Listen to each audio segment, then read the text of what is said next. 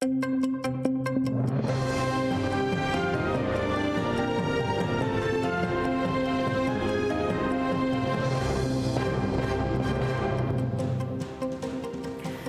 9 грудня, 2118, день окупації Криму Росією. Ви дивитеся інформаційний випуск «Заман». Я Олеся Галич. Вітаю вас.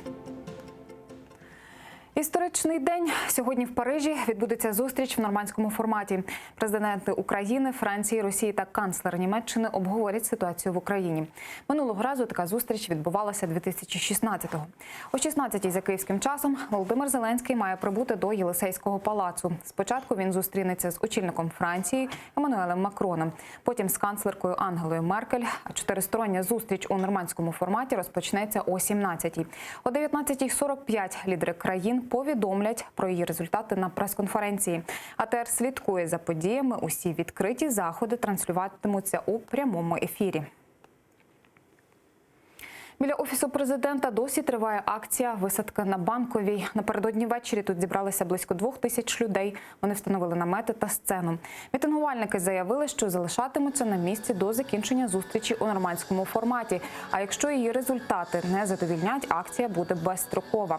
Багатотисячні мітинги «Червоні лінії» для Володимира Зеленського напередодні пройшли по всій Україні.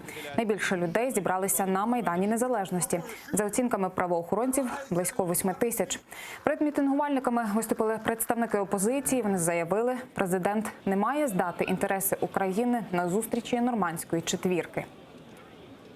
Ми ніколи не простимо то зло, те преступлення, які совершив Путін проти наших народів, нашого государства. І розмовляти з ним треба з позиції сили і не випрашувати переговори. А говорит, что каждый из нас будет биться до тех пор, пока за эти преступления Путин не окажется на скамье преступников.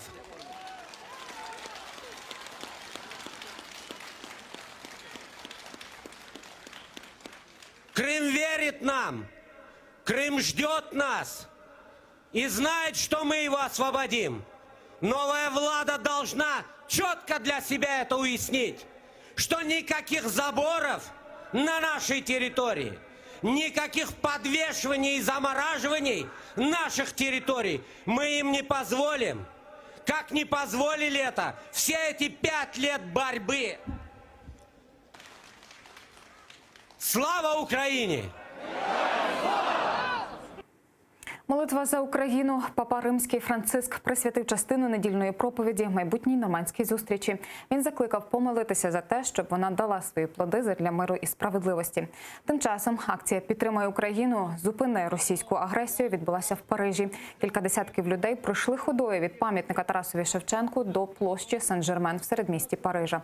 Вони нагадали європейцям, що Україна 5-й рік віч-навіч зіштовхується з агресією Росії і щодня на цій війні гинуть люди.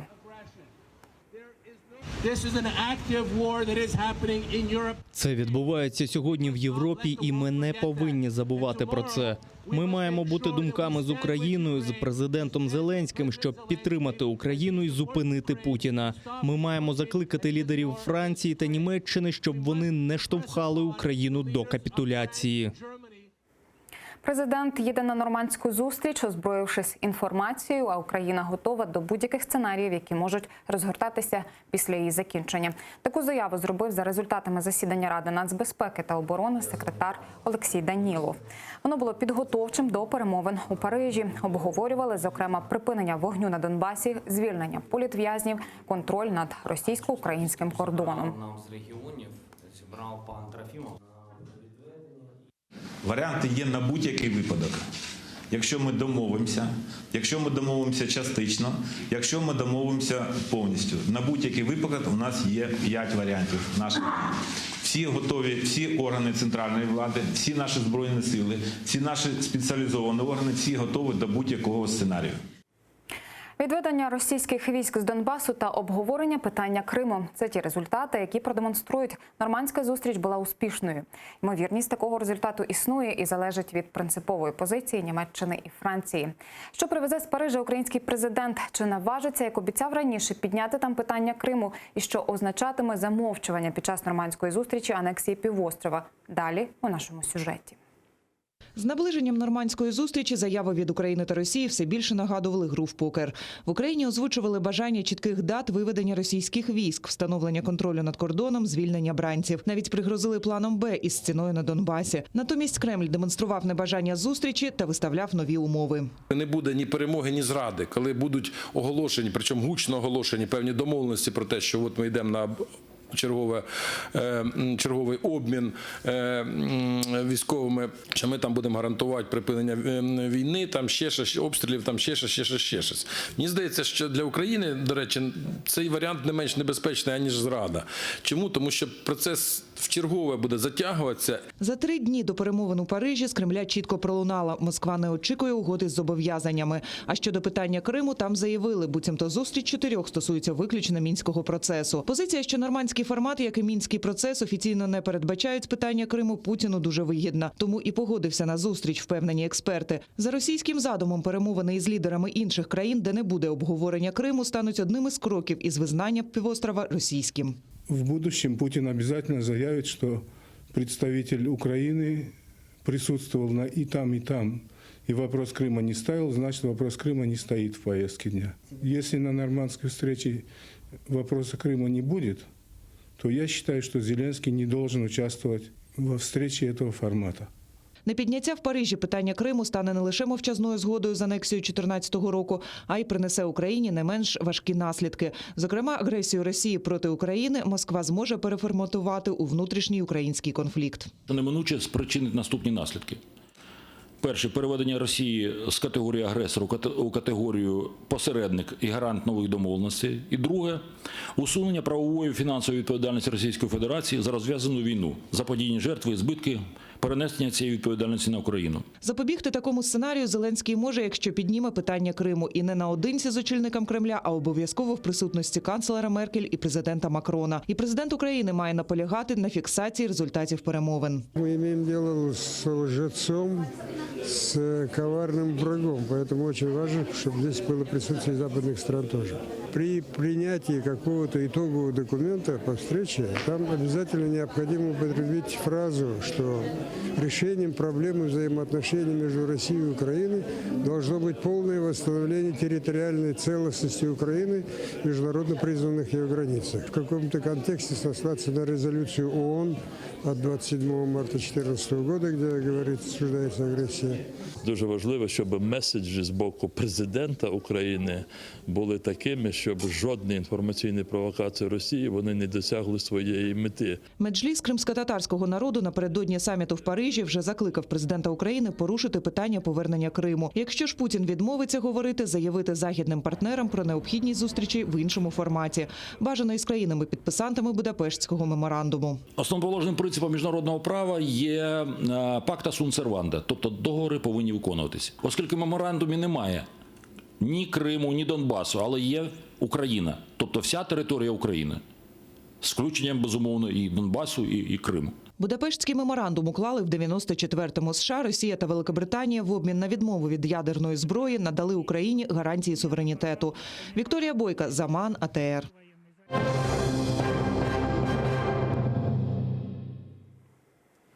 Білорусь повстала. Близько 1000 людей вийшли на центральну площу Мінська в суботу. Протестували проти так званої глибокої інтеграції з Росією. На переговорах у Сочі президенти Білорусі та Росії Олександр Лукашенко та Володимир Путін обговорювали плани союзної держави із єдиним управлінням 2 країнами – спільними урядом, парламентом та президентом. Кремль при цьому обіцяє знизити ціну на енергоносії для Мінська до внутрішньої російської. Протестувальники натомість висловлюються проти фактичної втрати суверенітету республіки. Мітинги у Мінську тривали 2 дні. Вони були не санкціоновані, проте поліція не намагалася розігнати зібрання. Невелика штовханина з людьми в цивільному сталася на сходах Палацу Республіки, куди хотіли зайти мітингарі. Путін і Лукашенко не підписали жодного документа, але мають зустрітися ще раз 20 грудня у Санкт-Петербурзі. Білоруська опозиція на цей день планує масштабну акцію протесту.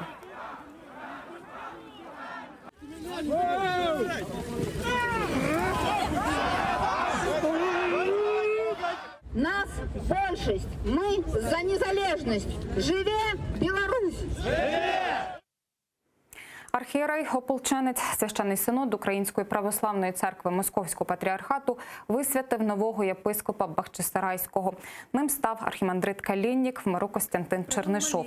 Пан отець відомий тим, що активно сприяв анексії Криму Росією, за що удостоївся грамоти від сепаратистського кримського ополчення. Кілька років тому, за словами Євстратія Зорі, архієпископа ПЦУ, у Києво-Печерській лаврі Калінніка обрали вікарним єпископом для Криму, але висвячувати остерігалися, бо ім'я сепаратиста у рясі опинилося на сайті «Миротворець». Тепер його час настав. Мова, культура та історія кримських татар на базі Малої академії наук. Все це вивчають 12 юних науковців у триденному зимовому таборі в Києві. Майже всі вони кримські татари, переселенці з окупованого півострова. Тут разом з українцями пізнають своє коріння та готують вистави для батьків. Детальніше далі у сюжеті.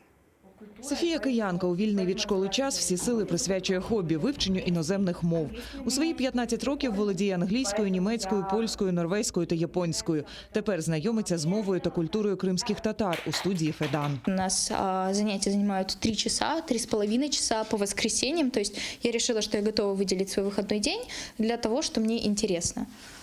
Потому что никакого похожего языка на крымско-татарский я не учила. То есть все языки были из разных групп, но ничего даже отдаленно похожего на крымско-татарский я не учила. Я решила попробовать что-то новое. Повне занурення у кримсько-татарську культуру – це головна мета проєкту. Усі учасники, крім Софії, переселенці з окупованого Криму. Зараз мешкають у Києві та області. Мне сразу очень понравилась, во-первых, атмосфера, во-вторых, мне понравился очень подход учителей, потому что они не как-то скучно рассказывают, как в школе, то есть нам не просто какие-то правила дают, и сами разбирайтесь. Нет, мы все постоянно разговариваем, мы все постоянно... Мы, например, пополняем свой словарный запас тем, что мы пишем слова, которые интересны нам. То есть мы изучаем язык так, чтобы было интересно именно нам. Кожен день табору розписаний ледь не похвилинно. Хлопці і дівчата мають постійні тренінги з дикції, постановки голосу та акторської майстерності. В кінці проєкту мають показати виставу кримсько-татарською. Також діти готують власні наукові проєкти. Я очень сильно люблю сказки, поэтому я решила, что именно с такой стороны, если подойти к этой теме, то мне будет это наиболее интересно. Я нашла несколько пар сказок, которые имеют схожие некоторые детали, в некоторых прям общий сюжет очень похож, и я исследую также их происхождение. Это достаточно сложно, потому что небольшое количество информации можно найти в открытом доступе, поэтому приходится что-то самой анализировать, приходится консультироваться с преподавателями. Такі табори працюють з 2017 року. Ленура Халілова курує молодь і допомагає кожному написати роботу згідно з вимогами Малої академії наук. Каже, всі учасники табору обирають теми самостійно, відповідно до 3 напрямків. Гуманітаристика передбачає 3 напрями. Це культура кримських татар, мова та література кримських татар та історія кримських татар. Отже, за цими напрямками діти обирають собі тему, яка їм подобається, перш за все, і потім на основі цього пишуть наукову роботу. В нас заняття проходять в інтерактивній формі. Це як семінарські заняття, не тільки теорія, а також і практика. Основною мотивацією є це все ж таки написати роботу і виграти конкурс для дитини. Кращі вихованці мають можливість представити свої роботи на обласному та всеукраїнському рівнях. Переможець отримає стипендію президента України. Ліана Алієва, Владислав Стужук, Максим Кондратенко. Заман, АТР. І це все, чим встигаю поділитись. Більше свіжої інформації кримсько-татарської менш ніж за годину розповість Гульсум Халілова. Актуальні новини завжди знайдете на сайті ATR.ua і не забувайте заходити на нашу YouTube-сторінку. Найцікавіші моменти ефірів вже там. Гарних новин, дякую, що обираєте АТР.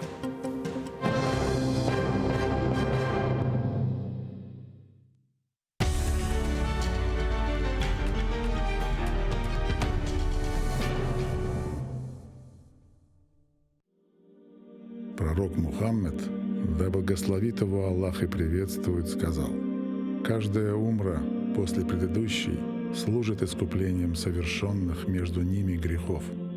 Что может быть прекраснее того, чтобы совершить путешествие к двум святыням ислама в Мекке и Медине, ощутить спокойствие и умиротворение на земле, по которой когда-то ступал наш любимый пророк. Да благословит его Аллах и приветствует. Ведь умра является искуплением от грехов и средством от бедности. А по мнению некоторых ученых, она является даже ваджибом. В священный месяц Рамадан умра по награде приравнивается к хаджу. И не забудьте про награду в мечети пророка. Да благословит его Аллах и приветствует. Откройте свой путь к Каббе вместе с Кабайолло.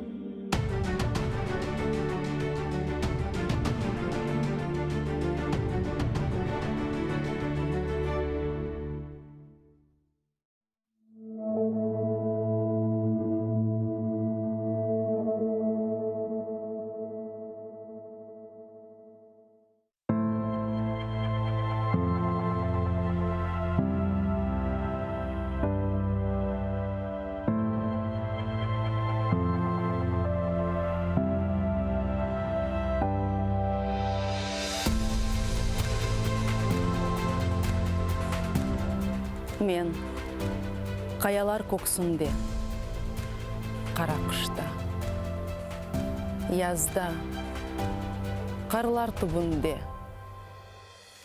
бурчақ яғғанда, яшын-яшынлағанда, уылдап боранлар сызғырғанда, оскен қая япрағы кебе, даянырым. Ұйқысыз, пиясыз осерім. Керек olsa ateşlerde yanar. Başımны egmem kimsege. Ақсызлықтан күсерім. Барсын кімерде аяқ астында таптасынлар дұшманлар. Мен кенеде қол көтермем. Dayanırım. Қая япрағы кебе, қаяға таянырым. Вақты келір. Taş kayalarını teşerim, eşerim, çatırlarga көтерілерім, andan eşittirsiz benim sesim.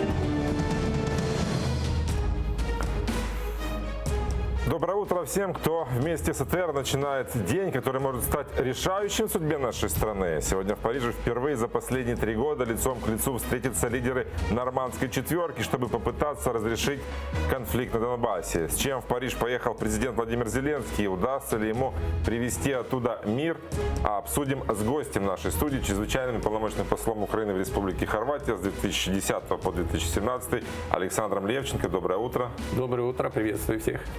Вернуть людей, контроль над границей, закончить войну. Таких результатов от нормандского саммита ожидает президент Украины Владимир Зеленский. Накануне встречи в Париже он пришел в студию к Савику Шустеру на программу «Свобода слова» и рассказал, почему не боится личной встречи с Путиным, возможно ли амнистия для боевиков и на каких условиях на неподконтрольных территориях Донбасса будут проходить местные выборы. Предлагаю послушать, о чем он говорил. Коли за столом сидять великі боси, представники імперій, я дуже не хочу, щоб ми були тією стравою, яку подають на стіл цим великим босам. Я хочу, щоб ми теж сиділи за цим столом і були рівноправною, незалежною, сильною країною. Я хочу точно розуміти, що якщо ми йдемо по Мінську, обмін, скільки людей, що таке всіх на всіх. Тому що, ви знаєте, там є, ну, може хтось не знає, там є списки узгоджених, списки неузгоджених. Не буду зараз в деталі. Найголовніше, скільки людей ми можемо повернути додому. Скільки конкретно і коли. Друге питання. Якщо припинення вогню, хто за це несе відповідальність? Що мені боятися? Я президент вільної країни, я нормальна, порядна людина, я не продаю нашу країну нікому, ніколи, не за що.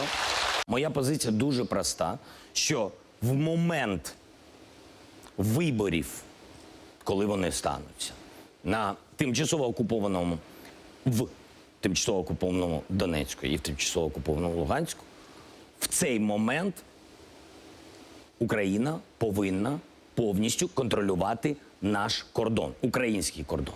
Якщо виводяться війська, озброєні, незаконні формування, якщо у нас дійсно буде безпека на тій території, якщо у нас з'явиться можливість проводити вибори, ми будемо говорити про амністію. Амністію людей, у яких немає рук в крові. Ну вот президент в очередной раз очертил так называемые красные линии. И все-таки чего можно бояться нормальному, порядочному человеку, который не торгует страной, на встрече с Владимиром Путиным? Ну, Владимир Путин искушенный политик, понятно, да?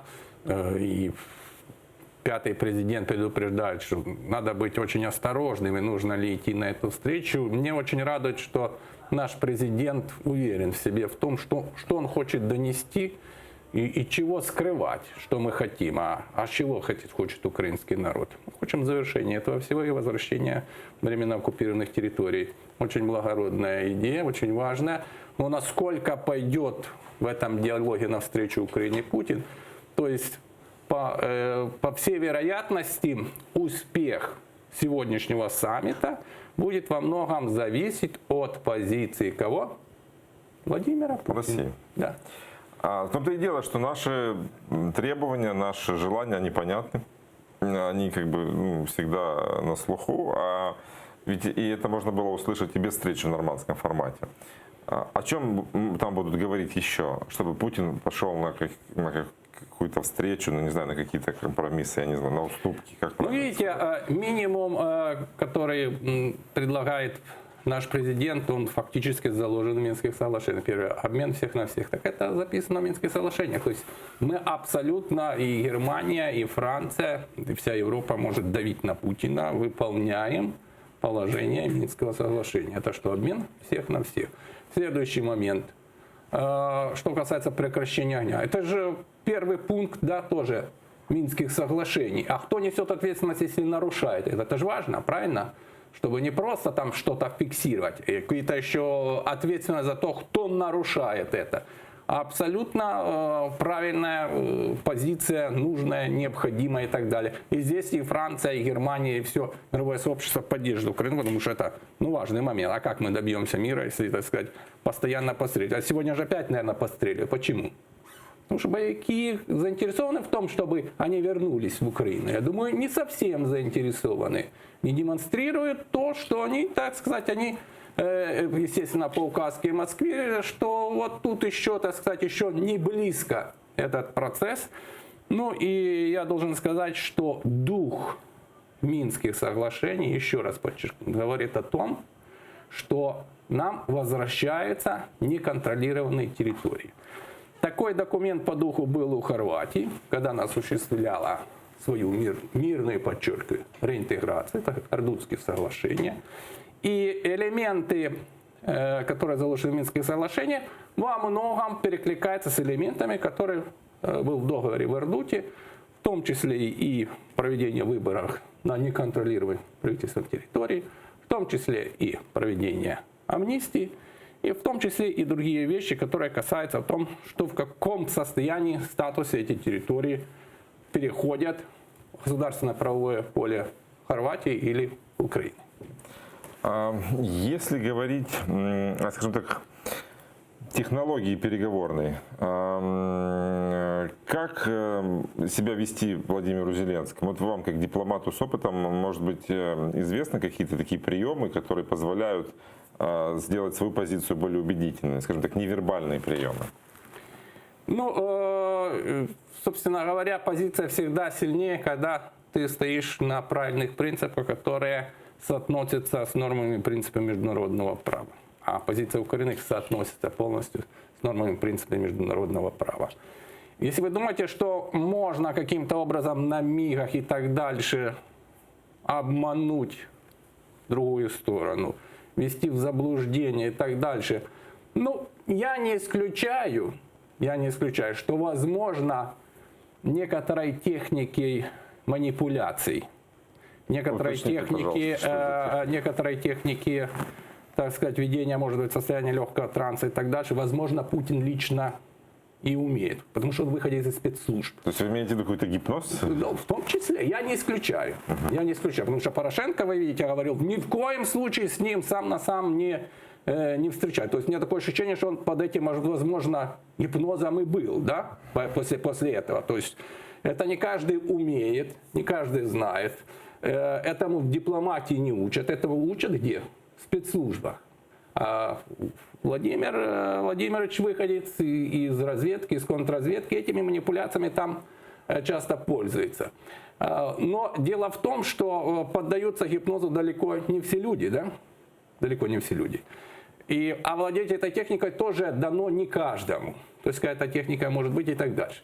Но учитывая, что такое огромное количество людей везде, камер и так далее, тут это все сводится к минимуму.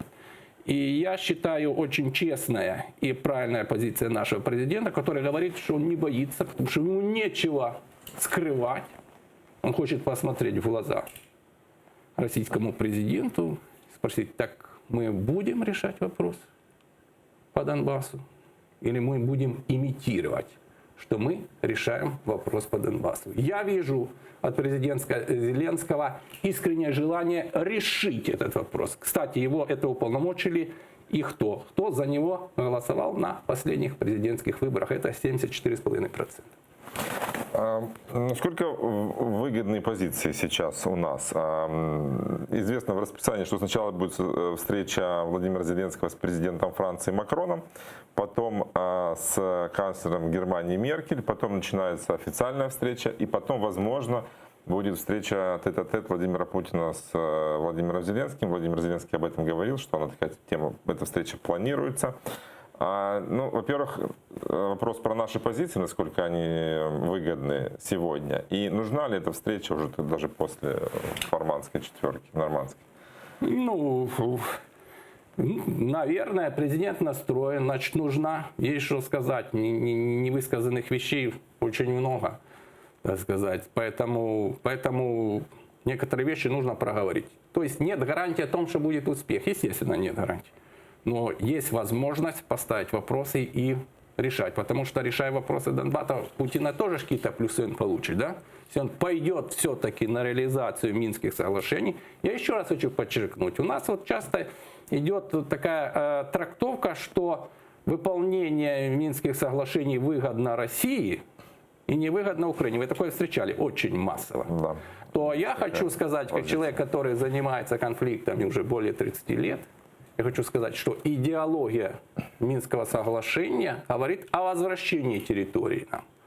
И по идее это более интересная и важная вещь именно для Украины, потому что это наши территории. Мы заинтересованы в их возвращении. И мы должны инициировать постоянно, чтобы этот вопрос дискутировался, и мы его решили. Объективно российской стороне и лидерам боевиков возвращать Донбасс нет особого интереса. Почему?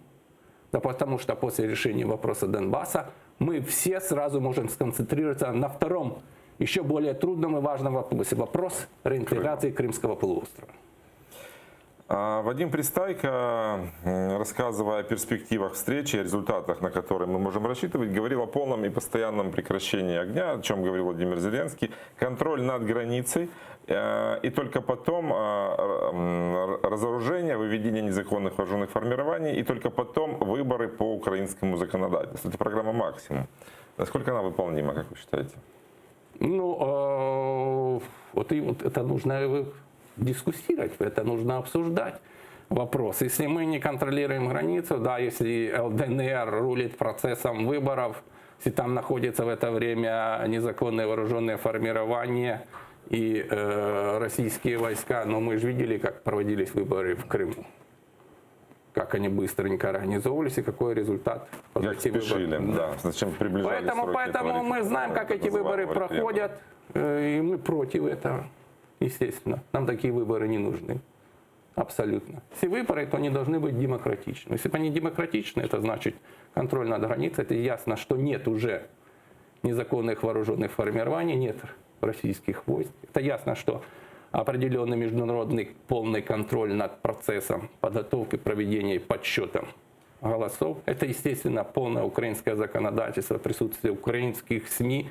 Это понятно, что все присутствуют только украинские политические партии, которые зарегистрированы в ЦВК и в Министерстве юстиции. Вот при такой ситуации, а это демократическая ситуация, при такой ситуации выборы могут состояться. Выборы, когда все, так сказать, контролируется боевиками, а зачем они нужны Украине? Мало того, они не соответствуют стандартам демократии. Мало того, мы узакониваем некоторые вещи, которые, так сказать, навязаны военным путем Украины, и за которые другая сторона, наверное, все-таки должна понести ответственность. Накануне встречи в Париже президент Владимир Зеленский провел закрытое заседание Совета национальной безопасности и обороны. Там утвердили сценарий развития событий в связи с предстоящей встречей в нормандском формате, который будет воплощаться как основной. И что предусматривает, этот план рассказал по итогам заседания секретарь СНБО Алексей Данилов. Давайте послушаем. Сценарій реінтеграції дозволяє під собою повернення території окупованої Донецької, Луганської області до України. Є сьогодні ключові моменти, які сьогодні є на порядку денному. Це вже похідні, скажімо так, від певних сценаріїв. Ви знаєте, те, що ми маємо велике бажання повернути наших бранців, які сьогодні знаходяться в полоні з Російської Федерації, з Криму і з території, які сьогодні тимчасово окуповані Донецької, Луганської області. Друге питання, ми маємо велике бажання припинити огонь для того, щоб зброя не вбивала наших вояків. Третє питання, яке ми розглядаємо, це питання повернення нашого кордону. Після того питання виборів. А с нами на связи президент Центра исследований социальных перспектив Донбасса Сергей Гармаш. Доброе утро, Сергей. Доброе утро. Как вы оцениваете перспективы встречи во Франции в нормандском формате? Можно ли говорить, что сценарий, который планировался здесь у нас, он имеет право на жизнь и будет реализован? Я имею в виду выведение войск, наш контроль над нашей границей и выборы только потом, после того, как мы сможем контролировать ситуацию. Ну, вы знаете, я думаю, что в лучшем случае произойдет обмен пленными. Все остальные пункты очень сомнительны. Я вот вчера просто провел контент-анализ заявлений сторон перед этой встречей. Ну, за последние 2 месяца, с сентября начиная. И знаете, что я обнаружил? Вот Украина постоянно демонстрировала готовность к компромиссам, постоянно говорила, что она может пойти на уступки там какие-то. Минские соглашения, против которых, как я помню, Зеленский шел на выборы, говоря, что Минские соглашения это плохо, и они не должны выполняться. Потом резко изменил позицию. Да? А Россия все это время демонстрировала свою неготовность к компромиссам. То есть она постоянно выставляла какие-то условия, постоянно говорила о выполнении Минских соглашений на ее условиях. И таким образом получится ситуация, когда мы идем на уступки, да, а Россия не идет. То есть мы в этой позиции оказались слабой стороной для переговоров. А для России, как в принципе для Донбасса, наверное, я же там Донбасс, и Донбасса я знаю, да, что там уважают только силу.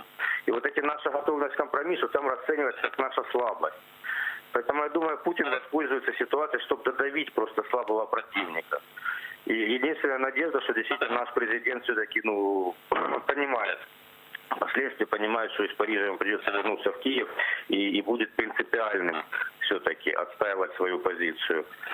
Поэтому я думаю, что если так и будет, если позиция Зеленского будет принципиальной, не во вред Украине, то, скорее всего, ничем не закончится. В лучшем случае, я еще раз говорю, обменом пленных. Но обмен пленных – это ведь тоже результат? Это результат, но он мог быть и технически, скажем так. Для этого не нужно было собираться в таком формате, делать столько заявлений, показывать себя слабой стороной. Спасибо вам за вашу позицию. Президент Центра исследований социальных перспектив Донбасса Сергей Гермаш был с нами на связи. Ваше мнение? Какой слабой стороной, если мы говорим о том, что мы заявили одно, второе, третье, четвертое? Какая слабая сторона? Какие тут компромиссы? Если мы говорим о некоторых элементах выполнения Минских соглашений, какие-то компромиссы, обязанности, обязательства. А что Путин не идет, на какие компромиссы? Мы сейчас посмотрим, какие он идет, не идет и так дальше. У Путина тоже есть обязательства. Вы должны понимать, что игра идет на том, что Россия хочет обвинить Украину в невыполнении Минских соглашений, а потом выскочить с удавки санкций. Потому что Украина не выполняет Минские соглашения. Задача Украины показать, что мы выполняем Минские соглашения, искренне хотим их решить, а Россия что? Блокирует этот процесс. Поэтому санкции нужно что? Если она будет блокировать, продолжить. Если у нас ничего не получится, не получится, значит, нужно усилять европейскую мировую позицию по отношению к позиции Москвы, которая столько лет манипулирует и имитирует выполнение Минских соглашений. Слабость украинской стороны в том, что у нас некоторая политическая сила заявила в том, что она не собиралась выполнять Минские соглашения. Это катастрофа. Это значит, все партнеры, Франция, Германия, которые переговаривали с нами много лет, оказывается, вводились в заблуждение. Как же так? Международные обязательства нужно что? Выполнять. Это принцип международного права. А поэтому и выполнение, но не удалось. Это шанс. Нормандия – это ж не гарантия. Нормандия – это шанс. Если мы им воспользуемся и сможем при помощи международных партнеров сдвинуть с мертвой точки этот процесс, это отлично. Минимально мы видим, что мы можем даже достичь благодаря этому саммиту. Потому что обмен людей – это кровный интерес Украины. Вы знаете, что Россия за своих людей особо не стоит горой. Для нас судьба этих людей, которые уже годами сидят за решеткой, очень важна. Могли мы решить без саммита? Решили раньше. Я хотел спросить, вы решили за 5 лет без саммита этот вопрос? Я не вижу. Потому что обмен всех на всех еще предполагает, что разведение сторон. Стороны разведения. У нас начался процесс. И обмен анонсировался неоднократно без нормандского формата. И Вадим Пристайко говорил, что вот-вот ожидается большой обмен. Да, но обмен, опять, вы читайте Минские соглашения, обмен происходит после процесса разведения. Если вы не сделали разведение, вас в любой момент могут обмануть. Что и делалось это регулярно. Давайте поговорим о том политическом фоне, который сопровождает поездку Владимира Зеленского в Париж, здесь, в Украине. Напомнить президенту Зеленскому, на какие уступки ему не стоит идти во время переговоров в Париже. На Майдан Независимости накануне вышли несколько тысяч украинцев. В народном вече под названием «Красные линии до Зеленского» принимали участие представители от Европейской солидарности, Батькивщины, Голоса, Свободы. Основное их требование – никаких компромиссов с Владимиром Путиным. Нет федерализации страны и выборы на оккупированных территориях Донбасса только после деоккупации. В принципе, эти позиции совпадают с заявлениями и политиков, и президента. Но некоторые выступления со сцены были весьма категоричные. Давайте послушаем. Бубочка, тебе 42 годика и ты не лох? Так докажи, що ти не лох в Парижі. Інакше твій рейс буде не Париж-Київ, а Париж-Ростов. І це буде, якщо не завтра, то дещо згодом.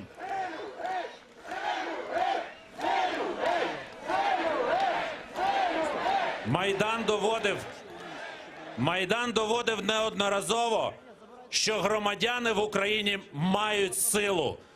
Ми тут не заради того, щоб сказати йому «да пошов ти». Ні. Ми тут заради того, щоб сказати, що він, як і будь-який президент і будь-яка влада в цій країні, тимчасовий. А громадяни тут були, є і будуть. Ми тут для того, щоб сказати, не заходь за червоні лінії. Рівно 6 років тому назад ми з вами повалили отут на Бесарабці оцього червоного боввана Леніна. І після того почався ленінопад по всій Україні. Так ось, повалили 6 років червоного боввана. Повалимо тепер зеленого боввана. Последним на сцене выступил 5-й президент Украины, а ныне народный депутат от Европейской солидарности Петр Порошенко. Он призывал нынешнего главу государства во время встречи в Париже не допустить капитуляции и не становиться на колени перед Путиным. Вечер должно было закончиться совместным исполнением украинского гимна, но закончилось яйцами, которые полетели из толпы в Петра Порошенко.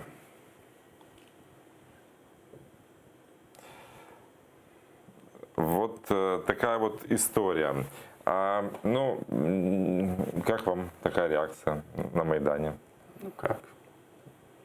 Ну, как есть, так и скажите. Ну, если я дипломат, интеллигентный человек. Если вы не будете выражаться. Куда? Ну, куда?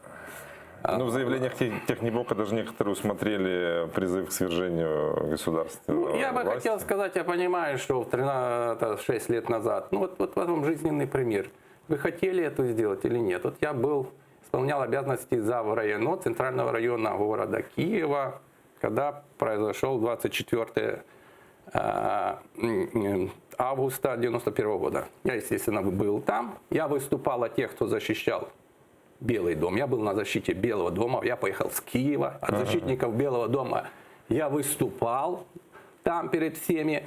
И когда я собрал, заврайоно было в отпуске директоров школ, так, извините, конец августа 1991 года, я потребовал от всех школ убрать всю символику коммунистическую. Меня директор одна сказала: и что, и бюст Ленина с актового зала? Я говорю, ну, конечно же.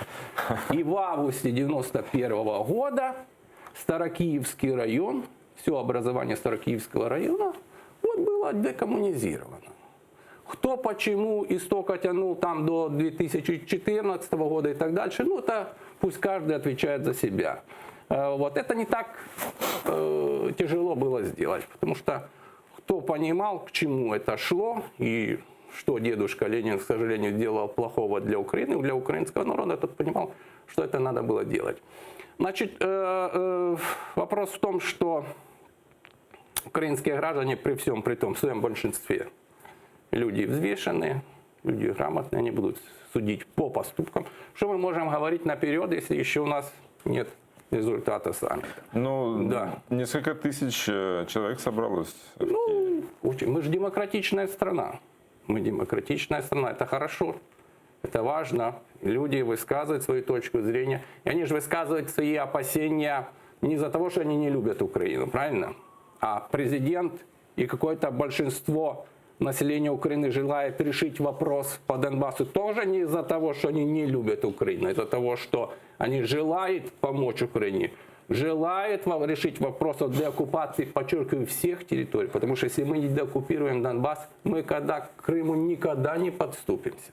Поэтому очень важно сейчас такой момент все-таки чуть-чуть поддавить при помощи наших партнеров, столкнуть с мертвой точки процесс, который застыл на Донбассе. У нас эта возможность есть. Может заблокировать Путин? Может. Но тогда на нем вся полная ответственность и на политике Российской Федерации. Давайте представим, что вот наши требования максимально выполнены. Но ведь за эти годы российской оккупации Донбасс фактически инфицирован этим русским миром. Там эти корни уже глубоко, наверное, проросли в почве и в ментальной в том числе. И я хочу сказать, и этот регион как бы вот прирастает к нам обратно, и вот эти все метастазы, они же, может, как раковая опухоль, распространиться по всей стране. Вы понимаете, что чем дольше вы еще держите там этот регион, тем эти метастазы еще шире, шире, шире. То есть 1 к 2. Вот под оккупацией 2 года в том, чтобы это все убрать. Да? Плюс вот 5 лет, значит, нам надо уже 10 лет, чтобы это все поубирать. Будет 7 лет, это уже будет 14 лет нам все убрать. Понимаете, о чем я говорю? Вот. Поэтому вопрос о том, что затягивать это не нужно.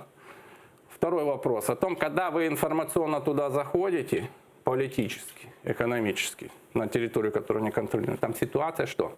Кардинальным образом меняется. Хорватский опыт, боснийский опыт в меньшей мере, потому что там другие, я посол еще в Боснии и Герцеговине, да, бывший. Хочу сказать, что часть населения Донбасса, надо быть к этому готовым, выедет после деоккупации. Потому что они просто не смогут воспринимать украинское государство. Мы демократическая страна. Есть у них желание, пожалуйста, уезжайте. Воспринимайте вы Конституцию, законы Украины и процесс государственного строительства Украины, оставайтесь, будем это делать вместе. Ну, есть еще такая категория людей тихих, скажем так, сепаров, которые будут вот никуда не поедут, а как бомба замедленного действия, вот, ждать прихода своего часа. Вы понимаете, он был всю жизнь, он родился, скажите, вы говорите, тихим сепаром. Он им стал. А почему он им стал? Потому что, была какая политика на Донбассе Украины все это время? Она впечатлила это население. А сейчас мы можем чем-то впечатлить население Донбасса, успехов Украины? Поэтому что надо еще плюс экономические реформы, всю эту коррупцию, наконец-то всю эту коррумпированную, потому что за эти 5 лет мы упали на самое дно по уровню жизни. У нас последнее место в Европе. По уровню коррупции мы на 1-м месте в Европе. Значит, тут страшные вещи, их нужно срочно решать, санировать. Не решив это здесь у нас, что мы можем требовать там? Это сама коррупция и низкий жизненный уровень есть опасность вообще для существования украинского государства. Очень важно эти вопросы решить в ближайший год-полтора. Уже вечером центром протестов стала площадь перед офисом президента. Участники движения сопротивления капитуляции начали устанавливать палаточный городок и сцену у здания и анонсировали начало так называемой высадки на Банковой. Участники стражи дежурили у офиса президента всю ночь и собирались стоять здесь и до завершения нормандской встречи. Были и те, кто требовал отставки главы офиса президента Андрея Богдана. Вмешалась полиция, правоохранители блокировали машины, которые везли палатки, а Нацгвардия окружила офис президента, защищая его от митингующих. Все подробности узнаем у нашей журналистки Милены Амиди. Она сейчас находится в Киеве, прямо под офисом президента, среди тех людей, кто стоит там и ждет результатов нормандской встречи. Доброе утро, Милена. Селям алейкум, Романе. Доброго ранку. Алейкум селям. Я что-то не вижу за твоей спиной людей. Неужели все разошлись? Я зараз все покажу в деталях, хоча ти багато вже чого розповів, але мені є що додати. Я розпочну з тематики Криму, добре? Безусловно. Отже, не забули і про Крим на сьогоднішній вчорашній акції. Бачите, тут на плакатах вже питають люди, як там Крим, повертай Крим. А також написано, що капітуляція – це смерть твоя. Отже, продавати це право користування землею. Бачите, піаніно, тут навіть квіти, трояндочки, багато дуже прапорів і багато тих, ну хоча ні, насправді не дуже багато. Вчора вночі дивилася я трансляцію, було людей дійсно з декілька тисяч. Наразі я бачу, що лише сотня людей, але пропоную одразу до них піти і попитати, чи вони зночі, чи вже прийшли сюди. Тому що о 7:46 встає сонце над Києвом, а люди вже тут, розумієте? Мені от цікаво. Я бачу, що от тримають прапори і політичних партій, українські, кримсько-татарського поки що не бачу. Можливо, це дійсно питання часу. Бачите, люди гріються тут. Я зараз її попитаю. Доброго ранку, телеканал АТR в прямому ефірі. Розкажіть, будь ласка, ви тут зранку? Так, з вечора. Ви не будете? З вечора, да. Хто З ночі? зранку ще, да. Та ви Я що? зранку сьогодні. А хто з ночі тут? Розкажіть. Хто? Хто? Я з ночі. Як ви то витримали? Розкажіть, будь ласка. Ну, так, витримали. Що робили? Що тут взагалі вночі відбувалося, коли всі журналісти поїхали? Мирно було все тихо, спокійно. Грілися коло бочки цілу ніч. Сиділи отак, як зараз сидимо. Всі активісти, які з вчорашнього дня були. Хто в палатках був, хто коло бочки грівся. Отак і відбувалося. Ніяких провокацій не було, все було дуже спокійно. Ніхто навіть і не намагався робити провокацій. Скажіть, будь ласка, кажуть, що сцену заважали вам встановити. Дійсно то було так? Да, дійсно було десь о 6-й, навіть раніше. Не пускали. Шостна, да? Якраз почали встановлювати, не дали пустити, апаратуру не пустили, все. А потім о 7-й годині все таке пропустили, все занесли і сцену встановили. Бачите, дійсно, сцену дійсно вже встановили. Дуже це далеко, тож я просто не встигну туди дійти. І я бачу людину, яка от щойно я сказала про кримсько-татарський прапор, і вона з'явилася. Давайте зараз поспілкуємося. Хто це? Сілям алейкум, телеканал ЕТР в прямому ефірі. Та ні, ви повинні дати коментар, тому що на вас наш прапор кримсько-татарський. Нічим? Нічим. Нічим. Чому? Ага. Отже, продовжуємо. Вони захотіли з нами говорити, що ж тут поробиш. А давайте йдемо далі. Бачу ще людей з прапорами. Доброго ранку. А ви тут зранку чи все ж таки з ночі? Ми з ночі. Ми були на час. Ми на час були в Іччі, потім прогулялись з Києвом і знову цілу ніч. Да. Ого, розкажіть, будь ласка, а які у вас взагалі плани? Тож важко без сну. Нічого, дуже багато цікавих людей, справжні патріоти, справжні українці. Спати не хотілося, тому що дуже цікаві зустрічі. І всі... на фронті важче, чим тут. Тому що для нас це не проблема постояти. Ночь простояти і день продержатися. А ми, Конгрес українських націоналістів, вирішили, що ми обов'язково повинні бути тут, щоб наш президент знав. Не можна відступати. Скажіть, будь ласка, до котрої ви взагалі плануєте тут залишатися, тому що є така версія, допоки ви не будете знати, що ж там з червоними лініями Володимира Зеленського в нормандському форматі. Ви знаєте, ми так і планували, але ми зараз підемо, у нас є дуже важливі справи, і потім приїдуть наші друзі, будуть продовжувати нашу справу. На Майдані, коли Революція Гідності, ми стояли круглі сутки, від початку і до кінця. А зараз ми вирішили, що от ми показали, що ми хочемо, щоб наш президент пам'ятав, що ми, українці, слідкуємо за кожним його шагом, щоб він не зробив помилок. Дякую дуже. Почули вашу думку. Як ви самі почули наживо, зараз люди планують залишатися до самої ночі, вже з минулої ночі. Отже, такі от справи, йдемо далі, бо мені цікаво ще дізнатися думки. Милена, спасибо большое, что ты нам рассказала, как все происходит на Майдане, и, вернее, возле офиса президента, и мы обязательно еще вернемся к тебе и хотим узнать подробности, которые происходят там. Ну, мы, как видим, акция немногочисленная, и у нас остается просто 5 минут до конца эфира. Хотелось бы обговорить еще такой момент. Реинтеграция Донбасса не станет ли проблемой и причиной нашего заторможения пути европейской интеграции? Не будет ли этот процесс тормозить нашу интеграцию европейскую? И учитывая, что вот уже появились заявления генерального секретаря Североатлантического альянса Йенса Столтенберга, который заявил, что Россия, конечно, применила военную силу против Украины, но это не наш враг. Он об этом заявил в интервью CNN. Предыдущий, 5-й президент говорил, что наша перспектива членства в НАТО это буквально вот-вот, а сейчас. Ну, вы знаете, что страна, которая имеет территориальные проблемы, она в НАТО не принимается. Знаем, да? Поэтому, если мы хотим НАТО, нам нужно решить все свои территориальные вопросы. Это же обычный вопрос. Почему? Это же все тут понятно. же еще обратная сторона. Мы решаем наш вопрос, но, как мы уже говорили про такой информационный фон, который существует там на Донбассе, необходим же, наверное, будет какой-то референдум, и как будут люди голосовать? И... Ну, референдум, опять же, там, да, вы имеете в виду? Выборы? Да, по вступлению в НАТО. В НАТО. Как кто захочет, так и проголосует. Это такой вопрос. Но опять же подчеркиваю, что имея проблему Крыма и Донбасса, я вообще мне трудно вообразить, как мы будем решать вопрос по членству. Значит, хотя бы по Донбассу мы должны закрыть этот вопрос. Хотя бы по Донбассу. А потом по Крыму у нас открывается очень хорошая перспектива тогда по Крыму. Потому что там юридически все понятно.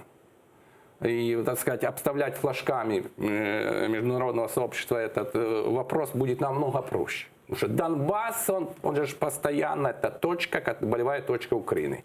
Крым – это болевая точка России.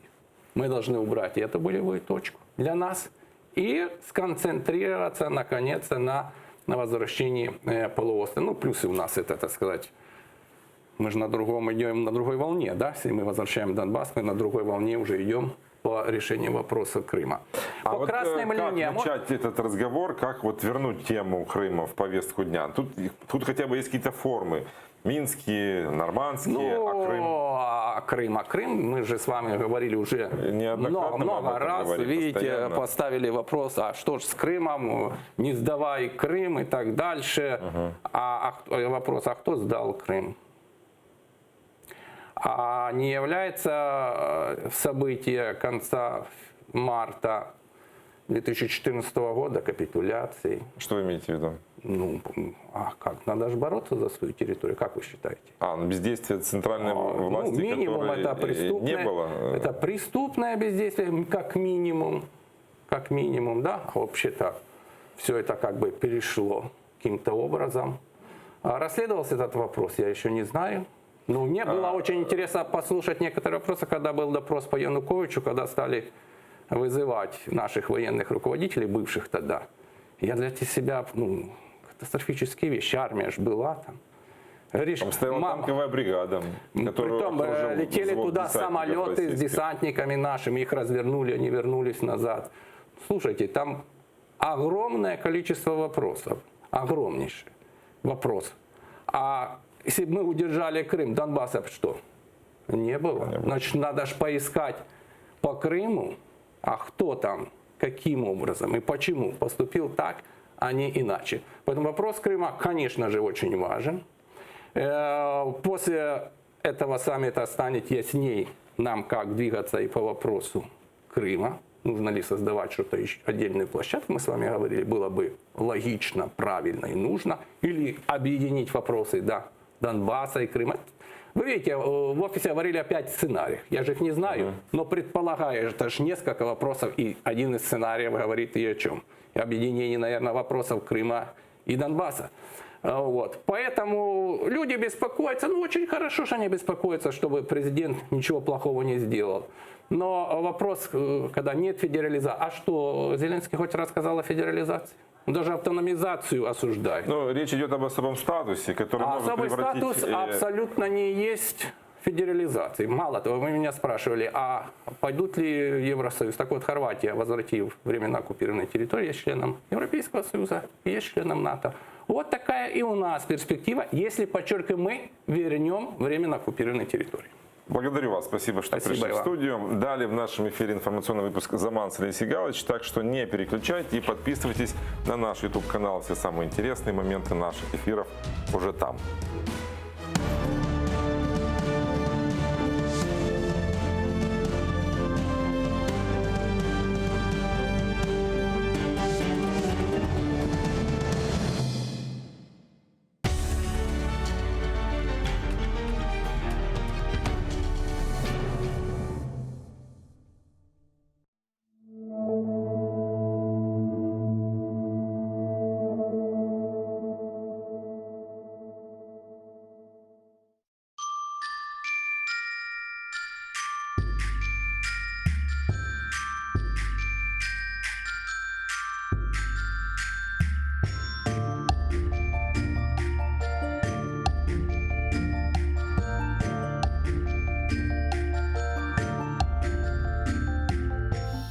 Eşit yumuşak yapraklarının türkülerini, Ярын келсе пенжереден ярық ұрса. Эшіт қырымымның дүлберлігіні. Құшылар ерлап, азбарыңдан ұчса. Эшіт, бұл қырларым көктен yüksek. Құры өзенімнің қоқыларыны. Гүллер ача. Піші тазе отмек. Туз қоқысы. Деңіз далғалары. Эшіт, насыл юзым sıcak yerden осе. Өзен суы ақа. Күнеш ойнай. Қырым, эп ерлерден маңа güzel. Бұл sevgiden күчлі. Sevgi olmay.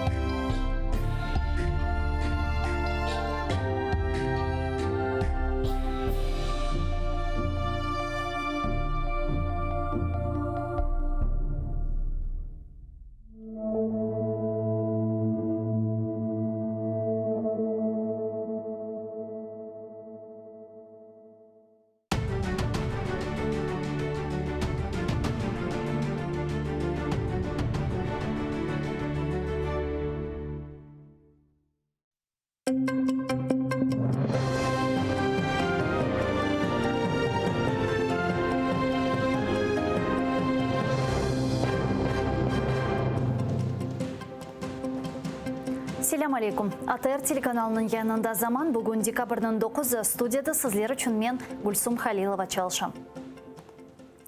Тарихи күн бүгін Парижде Норманд форматында Корышев олып кечежек. Украина, Африкинстан, Алмания ве Русия президентлері Украинадаки вазиетні музакире етмелі. Сонке сефер бойле Корышев екебін 16 сенесі кечкен еді. Бүгін саат 16-да Зеленский Елисей сарайына келеп чықмалы. Ен баштан Африкинстан президенті Эммануэль Макронен, сонысы Алмания канцлері Ангела Меркельнен Корышежек. 4 тарафлы Норманд Корышевы саат 17-де башламалы. 19:45-те 4 devletlerinin liderleri пресс-конференцияда Корышевдің нәтижелерін айдынлатacak. АТР адислеріні тақип еті епісі açık тедбірлерінің жанлы яйында көсірежекміз. Президент офисы янында есе акциялар девам еті. Малюм олғаны кебі Туневын ақшам тахминен 2 бейін инсан банковайда ерлешкен президент офисы янында топлашты. Олар сана қоры бірқат чадыр ерлештірділер. Файлер Норманд Корышевы екунленмегенже анда тұрмаға планлаштыра. Нәтижелер есе яман олса акция белгісіз мұддетке қадар девам етежектір. Норманд Корышевы арифесінде Украинаның чешет көшілерінде бинглерже инсан акцияларға топлашты. Ең чоқ истиклал мейданына келді. Чылайжылардан білдіргеніне Корея тахминен 8 бин инсан акцияға келіп чықты. Митинг иштиракчылары янында мұхалифет темсилчилері чықышта бұлынды. Айтқанларына Корея президент Норманд Корышевінде Украина менфаатларына садық қалмалы. Мы никогда не простим то зло, те преступления, которые совершил Путин против наших народов, нашего государства. И разговаривать с ним надо с позиции силы и не выпрашивать переговоры, а говорить, что каждый из нас будет биться до тех пор, пока за эти преступления Путин не окажется на скамье преступников.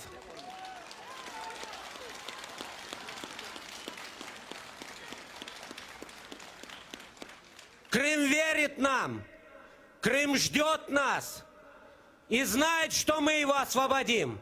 Новая влада должна четко для себя это уяснить, что никаких заборов на нашей территории, никаких подвешиваний и замораживаний наших территорий мы им не позволим. Как не позволили это все эти 5 лет борьбы. Слава Украине! Президент Нарманд Корышевыне малюматларнен теминленіп кете. Украина есе бұл Корышевден сон юз бережек эпосы адислерге азыр. Милли хавсызлық ве Мудафа шурасының топлашывындан сон оның кәтебі Алексей Данилов бойле білдірді. Бұл топлашыв Нарманд Корышевыне азырлық оларақ топланған еді. Анда Донбасста атеш екуленмесі ве Украина-Русия сыңырында незаретнің тікленмесі музакере етілді. Варіанти є на будь-який випадок. Якщо ми домовимося частично, якщо ми домовимося повністю. На будь-який випадок у нас є 5 варіантів наших дій. Всі готові, всі органи центральної влади, всі наші збройні сили, всі наші спеціалізовані органи, всі готові до будь-якого сценарію. Донбасста арбейлер четлештірілігі ве Қырым мәселесінің музакере етілмесі Нарманд форматының муафақиетлі олғаныны бұл кабы нәтижелер көстере біле. Бұл кабы нәтиженің олмай имканы Алмания ве Франкистанның принципиаль позициясына бағлыдыр. Парижден Украина президенті не кетірежек ве ваде еткен Қырым суалына көтережек ма мұхберлеріміз тариф еті. Нарманд Корышевы якынлашқанымен Украина ве Русияның биянатлары да жоқ покер ойынына аңдырайды. Украина арбейлер четлештіровының там саны сыңырда незіретінің ғайрыдан тікленмесі ве эпысы мабуслерінің азат етілмесі талапларына сеслендіреді. Атта Донбаснен дувар қорajақларынан біле қорқытты. Кремль ise істексізлігіні көстеріп, Корышев үшін озының шартларını айтайды. Не буде ні перемоги, ні зради, коли будуть оголошені, причому гучно оголошені певні домовленості про те, що от ми йдемо на черговий обмін військовими, що ми там будемо гарантувати припинення війни, там ще щось, обстрілів, там ще щось. Мені здається, що для України, до речі, цей варіант не менш небезпечний, аніж зрада. Чому? Тому що процес вчергове буде затягуватися. Париждеки музакерелерге 3 күн қалғанда Москва месулет ташыйчы бір аңлашманы беклемегенini білдірді. Қырым суали бойынша есе 4 тарафлы музакерелер тек Минск аңлашмаларымен бағлы олғанını қайдетті. Нарманд форматында Минск процесінде олғаны кебі Қырым суали бақылмағаны Путин үшін файдалыдыр. Саясат шынасларының айтқанына көре шу себептен ол бұл Корышевге разы олды. Русларның фікірінше ғарып девлет елбашчыларының Корышев Қырымны музакере етмемек, ишғалны ресмейлештірмек үшін бір адымдыр. В будущем Путин обязательно заявит, что представитель Украины присутствовал и там, и вопрос Крыма не ставил, значит, вопрос Крыма не стоит в повестке дня. Если на нормандской встрече вопроса Крыма не будет, то я считаю, что Зеленский не должен участвовать во встрече этого формата. Парижде Қырым мәселесінің музакере етілмесі 2014 сенесі юзберген ишғалны сүкінетлі шекелде қабул етмекнен берабер дешетлен нәтижелерге де кетіре біле. Құсусан Украинаға қаршы Русияның тежавузыны Москва Украинаның ішіндекі қавғаға денештіре біле. Неминуче спричинить наступні наслідки. Перше, переведення Росії з категорії агресора у категорію посередник і гарант нових домовленостей. І друге, усунення правової і фінансової відповідальності Російської Федерації за розв'язану війну, заподіяні жертви і збитки, перенесення цієї відповідальності на Україну. Бойле сценарийге Зеленский Қырым мәселесіні көтерсе, ел бермей біле. Ләкин тек башына дегел Макрон ве Меркельнің янында. Бұнен берабер Зеленский музакерелер нәтижелерінің yazılmasını талап етмелі. Мы имеем дело с лжецом, с коварным врагом, поэтому очень важно, чтобы здесь было присутствие западных стран тоже. При принятии какого-то итогового документа по встрече, там обязательно необходимо употребить фразу, что решением проблемы взаимоотношений между Россией и Украиной должно быть полное восстановление территориальной целостности Украины в международно признанных ее границах. В каком-то контексте сослаться на резолюцию ООН от 27 марта 2014 года, где говорится, осуждается агрессия. Дуже важливо, щоб меседжі з боку президента України були такими, щоб жодні інформаційні провокації Росії вони не досягли своєї мети. Қырым татар халқының темсili органы саммит арифесінде Украина президентіні Қырым суалыны көтермеге чағырды. Егер Путин ред етсе, ғарби иттифақдашларға дегер форматта Корышевны теклиф етмелі. Бұл Будапешт меморандумыны имзалаған девлеттерде ола біле. Основоположним принципом міжнародного права є пакта sunt servanda, тобто договори повинні виконуватися. Оскільки в меморандумі немає ні Криму, ні Донбасу, але є Україна, тобто вся територія України, з включенням, безумовно, і Донбасу, і Криму. Будапешт меморандумына 1994 сенесі Америкада таздықладылар. Америка Бірлешкен Девлетлері Русия ве Ингилтере Украина ядер силасындан вазгешкені себебінден она мустақиллік үшін кефалет берді. Виктория Бойко, Заман АТР.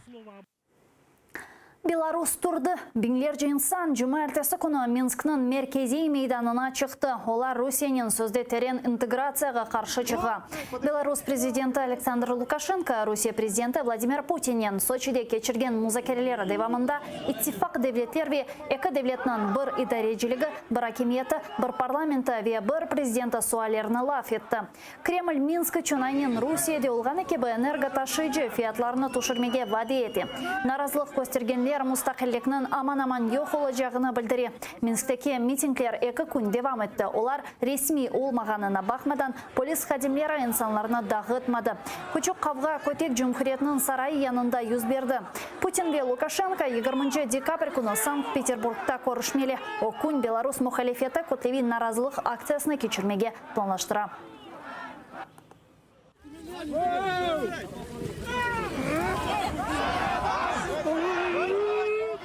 Нас большесть, мы за незалежность. Живе Беларусь!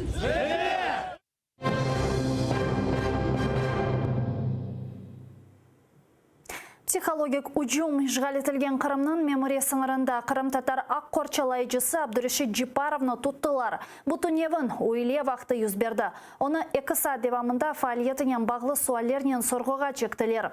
Белге қадар қияфетлерін чықартып түнтувледілер. Бұлардан сон еберділер. Абдурашид Джипаровны жғачылер бірінші кере тұтмай. Мемория сыңырда оны да октябрь айында айнен бойле процедураве суалернен тоқтатқан еділер. Абдурашид Джипаровның айтқанына көре жғачылер ona karşı malumat toplay.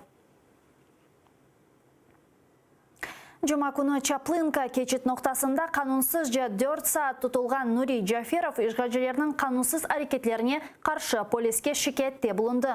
Мәлім олғаны кебі оны Украина қытасына қоян сатын алмақ үшін кеткені вақыт тұттылар. Ең баштан телефонындаки мәліматлар ақында сұраштырып, соңра Сурияде женклештімі деп суал берділер. Бұнен берабер зорнен сойындырып тынтувледілер. Нури Джаферовның айтқанына көре тенінде яра излеріні қыдырғанлар. Бірқач вақыттан сон ер адам ярамады, она ilk yardım arabasına çağırdılar. Померили давление, сказали срочно в машину. У меня как судороги начали на нервной почве или что там со мной, я не знаю, у меня начались как судороги. Они поставили какие-то там, не знаю, аппараты на меня. И потом начали колоть что-то, да, я уже там не помню, они мне, единственное, я услышал, когда они сказали, его срочно надо везти в машину, сказали шоферу заводи, включай мигалки и быстро едем в машину, в скорую. Тут же прибежали эти ФСБшники, бросили все мои документные зарядки, телефон, все быстренько, чуть ли не на ходу это все они засунули в машину, и так я уехал. Küçük İlimler Akademiyası esasında til, medeniyet ve Kırım Tatarlarının tarixi. Gumanitar ilimlerini öğrengen 12 bala Kırım Tatarlarının medeni hususiyetlerini öğrenip, Kiev'nin kış tapırında ilmi işlerini hazırlay. Bu ekseretinen Kırım'dan köçmege mecbur olgan Kırım Tatar xorandalarının balalarıdır. Mında ular Ukraynililerden beraber tamırlarını öğrenip, ana babaları için spektakl hazırlay. Tavsiyatlar levhamızda. София Киевлі. Мектептен сербес вақты о ежнеби тілеріні öğrenmekнен оқыраша. 15 yaşındaki қыз инглиз, алман, полон, норвеж ve япон тіліні біле. Шымды ise Fidan студиясында Қырым татар тілі ve medeniyetini öğreне. У нас занятия занимают 3 часа, 3,5 часа по воскресеньям. То есть я решила, что я готова выделить свой выходной день для того, что мне интересно.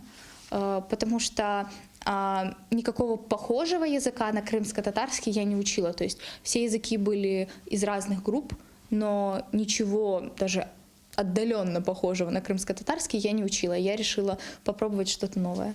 Қырым татар медениетіне тамамынен далмақ болей ханын мақсадыдар. Софиядан ғайры эпосы иштиракчилер ишғал етілген Қырымдан мечбури көчкенлердір. Шымды Киев и оның живарында яшайлар. Мне сразу очень понравилась, во-первых, атмосфера, во-вторых, мне понравился очень подход учителей, потому что они не как-то скучно рассказывают, как в школе, то есть нам не просто какие-то правила дают, и сами разбирайтесь. Нет, мы все постоянно разговариваем, мы все постоянно Мы, например, пополняем свой словарный запас тем, что мы пишем слова, которые интересны нам. То есть мы изучаем язык так, чтобы было интересно именно нам. Табурдан күні дақаларға қадар язылған. Қыз ве оғланлар идманлардан кече дикцияның оғраша ве ойынчылық санатының таныш ола.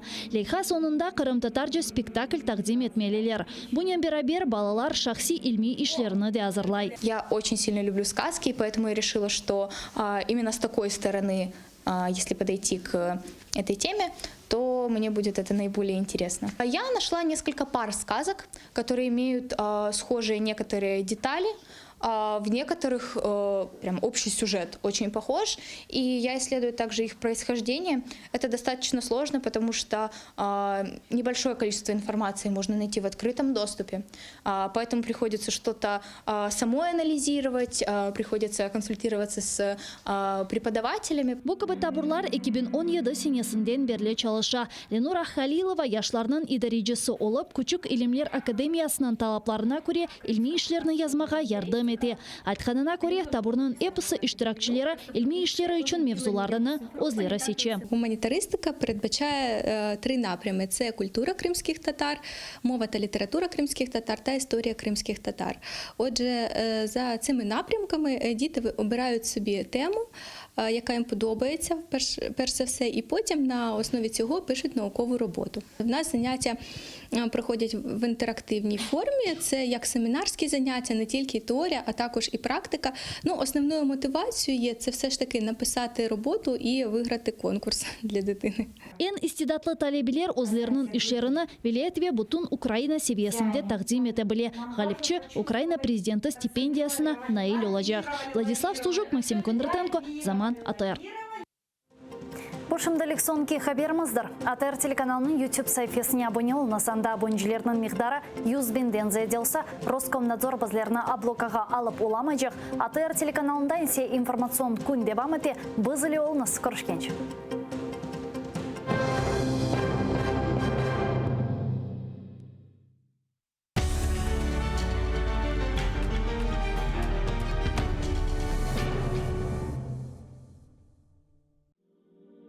Пророк Мухаммед, да благословит его Аллах и приветствует, сказал: «Каждая умра после предыдущей служит искуплением совершенных между ними грехов.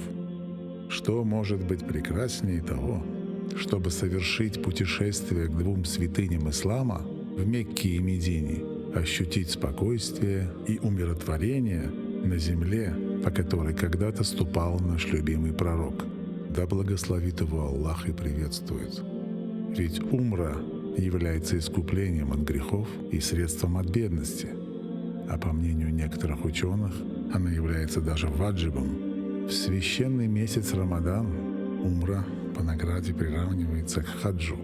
И не забудьте про награду в мечети пророка. Да благословит его Аллах и приветствует. Откройте свой путь к Каббе вместе с Кабайоло.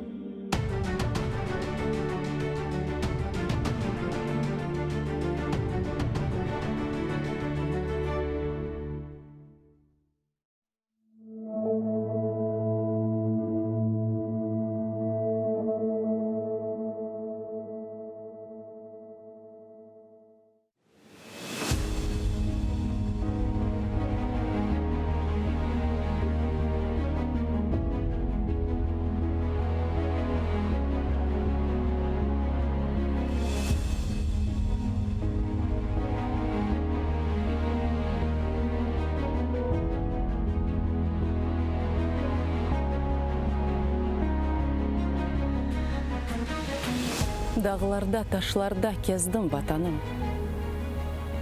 Еліңде çok şeyini sezdim vatanım. Kalbimden geçirdim, suzdum vatanım.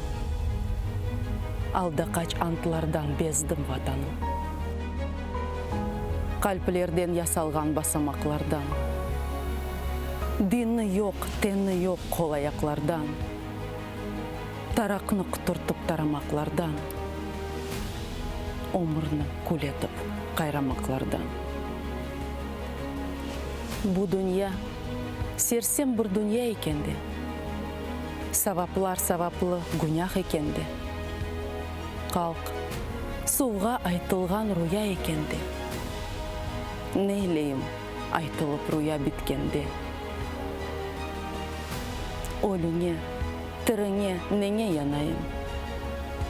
Өпкеңе, дердіңе нене янайым. Намерт бір фердіңе нене янайым. Кендіңе сөйле, ватаным.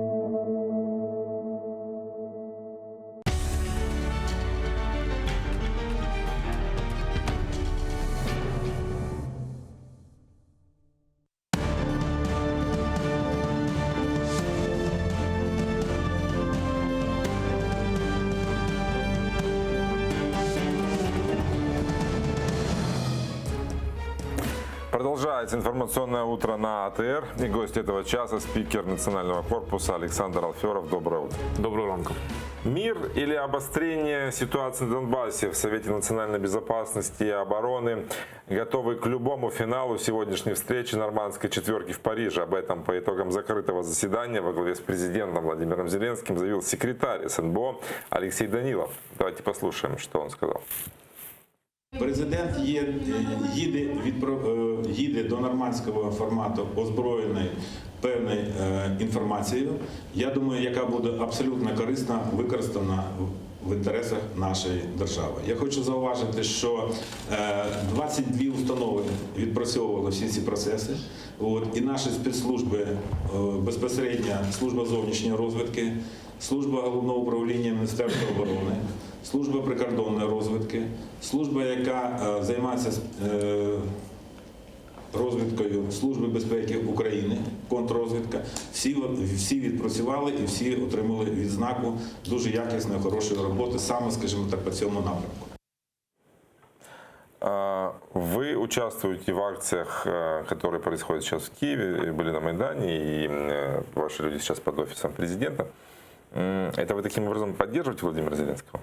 Щоб він не наделал там ошибок? Якщо Володимир Зеленський це може сприйняти як підтримку, то він має це використати безперечно і сказати, що народ проти.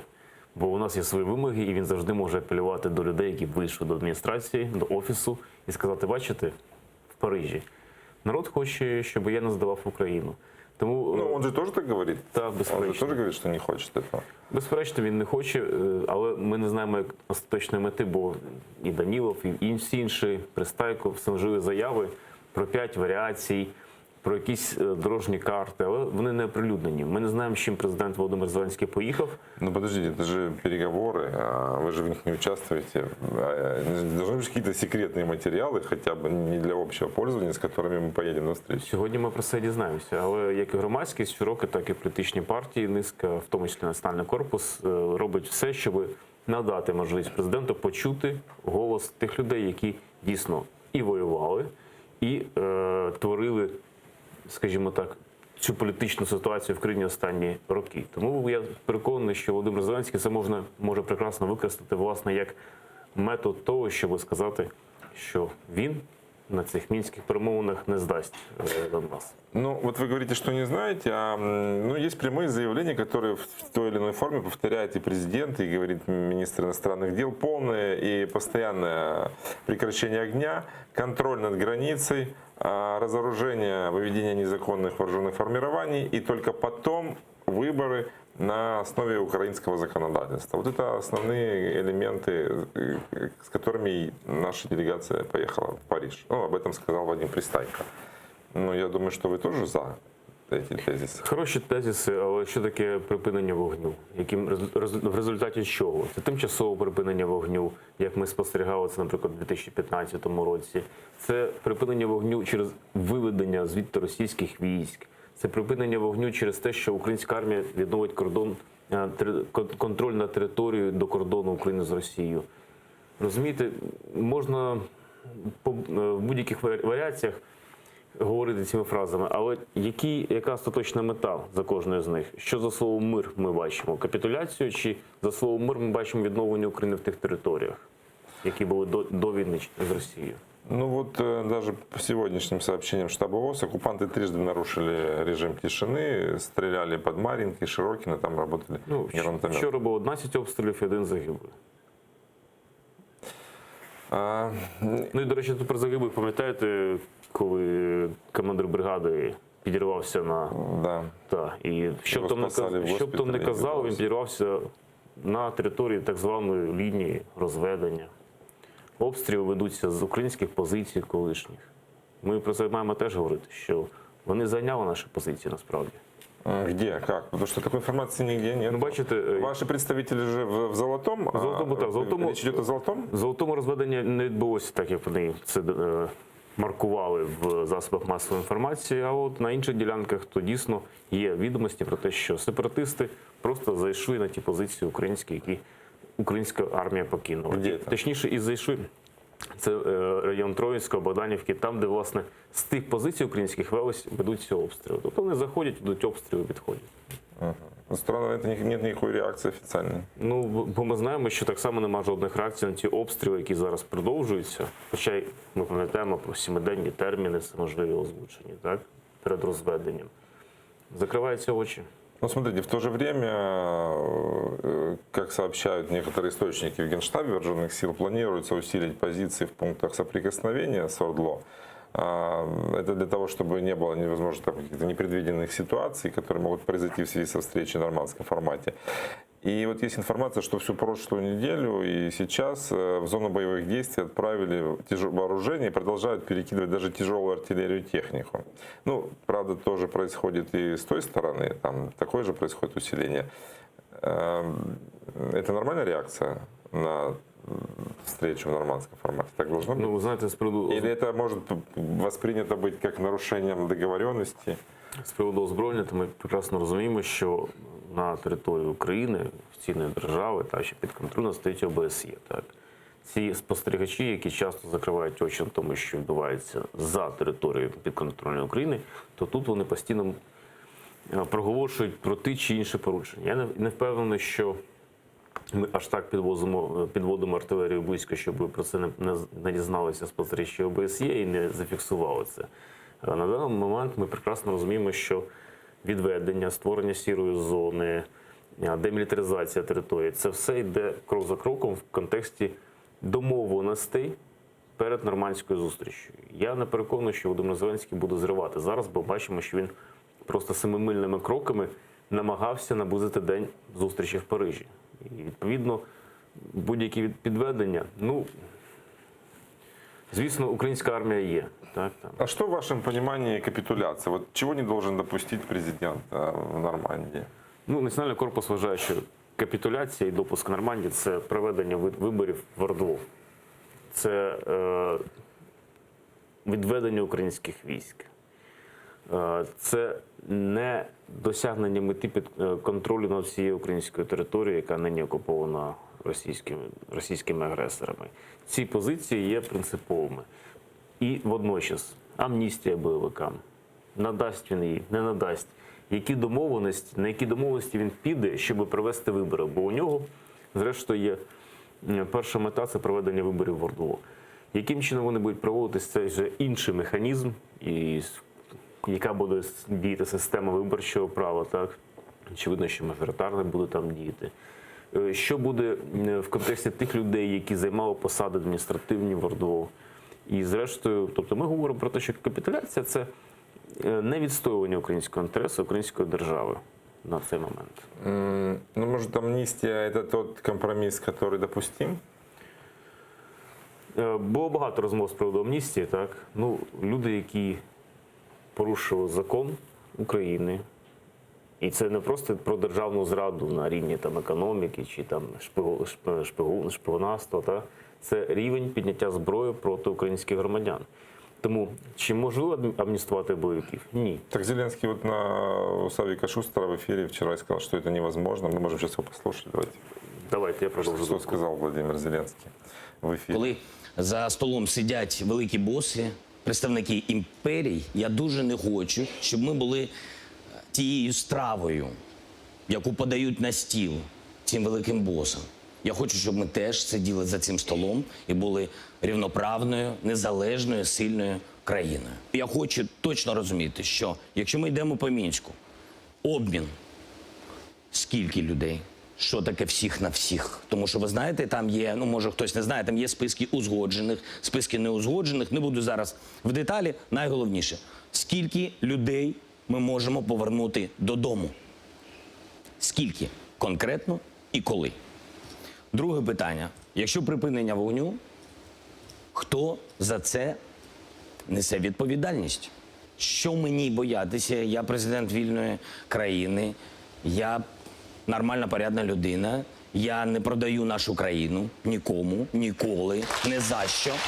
Моя позиція дуже проста, що в момент виборів, коли вони стануться, на тимчасово окупованому, в тимчасово окупованому Донецьку і в тимчасово окупованому Луганську, в цей момент Україна повинна повністю контролювати наш кордон, український кордон.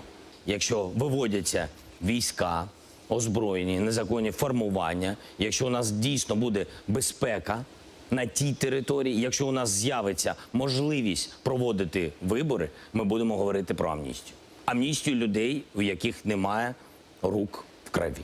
Ну вот, это ответ на ваш вопрос. Так, безперечно. І я хотів продовжити думку, що в місті десь мова не просто про бойовиків, а що ми будемо думати про людей, які, наприклад, керували адміністраціями. Я вже не говорю про тих, знаєте, замполітів, які виховували вже на сьогоднішній день 5-річних дітей, які народилися в 2014 році, так, і які сьогодні називають укропи, бандерівці. Тобто, що ми будемо робити взагалі з людьми, не просто які тримали зброю, а які керували цим регіоном? А що ми повинні з ними робити? Ну, зрештою, тут йдеться мова про, знаєте, або позбавлення громадянських прав, або йдеться мова про дійсно судові вироки, якщо вони діяли як, ну це зрада державна, якщо ти керуєш якимось установою, якщо ти керуєш якоюсь територією і не визнаєш суверенітет України, не визнаєш її цілісність, то це державна зрада, правда? Я думаю, що тут є робота для СБУ, бо все ж таки ми маємо якісь відомості, я сподіваюся. Ну, у нас там же цілий мер працював під прикриттям. Так, мер. І ви знаєте, дуже багато людей працюють під прикриттям. Контрабандно тільки займаються вони там все більшості. Ну, это для того, чтобы создать имидж злодея. Бесспоречно, да. Ну, смотрите, у нас же наше законодательство сейчас позволяет решать эти вопросы. Ну, кто-то пойдет там по статье госизмена, кто-то будет сидеть по другим каким-то уголовным статьям. Или нужна какая-то база, какая-то концепция, которая должна определять, что делать, когда ми деокупуємо територію. Пане Роман, знаєте, от тут питання насправді начебто не складне, але давайте глибину подивимося. Ми не знаємо, скільки там людей залишилось. Насправді. Так? Ми не знаємо насправді, яка там ситуація. Ми не знаємо цього. Ми не знаємо, що твориться за верхівкою цього айсберга. Тому насправді на сьогоднішній день оці от навіть законспіровані мери інформації нам не побільшало з того. Ми пам'ятаємо прекрасно з вами, що і на АТР так само транслювали, як за участю ОБСЄ українські війська відходять, як іде моніторингова місія вся. А чи бачили ми ті самі кадри, наприклад, з території окупованих територій? А ми там бачили, як запускали білу ракету. Ну, може, так. Свисток зелений ще був, пам'ятаєте? Ми не бачимо цього. И меня еще такой момент немножечко задел, когда я видел эти кадры, когда представители ОБСЕ просто переписывают номера оружия. Ну, я понимаю, что, наверное, какая-то процедура необходимая, но все, ну как это? Мені згадалася військова практика, де були всі ці дотошні цифрові елементи щодня по кілька разів. Ну, це бред, і це не в цьому, не в номерах справа. ОБСЄшники це прекрасно розуміють, і справа не в тому, що ти зафіксував номер зброї, так? А справа в тому, що ти можеш зафіксувати загальне положення речей. Ти міжнародна організація, яка фондується іншими країнами з радостворення миру Європи, про стеженням за ним. Не твоя справа зброя. Ну, а зачем это делается? Мне не очень понятно. Вигляд роботи. ОБСЄ часто робить вигляд роботи. І тут абсолютно навіть Розумієте, коли ми говоримо, президент сказав про вибори, так? От, і ОБСЄ зачепили тему, і багато говорили попередні місяці навіть, що ОБСЄ буде одним з органів, які будуть контролювати вибори. На сьогоднішній день ОБСЄ може виставити в кращий варіант з усіма своїми організаціями-партнерами 1000 спостерігачів. А там 1500 дільниць. У нас есть более приятные новости. Дело в том, что тут произошли переговоры с Международным валютным фондом, и он таки одолжит Украине $5,5 миллиардов на 3 года. Об этом время телефонного разговора договорились президент Владимир Зеленский с директором-распорядителем МВФ Кристалиной Георгиевой. Когда и на каких условиях Украина начнет получать деньги от МВФ, узнаем у инвестиционного банкира Сергея Фурса. Он с нами на связи. Доброе утро, Сергей. Доброе утро. Но это победа, да, можно сказать, что было много разных разговоров, говорили, что результата не достигнуто, что мы деньги не получим. И теперь идет речь о $5,5 миллиардах. Это те деньги, что нам нужны, как вы считаете? Смотрите, пока что это только шаг к победе. Это еще не сама программа, это мы получили так называемый staff level agreement. То есть мы очертили, какая должна быть программа, теперь Украине еще предстоит выполнить там несколько условий, и потом программа будет подписана. Скорее всего, это будет уже где-то в конце января. Относительно суммы, для нас важна не так сумма, как сам факт сотрудничества с Международным валютным фондом. 5,5 миллиардов, ну окей, 5,5 миллиардов. Там могло быть точно так же 2 миллиарда или 10, это не имеет никакого принципиального значения. Наверное, значение имеют условия, на которых мы получим это деньги. Что это за условия? Ну, смотрите, меморандум мы пока не видели, поэтому говорить об условиях конкретно рано. Но, в принципе, продолжаются все те... Это программа тех же реформ, которая была последние 3, 4, 5 лет. Ничего нового там не добавляется. То есть те вопросы, которые критически важные, которые, судя по всему, были оговорены в этом телефонном разговоре президента, это прежде всего вопрос влияния Коломойского и ограничения его хотелок. А есть ли в этих условиях что-то о рынке земли и праве иностранцев покупать землю? Смотрите, о рынке земли есть, о праве иностранцев нет, потому что на самом деле МВФ никогда не говорила, какой вид рынка земли они хотят. Они не могут, это суверенное право Украины решать, делать хуже или делать себе лучше, там, запрещая иностранцам. Там есть вопрос просто о рынке земли. Ну, он же не просто вопрос о рынке земли. Есть у вас информация, как он сформулирован? О чем идет речь? Детально. Украина обязуется создать рынок земли. Все. Включать или не включать иностранцев в перечень – это ограничения, которые являются частью модели рынка земли. МВФ не предлагает Украине модель рынка земли. МВФ говорит, что, ребята, ну, у вас дичь, у вас одна из 6 стран мира, где нет рынка земли, давайте вы ее введете, это будет хорошо для вашей экономики. Планировалось, что эти законы о земле будут приняты к концу года. Сейчас такая вероятность тает с каждым днем. Значит ли это, что первый транш появится еще не скоро? Ну, смотрите, раньше конца января у нас не будет заседания правления фонда, и раньше конца января у нас точно не будет программы. Это даже если в этот четверг проголосует рынок земли, это все равно не поменяет хронологию. Спасибо вам большое, что были с нами на связи. Сергей Фурс, инвестиционный банкир, нам рассказал о программе сотрудничества с МВФ. Вот у Нацкорпуса есть наверняка свое видение, да, сотрудничества с МВФ. Как вы считаете, это необходимо для нашей экономики? Или это кабала, в которую мы там уже попали на довгі годи? Знаєте, ринкова економіка, яка не живе за рахунок того, що існують кредити, мікрокредити, так, взаємопозики, це, зрозуміло, система якихось п'ятирічок Радянського Союзу, так, і планової економіки. Економіка жива, дійсно. І ми говоримо про те, що сьогодні позик МВФ добре чи погано. З іншого боку підійду, в Україні достатньо коштів, які знаходяться в тіньовому секторі. Ми про це знаємо прекрасно. І ці мільярди можна витягнути справді за рахунок припинення контрабанди, наприклад. Тож тут, панове міністри, так би мовити, вирішуйте самі. Ви хочете брати позику, чи ви хочете ці гроші витягнути з власних кишень, які вони потрапляють через контрабандні схеми? Ну, Ну, вот вы сейчас сказали фразу, что это рыночная экономика, что так необходимо развиваться. И в то же время, насколько я знаю, позиция по рынку земли у вас не совсем рыночная, скажем. Вона абсолютно ринкова, проте має одне застереження. В Україні йде війна. І ціна сьогоднішнього гектару на сьогоднішній момент 1500-2200 доларів може бути. Десь так прогнозують. Ну, говорили там некоторые до 4. Там, до 4 це дійсно на чорному ринку, очевидно, і буде відбуватися. Ціна землі, наприклад, в Польщі там, 12 тисяч доларів. Нідерланди 82. Ну, тут розмір країни. Так. Ну і уровень розвитку теж. Італія 40 тисяч доларів гектар землі. Так. І ми говоримо про те, що зараз ціна землі мінімальна. І зараз в умовах війни цю землю, по суті, будуть за безцінок продавати.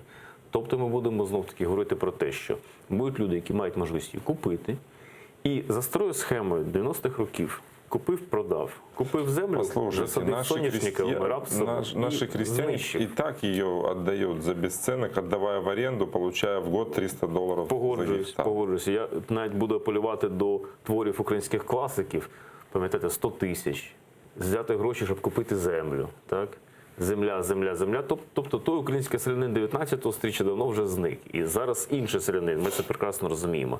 Але піднімається українське фермерство. Ми проти того, щоб сьогоднішня українська земля в час війни, коли вона продасться за безцінок, буде знаходитись в руках тих самих олігархів, людей, які мали можливість її купити. І окрім того, вони будуть просто знищувати не для фермерських потреб знов-таки, а з засадженнями рапса, які знищать за 3 роки цю плодючість землі. Розумієте? Ми про це йде. Мова про це йде. Що дійсно сьогодні, 21 сторіччя, ринок землі має існувати, але не за умов війни. Но, тем не менее, значит ли, что это соглашение, это такой знак поддержки политического курса Владимира Зеленского и такая своего рода поддержка, в том числе и встречи в нормандском формате, потому что это произошло как раз-таки накануне? Це хороша, насправді, думка про те, що це, можливо, дійсно є сигнал. Пам'ятаємо, що за урядування Порошенка теж ці транші відбувалися, позики, так, і пам'ятаємо, як їх заморожували, розморожували. Така певна гра була. І розморозили черговий транш. Перемога, так. Ну, зрозуміло, що це насправді показник того, що МВФ не дало б гроші, якщо б не бачив якісь певні моменти назрівання стабільності. Тут ми говоримо не про Зеленського, ми говоримо не про Порошенка, ми говоримо про цілому економічну ситуацію в Україні, тому що, бачите, транш пішов на перетині все ж таки 2 президентств. І це дійсно це хороший сигнал, насправді. Що за ним стоїть? Чи дійсно перед нормандським форматом зустрічі, чи ні? Чи це дійсно так просто співпало? Говорити важко. В предыдущем нашем эфире мы связывались с экспертом по Донбассу, Сергеем Гармаш. Нам предположил, что, скорее всего, эта встреча в Париже закончится соглашением об обмене пленных. Ну и все. Тактичними, да, якимись рішеннями? Ну вот это максимум, который там может быть достичь. Ваш прогноз? Розумієте, складно прогнозувати щось, що відбудеться за кілька годин, і потім не потрапити в історію з поганим прогнозом, правда? Безперечно, Зеленський їде з кількома, скажімо так, проханнями. Це дійсно обмін полоненими, це прохання про, скажімо, початок якоїсь виборчої процедури, щоб Путін погодився це делегувати своїм собакам, які сидять на Сході. Але, зрештою, у Зеленського, ви знаєте, є зараз сьогодні прекрасна можливість цей нормандський формат, як і Мінськ в цілому, які не працюють, просто раз назавжди поставити на ньому крапку. Обмін полоненими не досягнули вийти з цього формату. Ці формати не працюють сьогодні. А що сработає? Здається, мені день тому був, чи 2 дні тому було річниці Будапештського меморандуму. Да, було. Я думаю, що сьогодні Україна має достатньо козирів в світовій політиці, щоб стати сильною державою і не попрошайкою. Що це за козирі такі? Цей козир називається Автономна Республіка Крим в складі України. Я переконаний, що тут світова спільнота, а Путін не хоче говорити про Крим сьогодні, безперечно не хоче. Він буде говорити про газ, він буде говорити про Північний потік-2, він буде говорити про ситуацію в цілому, гуманітарну катастрофу в Україні, на Донбасі, безперечно. Але ми знаємо чітко, що ситуація з Кримом – це неймовірне, це козирний туз в руках президента Зеленського. І цього туза ніколи Путін не дозволить покласти на стіл в Парижі. Я переконаний, що Україна сьогодні має цей величезний козир для того, щоб пред'явити всім, насправді, гравцям великої політики, що ми маємо свою позицію. Починаємо. Так уже все знают, что у нас этот козырь, что мы хотим. Але цей козир не проговорюється. Знаєте, тобто Штайнмаєр – це не сьогоднішня вигадка, правда? Штайнмаєр – це все ж таки Петро Порошенко, Мінські угоди. Бачимо, ці всі процеси перемовні, вони йдуть, так би мовити, ми в них беремо участь. Не ми їх організовуємо і не ми ставимо цю повістку денну. Ми насправді беремо участь і в тих рамках, де нам дозволяють говорити, ти говориш про це сьогодні, завтра про це. Більше питань не порушуємо, тому що питання Криму загострить ситуацию. Ну, вот есть заявление Меджлиса, которое накануне встречи было опубликовано, и в нем говорится о том, что тема Крыма должна быть в присутствии всех переговоров. Почему Владимир Зеленский этого не слышит? Ну, бо він діє в контексті нормандської зустрічі, діє в контексті Мінських угод, де Крим відсутній. То есть наша дипломатия сегодня не способна изменить ситуацию, даже вот в этом процессе? Здатна, якщо сьогодні в Парижі Володимир Зеленський почне нагадувати світовій спільноті, що існує Крим. Бо за сьогоднішніх етапів політичної нашої стратегії з 2015 року Крим відсутній. Мінська, нормандська зустріч, вони мертві як такі. Це гра за правилами агресора. На сьогоднішній день треба думати про інші зустрічі. І бачите, позиція, наприклад, Британії, ну, вона не зрозуміла. Ну, у них там свой Брексит. Безперечно, у Німеччини теж свої вибори. Ну і позицію Трампа ми теж знаємо. Договаривайся, Володя, з Володей сам. Це буде чудесно. Так, ну позиція Трампа, вона настільки непередбачувана в цілому, що... Ну, це основні гаранти Будапештського меморандуму. В тому-то і справа, так. Так, а в чому ж тоді цей меморандум дійствує? Так в тому-то справа, що він не діє. Тобто ми віддали свій ядерний потенціал, ми віддали свій захист, ми були в п'ятірці країн за ядерним потенціалом в світі. Ми віддали, взамін отримали що? Що наші гаранти закривають очі. Вони навіть не входять в процес переговорний, якщо ми говоримо так про Британію, наприклад. Давайте поговорим о фоне, который предшествует встрече. Ну, я имею в виду внутриукраинский фон. Со вчерашнего вечера под офисом президента на Банковой собралось несколько тысяч людей. Люди пришли сюда накануне возможной личной встречи Владимира Зеленского с Путиным в рамках сегодняшнего саммита в Париже. Они призывают президента Украины не допустить капитуляции. Организаторы акции «Высадка на Банковой» намерены стоять под офисом президента до тех пор, пока станут известны решения нормандской четверки. И сейчас там под офисом президента работает наша журналистка Милена Амиди. Мы можем посмотреть, как изменилась ситуация с часом тому назад, когда там достаточно было малолюдно. Селям алейкум, Милена, расскажи, что происходит сейчас под офисом президента. Селям алейкум, Романе. Не скажу, що з минулої години побільшало тут людей, однак металеві рамки вже встановили. Бачите, і Національна гвардія також стоїть. Але поки що люди проходять спокійно, жодних якихось провокацій ми не бачили. Зараз я вам покажу, як встановлюють вже потроху кухню. Мені цікаво навіть, чим будуть пригощати. Доброго ранку, ми в прямому ефірі. А скажіть, будь ласка, чим будете пригощати? Ночний клуб «Мельниця». Скільки тут кілограмів? Ви знаєте, напевно, під хороше вже 40 дійшло. Всю ніч готували? Та дедик, година часу. Беріть. Скільки плануєте таких казанів ще? Не знаємо ще. Та забирай в руку. Пригощають гречкою, тут вже така черга невеличка утворилася, працюють також журналісти з інших телеканалів, а ми йдемо далі. Я вам покажу, наскільки тут наразі небагато людей. Зібралося, бачите, така черга, вже десяток людей з прапорами, ось бачите, з українськими прапорами тут стоять. Всі хочуть поїсти. Романе, взагалі я перебуваю тут і буду ще протягом декількох годин знаходитися безперервно, тож детальніше вже у наступних включеннях покажу. Бо я ще хотіла вам розказати, як працює штаб. Спасибо большое, Милена. Оставайся с нами на связи, мы еще обязательно к тебе вернемся.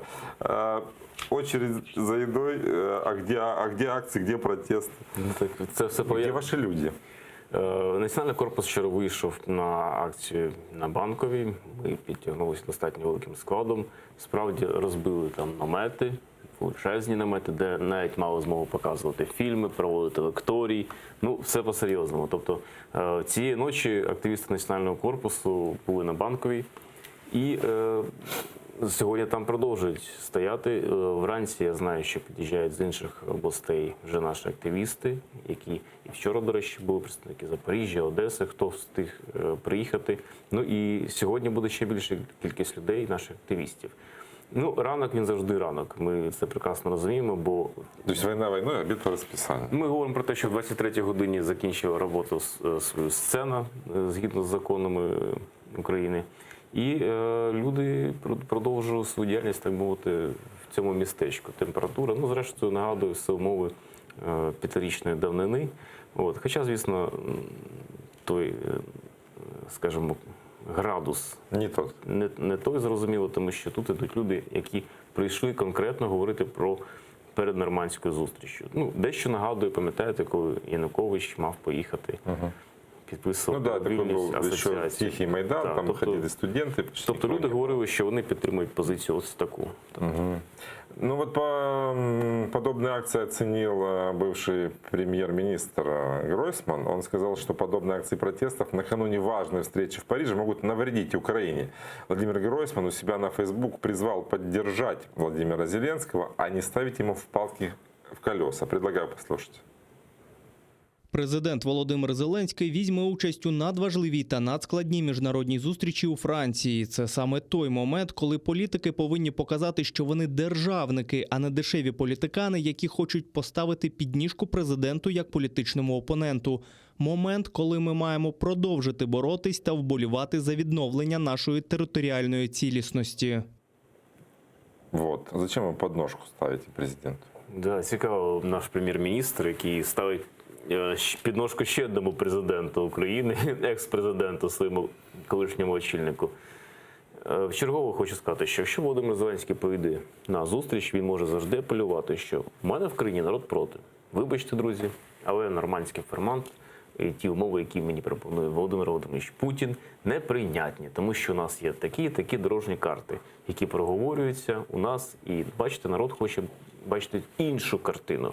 Тому про підножку тут говорити не треба, але просто треба зрозуміти, що, бачимо, Володимир Гройсман вже веде свій конкретний шлях в перечутті того, що прем'єр-міністра Гончарука, очевидно, будуть скоро знімати, і політичне поле звільниться, очевидно. Ми можемо говорити, що Гройсман робить хороший дуже, скажімо так, крок на зустріч до теперішньої влади. А верите ли вы в то, что самый оптимистичный сценарий наш может сбыться после сегодняшней встречи? И какие должны быть наши условия, наши козыри, чтобы Владимир Путин согласился отдать нам контроль над границей, согласился вывести оттуда свои войска, и выборы прошли уже на подконтрольной нами территории? Прогнозувати складно. І єдине хочу підкреслити, що Путін їде в Париж в достатньо некомфортних для себе умовах. І, можливо, щось відбудеться таке. Можливо. Ну, давайте просто згадаємо. Вбивство чеченців в Німеччині. Так? Зараз вся німецька преса про це говорить. Ця от Макрона переписки 17-го року, які вийшли назовні, сьогодні французька преса говорить, що до цього пов'язана була ГРУ. Тобто Путін їде тут зустрічатися з лідерами країн, в яких в медійному полі Росія зараз сприймається негативно, або з якимось певним контекстом скандалу. Йому незручно буде знаходитися там. І тому, що буде, ми не знаємо. Чи дотисне він Північний потік, чи дотисне він питання газу, ми не розуміємо. Але позиція його достатньо некомфортна.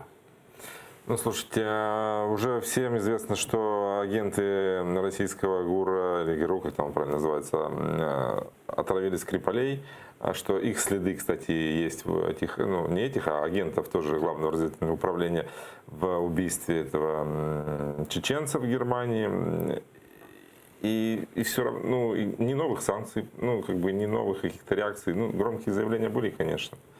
Але вони були не в той час, коли преса, медіа катастрофічно піднімали цей інформаційний, скажімо, сплеск в час візиту Путіна на Захід. Но мне такое просто впечатление, что эта газовая труба, она своей весомостью перевешивает все российские преступления. В тому числі ми маємо розуміти, що всі хочуть там європейці, щоб конфлікт закінчився. Да, у них є хоче бути в теплі, вони хочуть мати хороший бізнес, у них там ось у кожного з них вибори своїми політичними розкладами. Так бачимо, от, американці навіть не демократи, навіть не без одумування ситуації просто звинуватили, наприклад, по указу в тероризмі, тому що вибори їм треба хайпить тему проти Трампа, наприклад. Так? Тобто вони дійсно маніпулюють. І в усіх країнах ідуть вибори, економіка, тепло. Вони зацікавлені в цьому, зрозуміло так само. Крамольная такая есть мысль у Леся Подеревьянского, он художник и писатель, он ее высказывал в интервью, о том, что мы просто не понимаем, в каком удачном моменте мы находимся без территорий, которые у нас забрали, что ни Донбасс, ни Крым нам не нужны, что мы без них можем интегрироваться в Европу и стать, скажем так, это уже не цитата, ну, как бы по идее, да, счастливыми жителями Европейского Союза и жить там в правовом счастливом государстве. Ну, видатний художник Лесь Подерев'янський колись озвучив таку фразу, знаєте, купатися чи не купатися, бути чи не бути. І тут питання в іншому аспекті. Ми себе відчуваємо державою, країною, чи ми себе відчуваємо тими загнаними вівцями, які, ну, обмеження їхнього, скажімо так, скотозабойника, але там тепло і там затишно, це є нормально. Я відчуваю, що наша держава має відновитися за будь-яких можливостей в кордоні.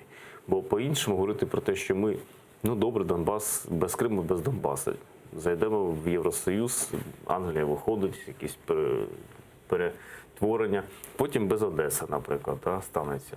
Чи, наприклад, ну, захочемо в Євросоюз розійтися, ну, без Буковини тільки. Тобто, розумієте, сам принцип того, що потурання агресору, він створює прецедент, коли агресор не задовольняється тим, що він відкусив шматок. І це практика 30-х років в Європі, ми прекрасно пам'ятаємо, коли країни розкроювали, ділили, і все потурання йшло німцям, Радянському Союзу. Всі пробачали, бо казали, ну так буде легше. Легше не буде так. Но, с другой стороны, мы получаем, скажем так, территорию целую, но с такими проблемами, которые нам не позволят развиваться и остановят наши євроінтеграційні стремления. Безперечно, якщо ми відновимо контроль над окупованим Донбасом і над Кримом, то, звісно, це будуть матеріальні вкладення. Але тут навіть йдеться не про гроші, а, наприклад, що робити з кримським населенням, яке знаходилося 5 років в конкретній пропаганді Російської Федерації, прямій. Що робити з населенням Донбасу, як їх інтегрувати. Це дійсно найважливіше питання, яке на сьогоднішній день ми маємо вже продумувати. Бо ці території так чи інакше повернуться. А що робити з людьми, що робити з цими першокласниками, які пішли в школу з георгіївськими стрічками, так, і з портретом Моторова, це вже інше питання. Я переконаний, що відновлення будь-якого потенціалу України і відновлення статусу як держави, яка не ходить і просить гроші МВФ або просить інших лідерів країн допомогти в розв'язанні ситуації, це відновлення контролю. Зі слабкими розмова завжди одна. Ніхто слабких не буде слухати і ніхто не буде поважати слабкого. Ну хорошо, но ведь смотрите, мы устанавливаем контроль, проводим выборы. Сначала местные, а потом, когда закончатся полномочия Рады, парламентские. И жители, которые отравлены пропагандой неподконтрольных территорий, голосуют за тех, кто будут говорить, давайте дружить с Россией. И мы получаем пророссийский парламент. И Россия получает всю Украину. От в тому-то і справа, що нам неможливо навіть за квотами Донбасу вести наш парламент ще якусь цих 20 депутатів, які на сьогоднішній день буде п'ятої колони. Тому вибори на території ОРДЛО не мають проходити. Вообще? Навіть на підконтрольній вже нами території? Вибачте, підконтрольна територія під контролем зброї. Ми говоримо про цілу низку питань, які там... Ну, ми вирішуємо вопроси безпечності, безпекові питання, да. Безпекові питання. Безперечно, потім якийсь карантинний період необхідно нам. Это какой? Как вот сказать людям, вы сейчас в карантине находитесь? Ну, умовно кажучи, будь-які карантини, так. Розумію, що це хороший термін, тільки з негативною конотацією. Да. Тому треба дійсно якось по-іншому. Нам необхідно інтегрувати тих людей і в першу чергу вичистити те інформаційне поле, яке зараз там панує, насправді. Бо ну, ми ж не будемо говорити, що люди зараз які отримують право голосу, наприклад, через півроку, вони будуть голосувати за Україну. Вони будуть голосувати за тих, хто скаже, ми будемо йти на федералізацію, потім від'єднання і приєднання до Російської Федерації. Міжнародне право, до речі, абсолютно визнає такі моменти, і на сьогоднішній день це уможливлює навіть перехід території за міжнародним правом. Все-таки интересно про карантин. Что вы имеете в виду? Нужно лишить всех жителей Донбасса права голосовать, принимать участие в выборах на какой-то определенный период времени? В тому числі не позбавляючи громадянських прав, але визначити, хто з цих людей належить до тих, хто підлягає під, скажімо так, юрисдикцію українського суду. Це в першу чергу, так. Друге, нам необхідно створити умови для інтеграції в цілому цих людей. Ми забуваємо завжди, що існує ще Крим, наприклад. Так? Говорячи про Донбас, ми маємо абсолютно чітко усвідомити, що це не просто інтеграція людей, так? Це насправді поновлення справжньої української влади. Бо якщо вони через півроку, наприклад, оберуть ту владу, яка ми зараз контролюємо, то вибачте, що ми створюємо? Ми насправді просто створюємо ланцюжок прикордонників між російським військом і військом сепаратистів. Це відновлення території. Я не бачу так. Ну, чем бы ни закончилась сегодняшняя встреча в Париже, во временно оккупированном Донецке уже готовится к возвращению в состав Украины. Возле стадиона Донбасс-Арена появились наклейки с украинской символикой и надписью «Все дороги ведут додому». Вот на такой ноте мы и закончим. Я благодарю Александра Алферова, спикера Национального корпуса, за то, что был гостем нашего часа. А далее в нашем эфире информационный выпуск «Заман» на крымско-татарском с Гульсум Халиловой. Я же вернусь в эту студию через 20 минут. Оставайтесь с нами. Спасибо.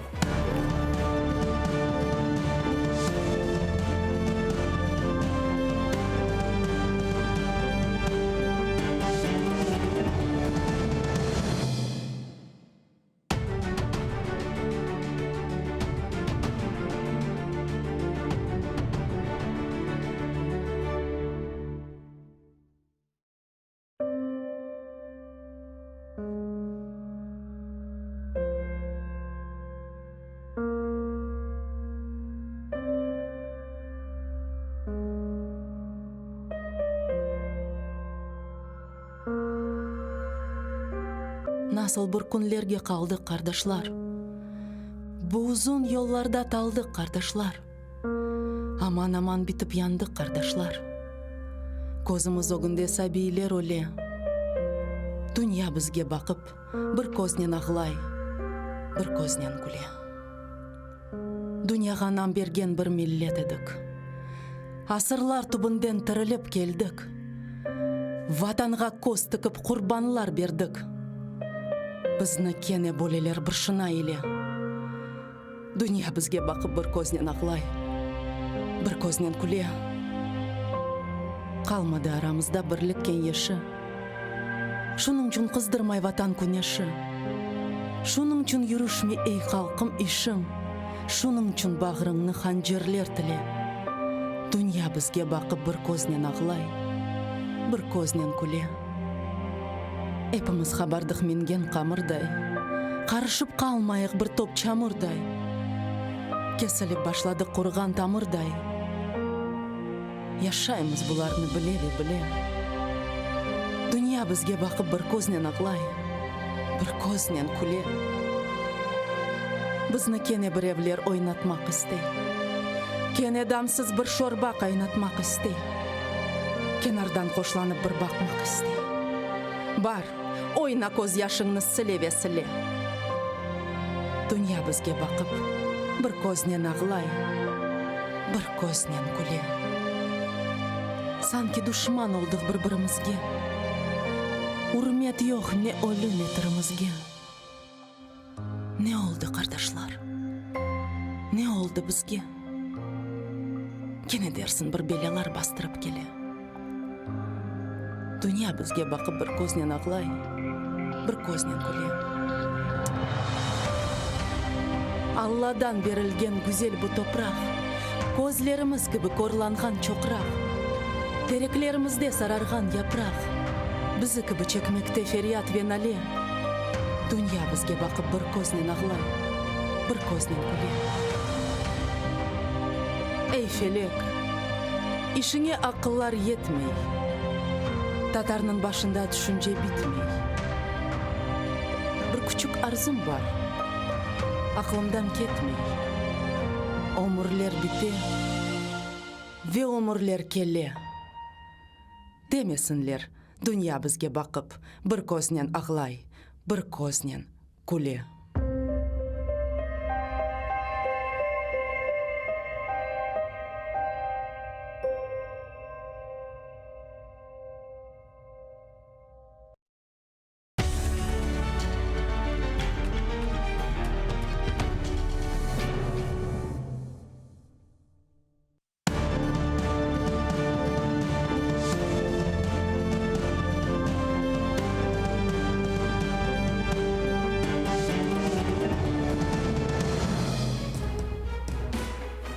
Мы продолжаем наше информационное утро на АТР. Гость нашей студии, член Меджлиса Реза Шевкиев. Доброе утро. В Украине началась подготовка к маршу достоинства. Об этом в прошлую пятницу заявил председатель Меджлиса Рифат Чубаров. Планируется мирное шествие с материковой части Украины в другую ее часть, Крым. Давайте поговорим подробнее об этом. На каком этапе уже подготовка? Планируете, как вы планируете идти именно в Крым?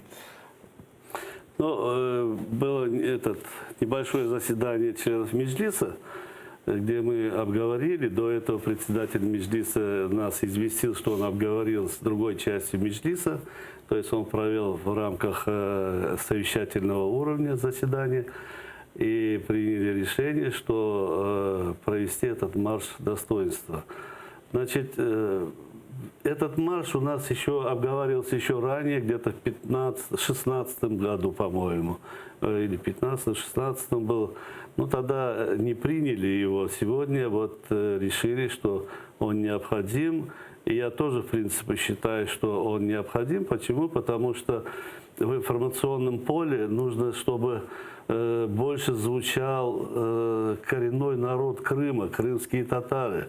Когда сейчас спор идет в геополитическом формате, спор идет за территории, за Крым как территорию, забывается вопрос о целом народе, коренном народе Крыма. И вот этот марш с поддержкой, надеемся, международных сообществ, международных представителей международных организаций, посольств и других стран, вот обратить внимание на судьбу коренного народа, что мы попадаем в такие рамки, которые соизмеримы с продолжением геноцида нашего народа и доведения до минимальной численности, а сейчас в российской оккупационной зоне они опять повели ту же работу «Крым без крымских татар», и стремление вытеснить нас, запугать, и тем самым Крым полностью присоединить без сопротивления коренного народа, которого уже, на их взгляд, не будет, присоединить к России окончательно. В 2017 году было шествие с флагами к админгранице. Тоже шли с требованиями деоккупации, возвращения полуострова. Чем будет принципиально? Вот мы даже видим эти кадры архивные. Чем будет... Это еще 14 года, да, это в Крыму еще это было шествие. Да. Еще можно было... Чем будет отличаться формат этого шествия? Вот формат этого будет отличаться тем, что когда соберется большое количество народа, я думаю, вот в шествии будут участвовать, ожидаю, хотелось бы, чтобы несколько тысяч было, вот эта колонна должна идти и пройти беспрепятственно украинские пункты регистрации и войти на территорию Крыма. Просто войти на территорию Крыма и идти дальше, я думаю, дальше до Симферополя. Вот такое намерение. Ну, я не знаю, как поведут себя оккупанты. Я сомневаюсь, что они пропустят. Они, возможно, сделают какие-то провокационные действия. Они могут контрольные выстрелы сделать. Они могут перекрыть дорогу. Но цель – идти в Крым. Крым наш, и нам надо войти на свою родину. И вот это стремление мы хотим показать. Уже кто-то откликнулся на призыв, потому что приглашали и представителей стран, членов, участниц Совета Безопасности ООН, представителей европейских стран, неправительственные организации, народных депутатов. Есть какой-то отклик уже? Я пока этим не владею. Я думаю, председатель Меджлиса будет более достоверно об этом сказать. Тем более прошло-то всего несколько дней. Еще одна из задач, которая была озвучена, это призвать международные инстанции к тому, чтобы они требовали выполнения своих же решений от России. В том числе речь идет о решении Международного суда ООН от апреля 2017 года, которое постановило разрешить деятельность Меджлиса, возобновить и разрешить лидерам крымско-татарского народа вернуться в Крым. Насколько это может повлиять?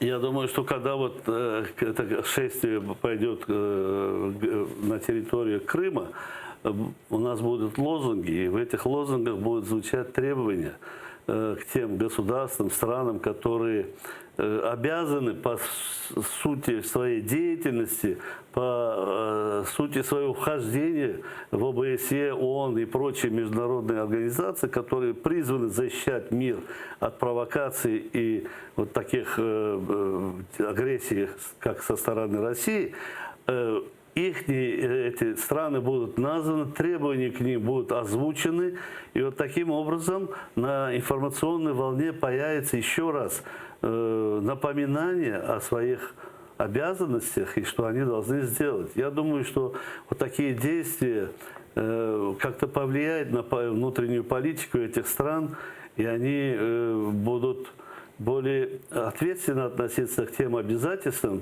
международным обязательствам, которые они подписывали, которые они принимали в конце концов.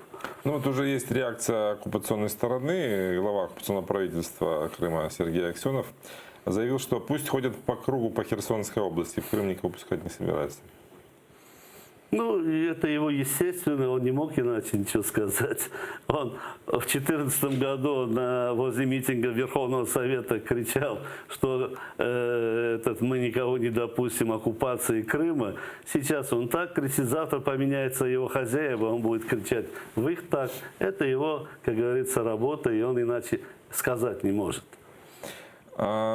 Сейчас Владимир Зеленский на пути в Париж. Ожидается встреча его в формате нормандской четверки с президентом Франции, канцлером Германии, президентом России Путиным, в котором будет обсуждаться Донбасс, но не будет обсуждаться Крым. А вот о том, что Крым нельзя выносить за скобки, об этом заявил заместитель председателя Меджлиса. Он в своем обращении призвал президента Владимира Зеленского не исключать вопрос оккупированного Крыма из нормандских переговоров с президентом России. Я предлагаю послушать, что сказал Ильми Умеров. В будущем Путин обязательно заявит, что представитель Украины присутствовал и там, и вопрос Крыма не ставил, значит, вопрос Крыма не стоит в повестке дня. Если на нормандской встрече вопроса Крыма не будет, то я считаю, что Зеленский не должен участвовать во встрече этого формата. Ну вот согласны ли с тем, что если тема Крыма не прозвучит на сегодняшней встрече, то это действительно будет сигналом, что мы забыли о Крыме? К сожалению, в нормандском формате, в Минских соглашениях, уже тогда руководство Украины исключило Крым в этих соглашениях. И не включило, хотя они обязаны были включить обязательно. Неотделимой должна была быть при рассмотрении оккупированных территорий. Но имеем то, что имеем. И сейчас говорить о том, что не надо и участвовать в разговорах, мое мнение несколько иное. Переговоры всегда надо вести. Везде, даже в жесточайших войнах, когда происходит многочисленные жертвы, и страны входят в какой-то тупик, и будут ожидаться еще новые жертвы, они идут на переговоры. И вот вчерашние враги садятся за стол переговоров и обговаривают, и делают какие-то взаимные уступки. И тем самым останавливают кровопролитие. Поэтому переговорный процесс, он не исключается. Главное, на что пойдет Украина на этих переговорах. Я тоже считаю, что крымский вопрос в нормандском формате, он изначально не был, и сейчас его поставить невозможно. Невозможно ли? Лишь возможно один вариант, что на встрече тет-а-тет, чтобы Зеленский ему предложил Путину провести слушание по Будапештскому меморандуму с участием Америки, Великобритании и заявителей Китая и Франции. Открытые слушания исполнения Будапештского меморандума. Вот это он должен сказать и наедине, и, возможно, и в формате заседания, открытого заседания нормандского формата, послушать, что скажут на это остальные лидеры европейских стран, в том числе Путин. А верите ли, что так будет? Хотелось бы, чтобы так было, а уверенности у меня нету. Я не знаю, что скажет любой политический лидер в Украине сегодня, завтра, послезавтра. Я знаю то, что они сказали вчера, позавчера. А то, что наперед, нам это неведомо. Мы это услышим в конце дня. Ну, давайте сейчас послушаем о том, что по этому поводу думают в Совете национальной безопасности и обороны Украины. Там накануне встречи прошло закрытое заседание, и Алексей Данилов, секретарь СНБО, сделал несколько заявлений о прогнозировании того, как будут проходить переговоры. Давайте послушаем. Питання Криму ми не знімаємо з повістки дня. От і питання Криму є для нас так само ключовим. Ми своїми землями, які належать Україні, ми свою територіальну цілісність будемо боронити. Ну вот такая позиция. Все-таки с повестки Крым не снимают, но где он в повестке не показывают. Ну, какая-то такая ситуация. Вы поймите, ну вы понимаете, и мы понимаем. Изначально этого вопроса в минских процессах, соглашениях не было. А Владимир Зеленский может на переговорах? Вот, он может поднять. Давайте активизируем Будапештский меморандум. Не, он может поднять. Вот, знаете, основной вопрос будет он должен, наверное, выступая в преамбуле, сказать, что Украина единая и невозможно рассматривать ситуацию в Донбассе отдельно от Крыма. Мы должны это вместе рассматривать. И потом, конечно, они перейдут к Донбассу рассматривать, но Крым он должен тут же сказать, что давайте вот такой формат проведем слушание Будапештского меморандума. Исполнение.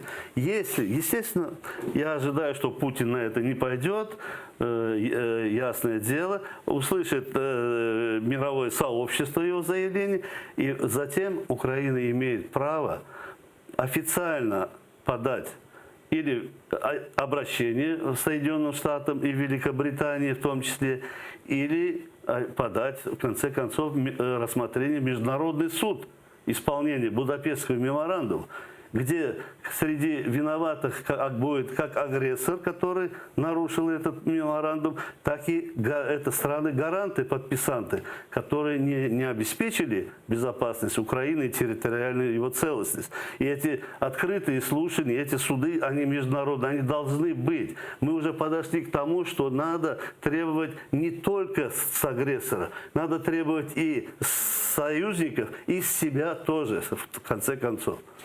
А как вы думаете, на что может пойти Путин на этих переговорах? Чего ждать от него? Ну, как я вот просматриваю мнения политологов различных, все склоняются к тому, что будет, видимо, вот произведен обмен, какой-то жест доброй воли произойдет. Обмен пленными с одной стороны, и с другой стороны в Крыму, я их бы не пленными, заложниками больше называю. Да, вот этих заложников, и главное, чтобы они не забыли при обмене, что не Донбассы, которые плененные, рассматривать, а в целом плененные и в том числе задержанные, посаженные в Крыму наши граждане. Вот уже обмен, если должен быть, и крымский, и то, что на Донбассе попали в плен, они вот об этом должны вести речь. Я думаю, это произойдет, потому те, которые сильно помазаны кровью и преступностью, да, тех они припрячут, и не будут их показывать, они будут где-то потом рассматриваться, я думаю. А остальные людей, в основном масса будет обмен, произойдет обмен. Должен произойти. Вас такой результат устроит? Этот результат меня в целом меня не устраивает. Но вот это что-то, он будет приятен, потому что люди – это человеческие судьбы. Они там сидят ни за что, они там страдают, и этим Россия спекулирует. И, кстати, с другой стороны, он сегодня вот заложников крымских, допустим, моих соотечественников выпустит, а завтра он в течение недели наберет столько же, если надо, в 2 раза больше наберет. Это его политика, понимаете? И он этим будет пользоваться. На Донбассе мы будем освобождать тех, кстати, вот военных преступников, которые участвуют в боевых действиях, а в Крыму они будут освобождать наших правозащитников в обмен на этих преступников. Обмен несколько такой, это, знаете,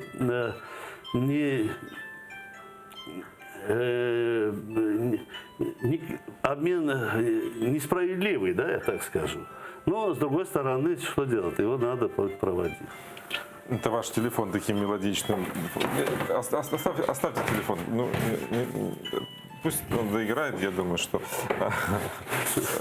он не мешает нашей беседе. Ну, приятная музыка, фон, ничего страшного.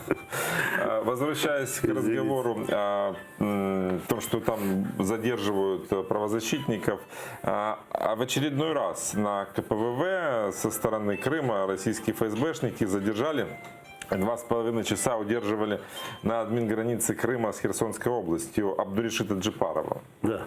Это произошло уже 2-й раз. Досматривали его вещи, допрашивали, удерживали в камере 2,5 на 4 метра. Вот как вы думаете, что это? Вот, ну, остановили 1 раз, задали вопросы, а теперь остановили 2-й раз, закрыли в камере, досматривали вещи. Вот что они, зачем это нужно? Ну, Абдуришит Джипаров – это старый участник национального движения. Он был в системе Курултая, Меджлисе был. И сейчас занимается правозащитной деятельностью. И по вот этой работе правозащитной он перемещается через Украину, страны Европы и возвращается в Крым. То есть его ненасильственный метод борьбы за права своего народа. И, естественно, ФСБ это вычисляет, отслеживает и создает неудобства, попытки запугать, в том числе его задержат. И то, что в этот раз его выдержали очень коротко, это ему, считай, я думаю, повезло. Они, бывает, и по 5 часов выдерживают в этой камере. Это у них не камера, но я не знаю, может, сейчас уже камера. Когда я там в 2014-2015 году, это было, да, это вагончик был, такое ограниченное помещение, закрывали там, и вот сидел в ожидании неизвестно чего. Вот они выдерживают. Психологическое давление. Да, на тебя направлена камера, они тебя отслеживают, вычисляют, как ты себя ведешь, волнение и так далее. Это их метод, да. Вот они выдержали, и, естественно, его будут все время так терроризировать вот таким образом. Но, я говорю, он человек не из пугливых, и его этим не остановишь. Тем более, что у него самого есть вопросы ФСБ. У него пропали сын и племянник, да. И ничего по этому поводу не делается? Никаких действий. Хотя все было открыто средь бела дня, и транспортная единица с номерами известная. Все известно, но вот так они поступили. Ну, верх цинизма. Ну, да. Уже кажется, что уже ко всему привык, но все равно иногда умеют удивить. Да, да.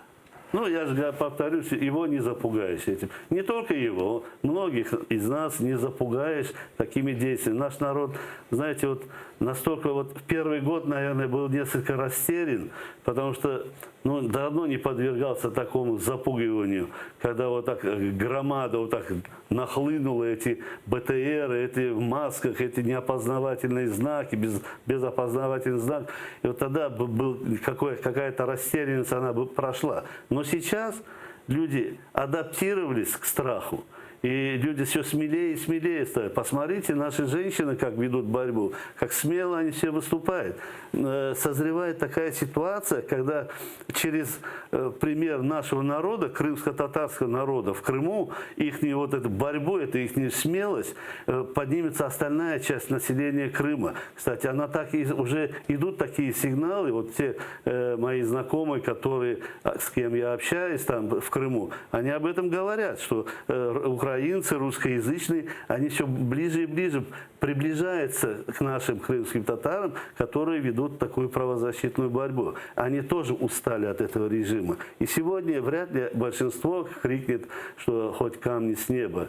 Парадоксально, даже те, кто ждал эту русскую весну, призывал ее, радовался, сегодня тоже очень часто говорят о том, что они разочарованы. Это много таких примеров. Это и блогер Евгений Гейворонский, вы, наверное, слышали, да? Который был прям плакал после слов Путина от счастья, а теперь его лечат принудительно от наркомании. Есть такой казак Сергей Акимов, который тоже ратовал за русскую весну. Сейчас его уже обвиняют самого в экстремизме, шьют ему какие-то экономические преступления, он тоже там провел. Да, и я слушал одно из выступлений его очень смело, и он, знаете, превратился в одного из нас, получается. Вот созревает. Они созревают, потому что та несправедливость, тот режим, который они там внедряют в Крыму, они внедряют вот эту политику страха и вытеснения из Крыма не только крымско-татарский народ, они всех тех, которые жили вместе с нами до оккупации. Всех будут вытеснять, заменять теми пришлыми, которых загонять будут, которые не имеют дом в России или не ценят то, где они живут, не имеют родства. Вот они приезжают, это, знаете, искатели приключений, причем наверняка в биографии у них там судимости, уголовные дела и так далее. Вот они в поисках счастья приезжают. И вот эта масса они будут заменять тех нормальных жителей Крыма, которые ценили действительно Крым, и многие считали его своей родиной. Когда мы говорили про Абдульшата Джапарова, тут можно вспомнить еще одно задержание, которое произошло в пятницу на админгранице с оккупированным Крымом. Для крымского татарина Нури Джаферова закончилась больничной койкой. В прошлую пятницу мужчину 4 часа запрашивали сотрудники ФСБ на КПВВ Чаплынка. Заставили раздеться, обвиняли в терроризме до тех пор, пока ему не стало плохо. На скорой Нури Джаферова отвезли в больницу оккупированного Армянска. Как все происходило и о нынешнем состоянии Нури Джаферова поговорим с его сыном Ридваном. Селям алейкум, Ридван, ага. Алейкум селям. Расскажите подробности, что сейчас с вашим отцом? Он в больнице или уже вышел домой? Нет, сейчас дома на данный момент. То есть, с давлением, естественно, сейчас не очень. А что случилось? Почему он в больницу попал? Что было? Они начали из него вымогать что-то, вопросы непонятные задавать, обвинять не в понятном деле. То есть, а какие были вопросы? В чем конкретно обвиняли? Как будто он какой-то боец ИГИЛа, заставили раздеваться, то есть, как по пояс раздеться, чтобы посмотреть там пулевые ранения, наколки, что-то они искали такое. А что задавали? Какие вопросы? Что спрашивали? Кого, задавали, с какой целью едешь, для чего едешь на Украину. Отец говорил, то есть я кроликовод, развожу кроликов, за кроликами еду. И они начали узнавать там, что у тебя, кто есть в Турции из родственников, кто есть в Сирии из родственников, получается. То есть, что ты делал в Турции, отец несколько лет назад ездил в Турцию. Там он 2 дня всего лишь пробыл. Вот они говорили, ты был в Сирии, то есть такое, да. А как это реагировал ваш отец? Как он это воспринимал? Не, он нормально, спокойно отвечал, пока они не начали его выводить уже из себя. Потому что он просил, они забрали телефон у него, чтобы он мне позвонил, то есть сказал, что вот такое происходит. Они ему не давали телефон ни мне, ни адвокату, то есть позвонить. А как вы узнали? Вы были рядом в тот момент? Да, я отъехал от границы, потом отец мне позвонил, сейчас, говорит, пока задержали, то есть Пока задержали, короче, сказал. Я вернулся опять на границу. Думаю, подожду, пока он перейдет, потом, чтобы спокойно домой поехать. Смотрю, мне не звонит, что переходит. Потом как-то позвонил, сказал, мне плохо, вывели они уже меня, говорит. И я вот начал звонить адвокатам, юристам, то есть такое. А в больницу он как попал? Это вы отвезли его или ФСБ? Нет, где-то уже около 3 часов он там пробыл. Смотрю, заехала скорая туда, в границу. Я, то есть, взял, постоял, подождал, потом смотрю, через минут 30-40 скорая выехала. У меня что-то предчувствие плохое было, я подошел к ним на КПП и спросил, кто в скорой, где мой отец, то есть. Они сказали, то есть, сначала говорят, подожди старших, сейчас мы узнаем, где что. Старшие подошли, ушли. Я у них спросил вопросы, сказали, да, он у нас, через 15 минут его освободим. Потом скорая выехала, я подбежал опять к ним, говорю, где мой отец, вы уже, говорю, должны отпустить были его. Он говорит, скорый уехал, и вот за скорой поехал. А с каким диагнозом попал ваш отец в больницу? Ой, я не знаю даже, честно, там с сердцем было плохо, давление подскочило. То есть врач отвела меня в сторону и сказала, говорит, прединсультное или перединфарктное состояние, точно не понимаю в этом. То есть они его довели до этого, да? А сейчас есть какие-то какие-то вопросы у ФСБшников есть к вашему отцу? Нет, сейчас на данный момент, то есть никто не приходит, не спрашивает ничего. То есть этого нету. Спасибо вам большое. Ридван Джаферов, сын Нури Джаферова, был с нами на связи, рассказал историю о задержании его отца оккупантами на КПВВ. Давайте прокомментируем. Вот, смотрите, обвиняли в ИГИЛ, унижали, довели до больницы.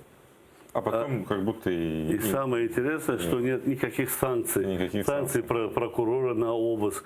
Или какая-то хотя бы справка следственного управления, что он подозревается в чем-то. Понимаете, ничего. Вот просто тупо остановили. Это какой-то ФСБшник, ему показался он подозрительным, и решили провести обыск. И начинают обыскивать человека, пытаются опять запугать, унизить. А не найдя ничего, на всякий случай, конечно, они что-то искали. Искали, наверное, что он, может быть, имеет на венах какие-то следы наркомании. Скорее всего, искали еще, может быть, следы ранений. Следы ранений искали, да. Скорее всего, больше ранений, потому что такого склада люди, они понимают, что это наркоманы не бывает. Вот, искали ранения, искали следы, они дальше рассматривают следы на пальцах от спускового курка, от приклада, там следы, когда стреляющий, действующий боец, да? Вот такие вещи, видимо, они отслеживают. Это их такая, я думаю, своеобразная профилактическая работа. Но ведь это ни с того ни с сего. Ни с того ни с сего. Нету, как вы сами говорите, никаких... Это нарушение прав человека. Вы понимаете, вот он сейчас заявил об этом. Что сделать? Если было бы другое государство, можно было бы обжаловать это в каком-то судебном порядке, вот такие действия. Но это Россия. Россия – это беспредел. И когда вот этот беспредел не такой страшный, без физического такого насилия, без убийства, да, и люди уже тоже говорят, ладно, Аллах шукур, слава Богу, да, что избавился и ушли. Вот так вот. И потому что это постоянно и каждый день происходит. Каждый день. Вот даже просто женщины с детьми проходят, иногда просто останавливают, берут женщину, этот чемодан открывает и начинает перебирать все вещи по одной тряпочке, вплоть до нижнего белья. Вот зачем это им? Вот видишь, что женщина с ребенком едет. Вот открыли чемодан, они просвечивают, кстати, их. Видишь, что там ничего нету. Открыли, вот так грубо нет, надо вот так, знаете, вот так перебирать, и вот доводить человека до такого состояния, когда он в следующий раз думает, не захочет переезжать и этот пункт. Может, и это тоже у них в планах.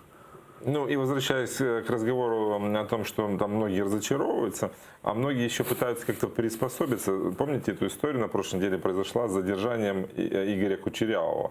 Это житель Крыма, Севастополя, активный участник Крымской весны, так называемый. Он организовывал отряды самообороны в Крыму. член «Единой России», там, активный такой политический деятель, поехал на материк Украины получать украинский загранпаспорт, потому что ему хочется мир посмотреть, а не получается с российским. И ему уже там предъявили подозрение в государственной измене. Но при этом он не задержан. Он живет в гостинице и ходит на разговоры к следователю. Вот у нас тоже какая-то гуманная такая политика. Слишком гуманная. Слишком. Если бы в такой случай был бы на территории Крыма, задержали бы украинца, так они бы уже в СИЗО заперли бы и открыли бы уголовный какой-то процесс над ним. А у нас слишком гуманно. Если он участвовал в Крымской весне, если надо пробить, он еще имеет награды. Да, он имеет возвращение да, по-моему, у него надо. Вот, да. Это уже говорит о том, что он подлежит уголовному преследованию и суду. Это уже награжденный за освобождение так называемой Крыма. Но это медаль Министерства обороны России. Да, должны сидеть.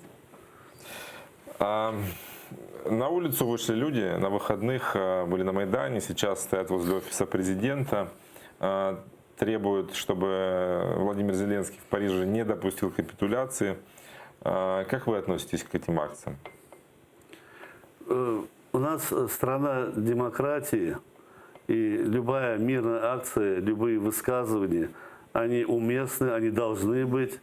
Тем более требования собравшихся, выступающих, они совпадают с теми посылами, которые дал президент и его команда, там нету разногласий.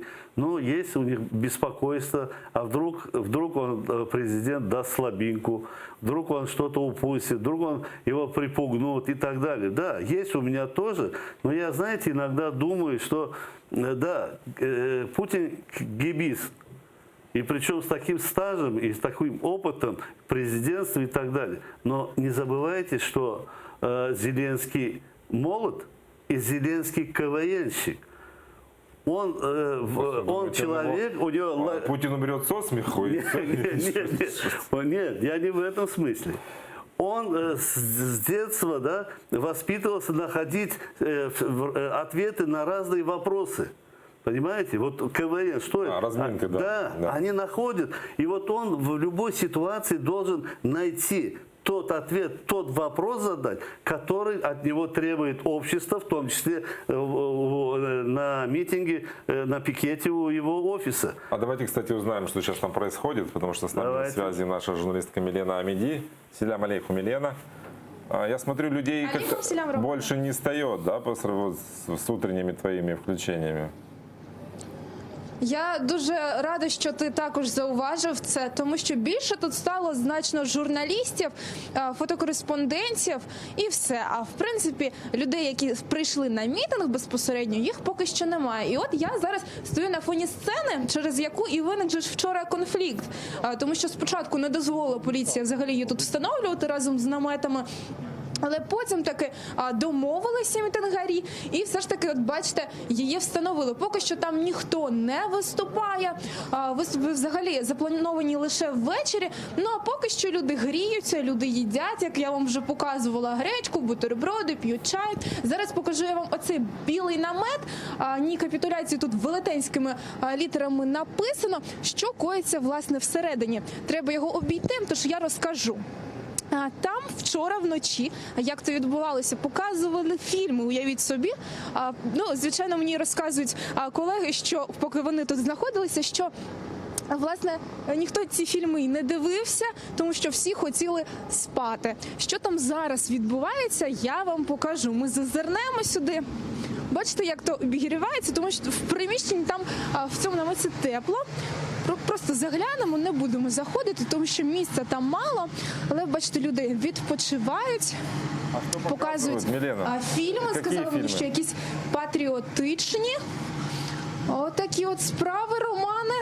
Тож поки що все спокійно. Я вже сказала, що металорамки встановили, багато дуже поліції, декілька видів, поліція діалогу, Національна гвардія. Отже, такі от справи тут наразі. Ввечері, кажуть, буде значно цікавіше і значно динамічніше. Романе. Но мы не увидели рояль на сцене, он планируется? Так він же ж вже є, я ж показувала. Там і про Крим написано.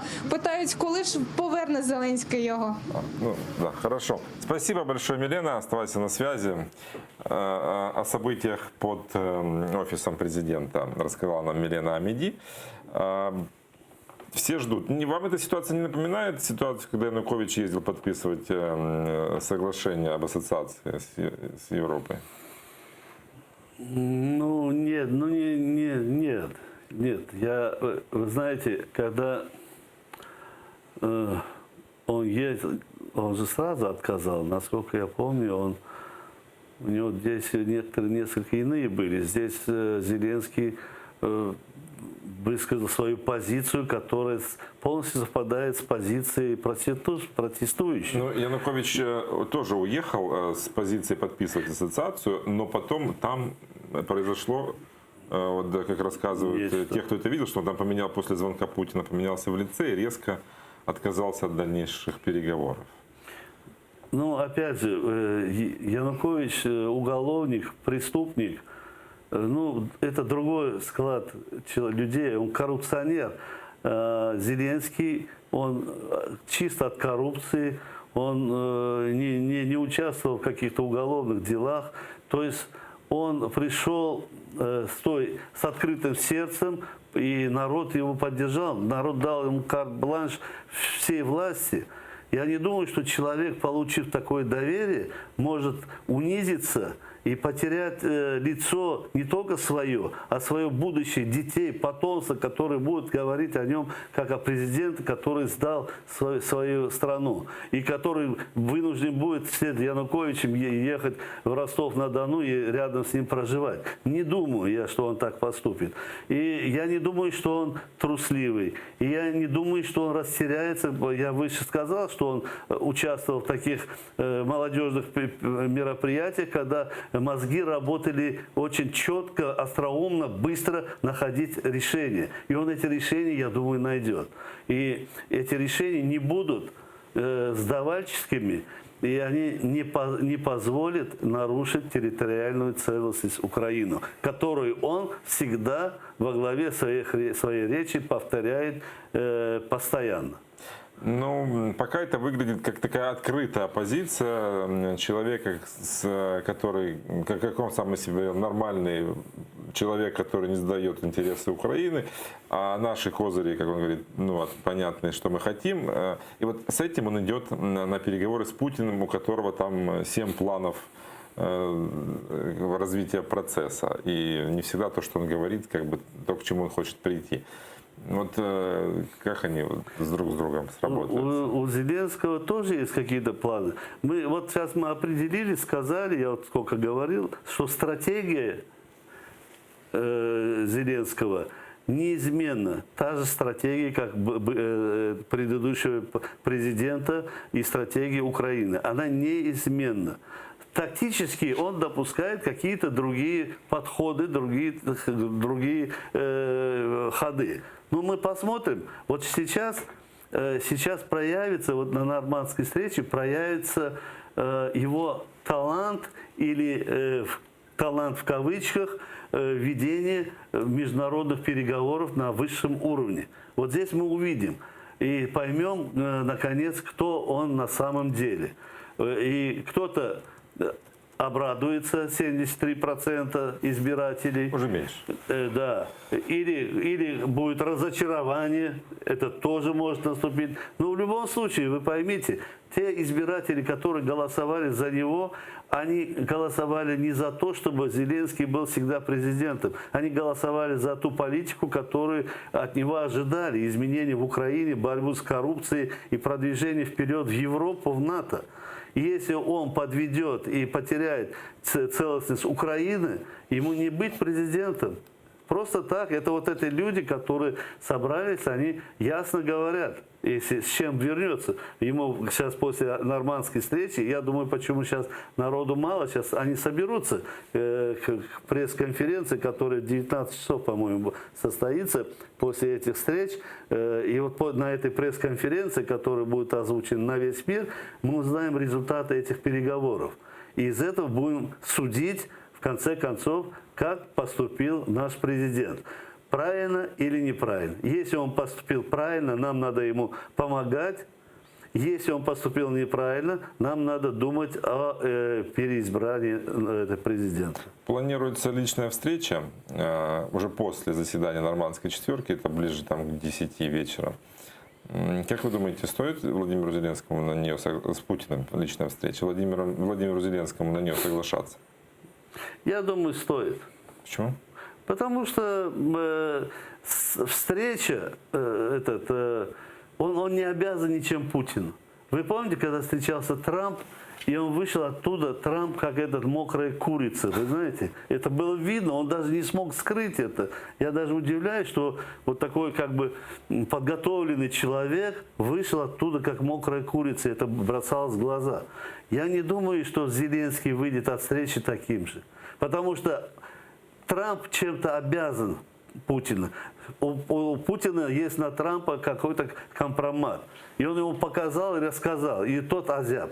Но на Зеленского у него нету компромата. Он не успел еще что-то натворить, понимаете? Поэтому, я думаю, стоит, и он должен достойно это выдержать. Потому что он всегда говорит: за мной моя страна, за мной мой народ. Он будет говорить от имени народа, а не от себя. Поэтому он, я думаю, выдержит эту встречу. Спасибо вам большое. Реза Шевкиев, член Меджлиса, был гостем нашей студии. А информационное утро на ТР подошло к концу.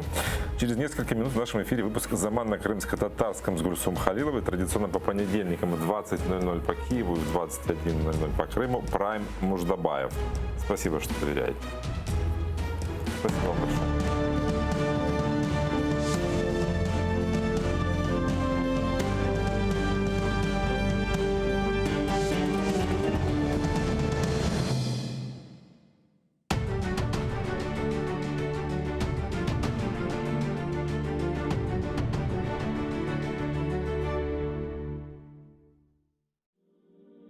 Пророк Мухаммед, да благословит его Аллах и приветствует, сказал: «Каждая умра после предыдущей служит искуплением совершенных между ними грехов.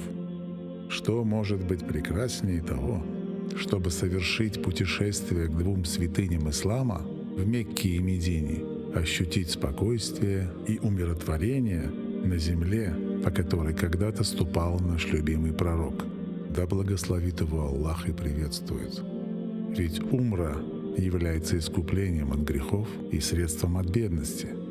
А по мнению некоторых ученых, она является даже ваджибом. В священный месяц Рамадан умра по награде приравнивается к хаджу. И не забудьте про награду в мечети пророка. Да благословит его Аллах и приветствует. Откройте свой путь к Каббе вместе с Кабайоло.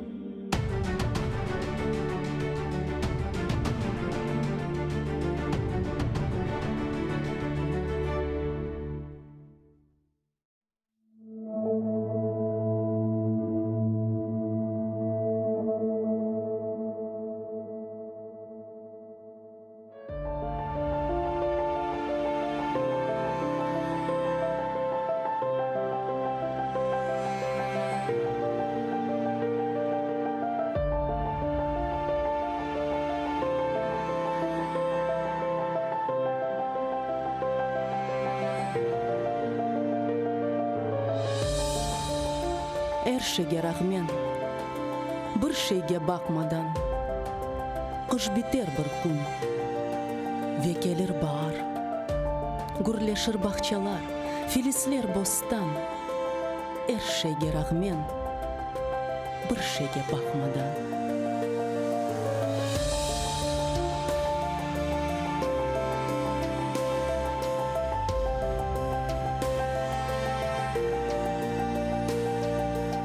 Saçılgan urluktan gül çiçek açar. Alınır bereket aziz topraktan. her şeyge rağmen bir şeyge bakmadan. Badem, nar, laleler, güzellik saçar, süslenir, canlanır, hep yaşar vatan. Her şeyge rağmen bir şeyge bakmadan.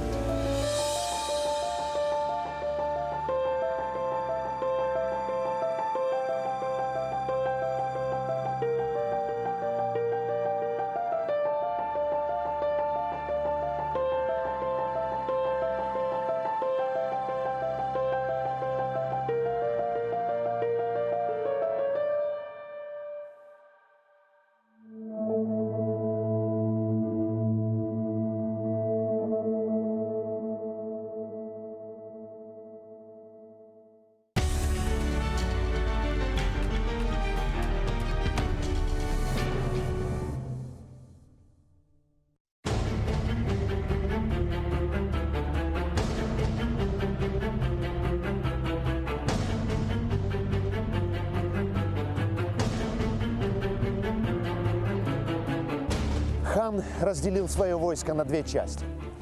Казалось бы, победа была близка. Петр воспользовался в отсутствии татар своим почти двойным численным превосходством, и началась Полтавская битва. Петр переиграл противника стратегически, лишив его возможности получить помощь из Крыма или Турции. Сразу после победы под Полтавой Петр I предложил Карлу XII почетный мир. Карл XII отказался от столь унизительных условий, потому что он работал над созданием новой шведско-турецко-крымской коалиции, направленной против России. Началась русско-турецкая война, причем целиком по инициативе Давлет-Гирея. Он же и открыл военные действия, выступив на Украину во главе своего войска.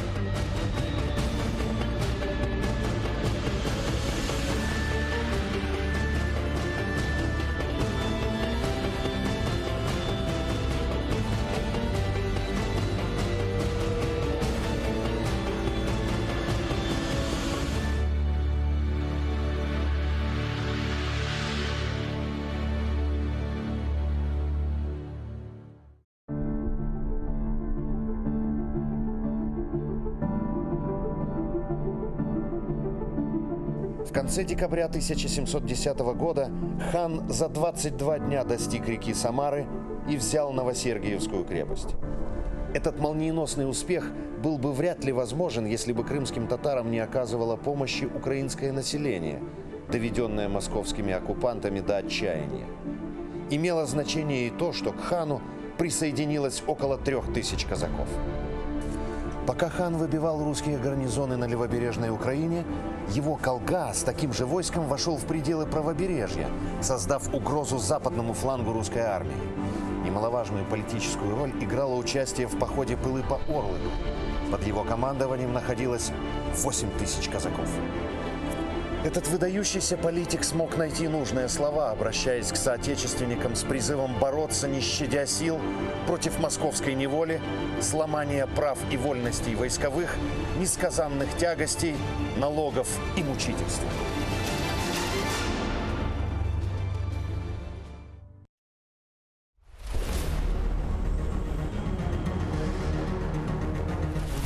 В конце 1710 года Петр принял окончательное решение о новом направлении вооруженного вторжения на турецкие территории. Царь планировал вести широкое наступление на Турцию сразу в 3 направлениях – Балканском, Кавказском и Крымском. Это была первая и, к сожалению, не последняя попытка освобождения христианских братьев, которая должна была прикрыть истинную цель Большой войны. Этой целью было овладение проливами, без которых становилась невозможной дальнейшая политическая и экономическая экспансия России в южном направлении. И в этой войне России должны были помочь сами освобождаемые – славяне и греки.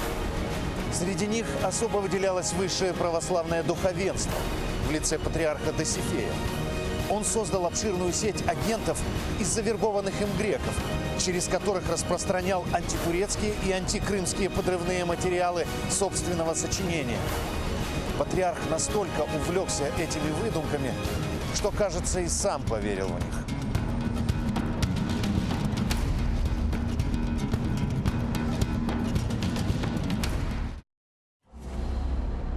«23 февраля 1711 года Петр подписал манифест о начинаемой им войне с Турцией. Военные действия шли с переменным успехом. Начав поход на Турцию, российская армия, практически не встречая османского сопротивления, углублялась в ее придунайские княжества. Но при этом она находилась в тяжелом положении из-за нехватки обеспечения. Хан в первые дни похода отрезал русским пути снабжения. И это сыграло важную роль в провале Прудского похода.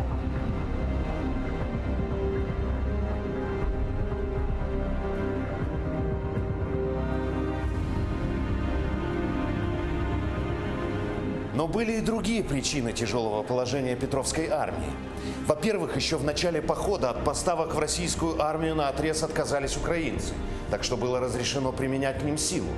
Во-вторых, точно так же вело себя молдавско-валашское население после пересечения армии границы. Наконец, великим трудом доставленное продовольствие из России и Украины, а также средства на его закупку безбожно расхищались армейскими чиновниками службы снабжения. К нехватке продовольствия приплюсовался и неурожай, который поразил в этом году весь молдавско-валашский регион. На военном совете в Ясах было решено, что основная часть российской армии переправится через пруд и пройдет к югу вдоль правого берега до селения Фальчи. Против этого плана выступали наиболее дальновидные из петровских генералов. Однако царь не послушал их и решился на роковой шаг – идти к Днестру.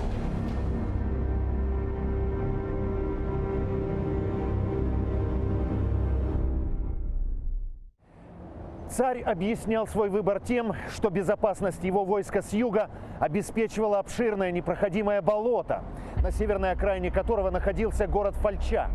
Крымские татары преодолели эту преграду и первыми заняли Фальчу. Затем они двинулись на север, навстречу русским.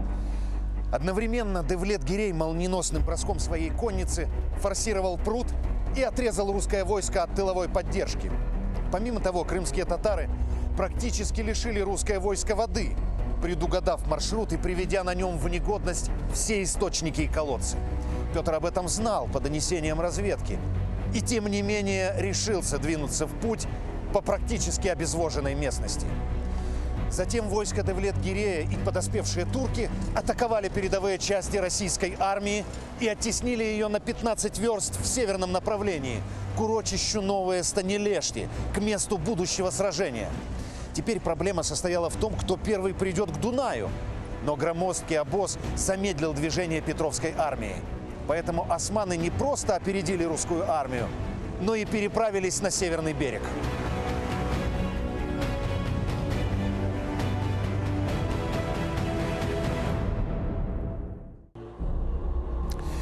Русские войска, подтянувшись 5-9 июля к пруту, дальше идти не осмелились, так как их обозы и основной корпус постоянно тревожили конники крымского хана. Это было начало конца. Попытка русских форсировать пруд, чтобы продолжать движение к Дунаю, не увенчалась успехом. Последнее нападение произошло, когда русская армия была уже у прута. Девлет-Гирей хан окружил войска московитов. На военном совете генералы рекомендовали царю бросить обозы и в ночное время прорваться сквозь кольцо противника. Однако царь на такую вылазку не осмелился, хотя она могла стать спасением для его армии.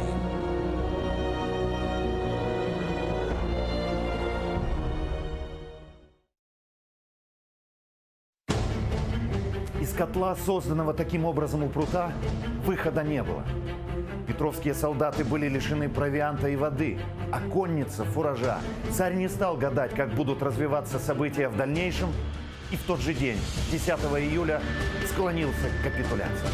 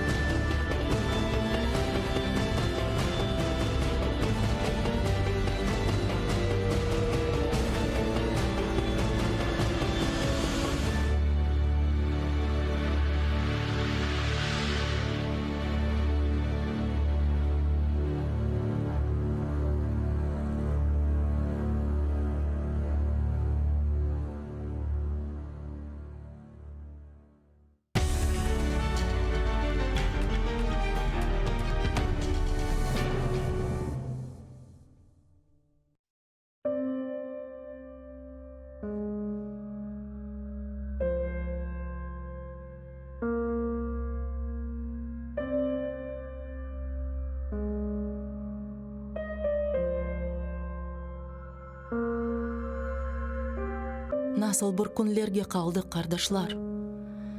Бұл ұзын yollarda талдық, қардашлар. Аман-аман бітіп яндық, қардашлар. Көзіміз огынде сәбейлер оле.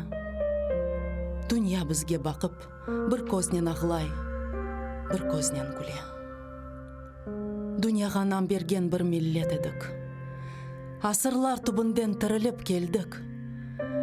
Ватанға көз тікіп құрбанлар бердік.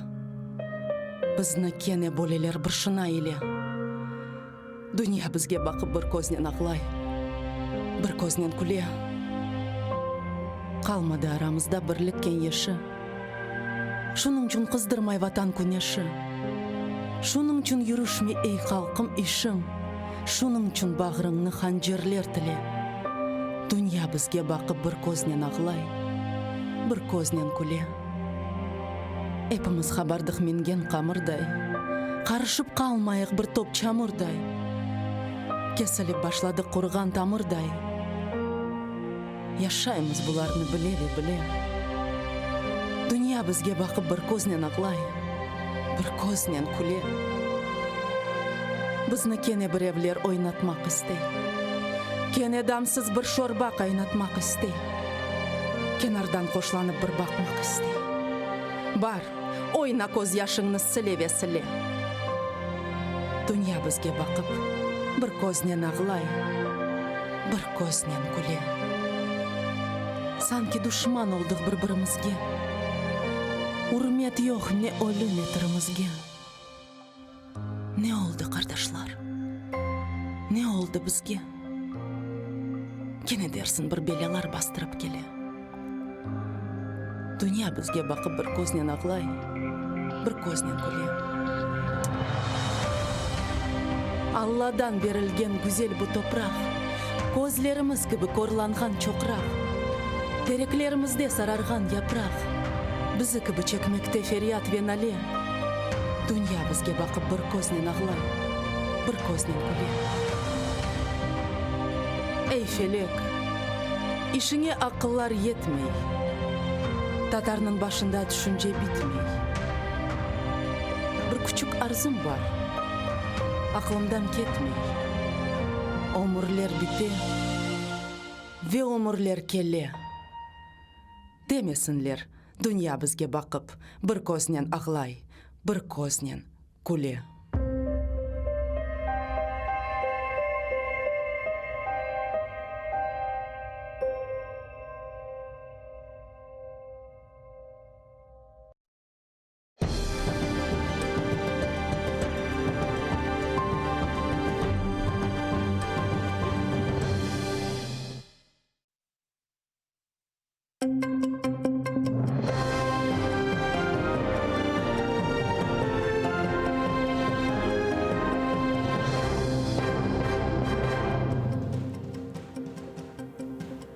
Понеділок, 9 грудня, 2118 день окупації Криму Росією. В ефірі інформаційний випуск «Заман». Я Тарас Кобзар. Вітаю вас.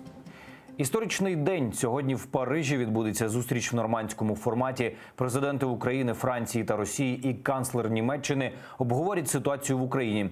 Минулого разу така зустріч відбувалася 2016-го. О 16-й за київським часом Володимир Зеленський має прибути до Єлисейського палацу. Спочатку він зустрінеться з очільником Франції Еммануелем Макроном, потім з канцлеркою Ангелою Меркель. Чотирьохстороння зустріч у нормандському форматі розпочнеться о 17-й. О 19:45 лідери країн повідомлять про її результати на прес-конференції, а вже після зустрічі нормандської четвірки запланована двостороння зустріч між українським та російським президентами. За Києвом це буде орієнтовно о 21:40.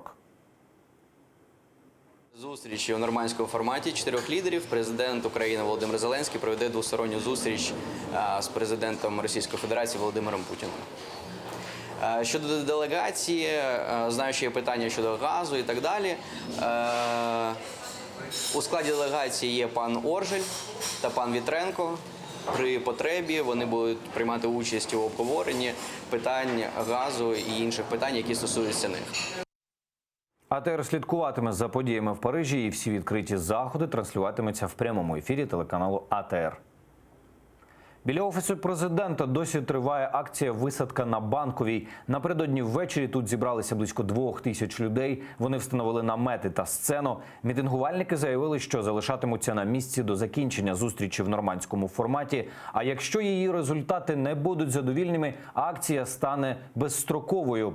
Багатотисячні мітинги червоної лінії для Володимира Зеленського напередодні пройшли по всій Україні. Найбільше людей зібралися на Майдані Незалежності. За оцінками правоохоронців, близько 8000. Перед мітингувальниками виступили представники опозиції. Вони заявили, президент не має здати інтересів України на зустрічі нормандської четвірки.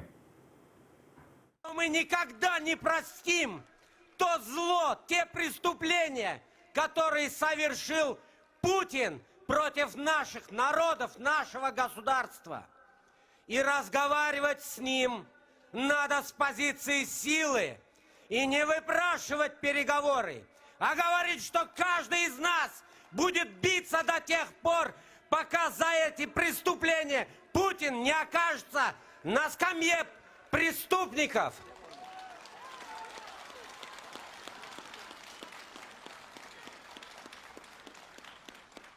Крым верит нам, Крым ждет нас и знает, что мы его освободим. Новая влада должна четко для себя это уяснить, что никаких заборов на нашей территории, никаких подвешиваний и замораживаний наших территорий мы им не позволим, как не позволили это все эти 5 лет борьбы.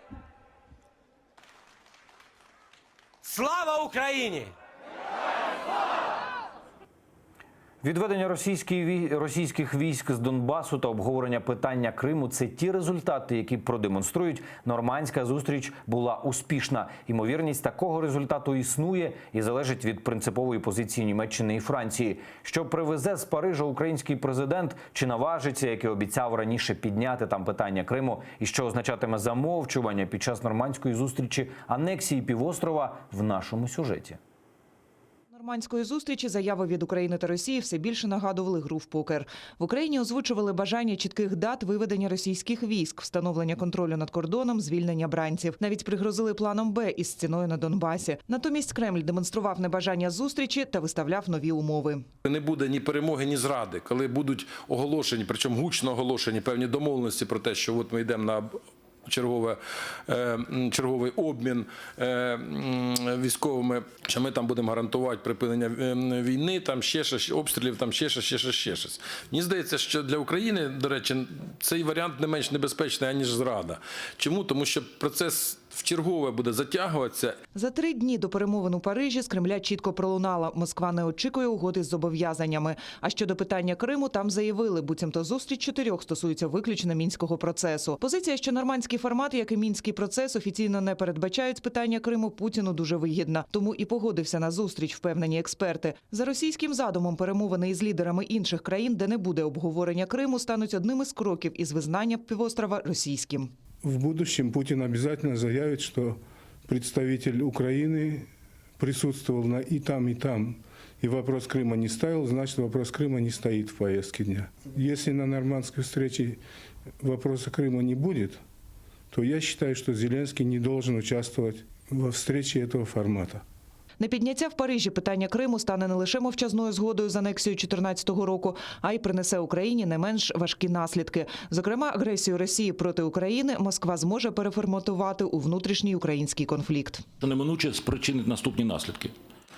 Перше – переведення Росії з категорії агресора у категорію посередник і гарант нових домовленостей. І друге – усунення правової і фінансової відповідальності Російської Федерації за розв'язану війну, заподіяні жертви і збитки, перенесення цієї відповідальності на Україну. Запобігти такому сценарію Зеленський може, якщо підніме питання Криму. І не наодинці з очільником Кремля, а обов'язково в присутності канцлера Меркель і президента Макрона. І президент України має наполягати на фіксації результатів перемовин. Ми маємо справу з лжецом, с коварным врагом, поэтому очень важно, чтобы здесь было присутствие западных стран тоже.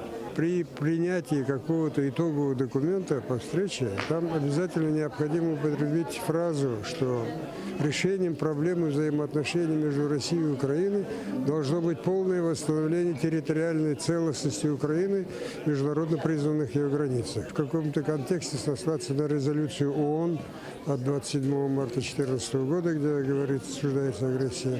Дуже важливо, щоб меседжі з боку президента України були такими, щоб жодні інформаційні провокації Росії вони не досягли своєї мети. Меджліс кримськотатарського народу напередодні саміту в Парижі вже закликав президента України порушити питання повернення Криму. Якщо ж Путін відмовиться говорити, заявити західним партнерам про необхідність зустрічі в іншому форматі, бажано із країнами-підписантами Будапештського меморандуму. Основоположним принципом міжнародного права є пакта сун серванда, тобто договори повинні виконуватися. Оскільки в меморандумі немає ні Криму, ні Донбасу, але є Україна, тобто вся територія України, з включенням, безумовно, і Донбасу, і Криму. Будапештський меморандум уклали в 94-му. США, Росія та Великобританія в обмін на відмову від ядерної зброї надали Україні гарантії суверенітету. Вікторія Бойка, Заман, АТР.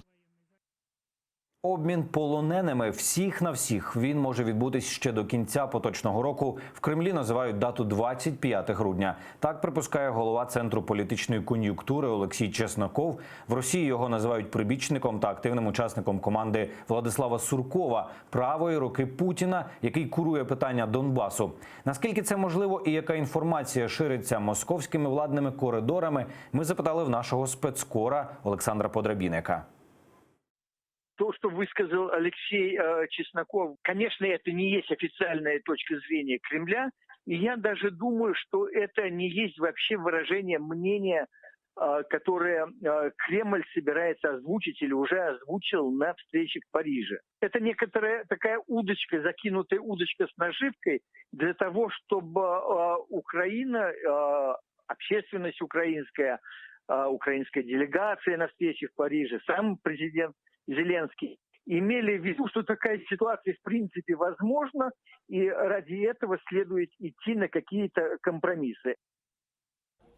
За 5 років війни на Донбасі та анексії Криму відбулося лише 2 масштабних обміни. 2 роки тому, в грудні 2017-го, в Україну повернули 87 бранців з окупованих територій Луганської та Донецької областей. А в вересні цього року Кремль в рамках обміну відпустив з тюрем та СІЗО на території Росії 11 політичних бранців і 24 незаконно утримуваних моряків, які мали бути звільнені за рішенням Міжнародного трибуналу.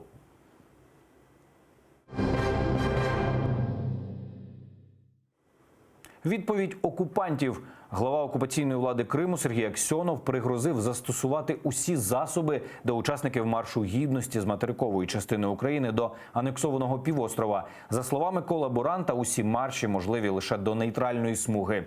Нагадаю, глава Меджлісу кримсько-татарського народу Рефат Чубаров анонсував підготовку і проведення міжнародної мирної акції «Світ проти насильства і окупації. Марш Гідності». Акція має на меті пішу ходу з території материкової України на територію тимчасово окупованого Криму. Що ще трапилось в анексованому Росією Криму? Дивіться далі в нашому огляді. Архієрей-ополченець, священний синод Української православної церкви Московського патріархату висвятив нового єпископа Бахчисарайського. Ним став архімандрит Калінік, в миру Костянтин Чернишов. Пан отець відомий тим, що активно сприяв анексії Криму Росією, за що удостоївся грамоти від сепаратистського кримського ополчення. Кілька років тому, за словами Євстратія Зорі, архієпископа ПЦУ у Києво-Печерській лаврі Калініка обрали вікарним єпископом для Криму, але висвячувати остерігалися, бо ім'я сепаратиста у рясі опинилося на сайті «Миротворець». Тепер його час настав. В анексованому Криму пограбували храм Православної церкви України. Про це повідомив архієпископ Кримської єпархії ПЦУ Климент. За його словами, на другому поверсі приміщення кафедрального собору святих рівноапостольних Володимира і Ольги в Сімферополі злочинці виламали двері та під виглядом ремонту винесли радіоапаратуру. Розпочалися ремонтні роботи у храмі без узгодження з Кримською єпархією. Нагадаю, богослужіння у церкві анексованого Криму віряни проводять попри репресії окупантів. Окупанти нищать не лише храми, а й медичні заклади. Так у Севастополі розгромили центр дітей з інвалідністю. Про це повідомила член громадської палати Севастополя Наталя Кірухіна. За її даними, у приміщенні громадської організації «Особливі діти» після ремонту, зробленого батьками, зловмисники залишили суцільний безлад. Вирвали розетки, розбили плитку та зіпсували ванну кімнату. Незабаром там мали початися нові проекти для дітей з ментальними порушеннями. Олена Стецюк, Заман, АТР. Олімпіада без Росії. Всесвітнє антидопінгове агентство обрало покарання для РФ за маніпуляції з допінг-пробами. І тепер під російським прапором спортсмени не зможуть виступати на міжнародних змаганнях найближчі 4 роки. Росія пропустить всі чемпіонати світу за цей час та щонайменше 2 олімпіади – літню та зимову. Таке рішення комітету ВАДА схвалили одноголосно. Також Москва не зможе подавати заявки на проведення змагань топ-рівня і, відповідно, приймати їх. Російські ж спортсмени, котрі не порушували антидопінгового законодавства, можуть брати участь в міжнародних змаганнях, але виключно під білим прапором, не представляючи жодну з країн. Так же було, зокрема, під час Олімпіади 2018-го в корейському Сеулі. Цього разу Росія так само поплатилася за порушення антидопінгових правил. Скандал розгорівся, коли з московської лабораторії зникла частина допінг-проб російських спортсменів, а глава російського антидопінгового агентства заявив, Москва підробляє дані, перш ніж відправити їх у ВАДА. Це все, чим встигаю поділитись на цю мить. Більше інформації менш ніж за годину розповість кримсько-татарською Шевкет Нематулаєв. Завжди актуальні новини шукайте на сайті ATR.ua. Ми дякуємо вам за довіру і обов'язково побачимось.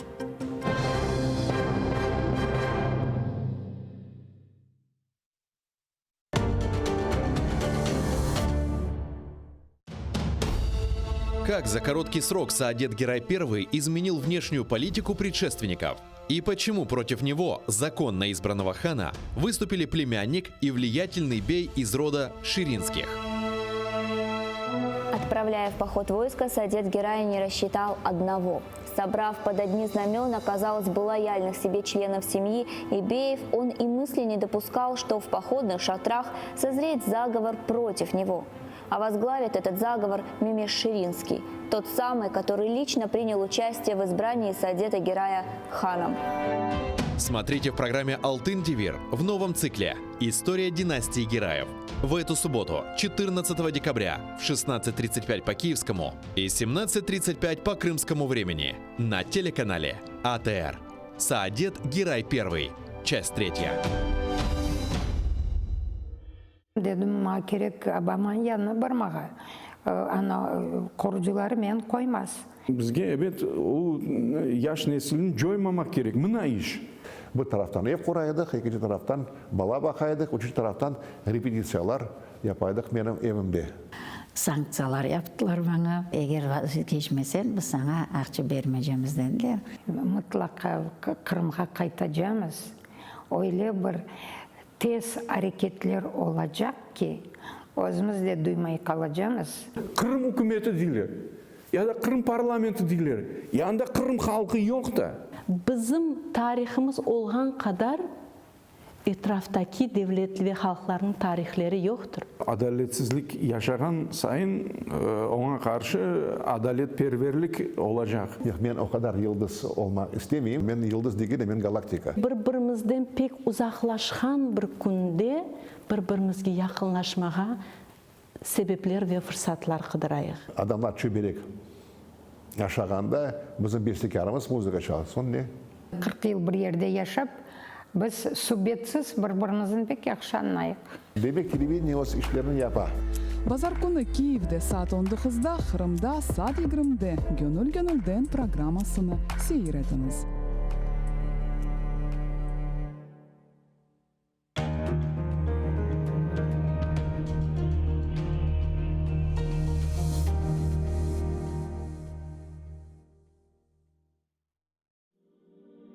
Пророк Мухаммед, да благословит его Аллах и приветствует, сказал: «Каждая умра после предыдущей служит искуплением совершенных между ними грехов. Что может быть прекраснее того, чтобы совершить путешествие к двум святыням ислама в Мекке и Медине, ощутить спокойствие и умиротворение на земле, по которой когда-то ступал наш любимый пророк. Да благословит его Аллах и приветствует.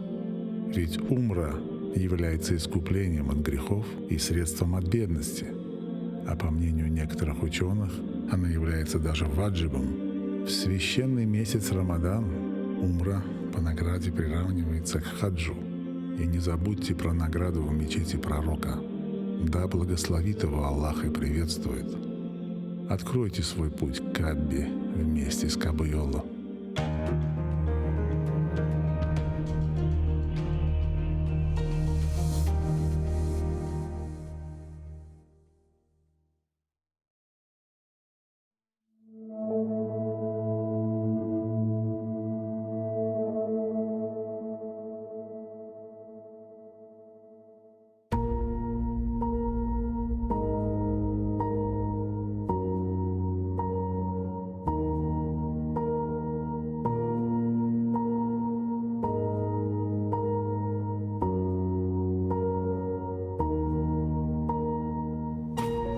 Тағдыр мераметсіз, шефқатсыз кәде.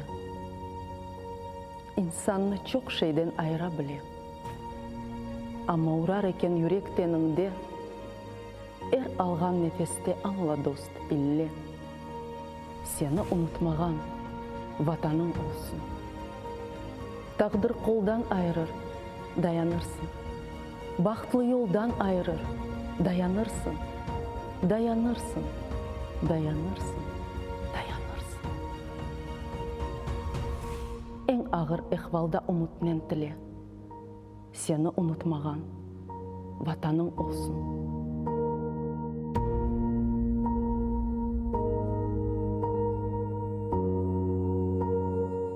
Ayaksız yürgenler yok mu dünyada? Bebeksiz korgenler yok mu dünyada? Açlıktan ölgenler yok mu dünyada? Ama bahtlı olar vatanı ile. Seni unutmağan vatanın olsun. Kozumnun bebeği nursuzlanacak. Omur ne? Altın mı? Hırsızlanacak. Ebedi ne şöhret ne şan kalacak.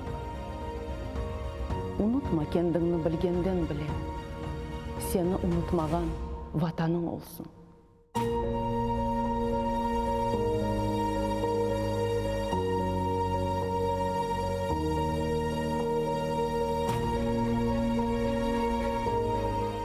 Kaydadır jürükке minip çapsan da, dumanlar артында yolsuz kalsan da, ecnebi toprakta Allah olsan da, kozunun o günde tursun os kullen, seni unutmağan vatanım olsun.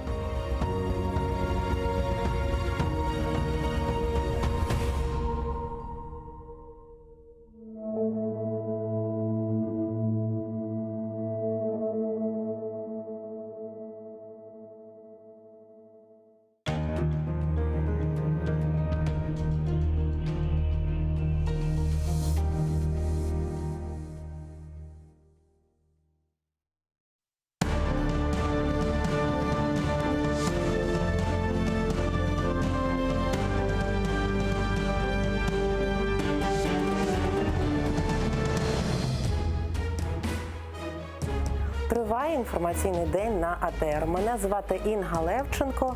Вітаю вас, шановні телеглядачі. Звичайно ж, великий привіт у наш Крим. Найближчі 3 години будемо говорити про все, що для вас важливо і цікаво. Долучимо до нашої розмови найкращих експертів, народних депутатів та фахівців. Отже, робіть гучніше, ми починаємо. Україна, Німеччина, Франція, Росія, Зеленський, Меркель, Макрон, Путін. Сьогодні нормандська зустріч. Капітуляція чи перемога? В етері АТР.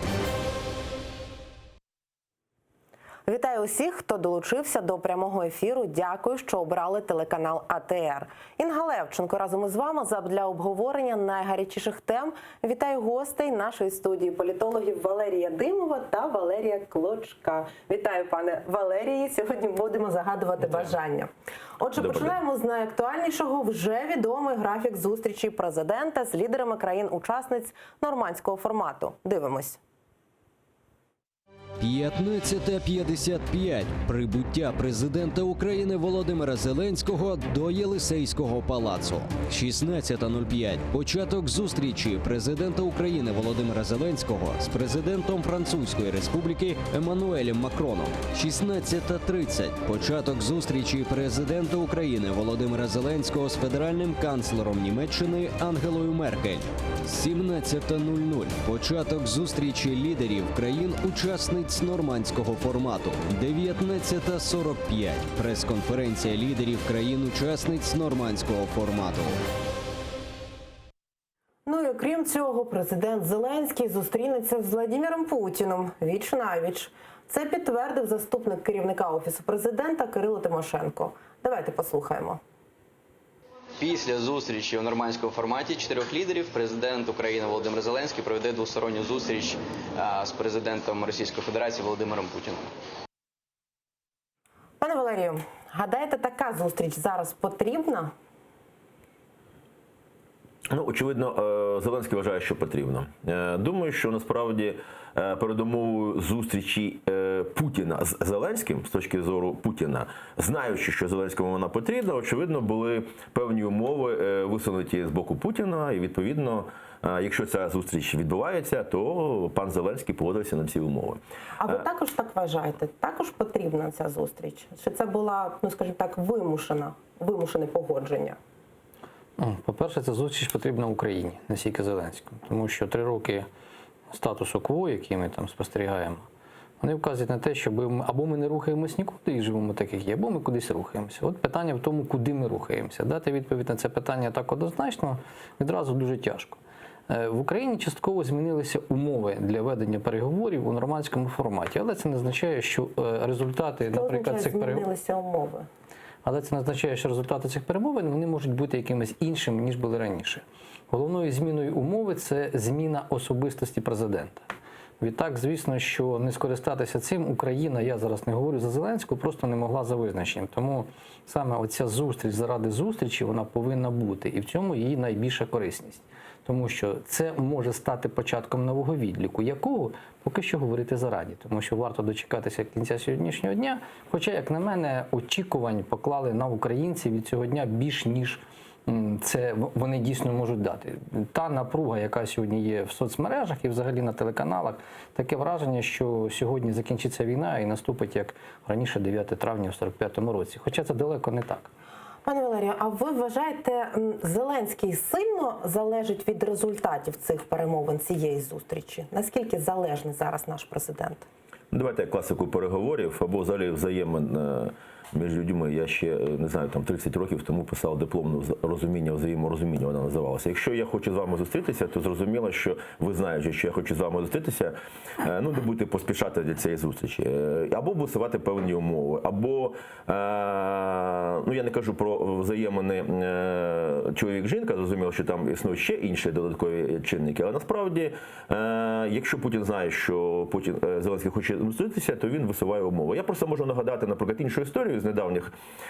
Пан Єрмак, який зараз, за словами Лани Зеркаль, вів переговори з Сурковим і Козаком для того, щоб зустріч відбулася, насправді, то той сам пан Єрмак за свідченнями в американському конгресі, свідченнями під присягою в рамках процедури підготовки імпічменту Трампа, Єрмак за свідченнями цих людей, зокрема Тейлора, посла Тейлора, він практично погодив текст заяви, яку мав би озвучити Зеленський для того, щоб Трамп з ним зустрівся. Ось я кажу, як працюють ці речі в дипломатії. І там практично в цій заяві було те, що Україна погоджується з формулюваннями, нав'язаними Джуліані і його посланцями, щодо того, що Україна буде розслідувати питання щодо Джо Байдена і його роль. Це дуже важливо, тому що через це Україна могла втратити практично унікальну двопартійну підтримку. Тобто, насправді, ми бачимо, яким чином працює Єрмак, готуючи ці зустрічі. Тому, насправді, думаю, що 9 травня точно не наступить. Це продовжуючи тезу свого колеги. А от те, що люди вийшли на вулиці, і зараз люди знаходяться під Офісом Президента, це дуже важливо, оскільки громадяни України, президент Зеленський сказав, що всі ми президенти, так от ця активна частина президентів України не погоджується з імплементацією путінських інтерпретацій мінських домовленостей, путінської інтерпретації. Тому ми насправді... Буде пряме включення, власне, з банку, ви трошки пізніше. А скажіть, будь ласка, пане Валерію, ви погоджуєтеся те, що команда Путіна грає в певну дипломатичну гру конкретно, і що наша команда президента Зеленського може програти в цю дипломатичну гру на цих зустрічах? Та ні, ця зустріч справа в тому, що я ще раз скажу, вона, як на мене, на моє переконання, є протокольною. Фактично, сьогодні зрозуміло всім, що іншого сценарію, крім того, який був прописаний ще Порошенком і у форматі нормандському у 2015 році, його немає. І бути за визначенням поки що не може. Тому для того, щоб зробити, ще раз повторюсь, нову точку відліку, ця зустріч має відбутися. Давайте ми з вами повернемося не в дуже далеке минуле, коли Зеленський апелював до Путіна, коли загинули наші військовослужбовці в зоні бойових дій, він йому зателефонував. Пригадуєте, скільки було зради з цього приводу, і він наполягав на тому, що має бути абсолютно новий формат перемовин, де буде Англія, Великобританія, Китай, Сполучені Штати Америки, інші країни, і це все має проходити знову ж таки в Мінську, але після його візиту до Сполучених Штатів Америки він частково змінив риторику і сказав, що давайте ми все-таки з'ясуємо, чи ми можемо розвивати свої відносини, врегулювати конфлікти з Росією у нормандському форматі, а потім будемо рухатися далі. Тому, власне, в Сполучених Штатах Америки, певно, йому дали зрозуміти, або прямо опосередковано, про те, що не може бути іншого формату, крім того, який є. Він має себе або вичерпати, або реалізовуватися. Звісно, що команда Зеленського сьогодні не готова, про що дипломатія, про яку ви, власне, говорите, дати відповідь суспільству чітку про те, що мінські угоди вони будуть брати як базис, на основі якого будуть розробляти дорожню карту, яку нам ще обіцяли у 2016 році, та сама формула Штайнмайєра, згадується в цій частині, і реалізовувати. Тому що фактично реалізація мінських угод – це і є ота капітуляція, про яку сьогодні так голосно говорять на Майдані. Звісно, що це зробити він не може через низку репутаційних втрат, які він понесе, бо заява про те, що я покладу на плаху миру свою репутацію, своє президентство, вона, бачите, десь відійшла дуже далеко. І, звісно, що рейтинг для нього сьогодні є пріоритетом. Він став політиком, який хвилюється за свою не просто впізнаваність, а підтримку. Якщо раніше для нього, як для актора, була важлива впізнаваність, любов глядача, то сьогодні для нього важлива саме політична підтримка. Але звісно, що сказати відверто, що я йду в перемовини із бойовиками, з якими, до речі, ми ведемо перемовини, тому що не випадково ця теза була з ним так необережно нібито загублена в ефірі телеканалу «Україна». Я наголошую, щоб розуміли, про що мова йде, саме у Савіка Шустера, це не для реклами. Саме там він сказав, що ми вже 6-й рік поспіль ведемо перемовини із бойовиками у Мінську. І тут він не збрехав, тут він говорить правду. Але для чого це було сказано? Якщо раніше це замовчувалося і всяким чином намагалися донести суспільству, що ми не розмовляємо з бойовиками, що ми ведемо переговори з агресором, який фінансує в тому числі і різні угрупування на території ОРДЛО, і в такий спосіб намагалися зберігати міждержавницький конфлікт. Сьогодні поступово цю всю історію, неприємну, дійсно, цю війну намагаються нам подати саме в частині прямих перемовин, на чому однозначно наполягав, власне, і Путін весь час, і зробив додаткову заяву минулого тижня пан Лавров. Дуже важливий момент. Він сказав, що результатом нормандських переговорів 9 грудня мають бути прямі перемовини з бойовиками України. Чекайте, у нас на зв'язку Ігор Лапін, народний депутат 8-го скликання. Вітаю вас, пане Ігорю. Пане Ігорю, ваші очікування від сьогоднішньої зустрічі? Позитивні, негативні? Чого чекаєте? Я чекаю на сьогоднішній зустрічі, як мінімум, щоб Зеленський хоча б нічого не робив. Це буде головне, тому що все, що він анонсував до сьогоднішнього дня, такі речі, як команда Зеленського, в тому числі і Зеленський, там якісь спільні патрулювання, прямі переговори, переговори по газу і інші речі, на яких наполягає Путін. Я просто переживаю, щоб Путін, будучи, знаєте, коли гопнік розмовляє з інтелігентом, то якраз може задавити його авторитетом. На сьогоднішній день наша головна задача, щоб і наші західні партнери, і сам Зеленський міг опертися на громадянське суспільство і побачити, що є люди, і що не лише дощ сьогодні в Києві йде, і що йому є на кого опиратися в контексті захисту національних інтересів України. Ігорю, з нами на прямому зв'язку був Ігор Лапін, депутат 8-го скликання. А Володимир Зеленський в етері телеканалу «Україна» розповів, чого чекає від зустрічі з Путіним, власне. Давайте подивимось.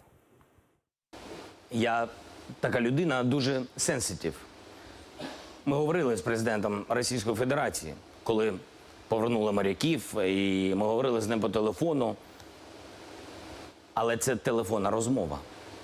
Я хочу побачити людину, і я хочу привести з Нормандії розуміння і відчуття, що дійсно всі хочуть поступово закінчити цю трагічну війну.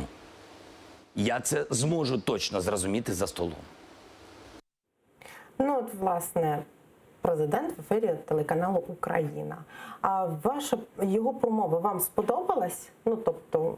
Ну, дозвольте, не те, що мені сподобалось особисто чи ні. Вона була зрозумілою. Зрозумілою тим, що у команди Зеленського немає розуміння на даному етапі, як припинити війну. Але, ще раз повторюю, з Мінськими угодами погоджуватися вони не збираються, не хочуть, принаймні поки що на даному етапі. І звісно, що в будь-який спосіб команда намагається і відтягнути цю заяву, що, мовляв, ми готові будемо продовжувати те, що почали робити про Порошенко, але не змогли реалізувати. А саме внесення змін до Конституції, проведення виборів за якимось незрозумілим законом, тому що треба окремий закон ухвалювати для ОРДЛО, для того, щоб провести їх там. Ну і потім далі визначати статус окремих територій Луганської та Донецької області, тобто пролонгувати закон. І дійсно в цій історії пан Лапін правильно говорить. Найкращий варіант сьогодні для України, поки що на даному етапі, це приїхати з Мінську, з Парижу з нічим. Тобто залишити ситуацію статус-кво, пролонгувати закон, про це, власне, натякають уже навіть і представники Офісу Президента, і в такий спосіб почати напрацьовувати дійсно якийсь інший формат, який би дозволив би нам врегулювати відносини з тимчасово окупованими територіями. Тому що давайте ми не будемо себе там питати ілюзіями про те, що ці території так легко інтегруються в Україну. Вони інтегруються, вони найближчі навіть і 5, і 10 років. Це нереальна картина. Якщо хтось когось запевнює, що ми так легко це все повернемо, ну це все повна маячня.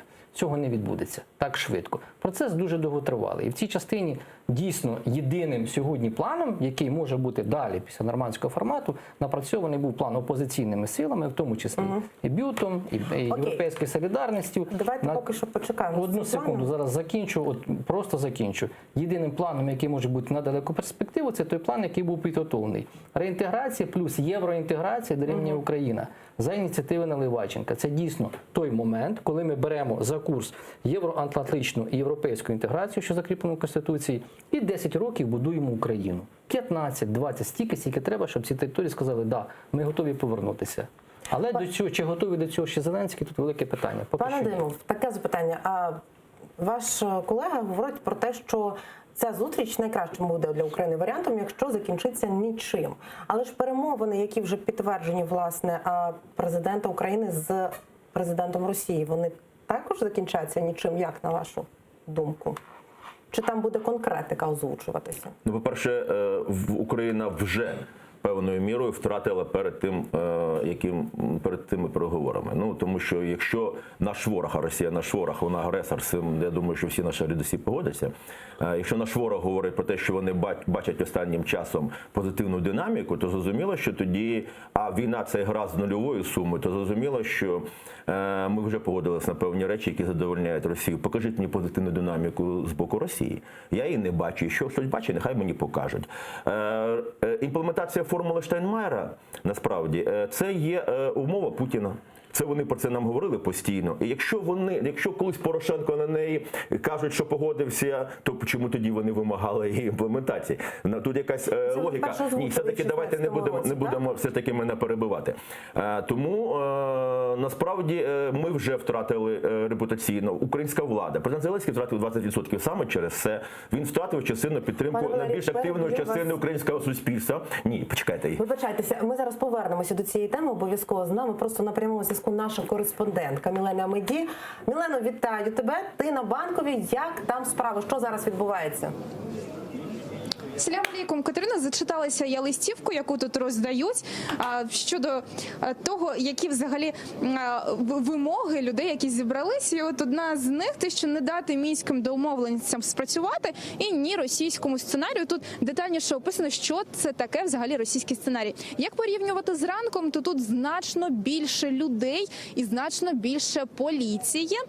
Лунає музика там вдалині.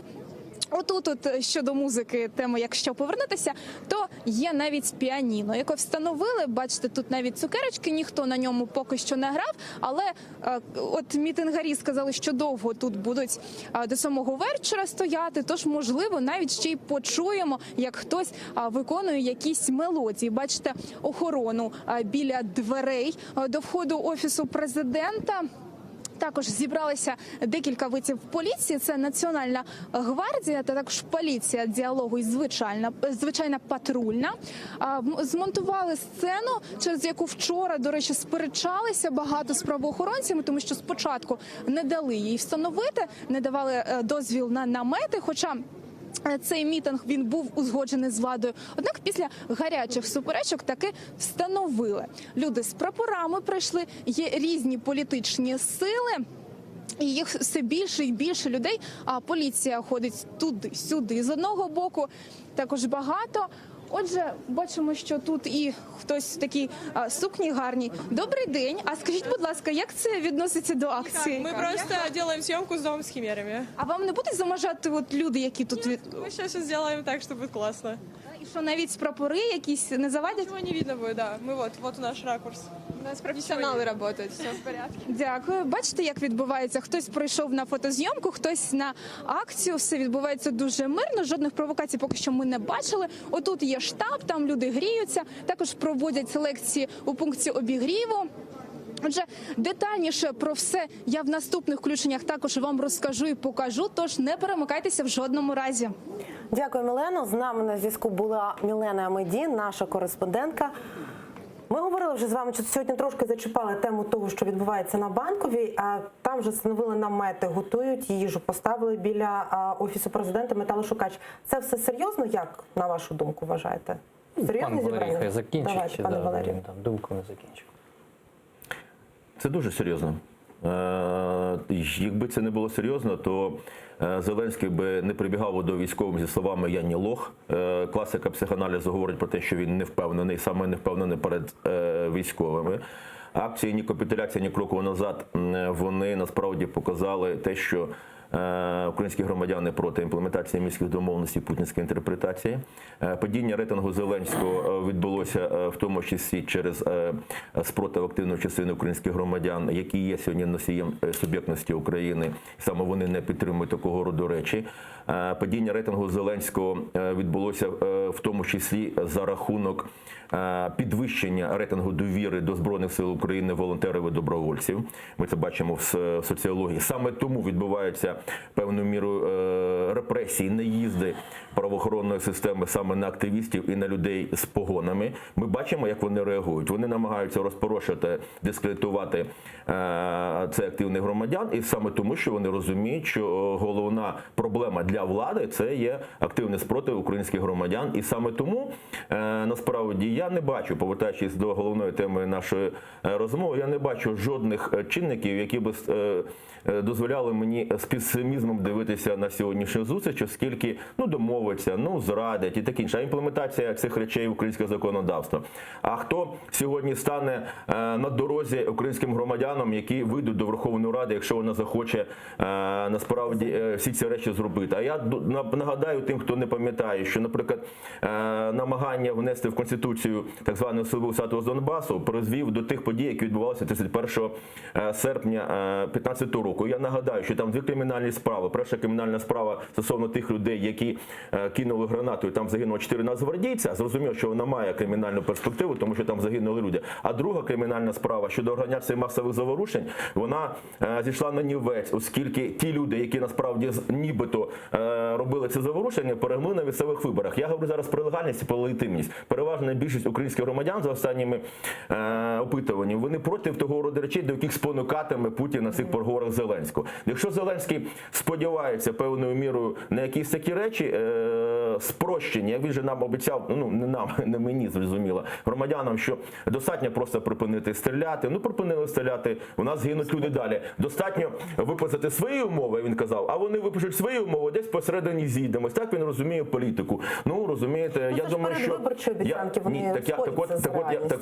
Я розумію, що ніколи так люди не брешуть за словами Бісмарка, як після полювання, сексу і під час виборів, але насправді і нам інші його слова, і нам дуже складно дивитися, людям не подобається, якщо вони побачать, як робляться сосиски, то насправді все ж таки це політика. І насправді в неї є свої правила. І насправді, коли ви запитуєте про, наприклад, команду в дипломатії Зеленського, то я кажу, що Єрмак, який в нього сьогодні є дипломатом, такі-то речі зробив за своїми наслідками, не за результатами.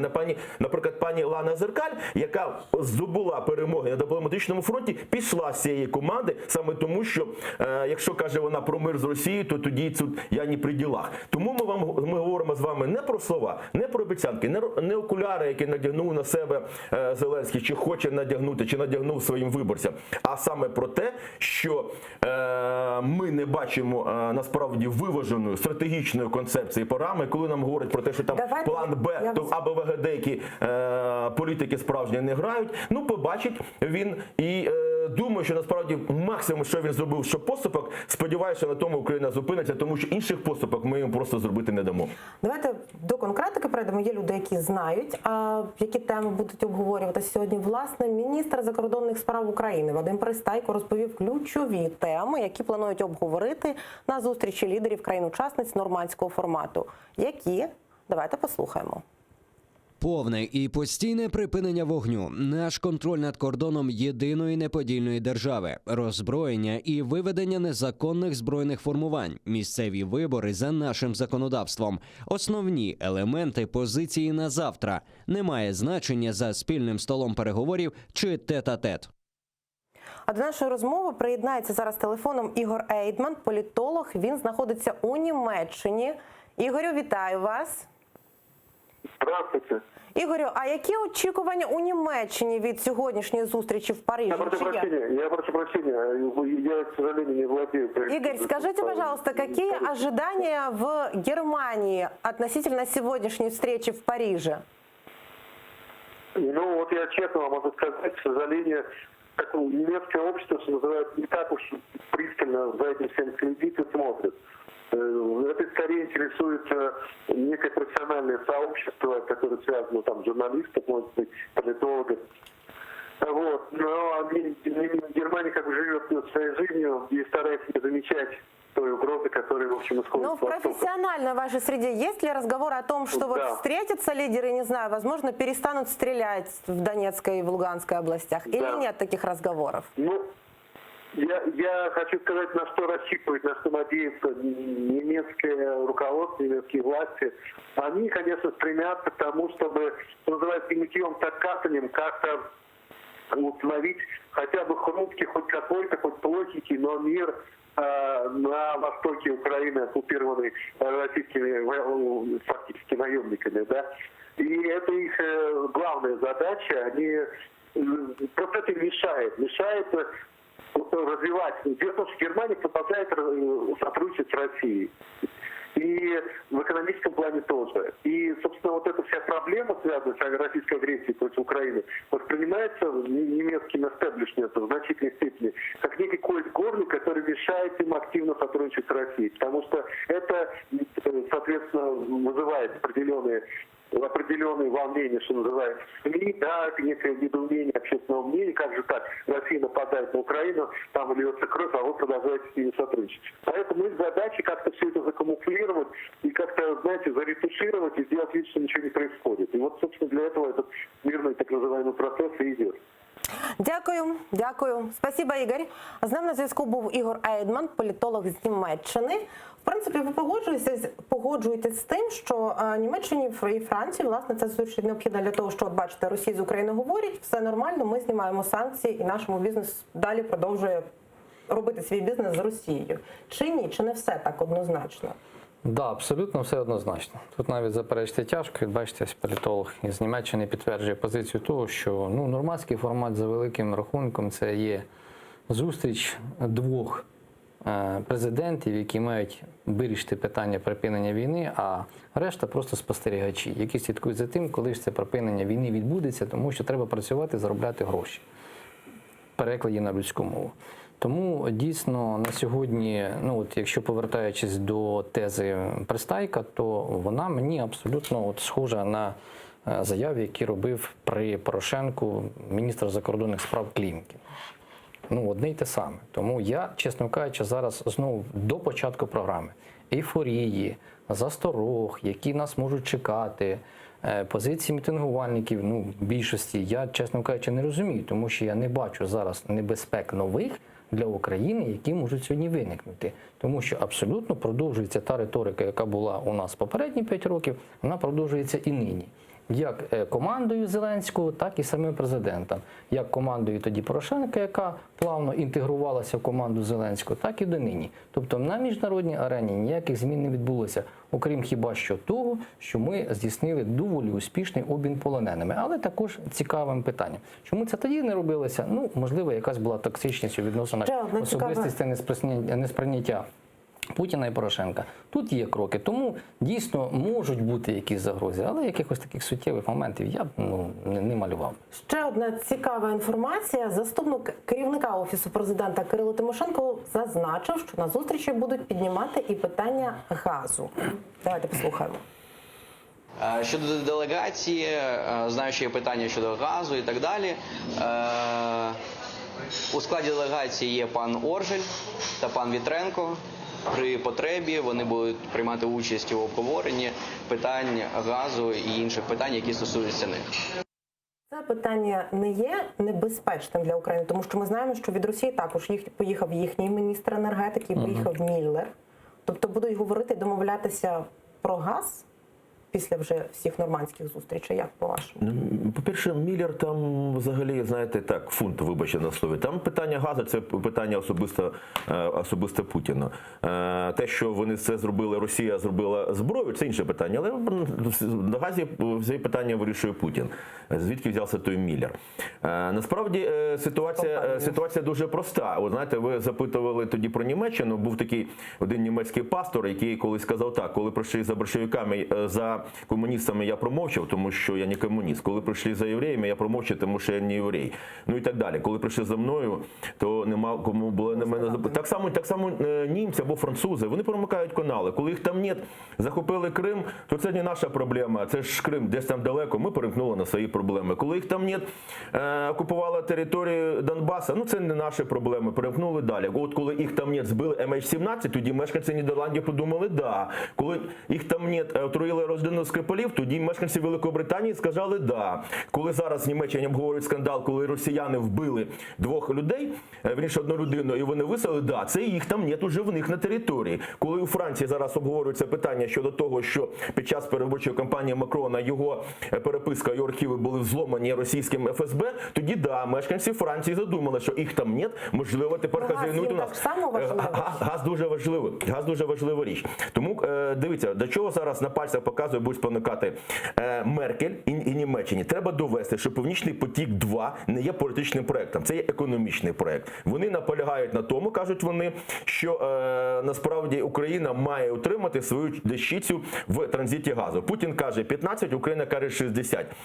Макрона там свої проблеми, зараз не будемо чіпати Макрона, тому що він менше залежить від ситуації з газом. Але у нього просто завтра стачка. Йому також треба показати, що він великий перець і буде приймати такі речі і роль Франції в Європі. Там свої проблеми, вони всі хочуть вирішувати свої вузькі політичні питання за рахунок України. Так от, повертаючись до газу, будуть спонукати нас до якихось причин. І потім тоді Меркель і всі німці скажуть, дивіться, сама Україна погодилася на такого роду речі в розмовах з Путіним. Тобто ми і Північний потік-2 побудували, до речі, підставляючи наших партнерів, поляків, які зараз роблять, американців, які хочуть робити санкції проти Північного потоку-2. Дивіться, все ж таки Україна погодилась на те, щоб домовлятися з Росією напряму отримувати газ. Вони хочуть знов-таки за наш рахунок обумовити свою яловість під час того, коли вони не бачили війну в Україні, коли продовжували торгувати. Зараз німецькі промисловці кажуть, давайте не будемо ускладнювати ситуацію з Росією після того, як вбили на нашій території, на німецькій території людину, як вислали 2 дипломатів. Давайте не будемо цього робити. Пане Валерію, Тому...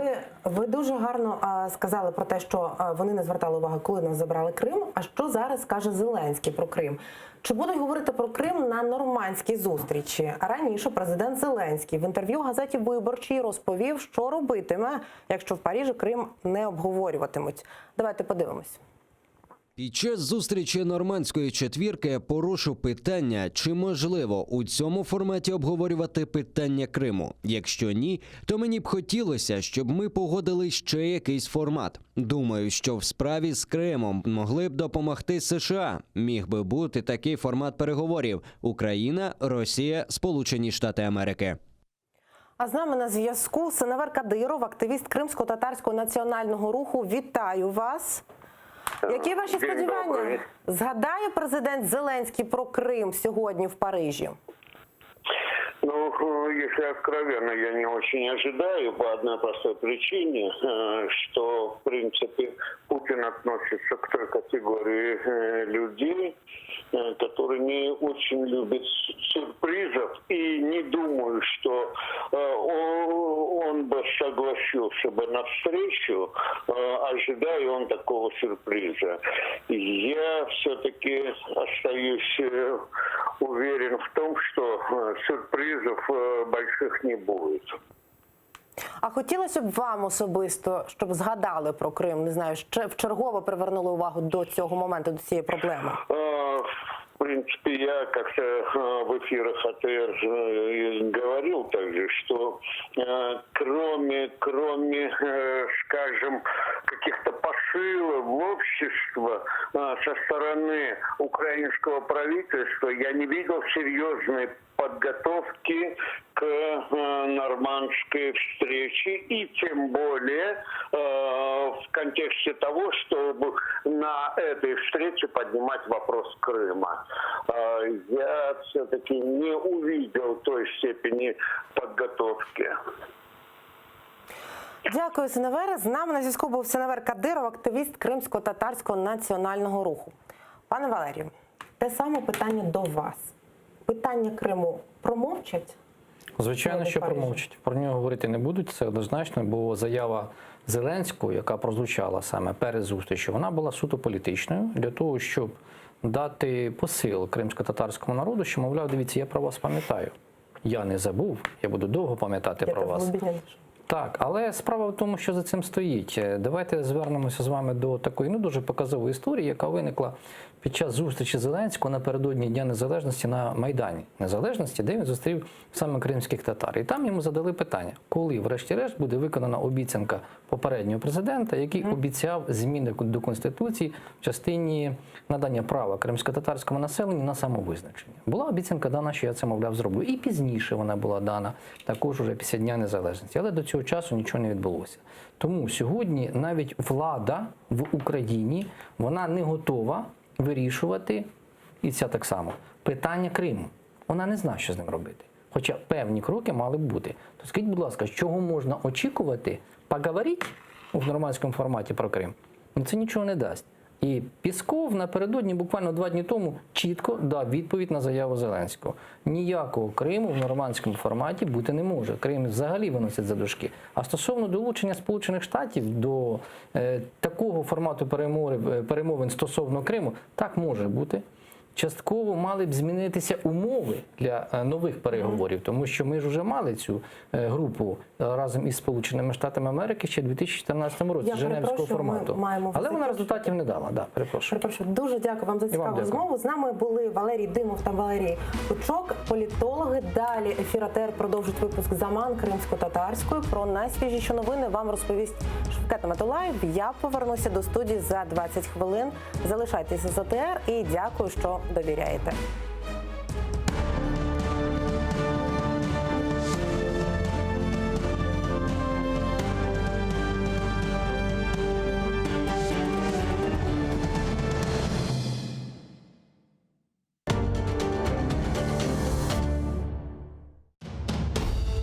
Как за короткий срок Саадет Герай I изменил внешнюю политику предшественников? И почему против него, законно избранного хана, выступили племянник и влиятельный бей из рода Ширинских? Отправляя в поход войска, Саадет Герай не рассчитал одного. Собрав под одни знамена, казалось бы, лояльных себе членов семьи и беев, он и мысли не допускал, что в походных шатрах созреет заговор против него. А возглавит этот заговор Мемеш Ширинский, тот самый, который лично принял участие в избрании Саадета Герая ханом. Смотрите в программе «Алтын Дивир» в новом цикле «История династии Гераев». В эту субботу, 14 декабря в 16:35 по киевскому и 17:35 по крымскому времени на телеканале АТР. Саадет Герай I. Часть 3. Dedim ma керек Обаманың yanına бармаға. Ана қоржылары мен қоймас. Бізге әбет ол яш нәсілін жоймамақ керек. Мына иш. Bir taraftan ev kuraydık, ikinci taraftan bala bakaydık, üçüncü taraftan repetisiyalar yapaydık benim evimde. Sanksiyalar yaptılar bana. Eğer vaziyet geçmesen biz sana akça vermeyeceğimiz dediler. Mutlaka Kırım'a kaytacağımız. Öyle bir tez hareketler olacak ki özümüz de duymay kalacağız. Kırım hükümeti değiller. Ya da Kırım parlamenti değiller. Yanında Kırım halkı yok da. Bizim tarihimiz olğan kadar etraftaki devletli ve halkların tarihleri yoktur. Adaletsizlik yaşagan sayın ona karşı adaletperverlik olacak. Yok, ben o kadar yıldız olmak istemeyeyim. Ben yıldız değil de ben galaktika. Bir-birimizden pek uzaklaşan bir günde bir-birimizge yakınlaşmağa sebepler ve fırsatlar kıdırayıq. Adamlar çöberek yaşaganda bizim bestekarımız muzika çalsın ne? 40 yıl bir yerde yaşap biz subyetsiz birbirimizin pek yaxşı anlayıq. Demek televideniye öz işlerini yapar. Bazar kuni Kiyev'de saat 19'da, Kırım'da saat 20'de Gönül Gönül'den programmasını seyrediniz.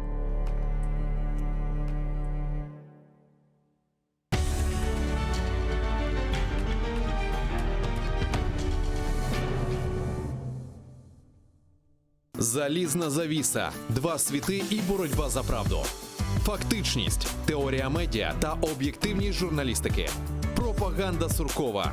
Як народилася кремлівська фабрика фейків. Семантична війна, конспірологія чи реальність. Дивіться у документальному фільмі «Фейк Ньюз» у суботу та неділю о 15:40 за Києвом і 16:40 за Кримом на телеканалі АТР.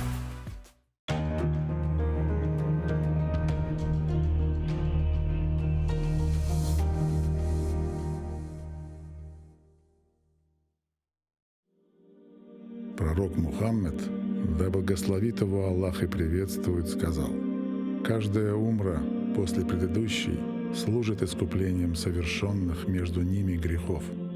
Что может быть прекраснее того, чтобы совершить путешествие к двум святыням ислама в Мекке и Медине, ощутить спокойствие и умиротворение на земле, по которой когда-то ступал наш любимый пророк. Да благословит его Аллах и приветствует. Ведь умра является искуплением от грехов и средством от бедности, а по мнению некоторых ученых, она является даже ваджибом, В священный месяц Рамадан умра по награде приравнивается к хаджу. И не забудьте про награду в мечети пророка. Да благословит его Аллах и приветствует. Откройте свой путь к Каббе вместе с Кабайоло.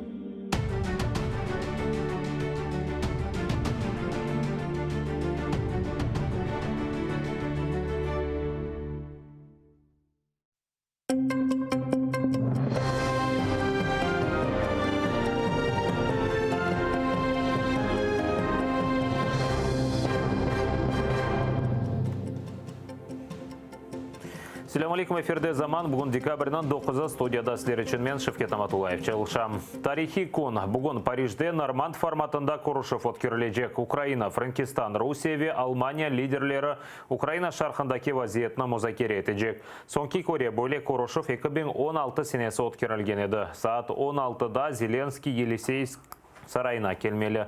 Башта Франкистан президенті Эммануэль Макрон или Корушевжек, сонрайсы Алмания канцлер Ангела Меркельнен. Норманд форматында лидерлер Корушева Киев вақты или саат 17-де башланмалы. Саат 19:45-те лидерлер чықып Корушев нәтижелері аққында айтмалылар. Норманд Корушевынден сон Украина ве Русия президентлері yüzme-yüz көрішмелі. Після зустрічі у нормандському форматі 4 лідерів президент України Володимир Зеленський проведе двосторонню зустріч з президентом Російської Федерації Володимиром Путіним. Щодо делегації, знаю, що є питання щодо газу і так далі. У складі делегації є пан Оржель та пан Вітренко. При потребі вони будуть приймати участь у обговоренні питань газу і інших питань, які стосуються них. Парижде ачық шекілді өткерілген Корушевлерін атыр телеканаллы жанлы яйында көстережек оның үшін қачырманыз. Президент офисі янында высадкана банковый адлы акция аляда девам ете кеченлер ақшам офис янында 2000-ге яқын инсан топлашты. Олар чадыр тіклеп санада ерлештірділер. Наразылық иштиракчылары білдіргенне көре, бұл ерде Норманд Корушева екінленмегенне қадар қалажақлар. Корушев нәтижелерінен мемнун олмасалар акция мұддетсіз олажағыны ишандырдылар. Бұне берабер, Туневын Украинаның бұйық шейрлерінде Владимир Зеленский үшін қырмызы сызық акциясы өткерілді.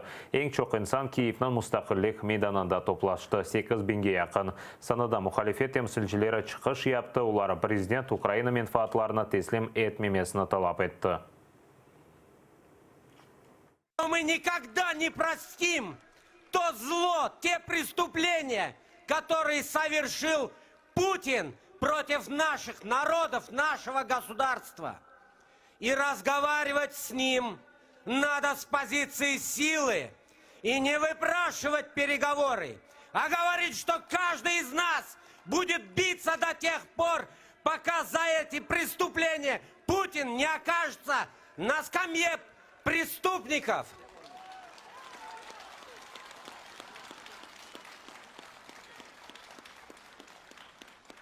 Крым верит нам, Крым ждет нас и знает, что мы его освободим.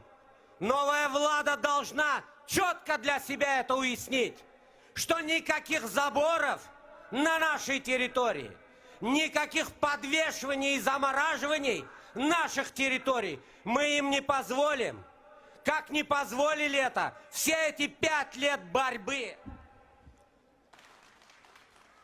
Слава Украине! Донбастан Русия арбелері чықарылмасы ве Қырым меселесі музакер етілмесі. Бөлі нәтижелер ұлса Норманд Корушеву муафақетлі оларақ таныла біле. Бөлі нәтижелер ола біле, ама бұл Алмания ве Франкистанның позициясынан бағлыдыр. Парижден Украина президенті не кетірежек. Хевели шандырғаны кібі Қырым ишғалі меселесіні көтережек ма? Тәпсілатлы левқамызда тариф етіле. Корушевы якынлашқанымен Украина ве Русияның биянатлары дачық покер ойынына аңдырайды. Украина арбелер чөтлештірівінің там саны сыңырдан езіретінің ғайрыдан тікленмесі ве эпысы мабуслерінің азат етілмесі талапларыны сеслендіреді. Атта Донбаснен дувар қорajақларынен біле қорқытты. Кремль ise істексізлігіні көстеріп, Корушев үшін озының шартларыны айтайды. Не буде ні перемоги, ні зради, коли будуть оголошені, причому гучно оголошені певні домовленості про те, що от ми йдемо на черговий обмін військовими, що ми там будемо гарантувати припинення війни, там ще щось, обстрілів, там ще щось. Мені здається, що для України, до речі, цей варіант не менш небезпечний, аніж зрада. Чому? Тому що процес вчергове буде затягуватися. Париждеки музакерелерге 3 күн қалғанда Москва месулет ташыйчы бір аңлашманы беклемегенini білдірді. Қырым суали бойынша есе 4 тарафлы музакерелер тек Минск аңлашмаларымен бағлы олғанını қайдетті. Норманд форматында Минск процессінде олғаны кебі Қырым суали бақылмағаны Путин үшін файдалыдыр. Сесет шынасларының айтқанына көре шу себептен о бұ Корышевге разы олды. Русларның фікірінже ғарып девлет елбашчыларының Корышев Қырымны музакере мемек ишғалны ресмилештірмек үшін бір адымдыр. В будущем Путин обязательно заявит, что представитель Украины присутствовал и там, и вопрос Крыма не ставил, значит, вопрос Крыма не стоит в повестке дня. Если на нормандской встрече вопроса Крыма не будет, то я считаю, что Зеленский не должен участвовать во встрече этого формата. Парижде Қырым меселесінің музакере етілмесі 2014 сенесі юзберген ишғалны сүкінетлі шекелде қабул етмекнен берабер дешетлен нәтижелерге де кетіре біле. Құсусан Украинаға қаршы Русияның тежавузыны Москва Украинаның ішіндекі қавғаға денештіре біле. Неминуче спричинить наступні наслідки. Перше, переведення Росії з категорії агресора у категорію посередник і гарант нових домовленостей. І друге, усунення правової і фінансової відповідальності Російської Федерації за розв'язану війну, заподіяні жертви і збитки, перенесення цієї відповідальності на Україну. Бойле сценарийге Зеленский Қырым меселесіні көтерсе, ел бермей біле. Ләкин тек башына дегел Макрон ве Меркельнің янында. Бұнен берабер Зеленский музакерелер нәтижелерінің язылмасыны талап етмелі. Мы имеем дело с лжецом, с коварным врагом, поэтому очень важно, чтобы здесь было присутствие западных стран тоже. При принятии какого-то итогового документа по встрече, там обязательно необходимо употребить фразу, что решением проблемы взаимоотношений между Россией и Украиной должно быть полное восстановление территориальной целостности Украины в международно признанных ее границах. В каком-то контексте сослаться на резолюцию ООН от 27 марта 2014 года, где говорится, осуждается агрессия. Дуже важливо, щоб меседжі з боку президента України були такими, щоб жодні інформаційні провокації Росії вони не досягли своєї мети. Қырым татар халқының темсili органы саммит арифесінде Украина президентіні Қырым суалыны көтермеге чағырды. Егер Путин ред етсе, ғарби иттифақдашларға дигер форматта Корышевны теклиф етмелі. Бұл Будапешт меморандумыны имзалаған девлеттерде ола біле. Основоположним принципом міжнародного права є пакта сун серванда, тобто договори повинні виконуватися. Оскільки в меморандумі немає ні Криму, ні Донбасу, але є Україна, тобто вся територія України, з включенням, безумовно, і Донбасу, і Криму. Будапешт меморандумына 1994 сенесі Америкада таздықладылар. Америка Бірлешкен Девлетлері Русия ве Ингилтере Украина ядер силасындан вазгешкені себебінден она мұстақиллік үшін кефалет берді. Виктория Бойко, Заман АТР.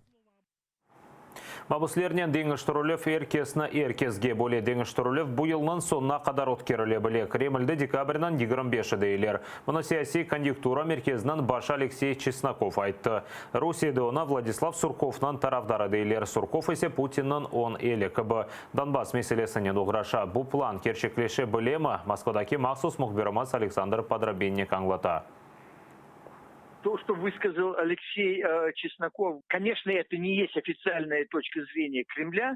И я даже думаю, что это не есть вообще выражение мнения, которое Кремль собирается озвучить или уже озвучил на встрече в Париже. Это некоторая такая удочка, закинутая удочка с наживкой для того, чтобы Украина, общественность украинская, украинская делегация на встрече в Париже, сам президент Зеленский имели в виду, что такая ситуация в принципе возможна, и ради этого следует идти на какие-то компромиссы. Қырымышғалы ве Донбаста 5 жылдан берілі девам еткен женг вақтында тек 2 күтлеве мабуслер Деңіштұрулеві өткерілді. 2017 сенесі декабрде сөзді ЛНР ве ДНРде тұтылған 87 мабус Украинаға қайтарылды. Бұл сенесі Кремль Русия түрмелерінде тұтылған 11 сияси мабус ве 24 есір Украин деңізжісін азат етті. Рухи жеттен басқы Құрамнан мемори сыңырында Қоршеладжы Абдуришит Джипаров тұтылды. Вақия түневін ойледен сон олды. Оны 2,5 сааттан зияде тұтып сорғыға чеккенлер. Фалиета қанда мирақланғанлар. Беліне қадар сойынмаға мечбур еті тінтуге ұғратқанлар. Тек бұндан сон азат еткенлер. Абдуришит Джипаровны бірінші сефер тұтмайлар. Сонки сефер оны декабрнан бірінде тоқтатып тұтқан еділер. Бұндан евелде о бойле тоқтату ве сорғыларға чекледі. Постоянно сталкиваемся, я, например, и мой коллега Эдем Семетляев, вот Абдуришит Джипаров, постоянно сталкиваемся с ограничениями при выезде на материковую Украину. Это вот связано с той работой, которую мы проводим внутри Крыма, которую проводим на международных площадках. Это абсолютно незаконно, это системное нарушение, ничем не подтвержденные на бумаге, никак они это не фиксируют протокольно. Вот, и поэтому очень сложно эти действия обжаловать. Одна из целей, конечно же, постоянно показывать и оказывать такое давление, контролировать твой телефон, смотреть, с кем ты связываешься. Жұма күн ақшам ишғалшылар тарафындан Құрамнан мемори сыңырында тұтылған Нури Джафиров полицияға сыңыржыларының қанунсыз әрекетлеріне шикаят язған. Нури Джафиров Херсон вилаетіне чықажақ еді. Башта телефондаки олған контактлар немерақларғанлар сонрайсе Суриеде женклештімі деп сұрағанлар. Беліне қадар сойындырып тешкіргенлер женк яраларына қадырғанлар. Бөлі әрекетлерден сон Нури Джафиров ярамаған. Ona acele ярдым алып кетті. Померили давление, сказали срочно в машину. У меня как судороги начали на нервной почве или что там со мной, я не знаю. У меня начались как судороги. Они поставили какие-то там, не знаю, аппараты на меня. И потом начали колоть что-то. Да, я уже там не помню. Они мне... Единственное, я услышал, когда они сказали, его срочно надо везти в машину, сказали шоферу: заводи, включай мигалки и быстро едем в машину, в скорую. Тут же прибежали эти ФСБшники, бросили все мои документные зарядки, телефон, все быстренько, чуть ли не на ходу это все они засунули в машину, и так я уехал. Бұсат қазыр олған сонки хаберімізді эфирімізді бүгін яйны девам етемен сесілерінен кележек яйынларымызға қадар сауықлашам көрішкенже.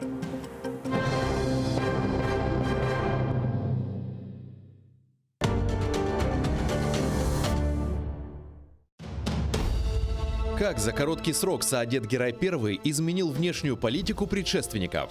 И почему против него, законно избранного хана, выступили племянник и влиятельный бей из рода Ширинских?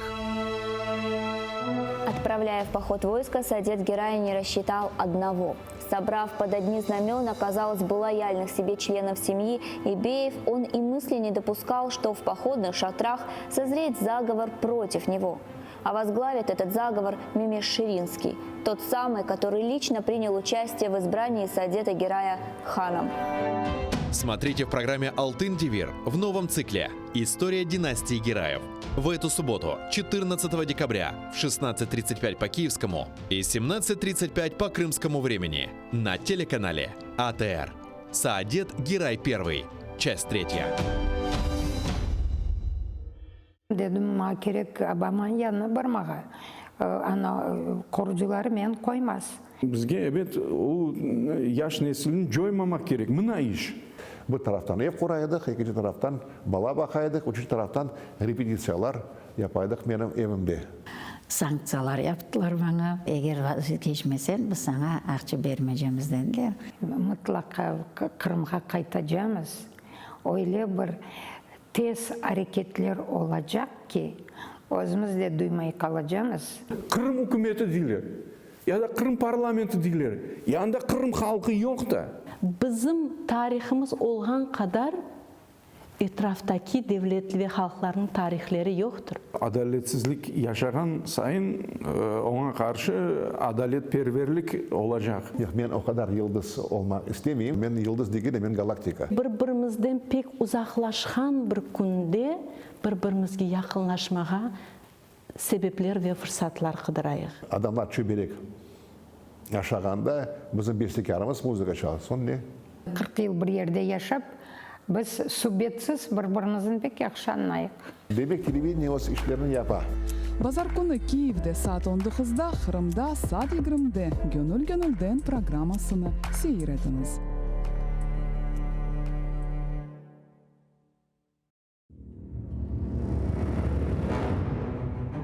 Хаджи Герай Қырым ханлығыны тізгенде 29 yaşında еді. Тахминен 350 ел девамында Қырым ханлығы девлет оларақ үкім сүрді. Исмаил Гаспринский Терджиман газетіні 28 yaşında нешір еті башлады. Номан Челебиджихан Қырым татар милли құрылтайны 33 yaşında тізді.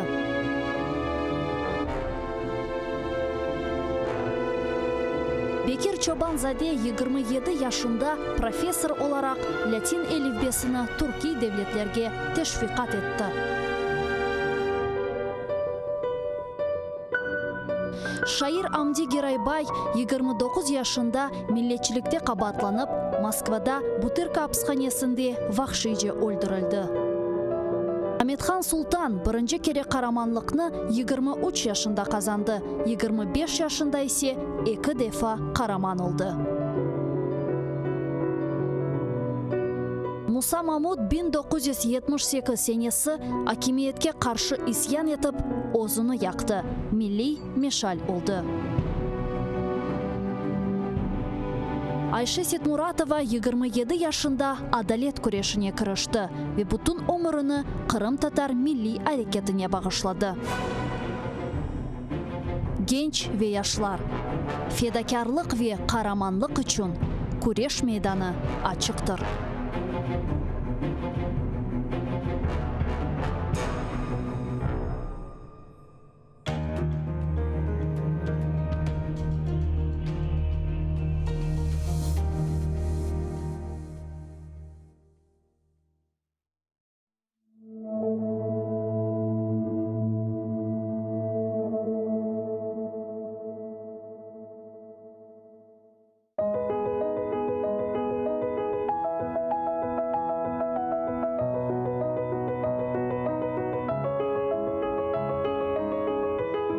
Қырым дегенімде жүрегім açılır. Yağmur olup buluttan güller saçılır. Dağ, çöller, denizden tebessüm yayılır. Kalbimnin melyemiz, ey ana vatan.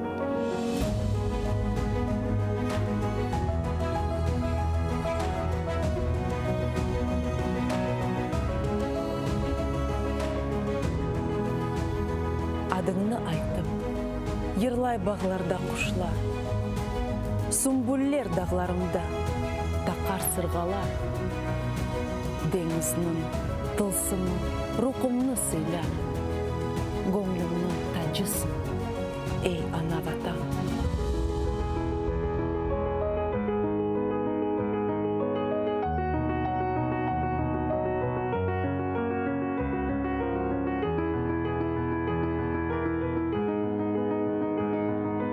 Sayıller sokaklarda cennet havası.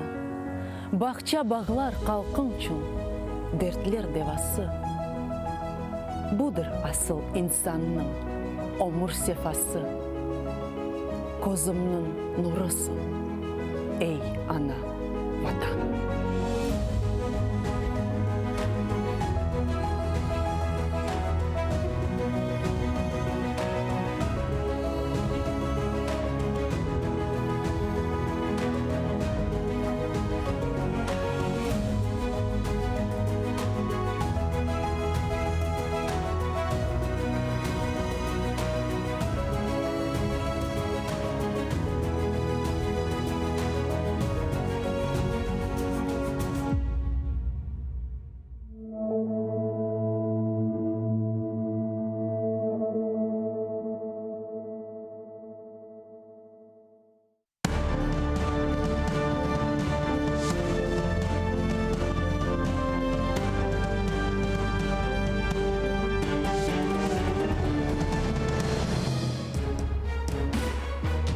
Ефір АТР триває, у студії Інга Левченко. Найближчу годину будемо говорити наживо про найгарячіші події, розбирати їх разом із найкращими експертами.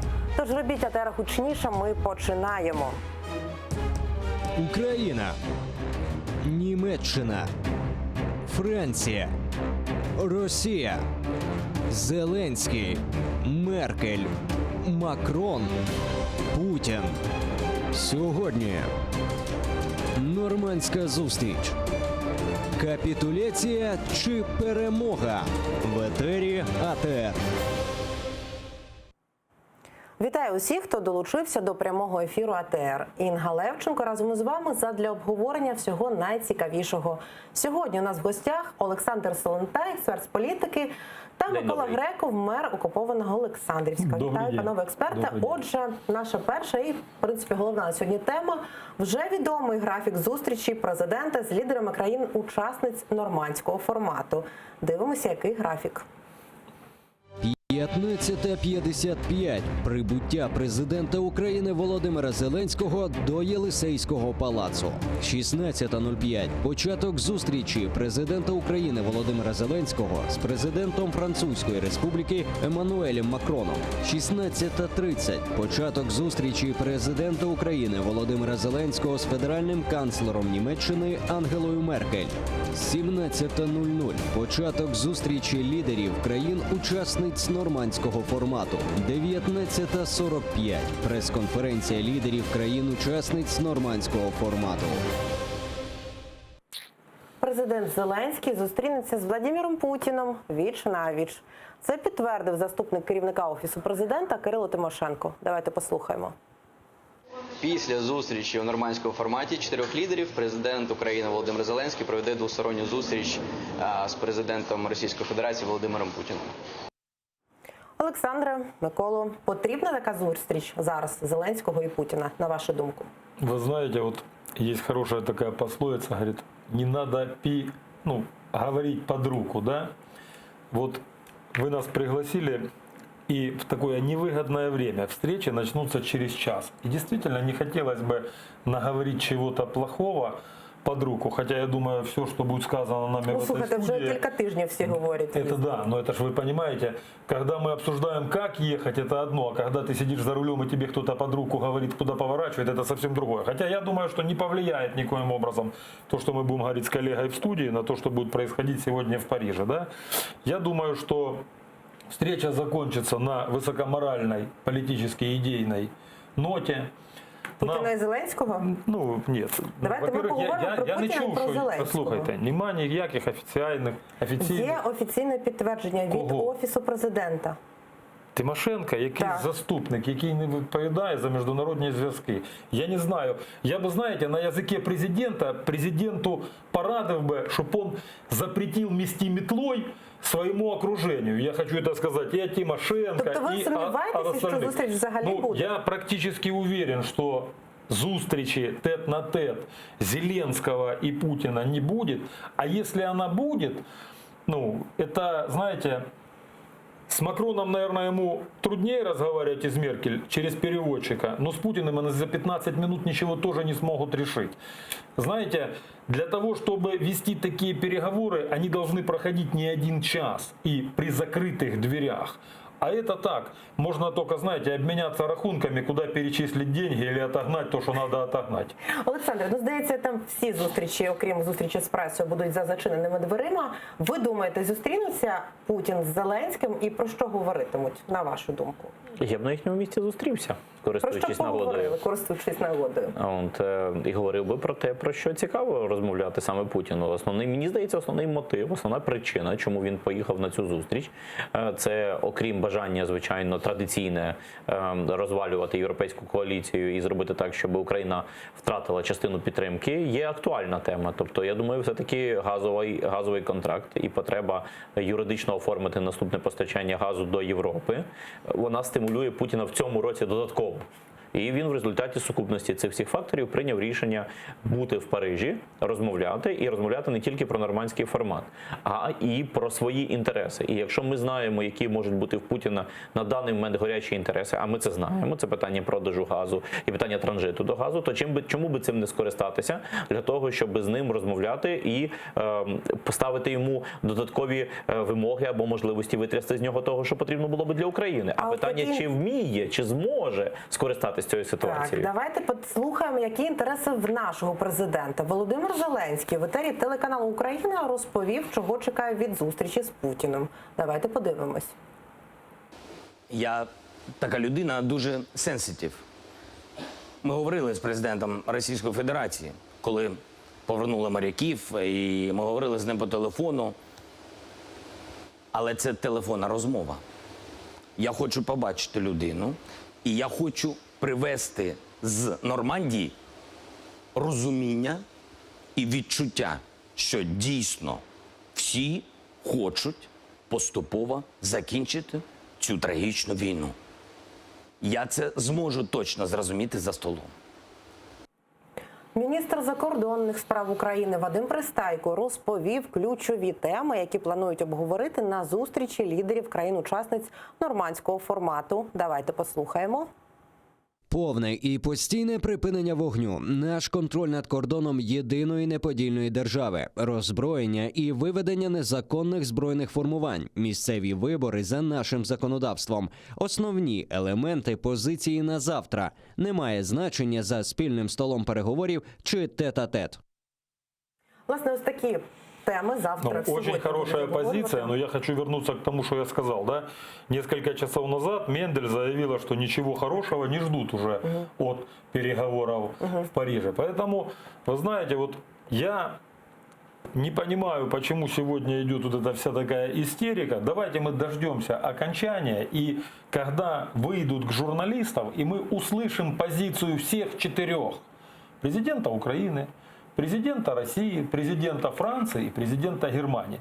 И мы тогда будем понимать, какое сегодня настроение и отношение у Европы к Украине. И они нам партнеры или они партнеры Путину в газовых его решениях вопросов. И правильно сказал мой коллега, что человек туда поехал решать не вопросы Украины, а транзит газа через Украину в Европу.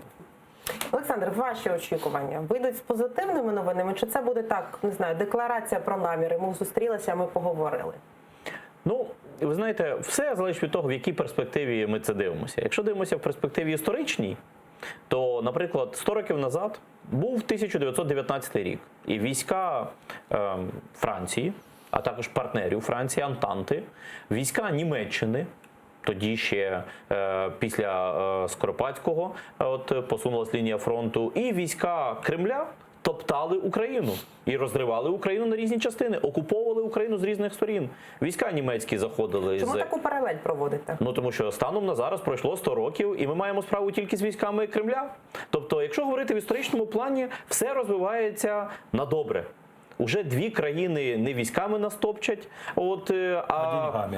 а просто забирають з України людську силу, забирають наших мігрантів, забирають наших людей, торгують з нами, підписали з нами угоду про асоціацію з ЄС, визнають нашу суверенну цілісність. І якби ми були багатими, то нас би любили. А так як ми бідні і постійно приходимо і щось просимо, то не дуже нас люблять, тому що приходиться допомагати. Але в принципі все зрозуміло. Як налагодити стосунки далі з цими країнами, все зрозуміло. З французами, з німцями, з іншими членами Євросоюзу. Вони кажуть, ставайте пошвидше багатими і давайте пошвидше ми будемо один з одним заробляти. Не просіть, а чи можливо така історія, що власне для чого ця зустріч потрібна французам і німцям, що от бачите, Україна з Росією домовляється, все нормально, а ми, значить, знімаємо санкції і далі продовжуємо нормально вести бізнес, як було до цього. Не ми це сказали, а ви.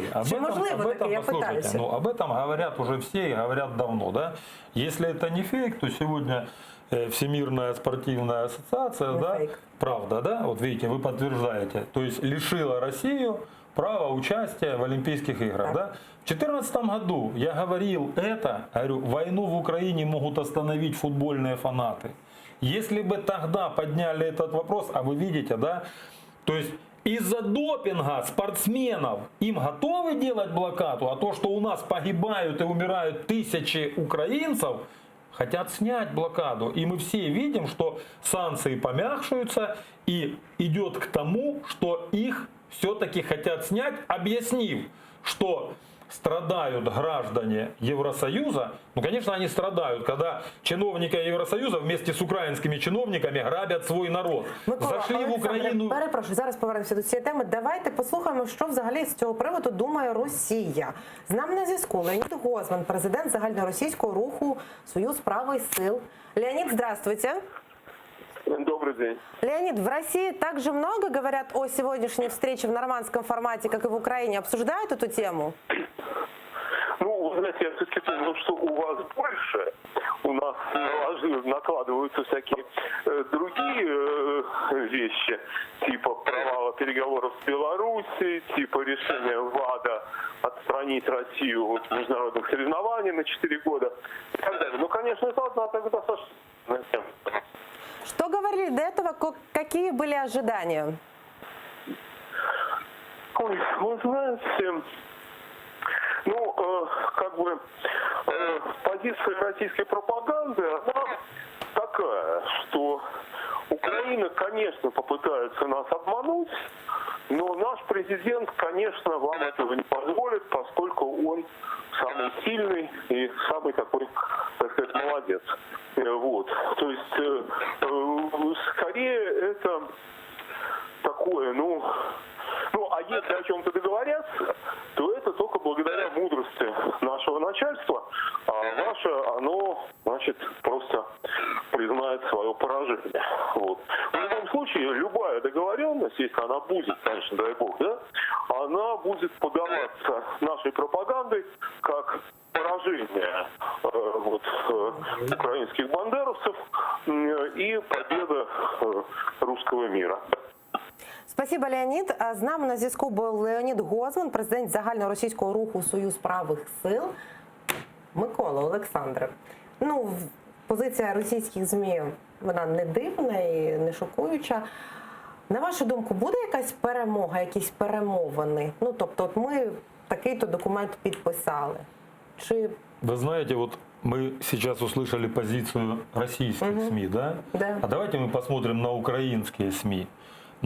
Неужели можно было так нагнетать ситуацию и сделать все, чтобы усугубить переговоры? Я говорю это о всех телевизионных каналах, на жаль. Но мы же не знаем, какая позиция, хотя я думаю, что ее никакой. В Германии уже, наверное, все забыли, что в Украине с Россией война, а во Франции об этом и не знали, да? И вы знаете, вы зря смеетесь. Половина россиян не знают, что у нас... Да, у нас половина россиян не знает, что у нас война идет. Поэтому вот правильно человек сказал, позиция Путина очень простая. Все, что будет хорошо, это достигла Россия. Если будет плохо, виновата Украина. И я сегодня реально надеюсь на выдержку, разум, хитрость, мудрость украинского президента, к которому у меня очень много вопросов, из-за которого я не голосовал. Но я надеюсь, что он достойно выдержит данные переговоры, и мы через час с небольшим будем следить за их ходом. Я думаю, какие-то новости будут. Очень много журналистов украинских находится там. И по окончанию переговоров мы уже поймем, будут ли дальше личные встречи, какой формат дальше будет. Но, к сожалению, я слышу сегодня переговоры в нормандском формате. Послухайте, у нас, знаете, на заборе написано одно, заглядываешь туда, там дрова. Я еще не услышал ни одного правдивого предсказания от администрации президента. Все, что они говорят, все оказывается на вред президенту и на пользу врагу. Поэтому я не знаю, что там заявил Тимошенко в этот раз и откуда у него такая информация. Россия официально не подтвердила еще данную встречу. Так вот, я хочу сказать то, что я желаю реально выдержать это все и чтобы мы не потерпели поражения. Я не знаю, какая может быть победа. Разговаривать о Донбассе без Крыма, я считаю, это преступление. Принципіально договориться і перейти в какой-то другой формат. Дивіться. Ось приїхав Путін до Парижу. Так он еще и на встречу опоздает, как всегда. Власне, ми бачимо це в прямому етері, наживо, так. Борт президента Росії якраз приземлився щойно у Паризькому аеропорті. І зараз він, власне, буде спускатися. Бачимо картинку. Ну, принаймні прилетів. Ви чекаєте, що буде якийсь конструктив після сьогоднішньої зустрічі? Все ж таки. Я вже говорив про історичну перспективу цього питання. В історичному плані все розвивається добре. Україна потрошечки, століття за століттям народжується, стає самостійною державою і так далі. А тепер давайте поговоримо про це в короткій перспективі нашого з вами життя. Бо ми живемо не століттями, а ми живемо десятиліттями, і багато людей хочуть почути про найближчі кілька років про перспективу. Що могло би бути перемогою? Перемогою, звичайно, могло би бути повернення під контроль Донецька і Луганська української держави. На яких умовах? На умовах того, що ми можемо забезпечити людям там безпеку. От сьогодні нас тут троє в студії. Хто з нас трьох може сісти в поїзд і приїхати з Києва до Донецька? Ніхто, тому що поїзда такого немає. А якщо поїзд такий буде і з'явиться, ми зможемо приїхати до Донецька і розуміти, що нас там зустрінуть поліцейські і забезпечать безпеку, а не бойовики, і посадять на підвал. Ну, якщо нас там зустрінуть українські поліцейські, то я розумію. А так, поки ми не відведемо, я буду казати це слово, не відведемо українські війська на українські кордони і не закроємо їх повністю, ні один нормальний українець, ні один учасник АТО, ні один патріот не може поїхати ні до Луганська, на жаль, ні до Донецька, ні до Криму. Маючи на увазі, що він там буде в безпеці. І сьогодні, я вже казав об этом в данной студии, Путин 2 недели назад заявил, что нежелательно возвращение участников АТО на Донбасс. Они еще не решили ничего о Донбассе, а он уже указывает участникам АТО с Донбасса. Путин уже ставит умовы. Да, поэтому я могу сказать одно, извините, що я вас перебив. Перемога – це тільки на українських умовах. Дивіться, бачите, прилетів, посміхається. Хоча він, мабуть, і усміхається.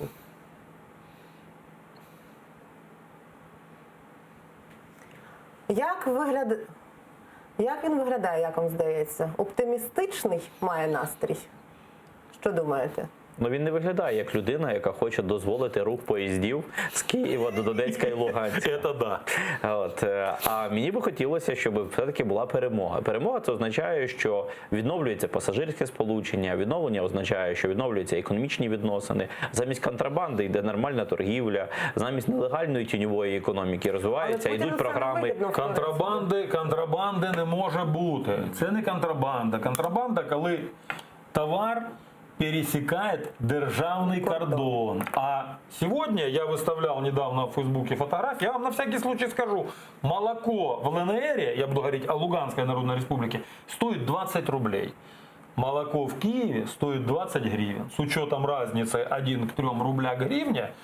И все прилавки завалены українськими товарами. Про товари ми поговорили, тепер давайте поговоримо про видовища. Представниці жіночого руху «Фемен» намагалися прорватися до Єлисейського палацу в Парижі, де очікується зустріч нормандської четвірки. Ну, давайте дивитися, як це було.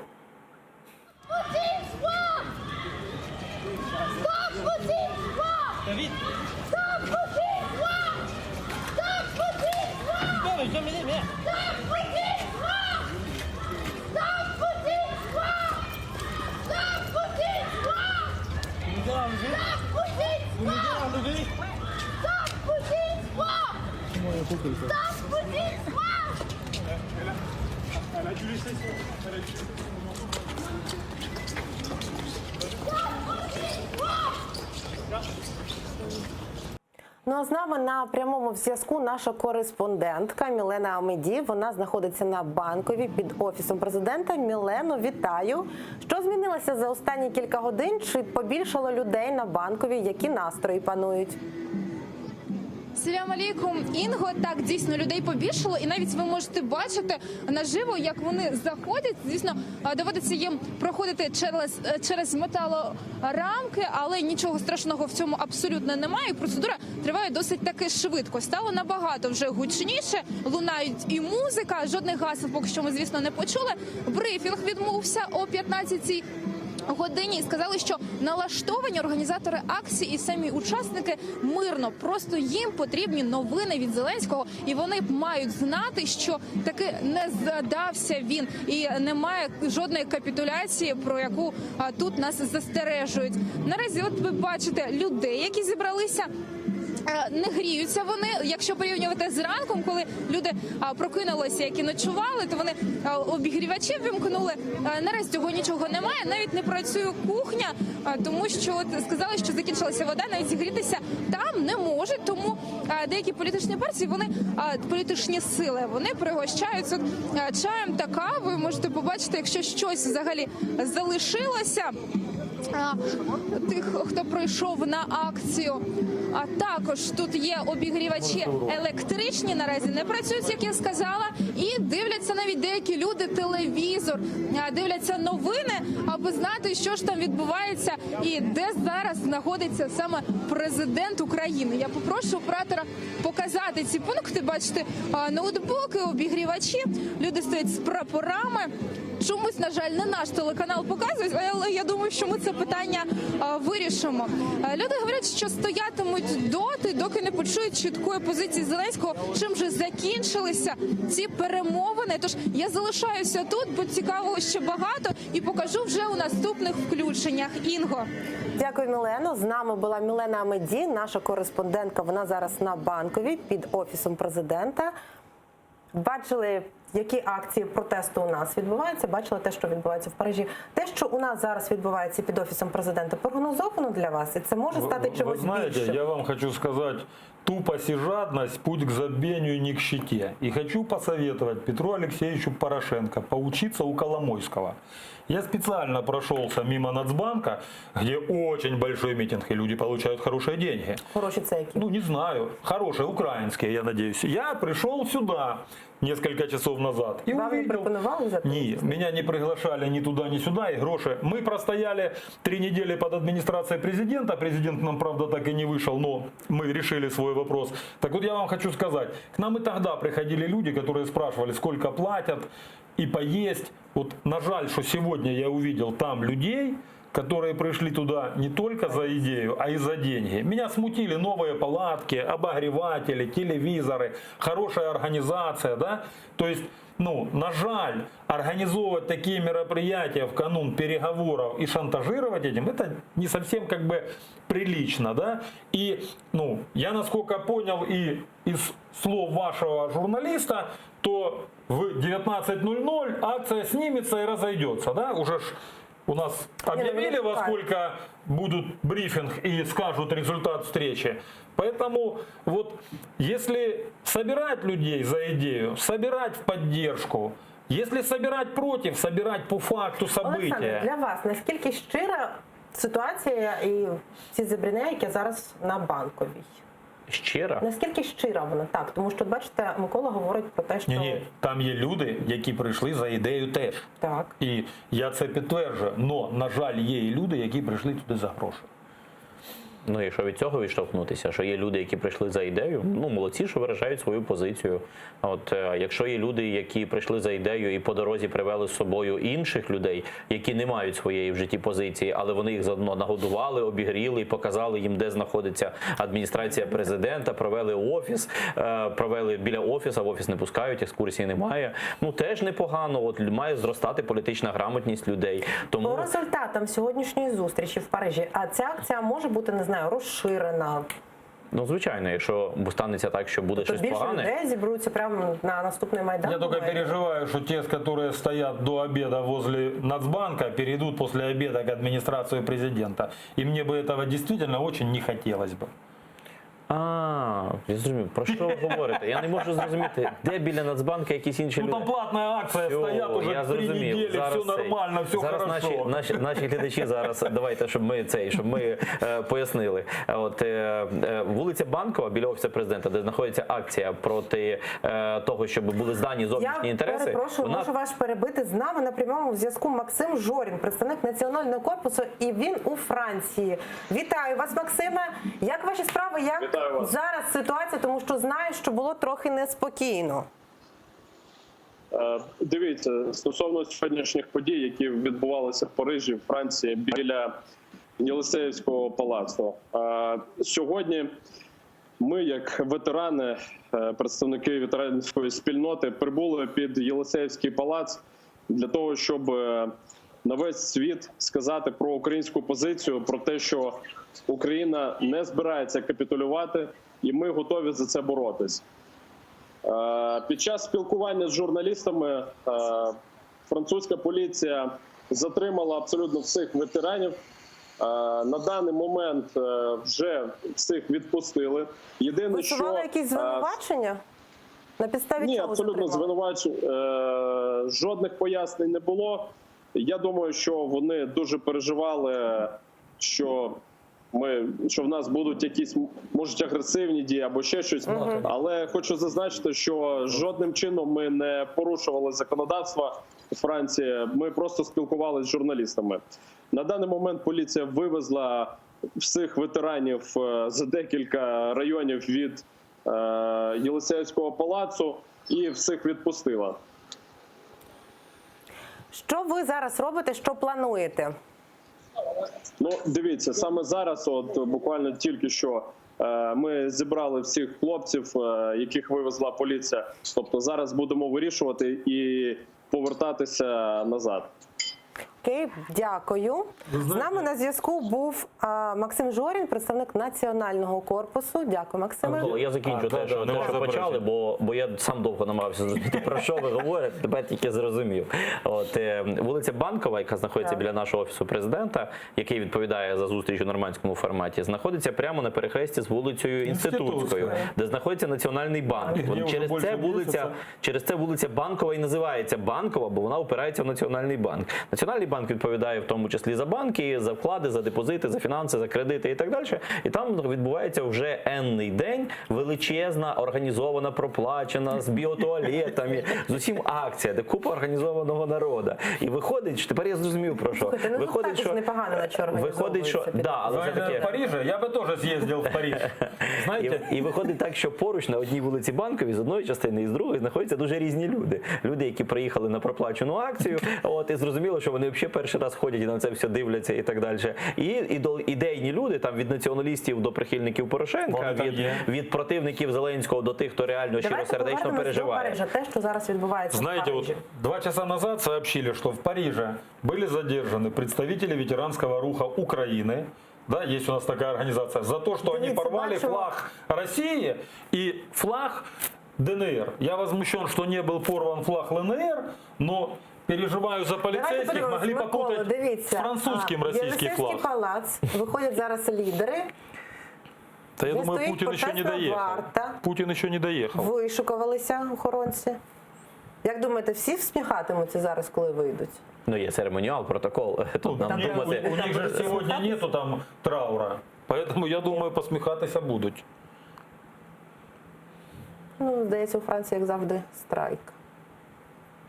Але трауру немає. Окей, поки чекаємо на появу лідерів Нормандської четвірки. Загалом, ви говорили про те, що так багато на цю тему вже говорили, і така настільки вона роздута, якщо так можна сказати. У вас взагалі немає ніяких очікувань, в принципі, від цієї зустрічі? Чому ж тоді так багато про неї дійсно говорять? Ви знаєте, кожна людина хоче, щоб було добре. І я, як громадянин України, хочу, щоб Україні було добре. І сьогодні представляє Україну президент України. І неважливо, скільки за нього проголосувало громадян України. Він є перша посадова особа. І давайте ми будемо поважати це событие, да, щоб дождаться. Це дійсно історична подія. Да, 3 чтобы роки мы не дождаться. зустрічалися. Не, ну, то, что 3 роки это амбиции чьи-то не позволяли. Вот, знаете, когда у нас там рассказывают, я не прихильник Порошенко, не порохобот, но я вам скажу, да, его международная политика была победная, а все, что творилось в Украине, я считаю, это преступление. Я считаю, вообще вся Верховная Рада, все правительство и президент военные злочинцы. Как прежние, так и нынешние. Потому что они до сих пор не урегулировали ситуацию. Поэтому давайте дождемся. Вот дождемся, как это будет. Но, к сожалению, время ограничено. Есть протокол, как сказал коллега. Есть переводчики. Ну, не владеет у нас президент всеми мовами, на яких потрібно буде розмовляти там. И я думаю, что свободно ему получится поговорить, если будет такая возможность, только с Путиным. Ви теж так думаєте? Но они будут говорить на одном языке. Ну, свободно. Я думала, що після вони будуть розмовляти так. Я думаю, що навіть коли люди розмовляють на одній мові, політичній мові, це ще не означає, що вони швидко домовляться. Да? От, наприклад, нещодавно була зустріч Путіна і Лукашенка. Здавалось би, двоє людей, які конкурують за звання останнього диктатора в Європі. Лукашенко стверджував, що він останній диктатор в Європі, але Путін останнім часом його перещеголяв за останні роки і намагається цього диктатора Європи з'їсти. І от зустрілися в Сочі 2 диктатора. І що? І не домовилися. Хоча двоє розмовляють дуже добре на одній мові. розмовляють на одній добрій мові. На мові КГБ, на мові політичних репресій, на мові інтриг, там, ну, на мові недемократичній, тобто як царі своїх країн. Тобто, що ми бачимо? Ми бачимо, що навіть коли люди мають одну мову, а зараз зустрінуться люди, які розмовляють на дуже різних мовах. Є Зеленський, якого своя історія становлення і своя ситуація в Україні. Є Путін, у якого зовсім інша ситуація, якому не зрозуміло, думаю, як це так, що якісь люди ходять під офісом президента, щось там требують від президента. У Путіна взагалі на любій площі просто так ходити нельзя, з любим гаслом. Це може бути там за медиків чи там за образовательну реформу. А за політичні вопроси, внешньополітичні вопроси, в центрі міста, біля офісу адміністрації Путіна, якби Путіну про це розказали, він би подумав, що... Давайте повернемося до теми, яку сьогодні можливо обговорюватимуть тет-а-тет. Віч-навіч наші президенти. Заступник керівника Офісу президента Кирило Тимошенко зазначив, що на зустрічі будуть піднімати і питання газу. Давайте послухаємо. Щодо делегації, знаю, що є питання щодо газу і так далі. У складі делегації є пан Оржель та пан Вітренко. При потребі вони будуть приймати участь у обговоренні питань газу і інших питань, які стосуються них. Слухайте, ну ми також знаємо, що до Парижу також приїхав і міністр енергетики Росії, і пан Міллер також приїхав. Точно будуть домовляти? Я думаю, вони вже давно спілкуються між собою і не чекають зустрічі президентів. Але ви ж бачили, що Тимошенко нічого не сказав, що будуть обговорювати Крим. І це дуже важливо. То, що по газу ведуться переговори постійно, об этом, вы знаете, я вот смеюсь, но когда Гончарук говорит, я встретился с бизнесменами и даже встретился с Живаго. Живаго 2 месяца в розыске, где он с ним встречался. Давайте спросим у премьер-министра. Вот оно, окружение, иногда такое заявляет. Поэтому ни для кого в Украине не секрет, что для Европы и для России самое важное в этом переговорном процессе это Северный поток, это транзит газа через Украину и в целом ситуация с газом. Им не нравится только одно – зима теплая. То есть все затянулось. Если бы зима была похолоднее, все бы было побыстрее. Да, уже были в барабаны. Поэтому ни для кого это не секрет. И вот сможет ли президент Украины отстоять интересы Украины, а не газотранспортной трубы, хотя она тоже важна. Это есть безопасность страны. Це труба. А дайте питання Криму так і не буде підніматися? Ну, ви ж бачите, ніхто нічого не сказав. Я впевнений, що Зеленський повинен піднімати питання Криму, як і будь-який зовнішньополітичний візит, незалежно від того, якого це рівня, яка це делегація, до найрядовішого народного депутата чи якогось навіть суспільного громадського діяча, будь-яка людина, яка виражає поняття інтереси українського суспільства, на будь-якій зовнішній зустрічі чи на прийнятті будь-якої людини в Україні. Але чи буде це робити президент Зеленський? Якщо нема в порядку денному цього питання, Я впевнений, що буде піднімати це питання. Якщо нема цього окремого питання, він просто має вплести це в розмову. Тобто у нього виходу немає. На всіх таких площадках, на всіх зустрічах, коли окремого питання Криму немає, все одно наш лідер повинен бути готовий до того, що, і хто би цей лідер не був, на даний момент, чи президент, чи, я казав, студент приїхав на якусь конференцію, завжди має це питання вплести в розмову. На початку, всередині і в кінці Але зустрічі. ж за нас, тому що російська сторона, вона одразу говорила, що типа ні-ні-ні, ми Це про не заважає хочемо президент, говорити. це не заважає президенту це говорити. Хай буде скандал, але він має це буде чи не говорити. буде скандалу. Є суверенна держава Україна, є наші території, окуповані, анексовані Крим, Луганська, Донецька область. І як президент країни представляє інтереси на зовнішньому рівні, буде розмовляти про Луганськ без Донецька, або навпаки, наоборот, і не розмовляти про Крим. Ну це дурня. Тому, незважаючи на те, що може складатися враження про те, що як же ж тоді домовлятися про щось, якщо ти згадуєш про те, що болюче для Путіна, да? Тобто натяк про те, що про Крим бажано не говорити, по тій причині, що можемо якось рознервувати там царя Путіна чи ще якось. Це ж абсурд. Тобто, з точки зору орієнтуватися на їхні емоції, чи орієнтуватися на їхній настрій і так далі, це безглуздо. Завжди треба орієнтуватися на свої первинні інтереси і на стратегічні інтереси. В стратегічних інтересах Україні це потрібно повернути Крим, в тактичних інтересах і в тактичних переговорах це неможливо. Тому як повинні діяти в такій ситуації завжди дипломати, керівники держави, політики і так далі. В діалозі, в риториці підіймати це питання, але в порядок денний зустрічі конкретної його не включати. Так, щоб їх не звинуватили в тому, що вони здали Крим, забули, обміняли і так далі. Вони мають це в політичній частині сказати, в підсумковій теж сказати. Про те, що, на жаль, там не було Крим предметом нашої розмови, поки домовлялися про те, про що домовлялися. Наполягати, переходити в інший формат по Криму і Донбасу. І пора переходить... Что значит в інший формат? Ну, ці питання треба розглядати не розривно. Нам нужны нормальные переговоры. И переговоры нужны не с Меркель и Макроном. Конечно, не такие. Нужны прямые, долгие переговоры двух президентов Украины с представниками Украины с этой стороны. И, к сожалению, нам Европа может помогать только давлением. И никаких других интересов у президента, как интересов Украины, и никаких форматов и условий, как украинских условий, на условиях Украины, национальной безопасности, интересов народа и суверенного государства, другого нет выхода у президента. Все, если этого не прозвучит на нормандской встрече, я вам скажу, вот тогда действительно может собраться Майдан. И тогда под адміністрацію президента перейдуть не тільки люди з Банкової, а можуть з'їхатися зі всієї України. Давайте подивимося в наше полівікно. З секунди на секунду вже очікується прибуття президента України Володимира Зеленського. Бачимо, вже стоїть лідер Франції.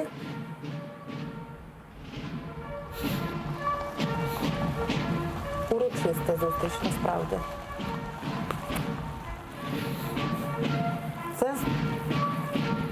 Це, здається, приїхала Ангела Меркель, канцлер Німеччини. Бабушка. Ну, бабушка, але все одно вона поки що лідер в Європі. Ні, я вже думаю, Макрон уже перетягує на себе одеяло, поэтому... Щоб вона там сознание не потеряла.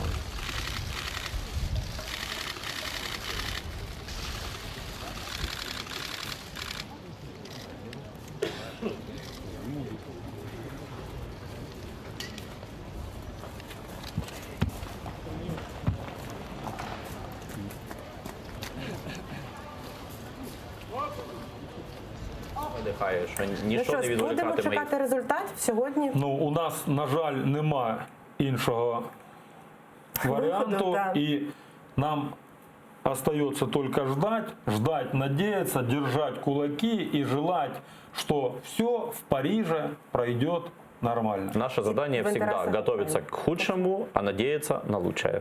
Нагадаю, з нами були Олександр Солонтай, експерт з політики, та Микола Греков, мер окупованого Олександрівська. Далі ЕТР продовжить випуск «Заман українською». Нагадаю, найцікавіші фрагменти з ефіру ви можете переглядати в нашому ютуб-каналі АТР. Я повернуся до студії за 20 хвилин. Залишайтеся з АТР і дякую, що довіряєте.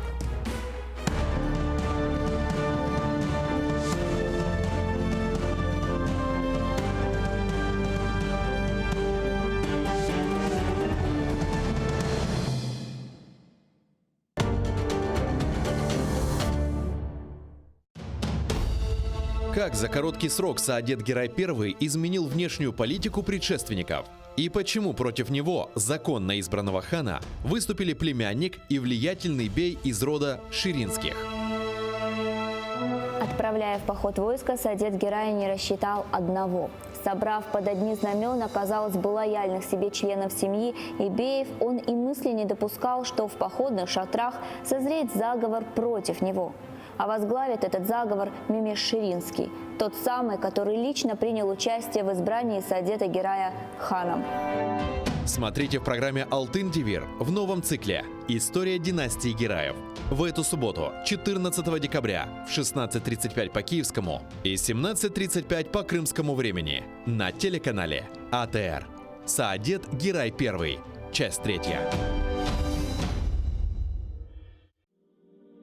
Пророк Мухаммед, да благословит его Аллах и приветствует, сказал: «Каждая умра после предыдущей служит искуплением совершенных между ними грехов.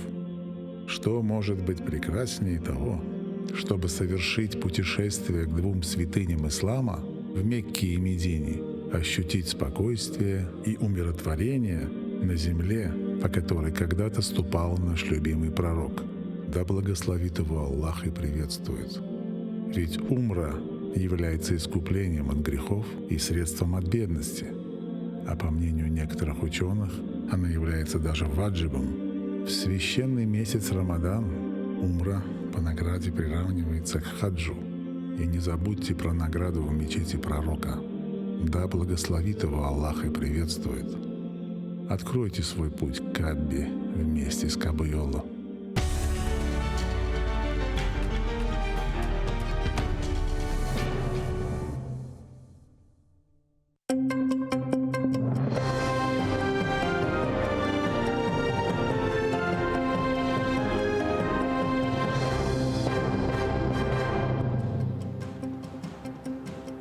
Понеділок, 9 грудня, 2118-й день окупації Криму Росією.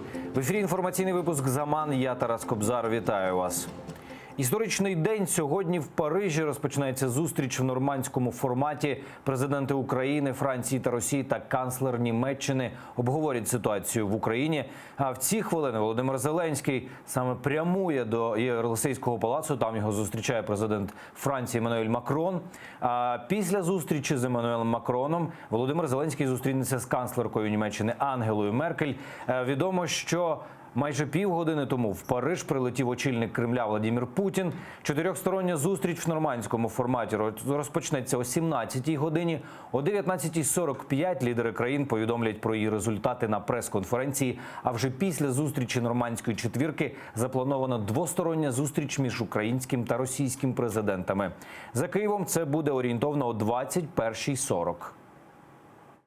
Після зустрічі у нормандському форматі чотирьох лідерів президент України Володимир Зеленський проведе двосторонню зустріч з президентом Російської Федерації Володимиром Путіним.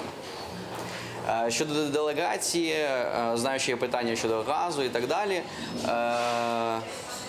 У складі делегації є пан Оржель та пан Вітренко. При потребі вони будуть приймати участь у обговоренні питань газу і інших питань, які стосуються них. Запахло газом. Так прокоментував ситуацію навколо зустрічі в нормандському форматі депутат від фракції «Європейська солідарність» Олексій Гончаренко, який перебуває в Парижі. Він зазначив, що з огляду на прибуття міністра енергетики України Олексія Оржеля та виконавчого директора «Нафтогазу» Юрія Вітренка, газове питання буде прив'язуватися до політичних. Утім, наголошує, Україна не повинна відступати від своїх принципів і не йти на пряме постачання блакитного палива з РФ. Україна має відстоювати наш виграш у «Газпрома» на $3 мільярди і не відступати від нього. І Україна має отримати транзитний договір, що довший, то кращий. Ну, мінімум, я вважаю, на 3 роки – це те, що завдання, яке має стояти. А по суті, ми розуміємо, що Росія хоче знову підсадити Україну на газову голку, на прямі так звані постачання від «Газпрому». Біля Офісу президента в Києві триває акція «Висадка на Банковій». Напередодні ввечері тут зібралося близько 2000 людей. Мітингувальники заявили, що залишатимуться на місці до закінчення зустрічі в нормандському форматі. А якщо її результати не будуть задовільними, акція стане безстроковою. А під Єлисейським палацом чекають на результати зустрічі з десяток українських ветеранів. Тут розгорнули українські прапори. До Парижу вони прилетіли самі. Кажуть, щоб не допустити здачі національних інтересів. Вимагають від Зеленського відстоювати саме українську позицію за столом переговорів. Слава Україні! Героям слава! Слава нації! Смерть ворогам! Україна! Понад усе! Україна! Понад усе! Україна! Понад усе! Відведення російських військ з Донбасу та обговорення питання Криму – це ті результати, які продемонструють, нормандська зустріч була успішна. Ймовірність такого результату існує і залежить від принципової позиції Німеччини і Франції. Що привезе з Парижа український президент? Чи наважиться, як і обіцяв раніше, підняти там питання Криму? І що означатиме замовчування під час нормандської зустрічі анексії півострова? Дивіться в нашому сюжеті. З наближенням нормандської зустрічі заяви від України та Росії все більше нагадували гру в покер. В Україні озвучували бажання чітких дат виведення російських військ, встановлення контролю над кордоном, звільнення бранців. Навіть пригрозили планом Б із стіною на Донбасі. Натомість Кремль демонстрував небажання зустрічі та виставляв нові умови. Не буде ні перемоги, ні зради. Коли будуть оголошені, причому гучно оголошені певні домовленості про те, що от ми йдемо на черговий обмін військовими, що ми там будемо гарантувати припинення війни, там ще щось, обстрілів, там ще щось. Мені здається, що для України, до речі, цей варіант не менш небезпечний, аніж зрада. Чому? Тому що процес вчергове буде затягуватися. За 3 дні до перемовин у Парижі з Кремля чітко пролунало: Москва не очікує угоди з зобов'язаннями. А щодо питання Криму, там заявили, буцімто зустріч 4 стосується виключно мінського процесу. Позиція, що нормандський формат, як і мінський процес, офіційно не передбачають питання Криму, Путіну дуже вигідна. Тому і погодився на зустріч, впевнені експерти. За російським задумом, перемовини із лідерами інших країн, де не буде обговорення Криму, стануть одним із кроків із визнання півострова російським. В будущем Путин обязательно заявит, что представитель Украины присутствовал и там, и вопрос Крыма не ставил, значит, вопрос Крыма не стоит в повестке дня. Если на нормандской встрече вопроса Крыма не будет, то я считаю, что Зеленский не должен участвовать во встрече этого формата. Непідняття в Парижі питання Криму стане не лише мовчазною згодою з анексією 2014 року, а й принесе Україні не менш важкі наслідки. Зокрема, агресію Росії проти України Москва зможе переформатувати у внутрішній український конфлікт. Це неминуче спричинить наступні наслідки. Перше – переведення Росії з категорії агресора у категорію посередник і гарант нових домовленостей. І друге – усунення правової і фінансової відповідальності Російської Федерації за розв'язану війну, заподіяні жертви і збитки, перенесення цієї відповідальності на Україну. Запобігти такому сценарію Зеленський може, якщо підніме питання Криму. І не наодинці з очільником Кремля, а обов'язково в присутності канцлера Меркель і президента Макрона. І президент України має наполягати на фіксації результатів перемовин. Ми маємо справу з лжецом, с коварным врагом, поэтому очень важно, чтобы здесь было присутствие западных стран тоже. При принятии какого-то итогового документа по встрече, там обязательно необходимо употребить фразу, что решением проблемы взаимоотношений между Россией и Украиной должно быть полное восстановление территориальной целостности Украины в международно признанных ее границах. В каком-то контексте сослаться на резолюцию ООН от 27 марта 2014 года, где говорится, осуждается агрессия. Дуже важливо, щоб меседжі з боку президента України були такими, щоб жодні інформаційні провокації Росії вони не досягли своєї мети. Меджліс кримськотатарського народу напередодні саміту в Парижі вже закликав президента України порушити питання повернення Криму. Якщо ж Путін відмовиться говорити, заявити західним партнерам про необхідність зустрічі в іншому форматі. Бажано із країнами-підписантами Будапештського меморандуму. Основоположним принципом міжнародного права є пакта сун серванда, тобто договори повинні виконуватися. Оскільки в меморандумі немає ні Криму, ні Донбасу, але є Україна, тобто вся територія України, з включенням, безумовно, і Донбасу, і Криму. Будапештський меморандум уклали в 94-му. США, Росія та Великобританія в обмін на відмову від ядерної зброї надали Україні гарантії суверенітету. Вікторія Бойка, Заман, АТР. Обмін полоненими всіх на всіх. Він може відбутись ще до кінця поточного року. В Кремлі називають дату 25 грудня. Так припускає голова Центру політичної кон'юнктури Олексій Чесноков. В Росії його називають прибічником та активним учасником команди Владислава Суркова, правої руки Путіна, який курує питання Донбасу. Наскільки це можливо і яка інформація шириться московськими владними коридорами, ми запитали в нашого спецкора Олександра Подрабінника. То, что высказал Алексей Чесноков, конечно, это не есть официальная точка зрения Кремля. И я даже думаю, что это не есть вообще выражение мнения, которое Кремль собирается озвучить или уже озвучил на встрече в Париже. Это некоторая такая удочка, закинутая удочка с наживкой для того, чтобы Украина, общественность украинская, украинская делегация на встрече в Париже, сам президент Зеленский имели в виду, что такая ситуация в принципе возможна, и ради этого следует идти на какие-то компромиссы.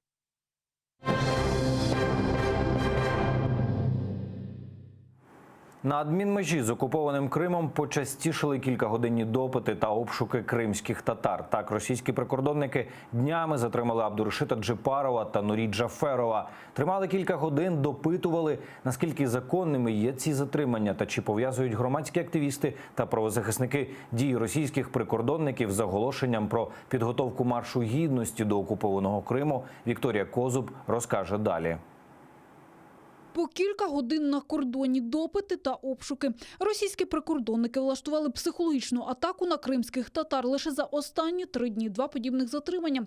Абдурашита Джипарова тримали на адмінкордоні, допитували, примушували роздягнутися. Після обшуку відпустили. Правники затримання називають безпідставним. Постоянно сталкиваемся, я, например, и мой коллега Эдем Семедляев, вот Абдурашит Джипаров, постоянно сталкиваемся с ограничениями при выезде на материковую Украину. Это вот связано с той работой, которую мы проводим внутри Крыма, которую проводим на международных площадках. Это абсолютно незаконно. Это системные нарушения, ничем не подтвержденные на бумаге, никак они это не фиксируют протокольно. Вот, и поэтому очень сложно эти действия обжаловать. Одна из целей, конечно же, постоянно показывать и оказывать такое давление, контролировать твой телефон, смотреть, з ким ти зв'язуєшся. Майже 4 години протримали на пункті пропуску Чаплинка ще одного кримського татарина Нурі Джаферова. Затримала його минулої п'ятниці. Спочатку питали про наявність контактів у телефоні, потім чи не воював у Сирії. На дії окупаційних прикордонників Джаферов написав заяву до поліції. Під час самого допиту йому стало зле, тому на допомогу викликали медиків. Померили давление, сказали срочно в машину. У меня как судороги начали на нервной почве или что там со мной, я не знаю, у меня начались как судороги. Они поставили какие-то там, не знаю, аппараты на меня.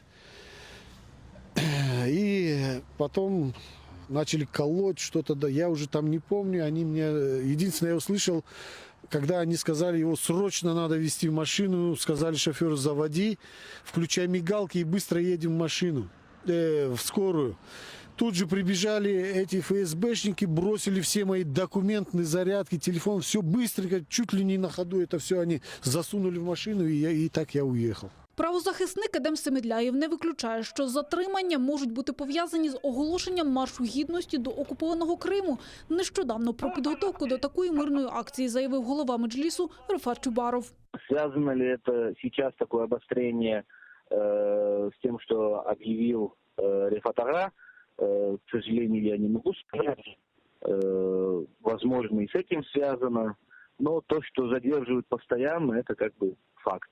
Мы расцениваем как давление именно на тех, кто не согласен с тем положением, в котором очутился Крым, кто борется за права человека в Криму. Кількагодинні затримання на адмінкордоні є психологічним тиском не тільки на кримських татар, а й всіх жителів Криму. Певен перший заступник голови Меджлісу Наріман Джилял пояснює, таким чином росіяни, які окупували Крим, хочуть втримати людей, аби ті масово не виїздили із анексованого півострова. Люди даже, которым подобных претензий как бы не может быть, они не занимаются общественной деятельностью, но они слышат, как это происходит там с Абдуришитом Джипаровым, с Нариманом Джиляловым и другие, и они думают, ой, лучше мы где-нибудь тут в Крыму как-нибудь перезимуем там и не будем пока никуда ехать. То есть это и такой способ повлиять на тех, кто хоче виїхати в Україну. Наріман Джилялов додає, із такими діями росіян на кордоні громадські активісти та правозахисники стикаються щоразу, перетинаючи адмінмежу. І триває це безчинство чи не від початку анексії півострова. Вікторія Козуб, Заман, АТР. І буквально тільки ми бачимо, що до Єлисейського палацу прибув президент Росії Владимир Путін. Його зустрів президент Франції Еммануель Макрон. Нагадаю, що зустріч в чотиристоронньому форматі відбудеться рівно о 17-й за Києвом. А зараз з Еммануелем Макроном зустрінеться президент України Володимир Зеленський. Потім в нього запланована зустріч з Ангелою Меркель.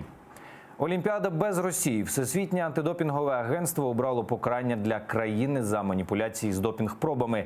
І тепер під російським прапором спортсмени не зможуть виступати на міжнародних змаганнях найближчі 4 роки. Росія пропустить всі чемпіонати світу за цей час та щонайменше 2 олімпіади – літню та зимову. Таке рішення комітету ВАДА схвалили одноголосно. Також Москва не зможе подавати заявки на проведення змагань топ-рівня і, відповідно, приймати їх. Російські ж спортсмени, котрі не порушували антидопінгового законодавства, брати участь в міжнародних змаганнях зможуть, але виключно під білим прапором, не представляючи жодну з країн.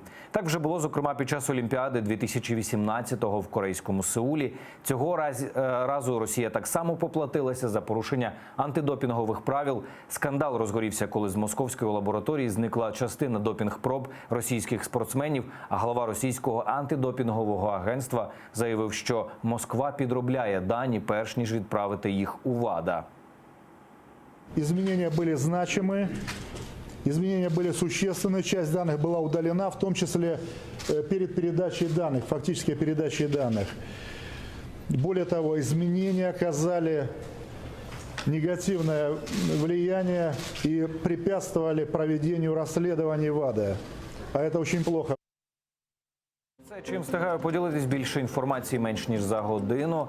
А кримсько-татарською розповість Шевкет Наматулаєв. Завжди актуальні новини ви знайдете на сайті ATR.ua. Ми дякуємо вам за довіру і обов'язково побачимось.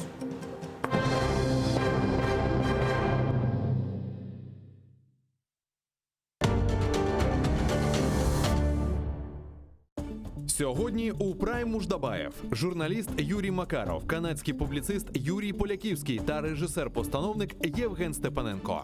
Підсумки зустрічі у нормандському форматі. Червоні лінії для Зеленського. Відносини між Україною та Сполученими Штатами Америки. Говоримо про це сьогодні о 20-й за Києвом та 21-й за Кримом на телеканалі АТР.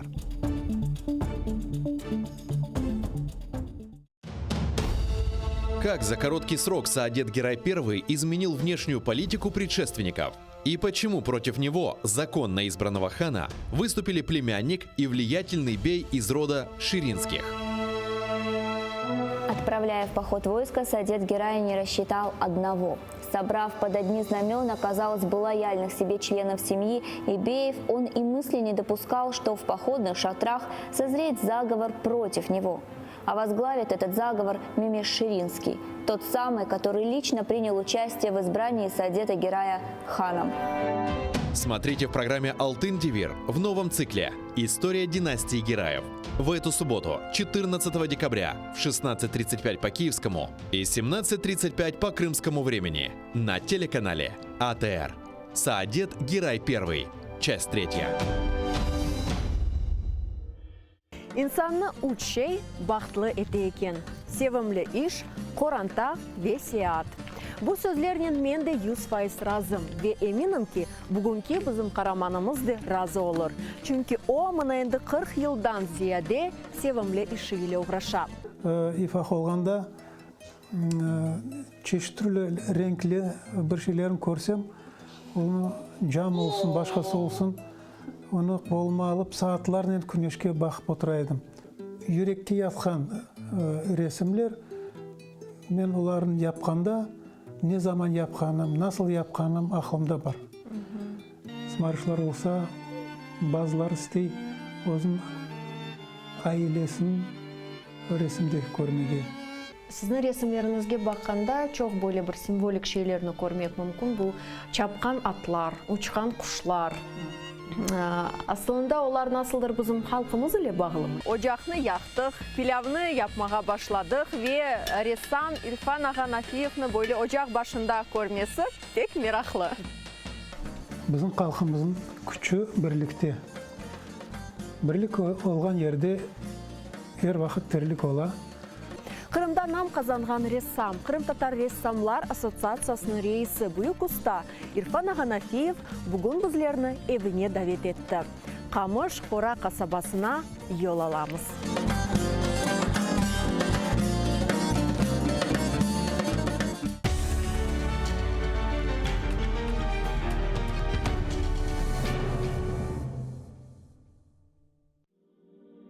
Пророк Мухаммед, да благословит его Аллах и приветствует, сказал: «Каждая умра после предыдущей служит искуплением совершенных между ними грехов. Что может быть прекраснее того, чтобы совершить путешествие к двум святыням ислама в Мекке и Медине, ощутить спокойствие и умиротворение на земле, по которой когда-то ступал наш любимый пророк. Да благословит его Аллах и приветствует. Ведь умра является искуплением от грехов и средством от бедности.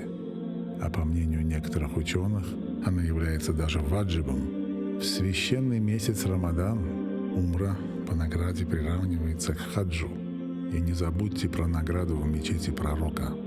Да благословит его Аллах и приветствует. Откройте свой путь к Каббе вместе с Кабайоло.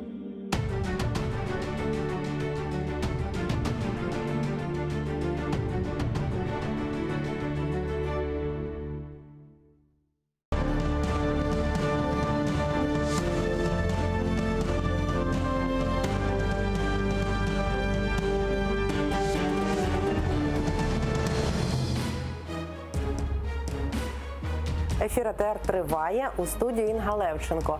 Найближчу годину разом із вами у компанії наших гостей будемо говорити про всі найгарячіші події. Залишайтеся з АТР, нам є про що розповісти. Україна, Німеччина, Франція, Росія, Зеленський, Меркель, Макрон, Путін. Сьогодні нормандська зустріч. Капітуляція чи перемога?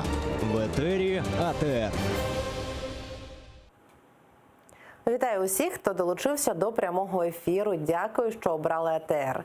Інга Левченко разом із вами задля обговорення найактуальніших тем. І я вітаю в нашій студії політика Ігоря Шевченка та депутата 8-го скликання Віктора Кривенка. Вітаю вас, панове експерти. Доброго. Президент Зеленський зустрінеться з Владимиром Путіним віч-навіч. Це підтвердив заступник керівника Офісу президента Кирило Тимошенко. Давайте послухаємо. Після зустрічі у нормандському форматі 4 лідерів президент України Володимир Зеленський проведе двосторонню зустріч з президентом Російської Федерації Володимиром Путіним. Володимир Зеленський в етері телеканалу «Україна» розповів, чого чекає від зустрічі з Путіним. Давайте послухаємо. Я така людина дуже сенситив. Ми говорили з президентом Російської Федерації, коли повернули моряків, і ми говорили з ним по телефону. Але це телефонна розмова. Я хочу побачити людину, і я хочу привести з Нормандії розуміння і відчуття, що дійсно всі хочуть поступово закінчити цю трагічну війну. Я це зможу точно зрозуміти за столом. Ігорю, Вікторе, зустріч вже почалася. Як ви думаєте, привезе президент Зеленський чітке розуміння, чіткі, не знаю, він говорив сроки, коли буде, не знаю, закінчена війна на Донбасі, коли звідти заберуться? Ну, я маю дуже великі сумніви, тому що я думаю, що ця зустріч вона може привести або, скажімо так, до здачі наших інтересів, тобто до капітуляції, або нічого. Тобто або зрага, або перемога. Ні, перемоги тут не буде. Для України я не бачу можливості для перемоги в цій ситуації. Тому що у Путіна конкретна ціль. Путін хоче створити проблему на багато-багато років для України. Таким чином він хоче нам, знаєте, такого троянського коня в Україну дати для того, щоб потім через цього троянського коня створювати проблеми і економічні, тому що ми повісимо всі ці проблеми цієї території на шию нашого бюджету, наших податків. Замість того, щоб витрачати ці гроші в Україні, наприклад, на ремонт доріг, будівлю, там, підвищення пенсій і так далі, ми повинні будемо ці гроші перенаправити на відновлення Донбасу. З другого боку, ми маємо населення, яке там зараз проживає. Це люди, які люто ненавидять Україну і все українське. З одного боку, через зомбування, з другого боку, вони вважають, що саме Україна почала цю війну і стала причиною війни, що втрати і людські, і їхні домівки. Давайте все-таки будемо повертатися. Тому я вважаю, що Путін просто так не дозволить повернути ці території не на його умовах. Або він буде полягати на своїх умовах, які неприйнятні для України, або просто це буде така протокольна зустріч, на якій вони поговорять, може потиснуть руки, сфотографуються і повернуться ні з чим, так як поїхав, наприклад, Лукашенко, навіть не дав ніякої прес-конференції, нічого. Оце мій такий прогноз. Як думаєте, чим закінчиться зустріч? Дивіться, Народний Рух України – єдина партія, яка публічно не підтримувала діючого президента перед другим туром виборів. Тому що він говорив про якісь референдуми, слава Богу, що він це не дотримався, і що це була просто технологія передвиборча, бо це порвало б Україну на друзки. Говорив про те, що вже прекратіть стріляти, українські воїни відстрілюються, не стріляють. Бо він це ж саме буде озвучувати у Франції? Я думаю, що ні. Але я йому бажаю успіхів. Тобто, і хоч вчора ми виходили на Майдан, і я проти тих провокацій, які відбуваються на Майдані, частково це робиться антиукраїнськими силами, які роблять картинку для... Давайте ми пізніше про це поговоримо, обов'язково у нас там буде пряме включення. А те, що сьогодні буде у Франції, у Парижі, власне, я намагаюся до цього довести. Якщо будете менше, хорошо, ви журналістка, кажіть, як треба. Тому ситуація дуже проста. Більше всього, що нічого домовлено не буде, тому що Путін ні на що не погодиться. І ми зібрали свою політраду і прийняли ухвалу, де ми рекомендуємо президенту, до нього звертаємося, щоб він на публічному рівні, міжнародному, звернувся до Путіна, можливо, це буде на їхньому брифінгу після зустрічі, що давайте введемо миротворців. От постійно говорять, що хтось хоче миру. У нас це якась там п'ята колона ОПЗЖ, це «За життя», цей блок Рабіновича, говорять, що вони хочуть миру. Там людям брешуть, що вони хочуть миру. Ні, вони хочуть війни. От Україна хоче миру. Ми кажемо, давайте ведемо миротворців на всю територію окуповану, яка зараз є. І це припиняє війну. І хай весь світ побачить, хто насправді окупант. Тим паче це відбувається на тлі 25-ї річниці Будапештського меморандуму, коли нас світ зрадив. І треба про це говорити їм в очі, що зараз це почують сотні мільйонів людей. І говорити про те, що 100 років тому так само зрадили. Коли Антанта не вела війська, тільки в Одесі висадилися і віддали, коли німці відходили, віддали нас червонопузим.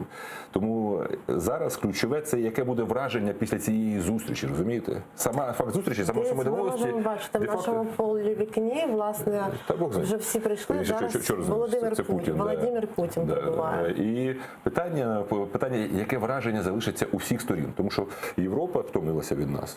Їй хочеться далі жити бізнес as usual, Nord Stream 2, їм хочеться від нас здихатися. І вони будуть нас примушувати домовитися. Тому, якщо не вдається домовитися про контроль кордону, про обмін полоненим, краще, щоб президент ні про що не домовився. А вже на публіку, на весь світ сказав прості речі. Сказав про Будапештський меморандум, що нас зрадили, і сказав, просимо вести війська. Да, миротворчі війська. Да, вони заблокуються на рівні Радбезу, ООН. Але весь світ буде бачити, хто за продовження війни, хто за продовження... Я перепрошую, змушена вас перебити. У нас на зв'язку Андрій Шкіль, політичний експерт. Він у Франції. Андрію, вітаю вас. Андрію, які настрої у Франції, в Парижі, що пишуть, що говорять, що чекають від зустрічі сьогоднішньої у нормандському форматі? Вся Франція приділила увагу нормандській зустрічі, повернулися до історії війни на сході України, як це виникло, як з'явився нормандський формат, чому це сталося, які перспективи створення єдиної безпекової зони в Європі. Це теж про що постійно говорить Макрон. І як можна створити єдину безпекову зону в Європі, коли в частині Європи, в Україні зокрема, точаться бойові дії. І властиво в цьому полягає французький інтерес, в цьому полягає інтерес особисто Макрона з тим, щоб взяти на себе функцію миротворця європейського рівня. Не просто людина, яка сприяє тому, щоб домовилися між собою сторони конфлікту Росія і Україна, сторони бойових дій, а з тим, щоб подати це як кроки, важливі кроки до загальноєвропейського, до формування загальноєвропейської безпеки. Тому увага приділяється відчутна. І відверто кажучи, ніхто з французьких глядачів, я в тому числі, не розраховує, що ця зустріч дасть результати сьогодні на сьогодні. Ні, не думаю, але сам факт цієї зустрічі свідчить про те, що кроки в напрямку до розв'язання ситуації ідуть. І вони почалися з Франції. Не забуваємо, що Зеленський зробив перший візит, зустрівся з Макроном за ініціативою Макрона. В першу чергу між турами. Він ще не був ні президентом, тільки був кандидатом, і він вже відбув зустріч. Потім одразу була зустріч наступна. І Макрон прийняв зустрічну пропозицію відвідати Україну і відвідає її. І сьогоднішня зустріч також була проініційована Макроном. Тобто він стоїть за цим форматом, властиво паризьким форматом. Ну і ви бачите, трошки, звичайно, я думаю, ситуація буде непростою для всіх. Зеленський він продемонстрував під час зустрічі, напевно, ви звернули увагу, він відхилив тепле привітання Макрона, він продемонстрував себе таким серйозним хлопцем, він тут не обнімається з іншими хлопцями, він не привітний, він жорсткий керівник, мужній. Це погано сприймається, чесно кажучи, у Франції подібна поведінка. Тобто тут потрібно грати за правилами, а не виходити за межі. Тобто червоні лінії треба не перетинати під час перемовин, а не зводити якісь штучні лінії між країнами, як це продемонстрував для чогось Зеленський під час рукопотискання з Макроном. Дякую, Андрію. З нами на зв'язку був Андрій Шкіль. Він знаходиться у Парижі, у Франції, і, власне, нам коментує звідти. Ось пан Андрій сказав про те, що Зеленський зробив сурове обличчя і не пообнімався з президентом Макроном. Тобто, я так розумію, не дотримався протоколу. Як ви це можете прокоментувати? Тобто, це очікувана така позиція президента нашого, що він буде гнати свою якусь лінію? Не факт, що це протокол, що він порушив протокол. Я думаю, нічого він не порушив, він потиснув руку, все це нормально. Можливо, є негласні якісь там правила, чи Макрон хотів там показати, чи похлопати його по плечу, там якусь там навпаки, якусь зверхність показати. Можливо, Зеленський не хотів бути просто хлопчиком порівняно з і президентами там європейських країн. Мені здається, що нічого поганого з точки зору українського президента тут немає. Навпаки, він продемонстрував якусь таку незалежність або свою позицію, а не те, що він підлеглий, не те, що підлеглий, але має під впливом того ж Макрона або буде робити те, що Макрон хоче. Тут нічого поганого я не бачу. Я хотів би додати про саму зустріч, що, напевно, це такий жест з боку українського президента, української влади в сторону Європи в першу чергу, тому що Європа хоче будь-яким чином отримати для себе підставу для зняття санкцій. Вони хочуть торгувати з Росією, хочуть заробляти, вони хочуть російських грошей. І Зеленський, напевно, молодець в тому плані, що сказав: окей, добре, я готовий зустрітися, але навряд чи він піде на умови Путіна. І таким чином він покаже Європі: ми хочемо миру, ми готові до цього, але, бачите, не вийшло, ми хотіли цього. Тому поки що все йде нормально, я також бажаю успіху нашому президенту і нашій делегації. Знаєте, сказали про протокол. Я згадав найвідоміший малюнок на Берлінському мурі, на Берлінській стіні. Це коли Ерік Хонекер цілується з Леонідом Брежнєвим. Тобто, якщо буде, якби він відхилив ще й поцілунки, це жарти жартами. А насправді іде боротьба за те відчуття, яке має залишитися у всіх у світі після цієї зустрічі. Хто агресор?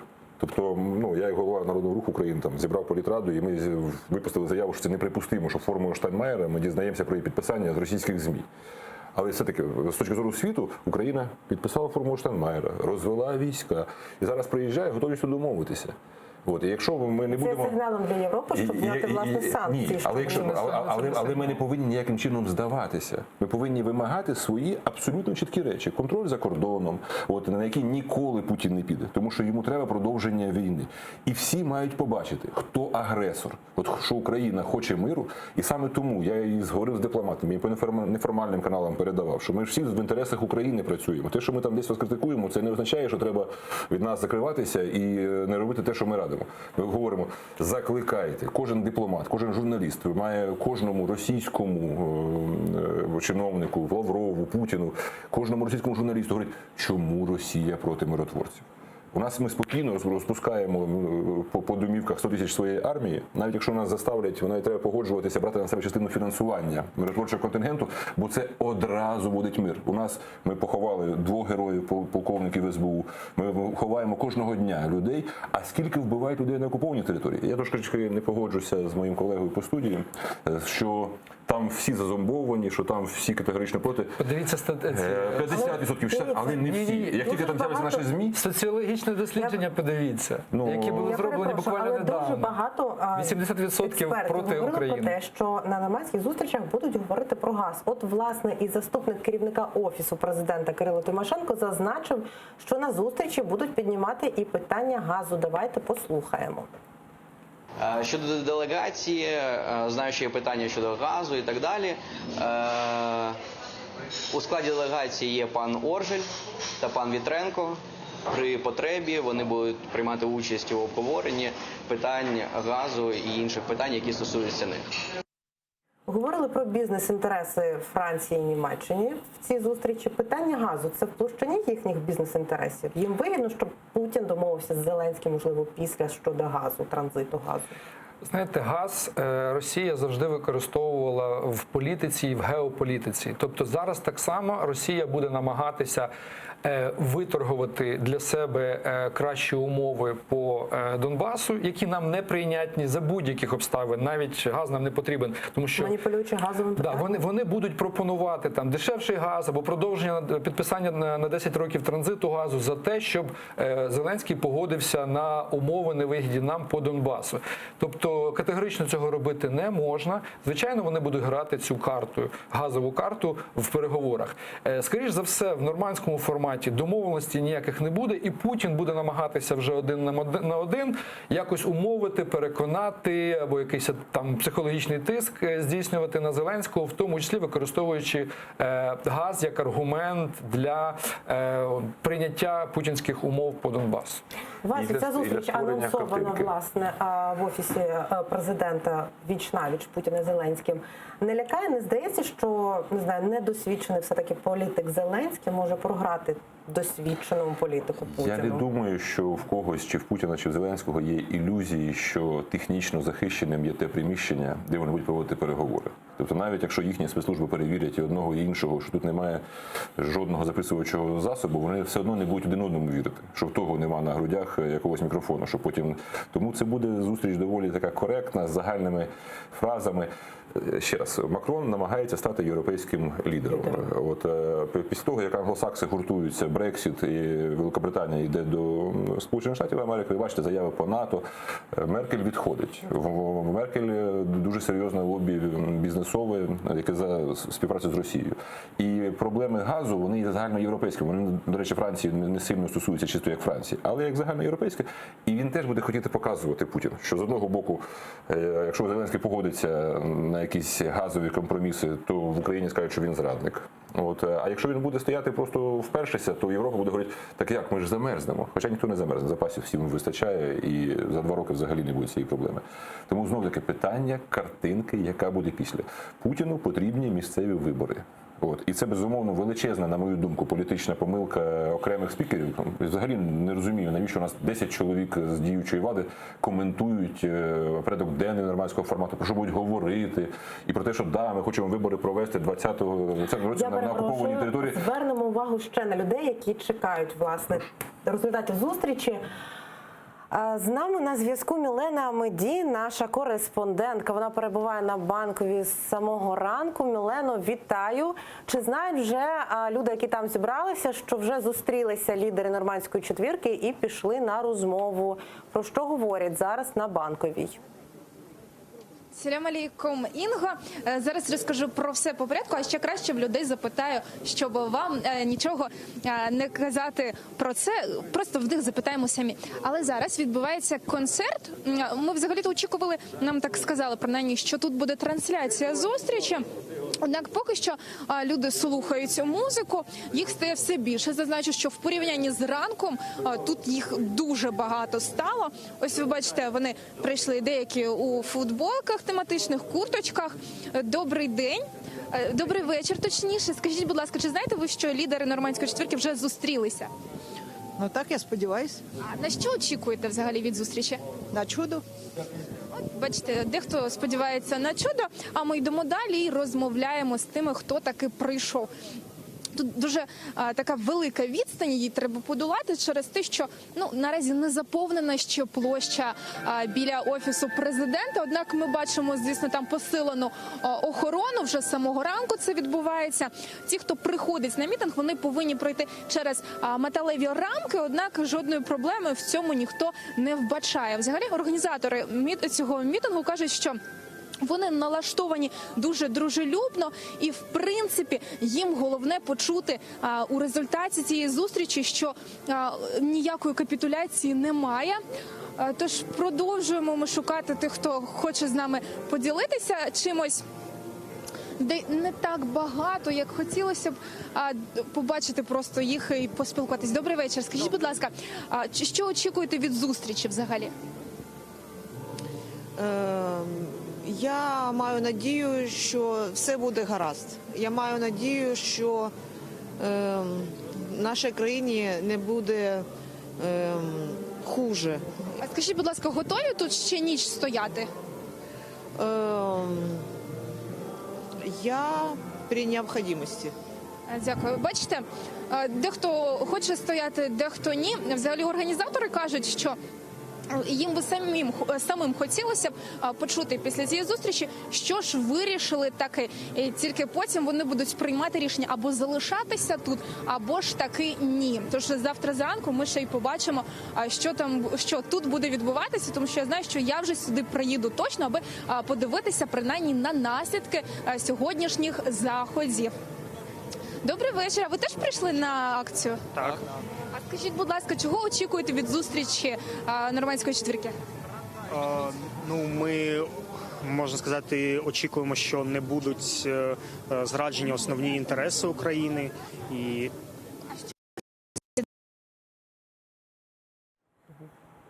Обірвався зв'язок. З нами на зв'язку була Мілена Амеді, наша кореспондентка. Вона працює на Банковій. До пані Мілени є одна пропозиція не говорити слово «організатори». Тому що, наприклад, нас ніхто не організовував. Тобто ви вважаєте, що в цій акції немає організаторів? Ні, я вважаю, що в ній є частина людей, які мають один сценарій, частина людей, які мають інший. Половина цієї акції прийшла виключно як попередження. І коли хтось починав там скандувати під сценою якісь політичні заклики, щоб тільки зробити картинку для себе. Коли президент попередній говорить про те, що збираємось без прапорів, ми прийшли без прапорів. А він роздав, частково роздав прапори державні, тисячу прапорів, і за це дякуємо, що люди стояли з нашими прапорами. А частково була солідарність європейська. Тобто той, хто закликав прийти без прапорів, сам вивісив і завісив все прапорами. Коли говорили, що це попереджувальна акція.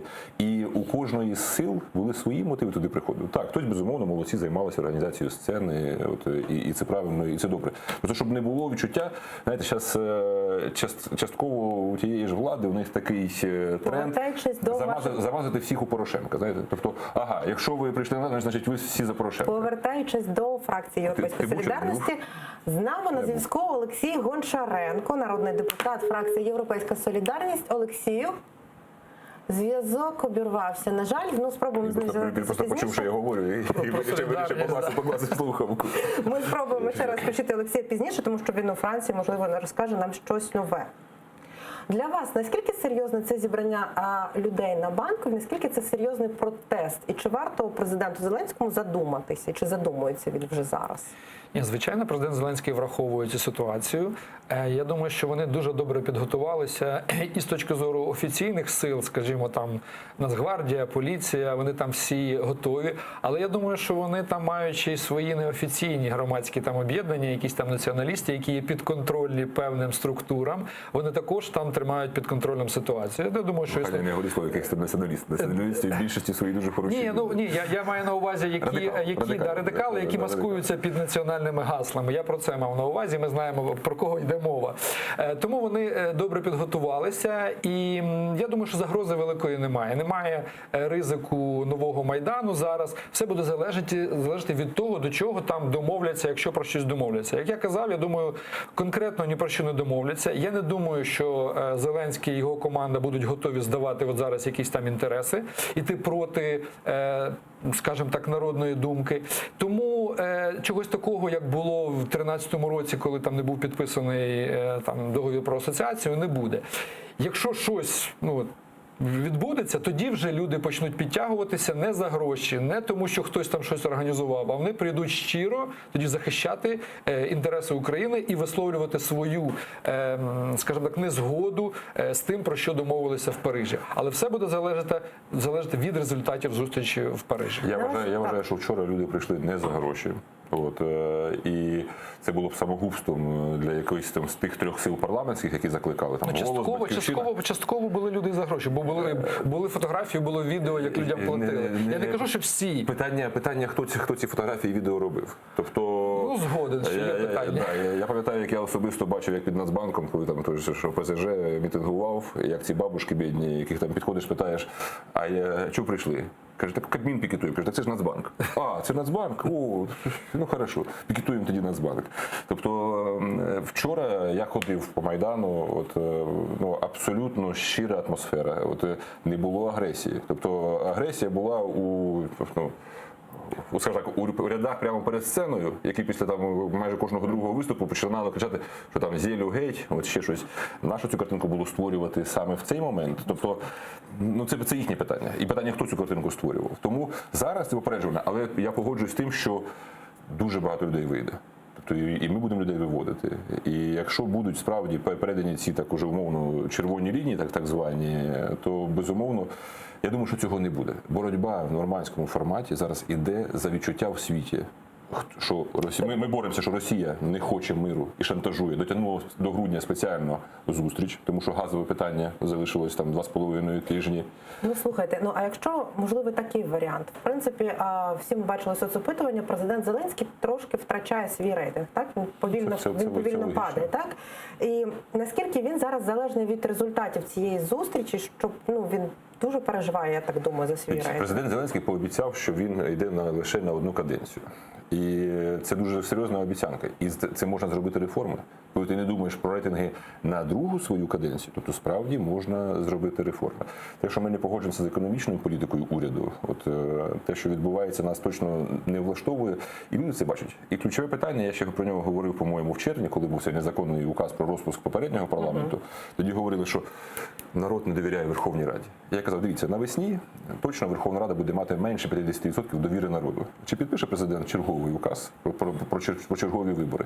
Тому зараз його рейтинг – це запорука, скажімо так, його більшості в парламенті. Давайте послухаємо, що нещодавно говорив президент Зеленський про нормандську зустріч і про те, які питання він там буде піднімати.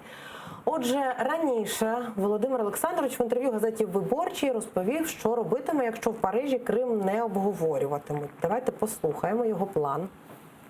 Під час зустрічі нормандської четвірки порушив питання, чи можливо у цьому форматі обговорювати питання Криму. Якщо ні, то мені б хотілося, щоб ми погодили ще якийсь формат. Думаю, що в справі з Кримом могли б допомогти США. Міг би бути такий формат переговорів – Україна, Росія, Сполучені Штати Америки. А до нашої розмови долучається Реза Шевкієв, член Меджлісу кримсько-татарського народу. Вітаю вас. Пожалуйста, повторите вопрос, я плохо расслышал. Здравствуйте, Реза. Такой вопрос. Мы цитировали президента Зеленского, который говорил о том, что вопрос с Крымом лучше всего обсуждать, когда будет Россия, США и Украина. Вы согласны с таким мнением? То есть, что сейчас не нужно, ну, не очень хорошо его обсуждать на нормандской встрече, а вот нужно создавать новый формат? Я тоже согласен с этим мнением, потому что в нормандском формате изначально не ставился вопрос Крыма, он был упущен, к сожалению. И здесь можно просто озвучить его один раз, но он не будет рассматриваться, я это понимаю. Но призвать рассматривать этот вопрос в другом формате, на формате Будапештского меморандума. И с участием президента Америки, Великобритании, а также Франции и Китая. И это нужно обсуждать это открыто, публично, желательно в Совбезе ООН. Считаете, сегодня во время нормандской встречи нужно поднимать вопрос Крыма? Я думаю, что этот вопрос можно поднимать в любом формате, когда есть возможность высказаться. Потому что Крым всегда должен быть связан с освобождением Донбасса и полностью территории Украины. Спасибо вам большое. З нами на зв'язку був Риза Шевків, член Меджлісу кримсько-татарського народу. Панове експерти, на вашу думку, питання Криму має сьогодні? Це таки більше політики, ніж експерти. Панове політики. Бо у нас кожен, хто в телевізорі з'являється, політики хіба не експерти? В якихось сферах. У нас що який канал не включиш, всі експерти. Окей, на вашу думку, сьогодні президент Зеленський буде говорити про Крим під час цієї зустрічі? Чи таке питання, яке не хотіла Росія, тому він не буде його піднімати? Ну, в підсумковому, думаю, скаже. Тобто після переговорів скаже, що на переговорах не знаю. На вашу думку? Я думаю, що було б дуже правильно, якби президент не просто згадав, а поєднав і донбаську проблему, і кримську, тому що все це окуповані території України. І починати взагалі потрібно з цього на будь-якому форматі. Звичайно, що там Путін і Росія будуть говорити, що ми не будемо розмовляти про Крим зараз, але почати про це потрібно. Так само, як і за закритими дверима, так само і на публічній прес-конференції чи виступі. Якщо навіть питання не було в порядку денному?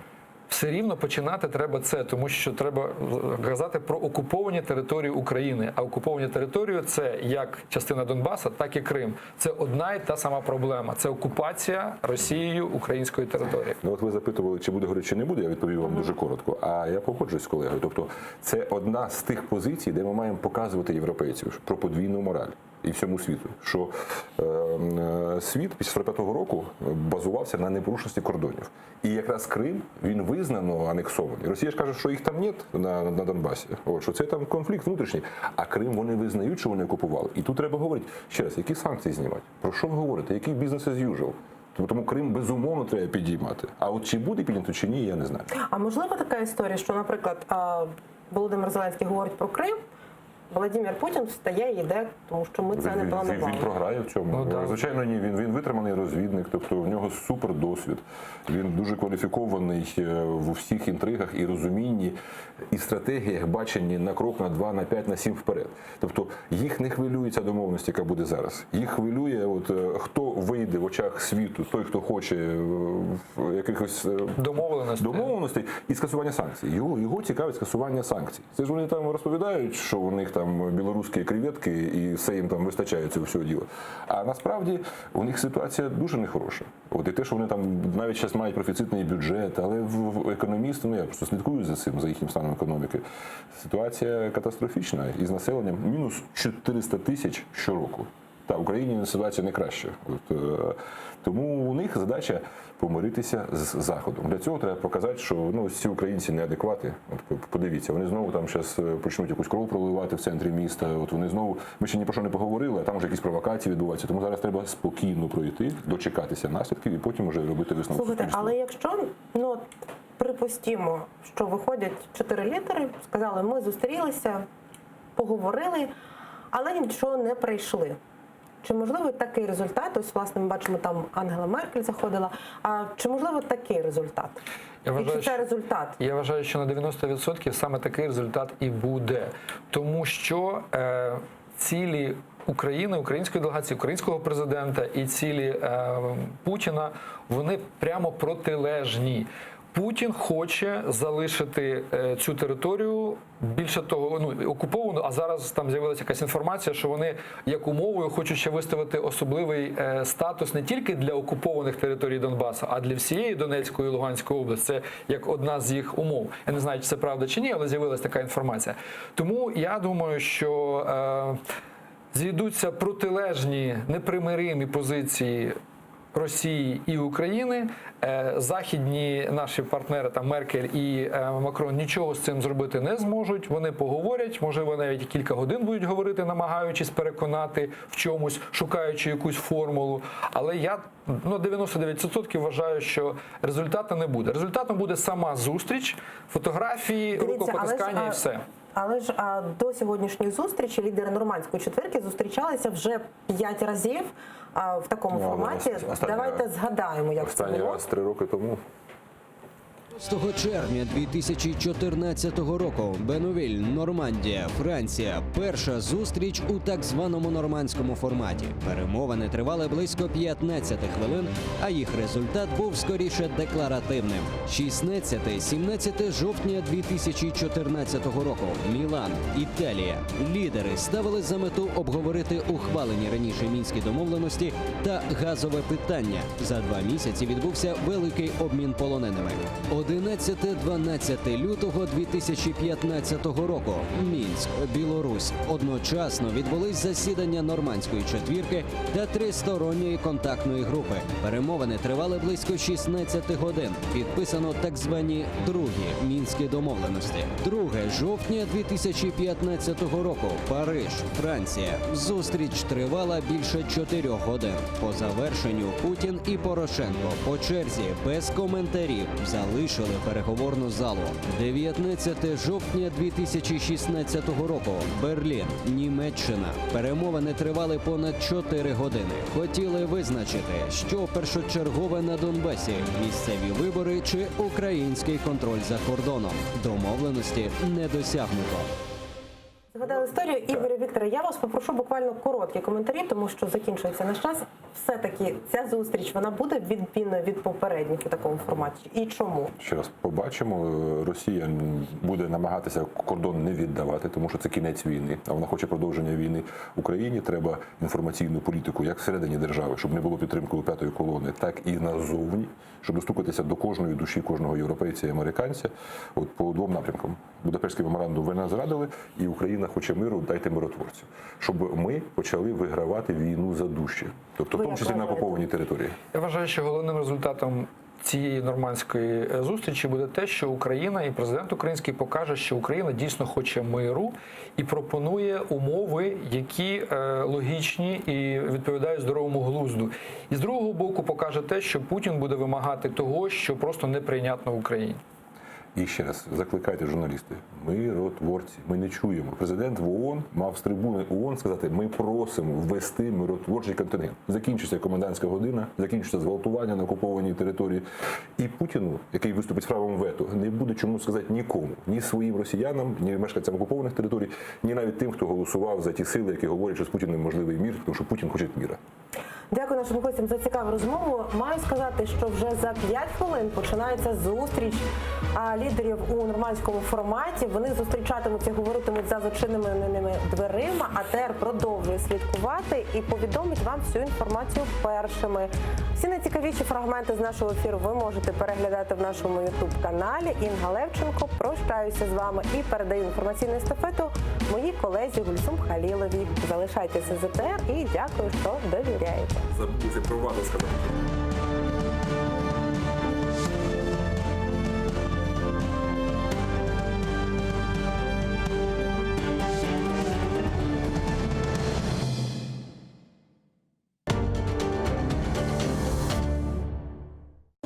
Сьогодні у Прайм Муждабаєв журналіст Юрій Макаров, канадський публіцист Юрій Поляківський та режисер-постановник Євген Степаненко.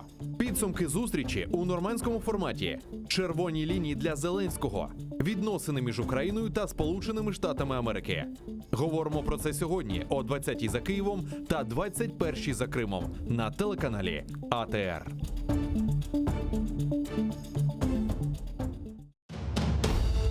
Как за короткий срок Саадет Герай I изменил внешнюю политику предшественников? И почему против него, законно избранного хана, выступили племянник и влиятельный бей из рода Ширинских? Отправляя в поход войска, Саадет Герай не рассчитал одного. Собрав под одни знамена, казалось бы, лояльных себе членов семьи и беев, он и мысли не допускал, что в походных шатрах созреет заговор против него. А возглавит этот заговор Мимеш Ширинский, тот самый, который лично принял участие в избрании Саадета Герая ханом. Смотрите в программе «Алтын Дивир» в новом цикле «История династии Гераев». В эту субботу, 14 декабря в 16:35 по киевскому и 17:35 по крымскому времени на телеканале АТР. Саадет Герай I. Часть 3. Dedim ma керек Обаман yanına бармага. Ана коржулары мен коймас. Бізге evet o yaş neslini joymamak gerek. Mına iş. Bir taraftan ev kuraydık, ikinci taraftan bala bakaydık, üçüncü taraftan repetisiyalar yapaydık benim evimde. Sanksiyalar yaptılar bana. Eğer geçmesen biz sana akça vermeyeceğimiz dediler. Mutlaka Kırım'a kaytacağımız. Öyle bir tez hareketler olacak ki özümüz de duymayı kalacağız. Kırım hükümeti değiller. Ya da Kırım parlamenti değiller. Yanında Kırım halkı yok da. Bizim tarihimiz olğan kadar etraftaki devletli ve halkların tarihleri yoktur. Adaletsizlik yaşayan sayın ona karşı adaletperverlik olacak. Ben o kadar yıldız olmak istemeyeyim. Ben yıldız değil, ben galaktika. Bir-birimizden pek uzaklaşan bir günde bir-birimizge yakınlaşmağa sebepler ve fırsatlar kıdırayıq. Adamlar çöberek yaşaganda bizim bestekarımız müzik çalar. Son ne? 40 yıl bir yerde yaşap biz subyetsiz birbirimizin pek yaxşı anlayıq. Demek televideniye o işlerini yapar. Bazar kuni Kiyev'de saat 19'da, Kırım'da saat 20'de Gönül Gönül'den programmasını seyrediniz.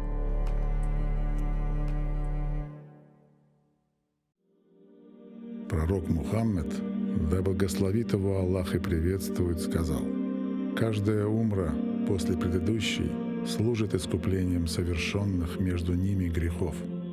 Что может быть прекраснее того, чтобы совершить путешествие к двум святыням ислама в Мекке и Медине, ощутить спокойствие и умиротворение на земле, по которой когда-то ступал наш любимый пророк.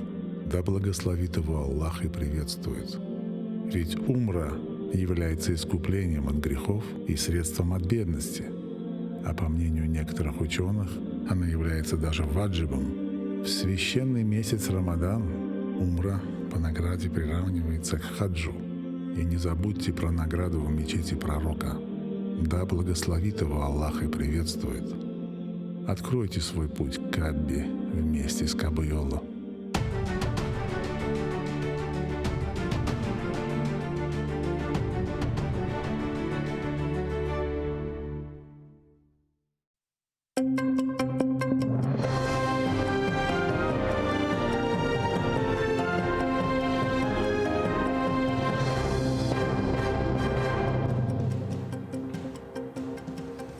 Селям алейкум, эфирде заман. Бүгін декабрьнің 9-ы студияда сілер үшін мен Шевкет Аматулаев чалышам. Тарихи кон бүгін Парижде норманд форматында Корушев өткөрүлөжек. Украина, Франкистан, Русия ве Алмания лидерлері Украина шарқындаки вазиетні музакире етежек. Сонки көрее бөлек Корушев 2016 сенесі өткөрүлген еді. Корушев иштиракчылары Елисейск сарайына келіп чықты. Башта Зеленский, Франкистан президенті Эммануэль Макрон әле көрішежек, сонрайся Алмания канцлер Ангела Меркельнен. Норманд формат форматында лидерлерінен Курушева Киев вақтылы саат 17-де башланмалы. Демек бұл даққалары саат 19:45-те лидерлер чықап Курушев нәтижелері аққанда айтмалылар. Норман Курушевінден сон Украина ве Русия президентлері юзме-юз көрішмелі. Після зустрічі у нормандському форматі 4 лідерів президент України Володимир Зеленський проведе двосторонню зустріч з президентом Російської Федерації Володимиром Путіним. Щодо делегації, знаю, що є питання щодо газу і так далі. У складі делегації є пан Оржель та пан Вітренко. При потребі вони будуть приймати участь у обговоренні питань газу і інших питань, які стосуються них. Газ қоқысы пейдалды более норманд форматында өткерілежек Курушевны Европейская солидарность фракциясының депутаты Алексей Гончаренко изатлады. Оның сөздеріне көре Украинаның энергетика назирове Нафтогаз ел башысы бошына бармады. Газ меселесі сияси меселенен бірлештіріле біледеді. Гончаренко қайдеткеніне көре Украина өз принциплерінде турмалы ве Русияден doğru газ сатын алмамақ керекдей. Україна має відстоювати наш виграш у Газпрома на 3 мільярди доларів і не відступати від нього. І Україна має отримати транзитний договір, що довший, то кращий. Ну, мінімум, я вважаю, на 3 роки це те, що завдання, яке має стояти. А по суті, ми розуміємо, що Росія хоче знову підсадити Україну на газову голку, на прямі так звані постачання від Газпрому. Президент офисы янында высадкана банковая адлы акция аляда дебамете кеченлер ақшам офис янында 2 бинге яқын инсан топлашты. Олар чадыр тіклеп санада ерлештірді. Наразылық іштіракшілері білдіргенне көре, бұл ерде Норманд Курушевы екінленмегенне қадар қалажақлар. Курушев нәтижелерінен мемнун олмасалар акция мұддетсіз олажағыны ишандыралар. Бұне берабер Туневын Украинаның бұйық шерлерінде Владимир Зеленский үшін қырмызы сызық акциясы өткерілді.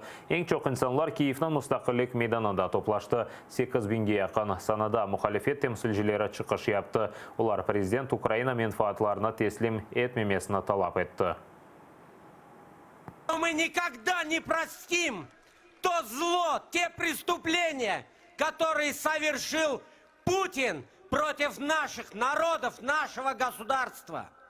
И разговаривать с ним надо с позиции силы и не выпрашивать переговоры, а говорить, что каждый из нас будет биться до тех пор, пока за эти преступления Путин не окажется на скамье преступников.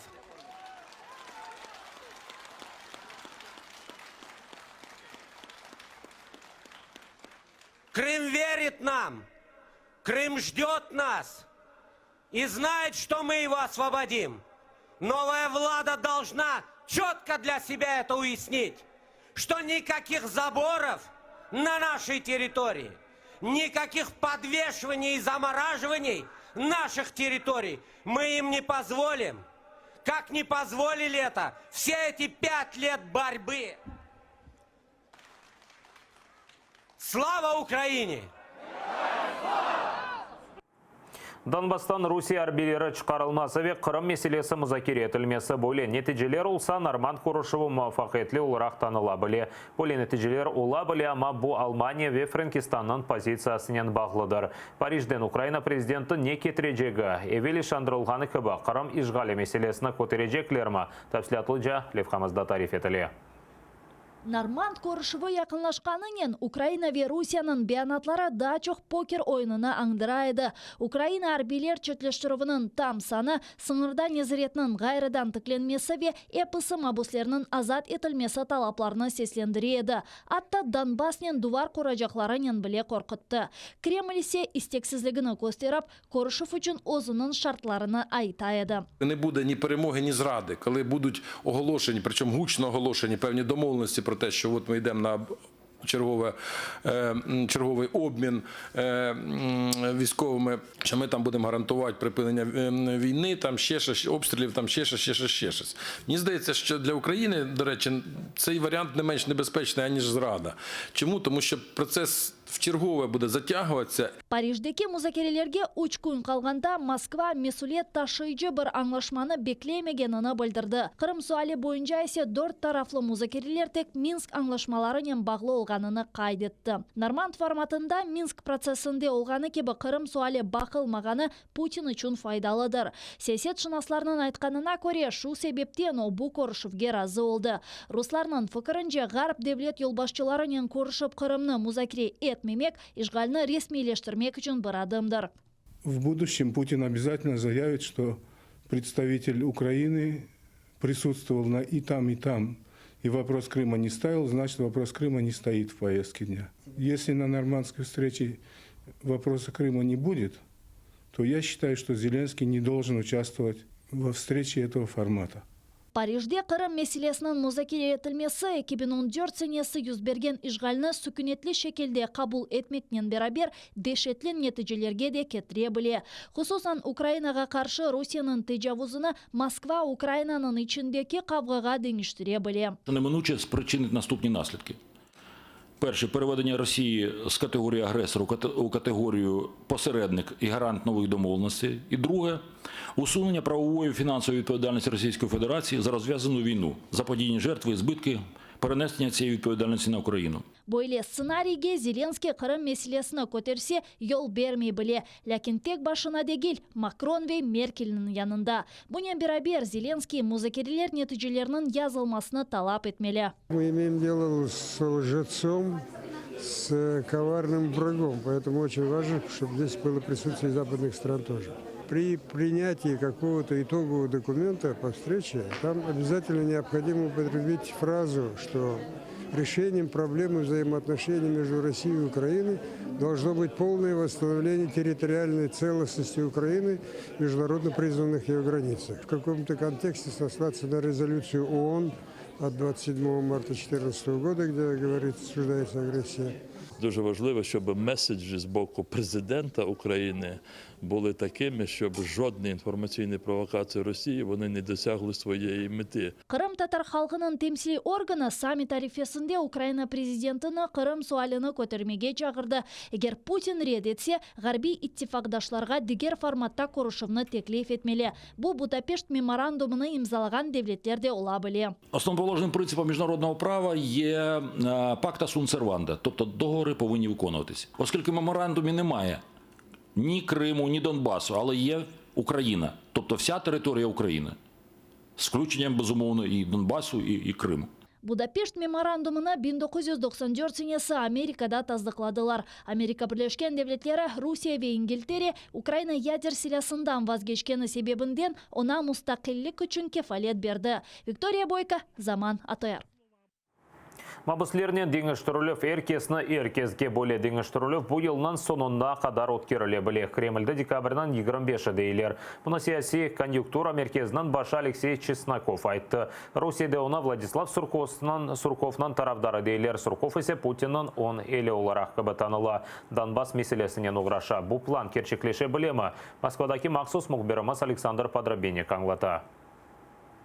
То, что высказал Алексей Чесноков, конечно, это не есть официальная точка зрения Кремля.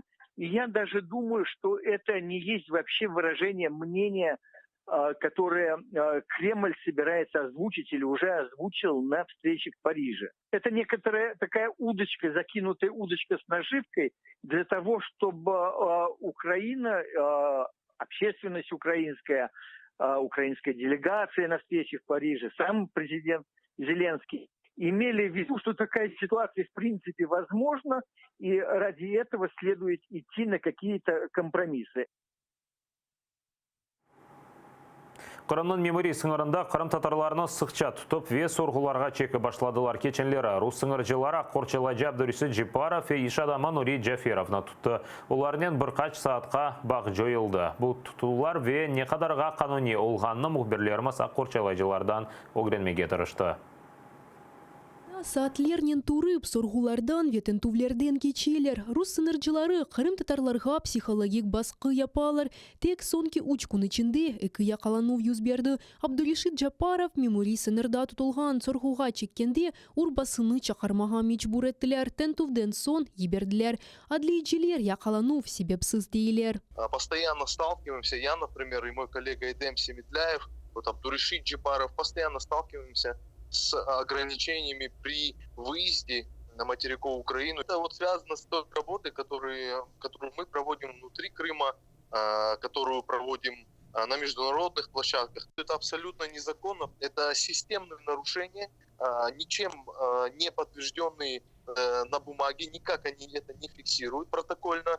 Вот, и поэтому очень сложно эти действия обжаловать. Одна из целей, конечно же, постоянно показывать и оказывать такое давление, контролировать твой телефон, смотреть, с кем ты связываешься. Аман-аман 4 саат дивамында сөзде армянск кырыш чакыш ноктасында да бір Кырым татары Нури Джаферов тутулды. Оны кичкен жума кону якала башта телефон контактлары акында, сонра исе Суриде жинклештимы жокмы деп сураганлар. Ишгалчы сынырчыларынын аракетлерине Джаферов полицияга шикаят берди. Соргу вактында исе ярамады, ярдымга экимлерни чагырдылар. Померили давление, сказали срочно в машину.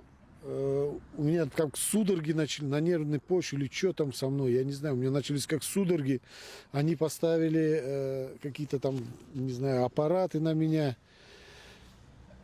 И потом начали колоть что-то, да, я уже там не помню. Они мне, единственное, я услышал, когда они сказали, его срочно надо везти в машину, сказали шоферу: заводи, включай мигалки и быстро едем в машину, в скорую.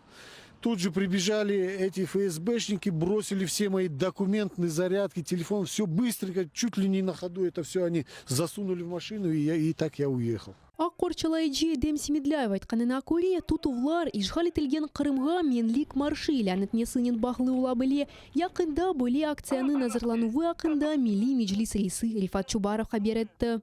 Связано ли это сейчас такое обострение с тем, что объявил Рифат Ага? К сожалению, я не могу сказать.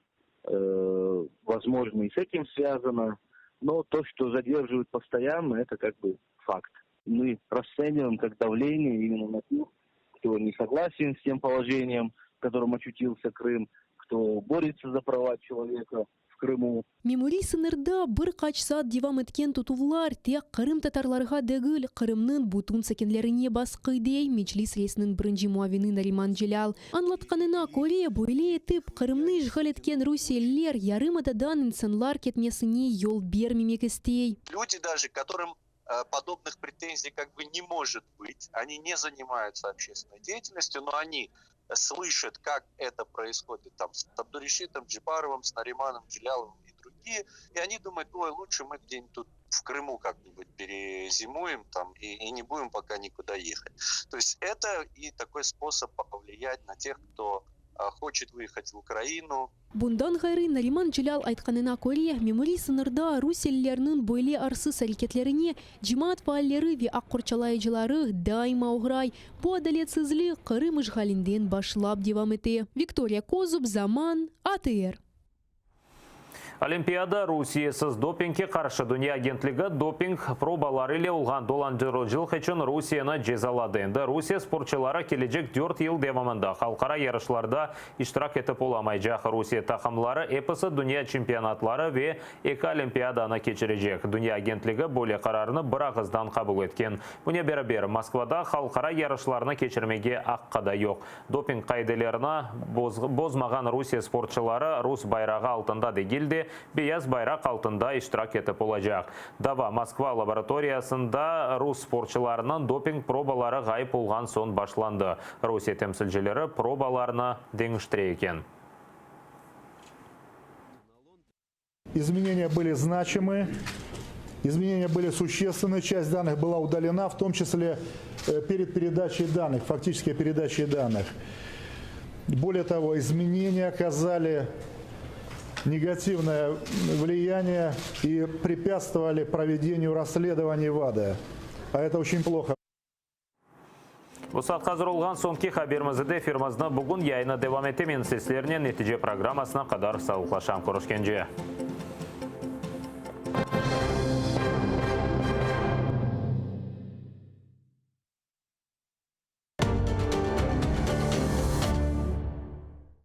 Сьогодні у Прайм Муждабаєв журналіст Юрій Макаров, канадський публіцист Юрій Поляківський та режисер-постановник Євген Степаненко. Підсумки зустрічі у нормандському форматі. Червоні лінії для Зеленського. Відносини між Україною та Сполученими Штатами Америки. Говоримо про це сьогодні о 20-й за Києвом та 21-й за Кримом на телеканалі АТР. İnsanны үч şey бақытлы ете екен. Sevimli iş, koranта ve seyahat. Bu sözlerinin men de 100% razım ve eminim ki bugünkü bizim karamanımız da razı olur. Çünkü o mına endi 40 yıldan ziyade sevimli işiyle uğraşap. İfak olganda çeşit türlü renkli bir şeylerin görsem, onu cam olsun, başkası olsun, onu koluma alıp saatlerden güneşke bakıp oturaydım. Yürekte yatkan resimler, men onların yapkanda ne zaman yapkanım, nasıl yapkanım aklımda var. Smarışlar olsa bazıları istey, özün ailesinin resimde görmege. Sizin resimlerinizge bakanda çok böyle bir simbolik şeylerini görmek mümkün. Bu çapkan atlar, uçkan kuşlar. Aslında onlar nasıldır bizim halkımız ile bağlı. Ocakını yaktık, pilavını yapmaya başladık ve ressam İrfan Aghanafiyevni böyle ocak başında görmesi pek meraklı. Bizim halkımızın gücü birlikte. Birlik olgan yerde her vakit dirlik ola. Kırım'da nam kazangan ressam, Kırım Tatar Ressamlar Assotsiatsiyasının reisi Büyük Usta İrfan Aghanafiyev bugün bizlerini evine davet etti. Kamış Xora kasabasına yol alamız.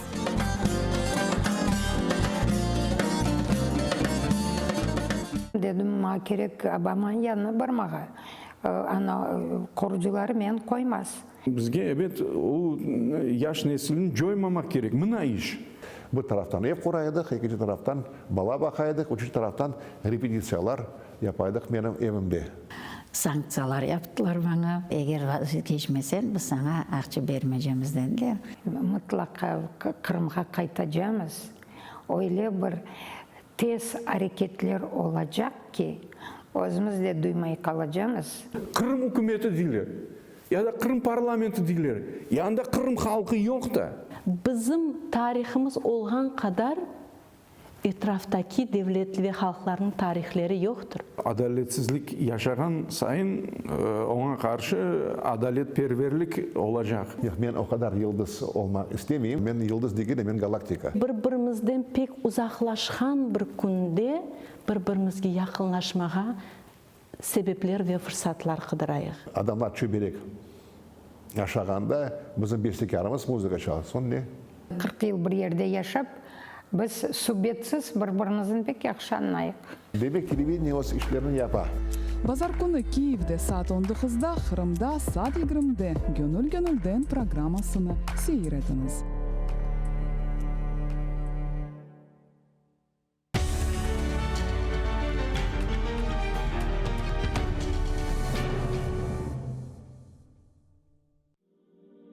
Пророк Мухаммед, да благословит его Аллах и приветствует, сказал: «Каждая умра после предыдущей служит искуплением совершенных между ними грехов.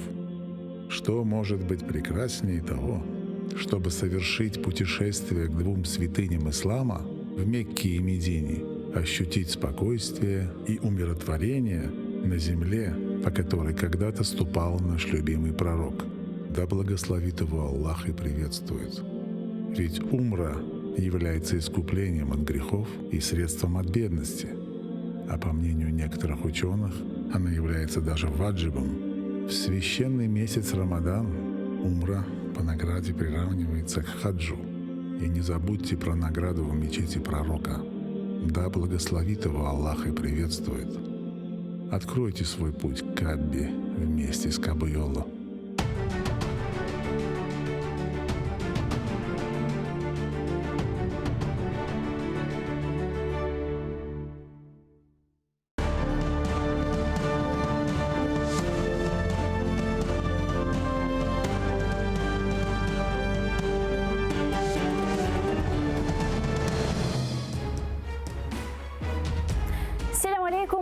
Шавлар, витаю! В эфире телеканала АТР. Я принимаю эстафету от своей коллеги, и мы продолжаем информационный вечер на телеканале АТР. Следующие 3 часа будем говорить о том, о чем мы так долго с вами ждали, так долго об этом говорили. Да, свершилось. Сегодня, спустя 3 года перерыва, собрались лидеры нормандской четверки. С вами я, Гульсум Халилова. Поехали.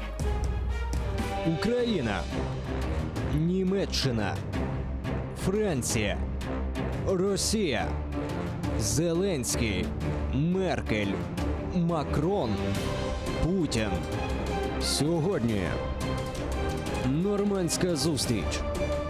Капітуляція чи перемога? В етері АТР. Ну что ж, рада представить гостя нашей студии. Роман Чернышев, речник Национального корпуса. Витаю вас. Ну а, дорогие телезрители, в поле окне мы можем сейчас видеть Елисейский дворец. Видим пока что пустой стол, за которым, собственно, и должны пройти переговоры 4 лидеров нормандской четверки: Эммануэля Макрона, Ангела Меркель, Владимира Зеленского, а также Владимира Путина. Ну а в следующем поле окне мы видим акцию протеста на Банковой возле офиса президента, где собрались активисты, правозащитники, неравнодушные граждане нашей с вами страны. Хочется отметить, что да, действительно, сегодня прибыли 4 лидера нормандской четверки. Первым прибыла Ангела Меркель, что примечательно, ее машина прямо ее подвезла к зданию и к ступеням Елисейского дворца. Вторым прибыл президент Украины Владимир Зеленский. Ну а Владимир Путин, как обычно, опоздал. Ну что ж, мы будем следить за событиями и будем показывать это все в прямом эфире, то, что, конечно, возможно и положено. Ну а для начала я хотела отметить, что президент Владимир Зеленский встретится с Владимиром Путиным тет-на-тет. Это подтвердил заместитель руководителя офиса президента Кирилл Тимошенко. Давайте его послушаем. Після зустрічі у нормандському форматі 4 лідерів президент України Володимир Зеленський проведе двосторонню зустріч з президентом Російської Федерації Владимиром Путиным. Вот такая вот встреча состоится уже после нормандской встречи или до. Как вы думаете, вообще тет-на-тет с Путиным не опасная история или опасная? Нужно ли это делать Зеленскому или не нужно? По-перше, я б не розділяв це не відділяв від нормандського формату. Давайте називати все, що відбувається сьогодні в переговорному процесі там в Парижі. Це все є нормандський формат так чи інакше, тому що обговорювати вони будуть все одно ті теми, які заплановані, тобто проблеми Донбасу, так, розведення так само або капітуляції скоріше і тому і подібних речей. Дивіться, стосовно тет-а-тет, ну, по-перше, нічого поганого в тому немає, що президент розмовляє з іншим президентом 1 на 1 і вирішує питання, які мають цікавити його державу. Да? Я говорю зараз про Зеленського. Проте, справді я з вами погоджуюсь, що викликають дуже великі занепокоєння те, що рівень підготовки та різниця в рівні досвідченості у Путіна і Зеленського, так?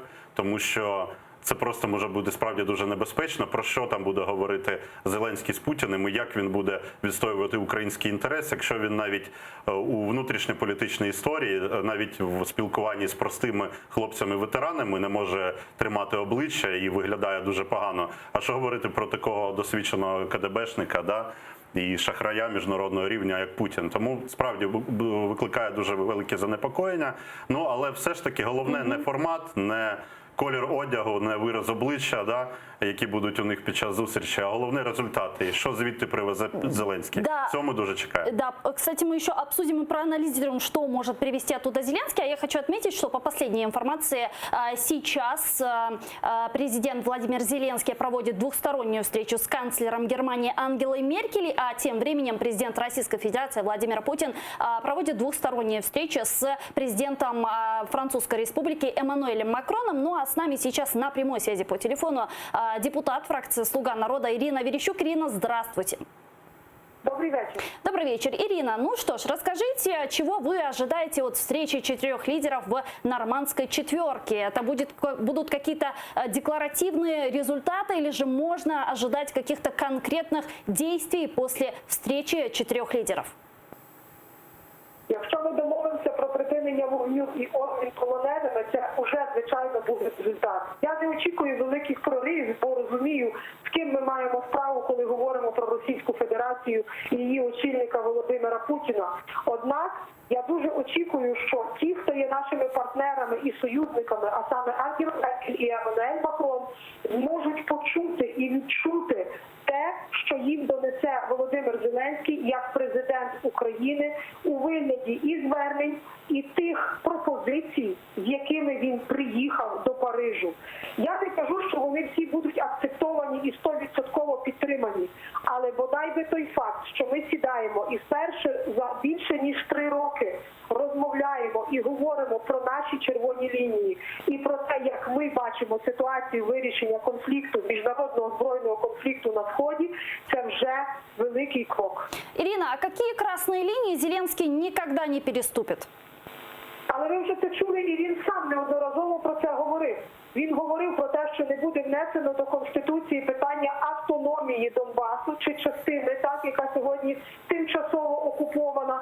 Також, як ви чули, він теж говорив про Крим, що ніхто ніколи розмінювати чи обмінювати на мир на Донбасі Крим не збирається. Також він говорив про кордон, коли ми говоримо про міжнародно визнані кордони 91-го року.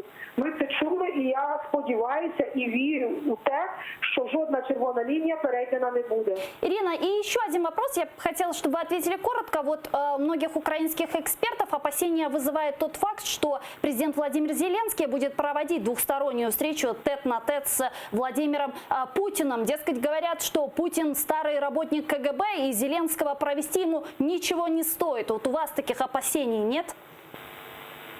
Давайте не перебільшувати можливості Путіна і не применшувати можливості нашого президента, який підсилений підтримкою українського суспільства. Хто в який спосіб міг, але по-своєму підсилює його сьогодні. А отже, ми маємо те, що маємо. Путін буде говорити те, що він вважає за потрібне, а президент Зеленський буде відстоювати наші суспільні інтереси. Коли зустрічався Порошенко 40 хвилин тет-а-тет з Путіним, чи ми знали про результати такої розмови? Я пошукала у ЗМІ. Ані слова не було сказано, про що саме розмовляли конкретно тет-а-тет Порошенко з Путіним. Я думаю, що він не зраджував України, рівно як і пан Зеленський не буде зраджувати цього разу. Спасибо. Ирина Верещук, народный депутат, фракция «Слуга народа» была с нами на прямой связи по телефону. А чего вы так смеялись, когда мы говорили об опасениях? Ви недооцінюєте нашого президента? Ні, просто говорити про те, що не потрібно переоцінювати Путіна. Ну, знаєте, ворога не потрібно недооцінювати ніколи. І не потрібно недооцінювати Зеленського, каже пані Верещук. Ну, вибачте, він, можливо, дуже гарна людина в плані шоу-бізнесових талантів, але просто дипломатія та велика політика – це, можна сказати, наука, і це досвід в першу чергу. У нього цього досвіду просто немає, і взятися нема звідки. Тому не потрібно тут просто підмінювати тези. А з приводу того, про що там говорив Порошенко раніше, сказала Ірина Верещук, ну так, дійсно, також це було погано, тому що і мінські домовленості Національного корпусу, особисто Андрій Білецький про це завжди говорили, що це капітуляційна історія, нічого доброго вона Україні не принесла, а тільки втрати і людські, і територіальні. Мінське соглашення в даному случае. Безперечно. Ну, яке підписував Порошенко. Безперечно. Так що ж ви тоді повторюєте погане за Порошенком? Він робив погане, і Зеленський зараз, не укріплюючи зовсім внутрішні сильні позиції свої, не маючи сильних карт в руках, умовно кажучи, він йде про щось домовлятися з Путіним. Вибачте, чому ми не говоримо, а окрім Національного корпусу Андрія Білецького про це ніхто не говорить, що починати потрібно навіть не з питань там виборів якихось чи такі іншого, там вордло Криму, там про Крим що ж зараз говорити, да? Починати треба з розведення так званого, яке продовжується, по факту це відступ української армії, який послаблює українські збройні сили просто в рази. А давайте подключим к нашей беседе народного депутата Украины Василия Мокана. Алло, здравствуйте. Доброго вечера. Добрый вечер. Ну что ж, каковы ваши ожидания от встречи 4 лидеров в нормандском формате? Я насправді насправді відношуся до тих народних депутатів, які особливо не мають великих ілюзій стосовно того, що сьогодні багато можна буде домовитися, тому що наш президент однозначно поїхав з проукраїнським порядком денним, який абсолютно не влаштовує Кремль, і знайти якусь там середньоарифметично навряд чи вийде. Але з цього в першу чергу буде Зеленський добиватися від Путіна. Це повне припинення вогню для того, щоб берегти українське життя, українських військовослужбовців, і щоб оці всі заморожені, так званий заморожений конфлікт і обстріли припинилися. І друге – це добитися обміну за формулою всіх на всіх. Мета у президента стоїть максимально повернути українців додому до своїх родин, сімей. Как вы думаете, удастся ли Зеленскому достичь вот этих целей, которые он поставил перед собой? Просто без цих двох пунктів фактично неможливо будь-який рух, якщо ми говоримо про мінські домовленості у подальшому, ні про політичні, про безпекові компоненти. Ці два пункти – це є фактично ті два пункти, які має виконати Російська Федерація для того, щоб далі можна було продовжити діалог. А далі концепція така, що виконання безпекового компоненту, а далі політичного. Тобто від цих підсумків буде залежати і те, як Верховна Рада відреагує на пролонгацію закону про особливості місцевого самоврядування.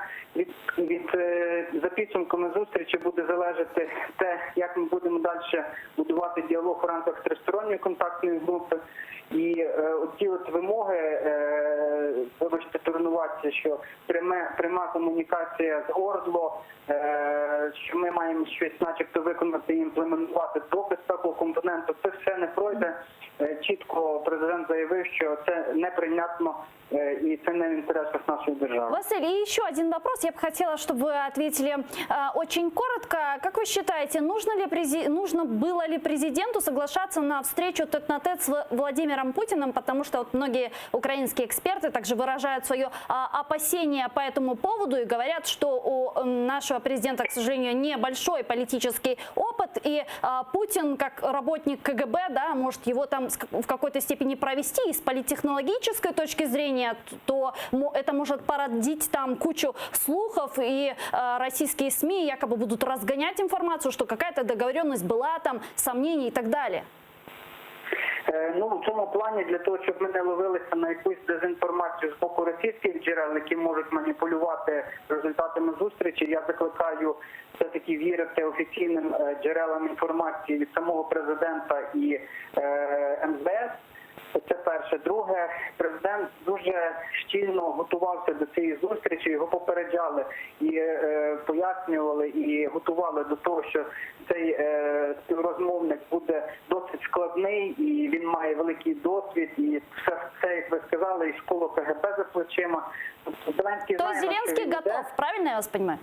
Так, Зеленський запевнив, що і психологічно, і політично аргументовано готовий до цієї зустрічі. Якщо буде потреба і вимога зустрітися тет-а-тет, то він на це готовий також піти. Спасибо, Василь Мокан, народный депутат Украины, фракция «Слуга народа», был с нами на прямой связи по телефону. Ну а тем временем, действительно, Владимир Зеленский в эфире телеканала «Украина» рассказал, чего ждет сам от встречи с Путиным. Давайте послушаем гаранта Конституции. Я така людина дуже сенситив. Ми говорили з президентом Російської Федерації, коли повернули моряків, і ми говорили з ним по телефону. Але це телефонна розмова. Я хочу побачити людину, і я хочу привести з Нормандії розуміння і відчуття, що дійсно всі хочуть поступово закінчити цю трагічну війну.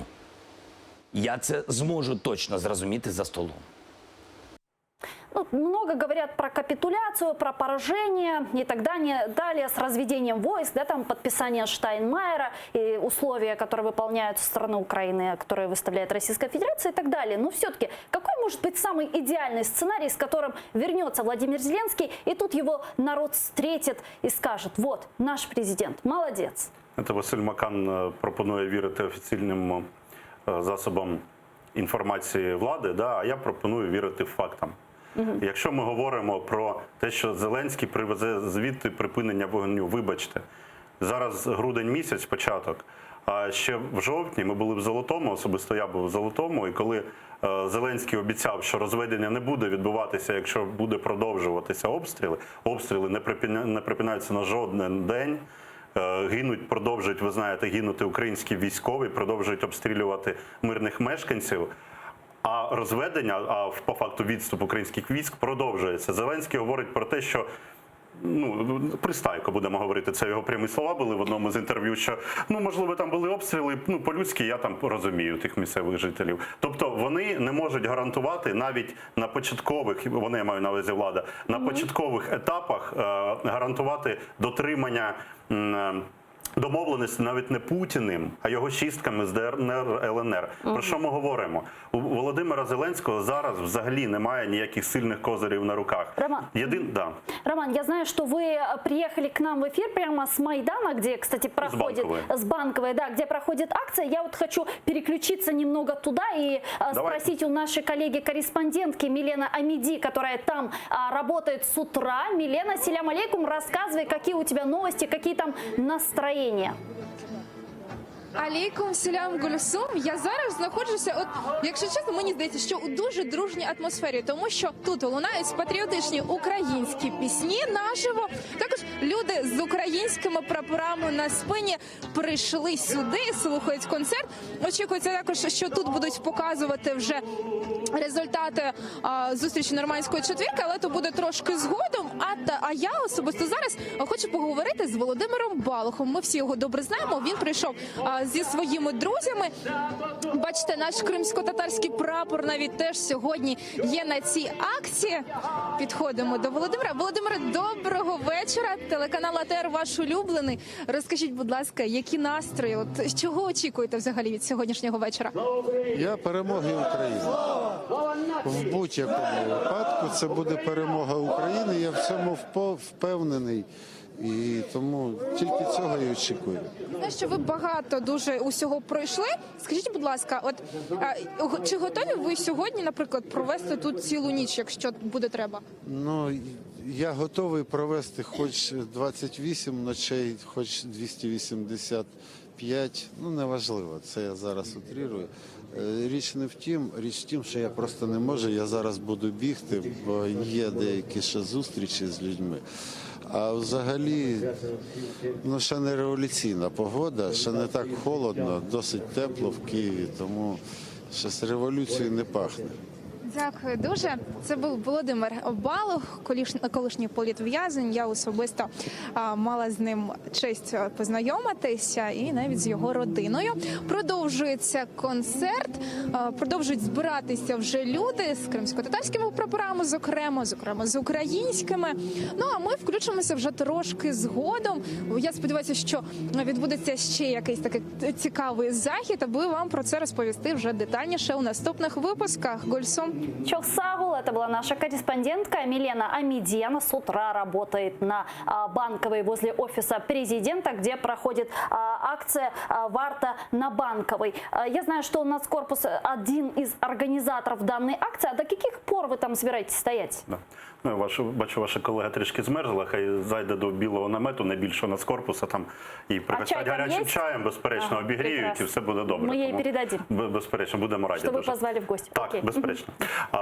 Дивіться, Національний корпус, взагалі Азовський рух, будемо так говорити, тому що Національна дружина, громадська організація і ветерани в великій кількості на чолі з Андрієм Білецьким, справді є одним з співорганізаторів цієї акції, так, і можна сказати, що, відверто можна сказати, що принаймні кількісно найбільше присутні там і зараз, і в разі потреби, якщо буде якесь загострення подій, то я думаю, що ми залишимося єдині, хто буде там відстоювати український інтерес, активно я маю на увазі, тому що маємо на це змогу і бажання, і сили. Ось, а стосовно того... в якому случае эта акція перейде в довгосрочну? Дивіться, якщо...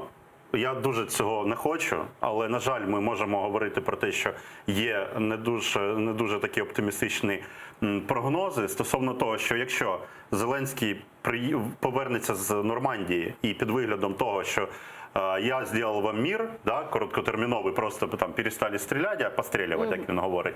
Але ми погоджуємося на легалізацію бойовиків ДНР, ЛНР, які воювали проти українських військових під виглядом так званих народних міліцій і таке інше. Якщо ми погоджуємося на якийсь особливий статус ОРДЛО, да, фактично, що укорінює сепаратизму взагалі в українському законодавстві, якщо ми щось там взагалі про якісь вибори на Донбасі до закінчення війни будемо говорити, що взагалі тоді є пряма вже пряма загроза національної державності. Путіна, на якому він настаивает з 2014 року. Вибачте, це сценарій формули Штайнмаєра, так званої, яку погодив там почесний пенсіонер української політики Кучма за згодою Зеленського. Так, це є формула Штайнмаєра, яку вони називають компромісною, а по факту це капітуляційні норми. І якщо вони будуть погоджені зараз з Зеленським і він повернеться з Нормандії з цим, то вибачте, ми будемо тоді робити громадський спротив, я думаю, що по всій Україні. Романа, давайте подключим к нашей беседе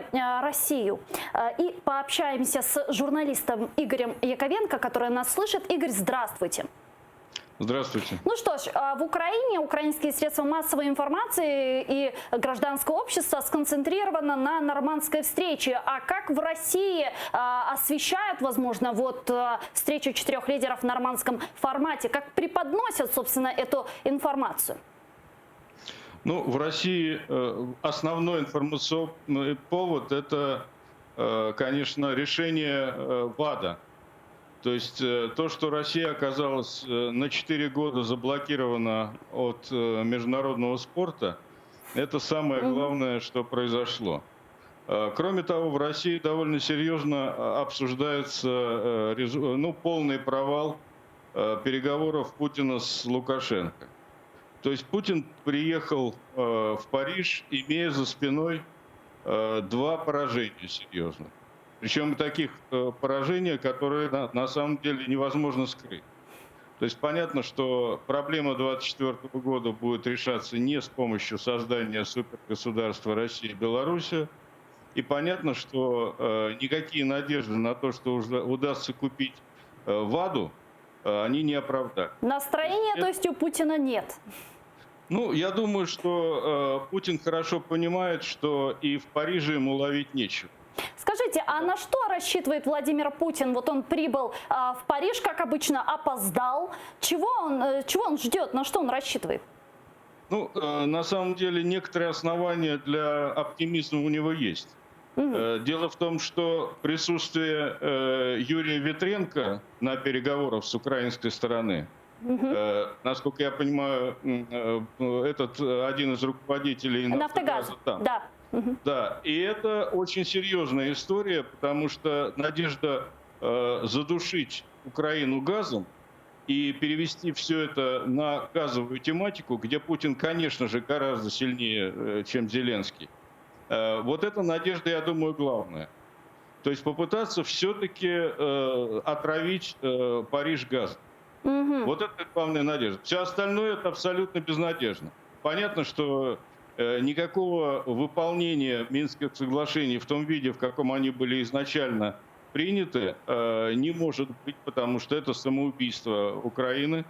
Понятно, что Путин, конечно, не пойдет на те требования, которые Зеленский предъявит. С моей точки зрения, для Зеленского идеальный вариант было бы все-таки говорить о Будапештском меморандуме. Ага. Понятно. Потому что это самое главное. Спасибо. Это был бы идеальный вариант. Спасибо большое. Игорь Яковенко, журналист, был с нами на прямой связи из Российской Федерации. И он действительно отметил тему газа. Я бы хотела на этом остановиться подробнее. Заместитель руководителя Офиса президента Кирилл Тимошенко отметил, что на встрече будут обсуждать и вопрос газа. Давайте его послушаем. Щодо делегації, знаю, що є питання щодо газу і так далі. У складі делегації є пан Оржель та пан Вітренко.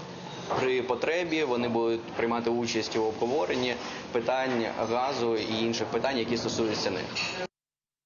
Вот, собственно, тема газа, возможно, и будет подниматься на нормандской встрече. Как вы думаете, газ решится? Ну, Это политический вопрос в данном случае, да? Не хочу виглядати тут експертом з усіх питань, як багато хто. Я не спеціаліст в енергетиці, але безперечно газ – це завжди було політичне питання в стосунках України і Росії. І безперечно ця тема може підійматися як фактор тиску з боку Путіна. Проте все ж таки я тут, до речі, несподівано навіть для себе, хочу погодитися з цим журналістом російським. Не знаю, я не знав до цього, але він дуже правильно сказав стосовно того, що Зеленському потрібно говорити про будапештський формат, і йому потрібно це було говорити ще задовго до зустрічі, як тільки він став президентом, а не товктися на тому капітуляційному і антиукраїнському полі Мінських угод і нормандського цього формату, да, яке він обіцяв, коли йшов до влади, реформувати і змінювати, тому що Порошенко тоді йому було вигідно критикувати. А зараз він продовжує просто антиукраїнську лінію Порошенка.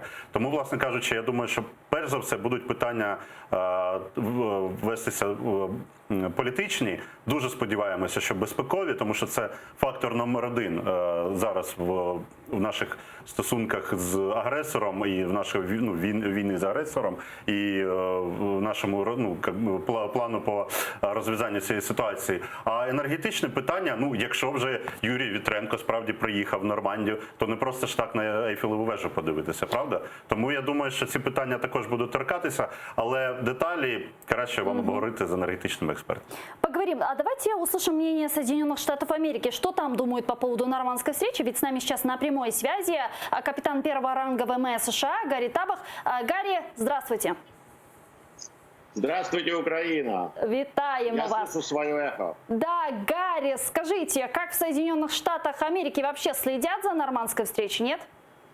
У нас сейчас утро, поэтому я еще ничего про это не слышал. У нас в Соединенных Штатах Америки сейчас не следят ни за чем, ни за Украиной, ни за Ираном, ни за Северной Кореей. У нас сейчас один вопрос, это вот импичмент Трампа, и все заняты только этим вопросом. И это, я думаю, делается как раз частью того, чтобы больше не обращали внимания и как можно больше уйти от Украины и не обращать на нее внимания, потому что это невыгодно нашей демократической партии. Но все бы ничего, если бы Украина также не была вовлечена в процесс импичмента Дональда Трампа с предвыборной кампанией и так далее. Но все-таки каковы ваши ожидания от встречи 4 лидеров в нормандском формате? Будет ли она результативной?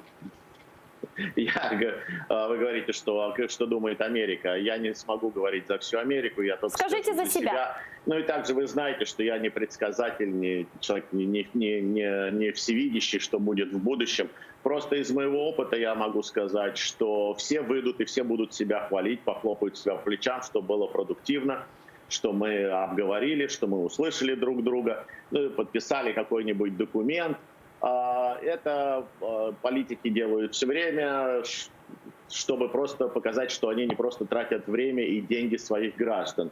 Но я надеюсь, что самая, конечно, тяжелая ситуация и позиция в этих переговорах – это украинская позиция и президента Зеленского, потому что он должен как бы и обеспечить мир, и не сдать Украину, и не отступить, много что он должен сделать, что друг с другом несовместимо. И это очень сложно для него. Я надеюсь, что это вообще-то эти переговоры, это такая артподготовка или, как у нас называется,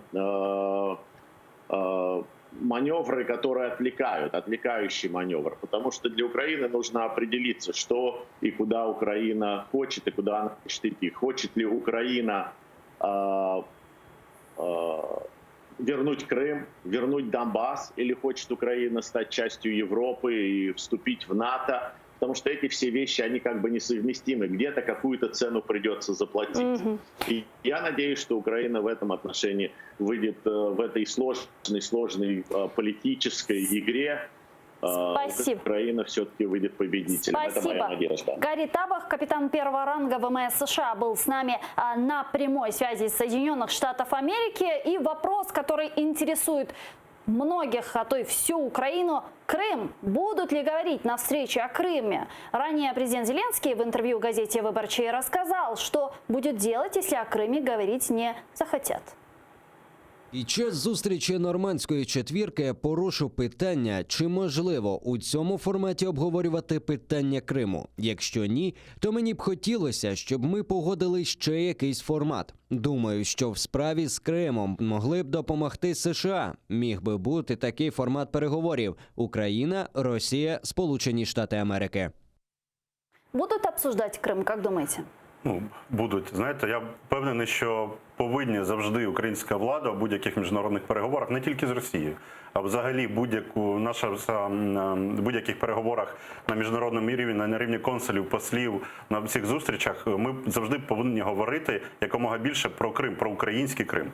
Дуже важливо, тому що справді ця проблема і це питання, і ще й при Порошенку, насправді виносилися за дужки багато в чому. Коли обговорювали Донбас, коли обговорювали питання там якогось співробітництва економічного, то Крим виносили за дужки, цього робити, звичайно, не можна.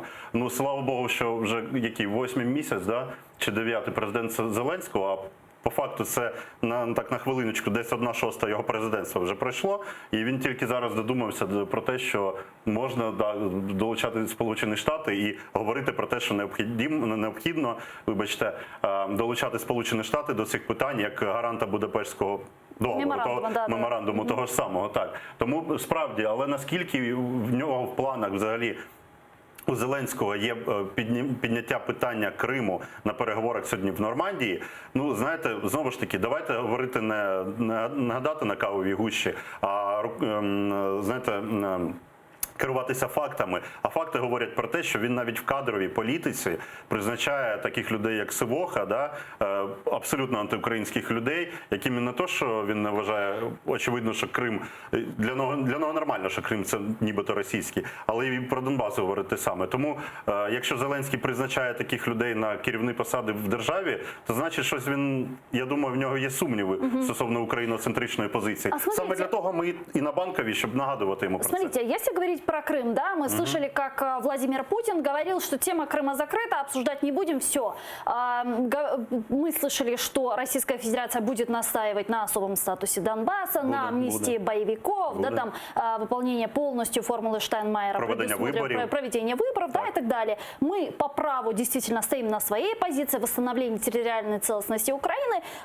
Ангела Меркель, Макрон на своїй там стороні, так чим ця вся епопея закінчиться? Дивіться, не потрібно вважати, це помилкова була позиція і помилкова така лінія піар-поведінки Порошенка ще, коли ми нібито думали, що весь світ стоїть горою за Україну. Вибачте, кожна окрема західна держава піклується в першу чергу за свій інтерес.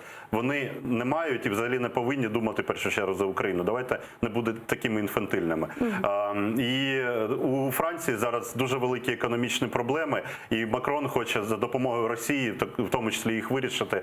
Назріває велика криза політична в Німеччині, скоро вже Меркель йде з посади, там переформатовується ландшафт партійний, там дуже багато також і проросійських політиків нових сил під виглядом євроскептиків приходить. І тому вони в першу чергу в переговорах з Путіним, вони будуть думати навіть в нормандському форматі не за Україну, а кожен за свій власний інтерес. Така песимістична картина складається, нічого оптимістичного немає. Ну, дуже складна ситуація, безперечно. Не потрібно говорити, що все легко і все зараз закінчиться нашою перемогою. Це, безперечно, не так. Але якщо ми бачимо, а ми бачили це давно, Національний корпус про це говорив дуже давно, що цей мінський формат є просто капітуляційний по своїй суті спочатку. Нормандія як продовження логічне, так, і формула Штайнмайера як додаток до Мінську, це є антиукраїнська історія. То Зеленський має виходити, якщо він не бачить в цьому вигоди для України, він має чесно сказати українському суспільству, що він виходить з цих переговорів, і ми укріплюємося зсередини і проводимо власну дипломатичну роботу, що можна робити. Спасибо. Роман Чернышев, речник Національного корпусу, був гостем нашої студії. Дуже дякую. Ну а в поле окне мы продолжаем видеть стол, 4 стула, за которым должны собраться 4 лидера в нормандском формате. Хочу отметить, что пресс-конференция 4 лидеров после уже переговоров была назначена на 19:45. Но сейчас стало известно, что эту пресс-конференцию перенесли на 22:00. То ж, оставайтесь с АТР, следите за событиями, а мы буквально на 5 минут прерываемся, смотрите новости, а потом возвращайтесь к нам.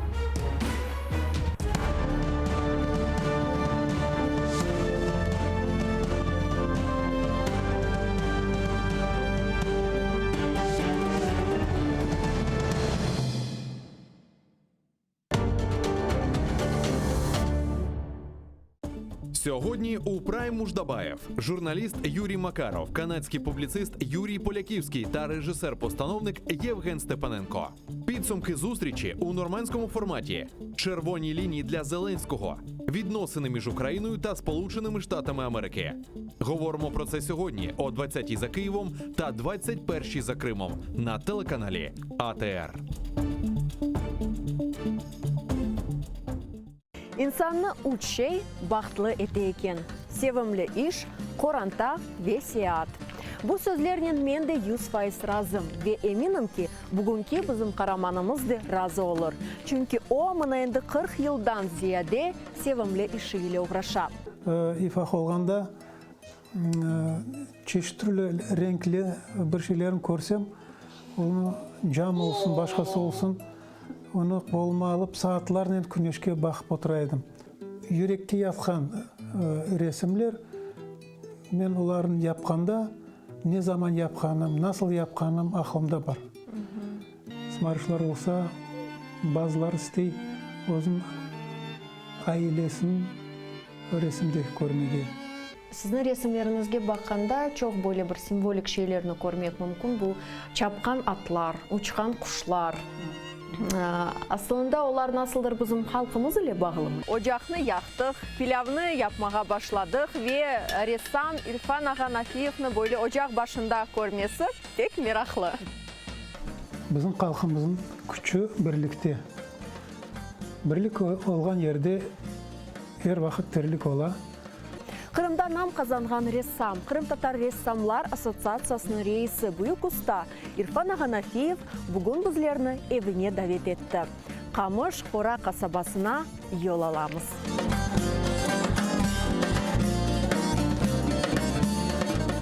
Залізна завіса, два світи і боротьба за правду. Фактичність, теорія медіа та об'єктивність журналістики. Пропаганда Суркова. Як народилася кремлівська фабрика фейків. Семантична війна. Конспірологія чи реальність.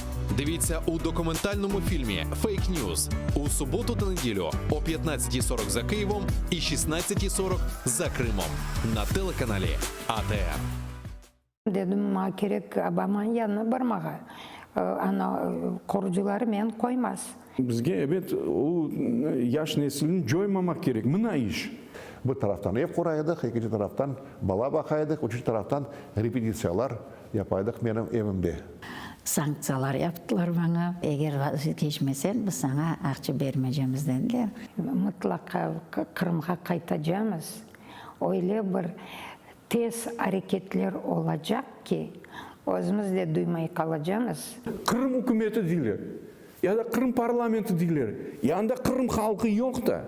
Bizim tarihimiz olgan kadar etraftaki devlet ve halkların tarihleri yoktur. Adaletsizlik yaşagan sayın ona karşı adaletperverlik olacak. Yok, ben o kadar yıldız olmak istemeyeyim. Ben yıldız değil, ben galaktika. Bir-birimizden pek uzaklaşan bir günde bir-birimizge yakınlaşmağa sebepler ve fırsatlar kıdırayıq. Adamlar çöberek yaşaganda bizim bestekarımız muzika çalar. Son ne?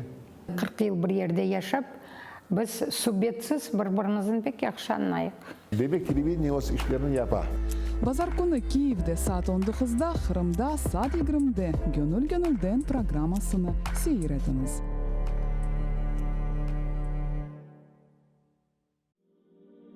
Пророк Мухаммед, да благословит его Аллах и приветствует, сказал: «Каждая умра после предыдущей служит искуплением совершенных между ними грехов.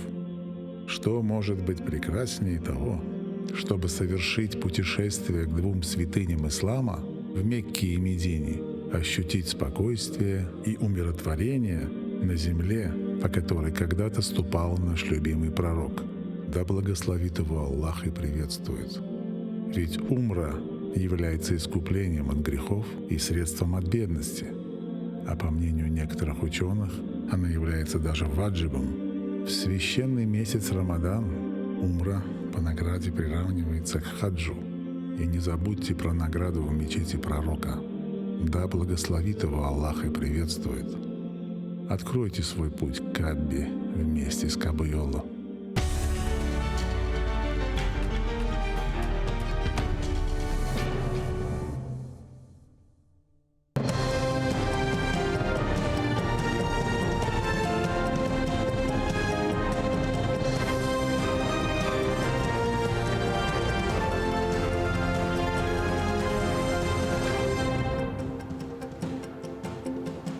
Понеділок, 9 грудня, 2118-й день окупації Криму Росією. В ефірі інформаційний випуск «Заман».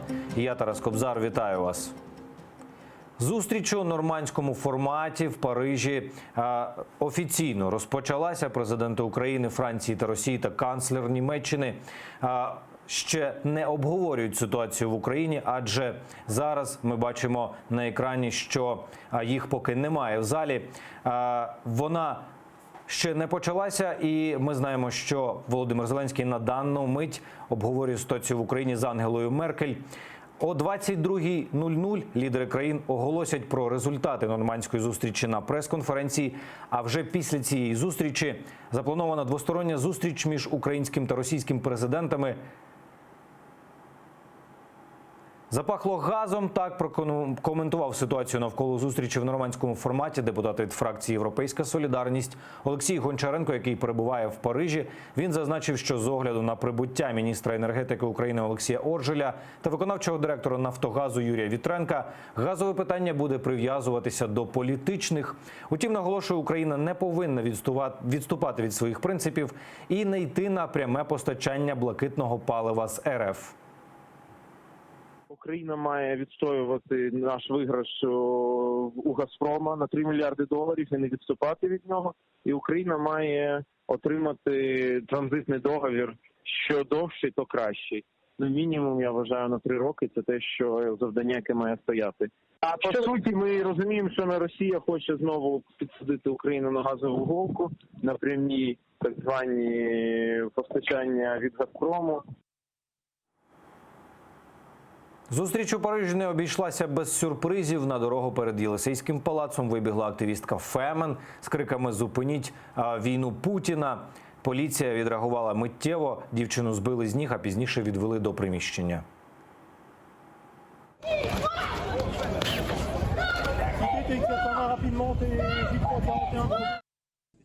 Проти капітуляції перед нормандським самітом влаштували акцію ветерани збройного конфлікту на Донбасі і представники Національного корпусу. Вони вимагали від Зеленського відстоювати саме українську позицію за столом переговорів.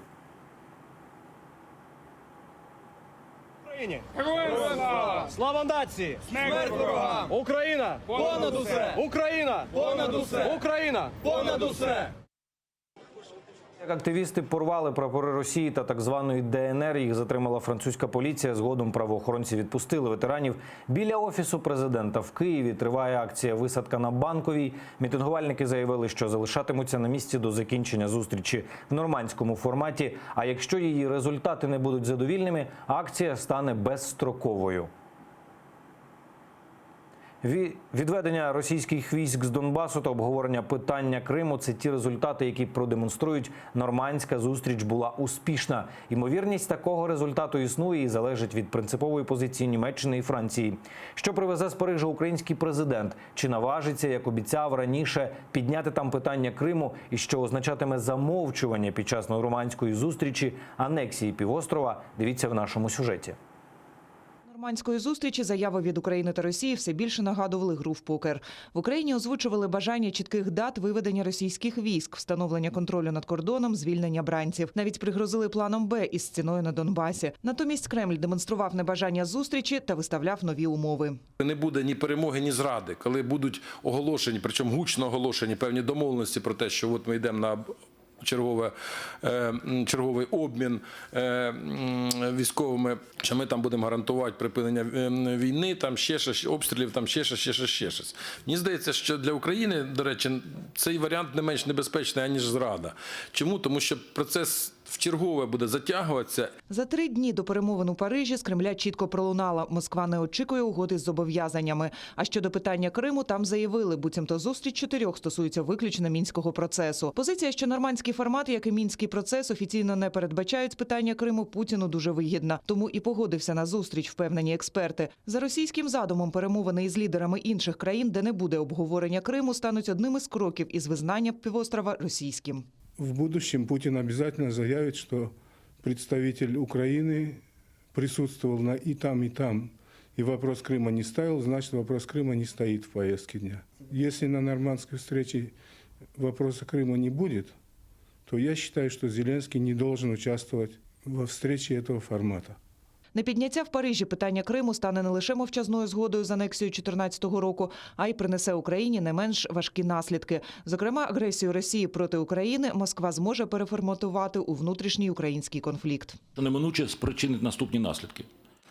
Перше – переведення Росії з категорії агресора у категорію посередник і гарант нових домовленостей. І друге – усунення правової і фінансової відповідальності Російської Федерації за розв'язану війну, заподіяні жертви і збитки, перенесення цієї відповідальності на Україну. Запобігти такому сценарію Зеленський може, якщо підніме питання Криму. І не наодинці з очільником Кремля, а обов'язково в присутності канцлера Меркель і президента Макрона. І президент України має наполягати на фіксації результатів перемовин. Ми маємо діло з лжецом, с коварным врагом, поэтому очень важно, чтобы здесь было присутствие западных стран тоже.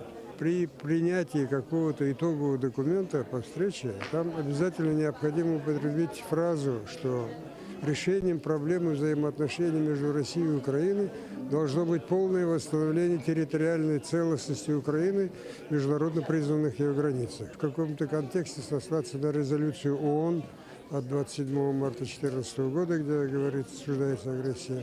Дуже важливо, щоб меседжі з боку президента України були такими, щоб жодні інформаційні провокації Росії вони не досягли своєї мети. Меджліс кримськотатарського народу напередодні саміту в Парижі вже закликав президента України порушити питання повернення Криму. Якщо ж Путін відмовиться говорити, заявити західним партнерам про необхідність зустрічі в іншому форматі. Бажано із країнами-підписантами Будапештського меморандуму. Основоположним принципом міжнародного права є пакта сун серванда, тобто договори повинні виконуватися. Оскільки в меморандумі немає ні Криму, ні Донбасу, але є Україна, тобто вся територія України, з включенням, безумовно, і Донбасу, і Криму. Будапештський меморандум уклали в 94-му. США, Росія та Великобританія в обмін на відмову від ядерної зброї надали Україні гарантії суверенітету. Вікторія Бойка, Заман, АТР. Обмін полоненими всіх на всіх. Він може відбутись ще до кінця поточного року. В Кремлі називають дату 25 грудня. Так припускає голова Центру політичної кон'юнктури Олексій Чесноков. В Росії його називають прибічником та активним учасником команди Владислава Суркова, правої руки Путіна, який курує питання Донбасу.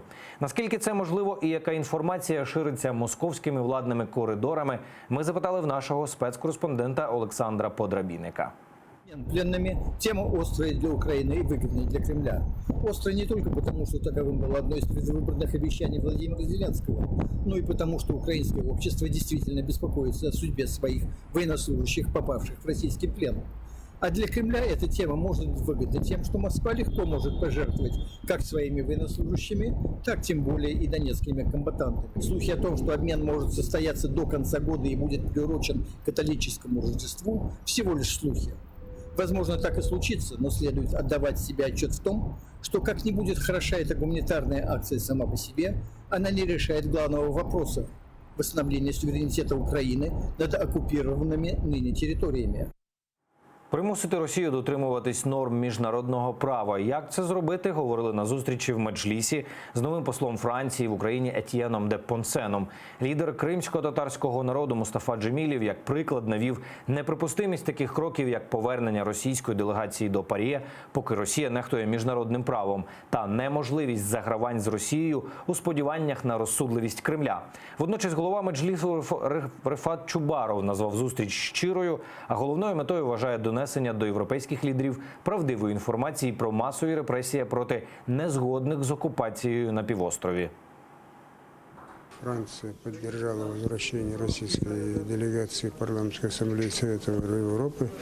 Это ни в коей мере не означает изменение политики в отношении Украины, что Франция по-прежнему стойко поддерживает территориальную целостность и безопасность Украины в таком духе. Я, в свою очередь, говорил, что бессмысленности вот такого шага, потому что за все время пребывания российской делегации в парламентской ассамблее они ничего, кроме того, что там повторение того, что говорил Путин, они не делали. Это же не демократическая страна.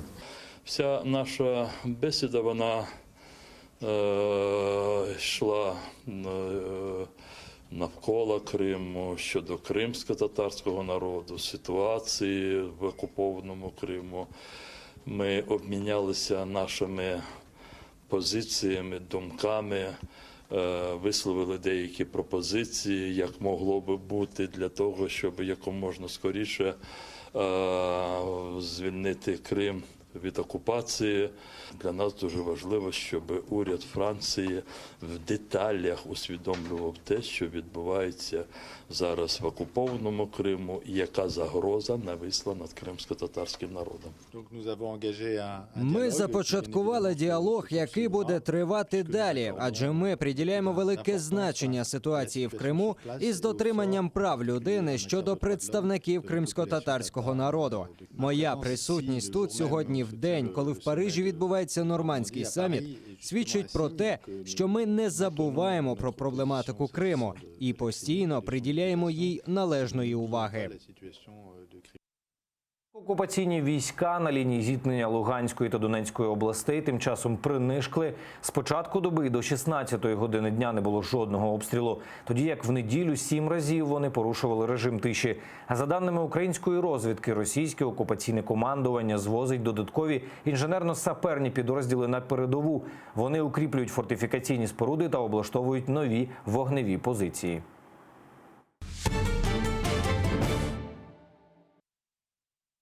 Олімпіада без Росії. Всесвітнє антидопінгове агентство вибрало покарання для країни за маніпуляції з допінг-пробами. І тепер під російським прапором спортсмени не зможуть виступати на міжнародних змаганнях найближчі 4 роки. Кого з них до боротьби за медалі все ж допустять і на яких умовах – дивіться далі.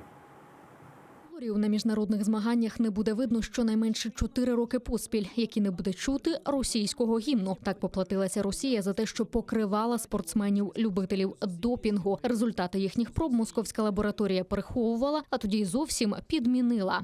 Изменения были значимые, изменения были существенные. Часть данных была удалена, в том числе перед передачей данных, фактически передачей данных.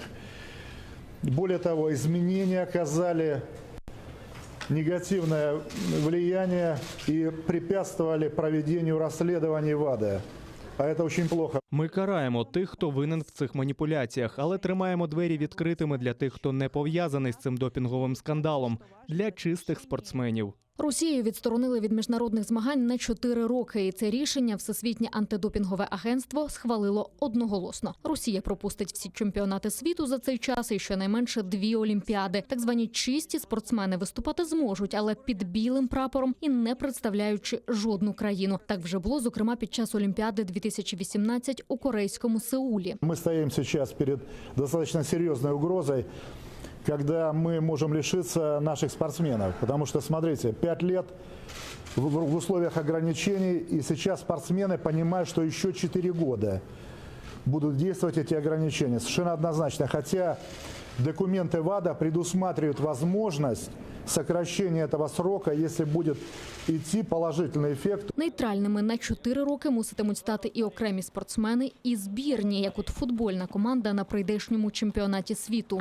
Навіть якщо вони пройдуть відбірковий етап, команда від Росії не зможе брати участь. Але як нейтральна команда вони можуть подати заявку на нейтральній основі, а не як представники Росії. Росія рішення ВАДА збирається оскаржувати в спортивному арбітражному суді в Лозанні. Це може дещо посунути терміни запровадження санкцій. Я впевнений, що спортивний арбітражний суд винесе рішення до Олімпіади в Токіо. Та можливо, що ця рекомендація не пошириться на Олімпіаду в Токіо. Це якщо рішення не буде схвалено. Тоді цей 4-річний період почнеться з Олімпіади в Парижі. Як тільки санкції набудуть чинності, Москва не зможе подавати заявки на проведення змагань топ-рівня і, відповідно, приймати їх. А офіційні російські делегації держслужбовців не пускатимуть на трибуни. Анна Макаренко, Заман, АТР.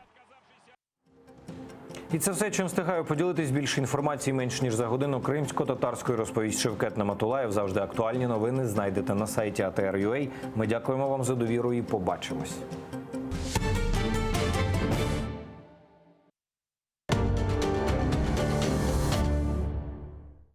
Сьогодні у Прайм Муждабаєв журналіст Юрій Макаров, канадський публіцист Юрій Поляківський та режисер-постановник Євген Степаненко.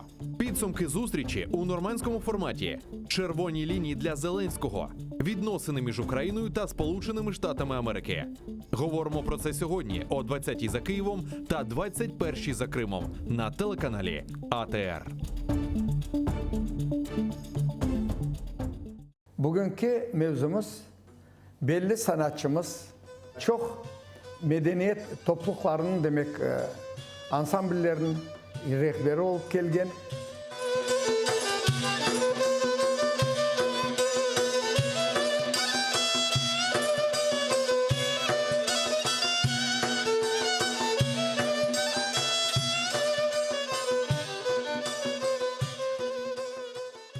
...63 yaştan 35 senesin bütünlüğü milli sanatımızga, folklorumuzga bağışladı. İstidatlı kemaneci Dilever Mamutoviç Bekirov hakkında ketecek.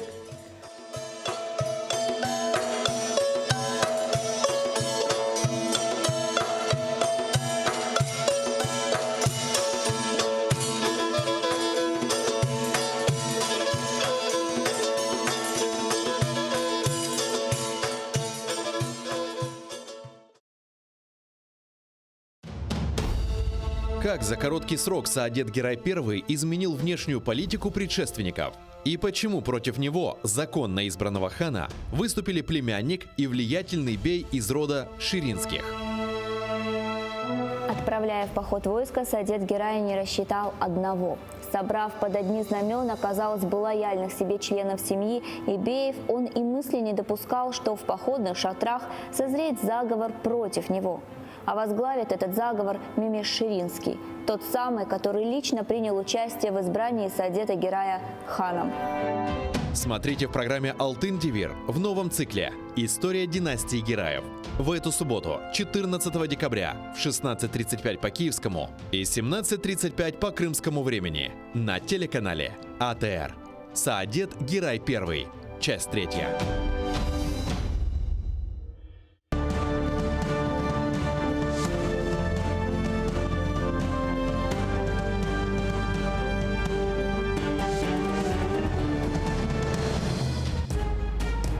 Merhaba, assalamu alaikum saygılı ATR telekanalının teleseyircileri ve bugün programmasını seyretesiniz ve gelecek yarım saat devamında biz en beklenilgen meselelerini laf etmeye planlaştırdık. Elbette ki bu Normand Koruşevi. Geliniz başlayalım. Украина, Алмания, Франкистан, Русия, Зеленский, Меркель, Макрон, Путин. Bugün Normand Koruşevi. Капитуляция яда Галебе.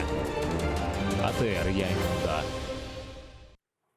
Студияда sizler için мен Gülsüm Халилова çalışam. Saygılı dostlar, Франкистанның пайтақты Парижде көргенімізге көре енді Елисей сарайында Normand Koruşevi'ne hazırlıklar. Көріне экранларыңызда көргеніңіз ке енді Украина тышышлері Назираны Вадим Пристайканы көрдік, оның ярдымжысы Ермакны көрдік ве да Украин делегациясының бұл демек Елисей сарайына кіргеніне бераберлікте шымды сейретеміз. Аман-аман саниелерден sonra енді Normand Koruşevi башламалы. Мәлім олғаны ке 9 декабрь күні бүгін Франкистанның пайтақты Парижге Украина президенті Владимир Зеленский, Русия президенті Владимир Путин, Алмания канцлері Ангела Меркель ве әлбетеке Франкистанның сайбы деп айтмаға мүмкін оның Жұмхуриятының президенті Эммануэль Макрон топлаштылар Елисей сарайында ве дақалардан sonra саниелерден біле ола біле енді Normand Koruşevi башлайжақ. Шу сырада Украинаның пайтақты Киевде банковая соқағында президент офисі янында фаалер бойлы акцияны тешкил еттілер. Олар анда отырып бұл Normand Koruşevi'ni сейреті демек. Іште анда Украинаның менфаатына садық олмаған президент егер бірде бір садықлығыны бойлы испатламаса veya бойлы бір шубелі әрекеттер япса, олар іште өзінің наразылықларını көстермек үшін анда топлаштылар. Студиямыздың мұсафиріні тақдим етмеге азырым Милли Межлис азасы Гайна ханым Юксель. Селям алейкум, қош келдіңіз. İşte Гайна ханым, көреміз ке Normand Koruşevi аман-аман башлайжак. Ve işte Lavrov kire, Rusya'nın dış işleri naziri kire. İşte anlagánımızga göre bu Rusya delegatsiyası aslında kirgen Елисей sarayına. Ukrayna delegatsiyası bundan evvel kirdi. Onu zaten gördük. Anda Vadim Pристайко. Vadim Pристайко, Yermak kelgen edi. Aslında işte Pристайко küçük kameranın başında ne düşünüyorsun? Şimdi ben anladığıma göre böyle bir şekilde olacak. Bu bakanlar seviyesinde, nazirler seviyesinde, Cumhurbaşkanlarında Zelenskiy, Merkel, Doğru, Macron onlar beraber kıracaklar. Çünkü aynı anda yani bu da gerekmezse demek ki herkesin aynı seviyede olmasını göstermeye istiyorlar. Hep beraber kırdılar, hep beraber. Keyifleri nasıl? Nasıl Korez keyiflerinin? Vallahi ama böyle yüzlerinde pek öyle gülümçü bir şey yok. Gülümçü bir şey yok. Çok ciddiler. Pek böyle de ağır şeyde ifadesi yok yüzlerinde ama yüz ifadesi bir tarafa, konuştukları başka tarafa. Onları aslında Putin kule Zelenskiy'e bir şeyler aytan da göre. Esas mesele onlar nasıl kararlara varacaklar, nasıl bir şekilde bu neticelenecek bu konuşu ve Ukrayna bu konuşudan ne elde edecek, ne kazanacak. Nasıl neticeleri olacak aslında bu konuşunun? Bu aslında hakikaten pek mühim. Lakin benim anladığıma göre bu şimdi protokol bir çekimi ola. İşte bundan sonra muhtemelen kameralarını çıkartacaklar ve demek en mühim suallerini müzakere etmeye geçecekler de beklenir. Belki de Cumhurbaşkanlar tarafından bir 10 dakikalık ya da 5 dakikalık bir konuşma olacak. Açılış konuşması. Kaçtı bir yerge kamera protokol çekimi. Ama esas mesele saat 8'de ya da 8:30'da bu basın toplantısı. Yok, netice basın toplantısı. Press konferensiyası 19:45'te olması gerek. Onu geçirdiler 22'ye. Onda press konferensiya saat 22'de yani 10'da olacak iken ne için sizce böyle oldu? Çünkü laf ederler. O zaten bu tür şeyler yani vaktinde olmuyor. Mutlaka 1 saat, 1,5 saat, 2 saat uzatıla. Çünkü konuşulacak çok şeyler var. Ben bilesem ondan dolayı bunu biraz çetke aldılar. O da o vakitte... Ama bu yaxşı bir signal galiba. Böyle çözülse bu mesele. Aslında bu tür görüşmeler için 3 saat, 4 saat az bile. Onun için ben bilesem bu aytılgan vakit, ilan etilgen vakit 8:30'da o da olmaz. Başlangıç saat 10'da o da olmaz. O da sarkacak, o da uzayacak. Onun için bugün ben bilesem böyle gece yarısına kadar gerekli malumatlarını, gerekli bilgilerini alırız bu konuşma için. Buna biz gördük bugün bu Putin kene geç kaldı bu konuşmaya. İkinci Zelenskiy geldi, birinci Merkel geldi. İşte neyse oldu bu Normand konuşma 3 yıl böyle bir teneffüsten sonra endi şimdi bu Normand konuşma geldi. Sizin düşüncenizge göre Vladimir Zelenskiy Ukrayna'nın prezidenti aslında bu konuşmaya hazır mı? Çünkü sonki malumatlara göre işte Putin'in böyle bir ayrı sübet yapacak. Devlet tarafından, devlette çalışan memurlar tarafından, devlet adamlar tarafından hazırlıklı olganını işittik. Yani ilan etkenlerine göre dün bilesiniz RNBO yani Güvenlik Konseyi toplantışı geçti. Ukrayna'da 5 senaryo var bu konuşmadan son. En iyiden en yaramayana kadar. En yaramı bu demek ki yani savaşın ilanı, saldırmaların başlaması vesaire vesaire. Ve her birisine hepsi hazır. Cumhurbaşkanından başlayarak bizim askerlerine göre. Yani hazırlıksız olganı ben düşünmüyorum ama nasıl bir şekilde onu alıp varacak başka taraf, karşı taraf ona göre demek ki hareketler olacak ama ilan ettiklerine göre hazırlar. Her şeye, her türlü senaryoya hazırlar. Ya nasıl sizin düşüncenizge göre senaryolar olabilir? Senaryolar 5 tane de plan edilir. En yaramıdan en iyisini ama en iyisi o da Ukrayna için iyi mi, yaramıyor mu? Çünkü hepimiz Rusya'nın talaplarını bilemiz, Rusya'nın pozisyasını bilemiz, nasıl bir düşüncelerini turganını bilemiz ve Ukrayna menfaatlarına asla ve asla pek hoş gelmegen bir pozisyası. Ondan dolayı en iyi variant вариантны тушынсек, анда біле hazırlıklı olmak керек. Ondan dolayı insanlar meydanda, insanlar bir şekilde bir mesaj vermeye istiyorlar Cumhurbaşkanı'na ve onun yanındaki insanlara. Eğer anda Ukrayna menfaatına gerekli kararlar alınmazsa, demek ki muhakkak halk tarafından, Ukrayna'da yaşayan vatandaşlar tarafından tepki gelir.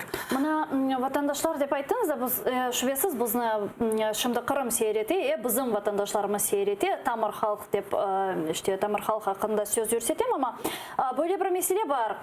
Kırım meselesi bu Normand görüşmünde aslında müzakere edilecek mi? Çünkü bir hafta evvelsi de Prezident Vladimir Putin bu meseleni müzakere etmeye istemegenini aytdı. Prezident Vladimir Zelenskiy ise Kırım meselesini көтермеге тырышачагын beyan etken edi. Kelinin Zelenskiyni dinleyik.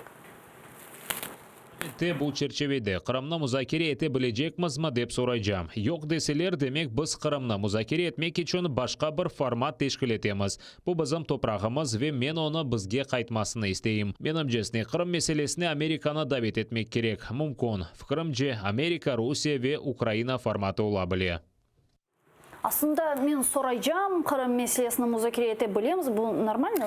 Şimdi bu şeyge gelgende elbette Kırım büyük ihtimal Kırım laf edilmeyecek afsuski. Çünkü hepimiz Kırım'dan çıkan insanlar, Kırım'da halkımız yaşay, vatandaşlarımız yaşay.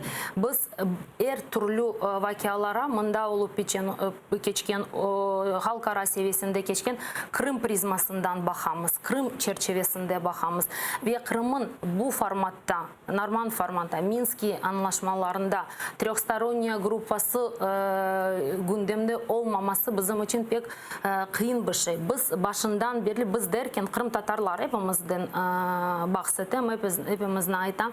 Biz her zaman aytamız Kırım mutlaka olmalıdır ve Kırım'ı Donbas'tan ya da Ukrayna'nın başka bölgelerden ya da Ukrayna'da olup bitken vakalardan kopartmamak ya da ayrı bakmak mümkün değil. Her yerde ve her seviyede. Bugün mesela mecliste yeni Fransa elçisinin konuşup oldu. Evet, yeni işe başladı. Yeni derken birkaç ay içerisinde başladı. Onun konuştuk. Pek böyle simbolik kunde. Çünkü bugün Normand konuşup biz de konuşamız. Biz meseleni bu haberini hazırladık. Onu da müzakere edermiz, ona da geçerimiz. Bu Normand konuşmaya kayıtsak. Ya sizin düşüncenizge hangi bir formatta Kırım meselesi müzakere edilebilir? Çünkü aklınızda mı bir vakti else Prezident Zelenskiy aytkan edi, hatta teklif etken edi. Keliniz Kırım meselesi için ayrı bir meydançık tizeyik de bu meydançıqa Amerika Birleşken Devletleri'ne, Rusya ve demek Ukrayna'nı davet edip müzakere ettik Kırım meselesine. Bu mümkün mü? Kırım için yani böyle bir teklif varsa o neden değerlendirilmesin ama bizim düşüncemiz hiçbir yerden Kırım ayrı konuşulmasın. Mesela şimdiki konuşuvda neden Kırım ayrıca bakıla? Neden tek Donbas veya başka Ukrayna? Neden Kırım'ı içine almalar? Rusya'nın talabı olganı için. Rusya'nın zaten bir sürü talapları var. Yok bilmem Donbas'ta salyavlar, yok bilmem benim askerlerim anda kalacak.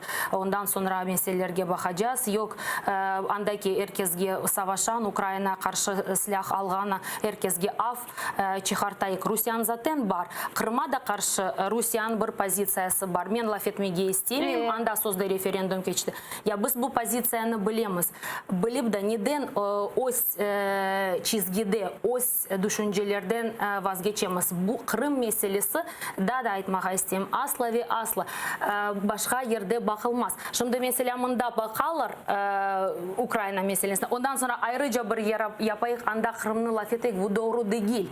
Bu şaşırtan, hepimizden şaşırtan ve bir çıkmaz vaziyetke sokan bir Bu yön. meseleni de 14 senesi ayırdılar da Minsk anlaşmaları tüzülgeni vakit. 15. senesi ayırdılar. 5 endi Normand konuşuvu kelip çıktı. Tek şimdi mi biz bunu hatırlayımız? Biz hatırlamayız. Biz derken kimden bahsediyorsunuz? Ukrayna'dan mı? Ukrayna yani hakimiyetten. O zaman bakınız biz Minsk anlaşmaları ta 2014 senelerde hazırlandı, 15 senelerde imzalandı. İkinci Minsk. O uzun bir proces. Ondan sonra koyuldu, çetke koyuldu. Kimse buna bakmaydı.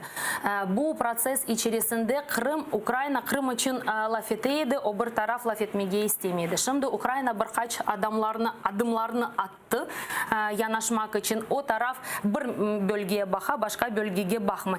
Білесіз ма, асрет қаршы тараф бөлі бір вазиетні ярата Крымны ұнытмак үшін. Егер Украина кенді позицияда турса ве Крымны içерге кірсетті, бұл gündemін içerisinde, бұл қалажақ меселерін içerisinde, о zaman бақылыр. Çünkü o bir тарафтан asla ve asla teklif veya istek келмес. Aslında bu Kırım işgal etilgeninden sonra Kırım meselesinin müzakere etilmesi ekseriyetle Kırım Tatar Milli Meclisi'ne bağlıydı. Çünkü Kırım Tatar Milli Meclis azalarısız olsun digerleri demek halkara meydançıklarga barıp hep Kırım meselesini kötüreydiniz. Bunun beraber hakimiyetle de böyle sık ve güzel münasebetlerimiz var idi. Onun işte Poroshenko'nun olsun bu müzakereler yürütetiliydi. Şimdi meclis böyle münasebette değil galiba. Білесіз ма, şimdi umumi Ukrayna dış siyasetini alsanız, anda hakikaten birçok böyle ciddi eksikler var. Hakikaten meclis o 2014 senesinde hakikaten böyle bir dış nazirliği gibi çalışıyordu. Çünkü devamlı konuşuyordu, devamlı malumat veriyordu. Böyle ittifakdaşlık var idi. Ondan sonra 2015 senesini hatırlayın. Pek sıkı yani her sefer biz çıkıyorduk 6-7 8 senesi. Hükümetten çalışıyorduk. Şimdi Birleşmiş Milletler, Avrupa Parlamentosu, OBSE, diğer meydançıklar olsa Kırım meselesi laf etileydi. Şimdi Kırım meselesi yine de laf etili ama umumi Ukrayna'nın siyasetine baksan, umumi Ukrayna'nın siyaseti biraz şeklini değiştirgen gibi. Bir de bu dış siyaseti. Onun içerisinde Kırım'da mevzusu başka şeklini aldı. Ama siz anda yoksunuz. Ne için? Biz anda hükümetke sormak gerek. Yani yok, şimdi toplum olarak, halk olarak ya da böyle sivil cemaat teşkilatları olarak biz anda varmız. Biz bu işlerge devam etmemiz. Ama böyle devlet seviyesinde yapılan tedbirlerde ya da çıkışlarda hakikaten yokmuz. Bunu Ukrayna... Ne için sizce bu belki biz yanlış bir şey yapıyoruz? Bu ben bilesem Ukrayna'nın umumi politikanın değişmesi herhalde... Hakimiyet yani.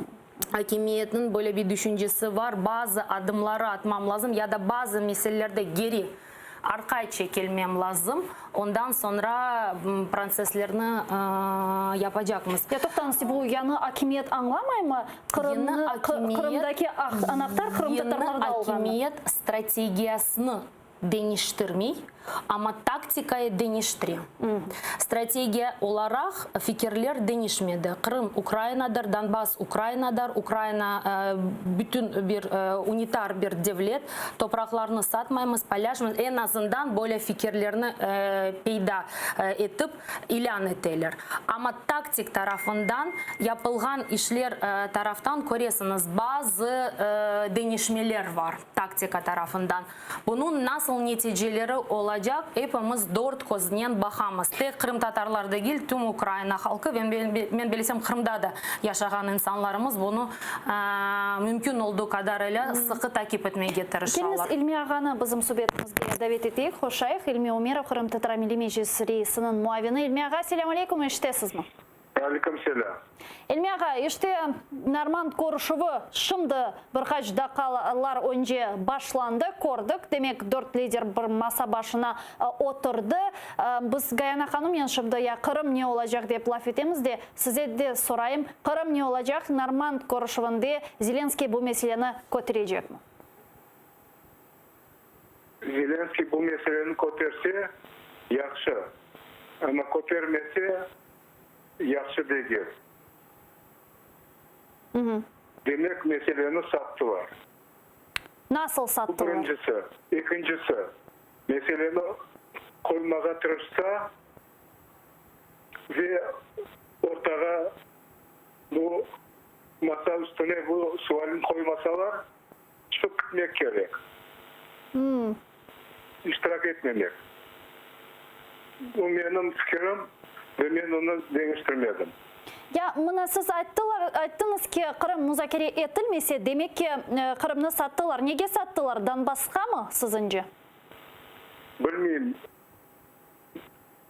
Donbass'a sattılar demek bekim doğru değildir. Çünkü Donbass da Ukrayna'nın bir kısmı, Kırım da Ukrayna'nın bir kısmı. Bunlar iki tane oyuncak hırsızladılar.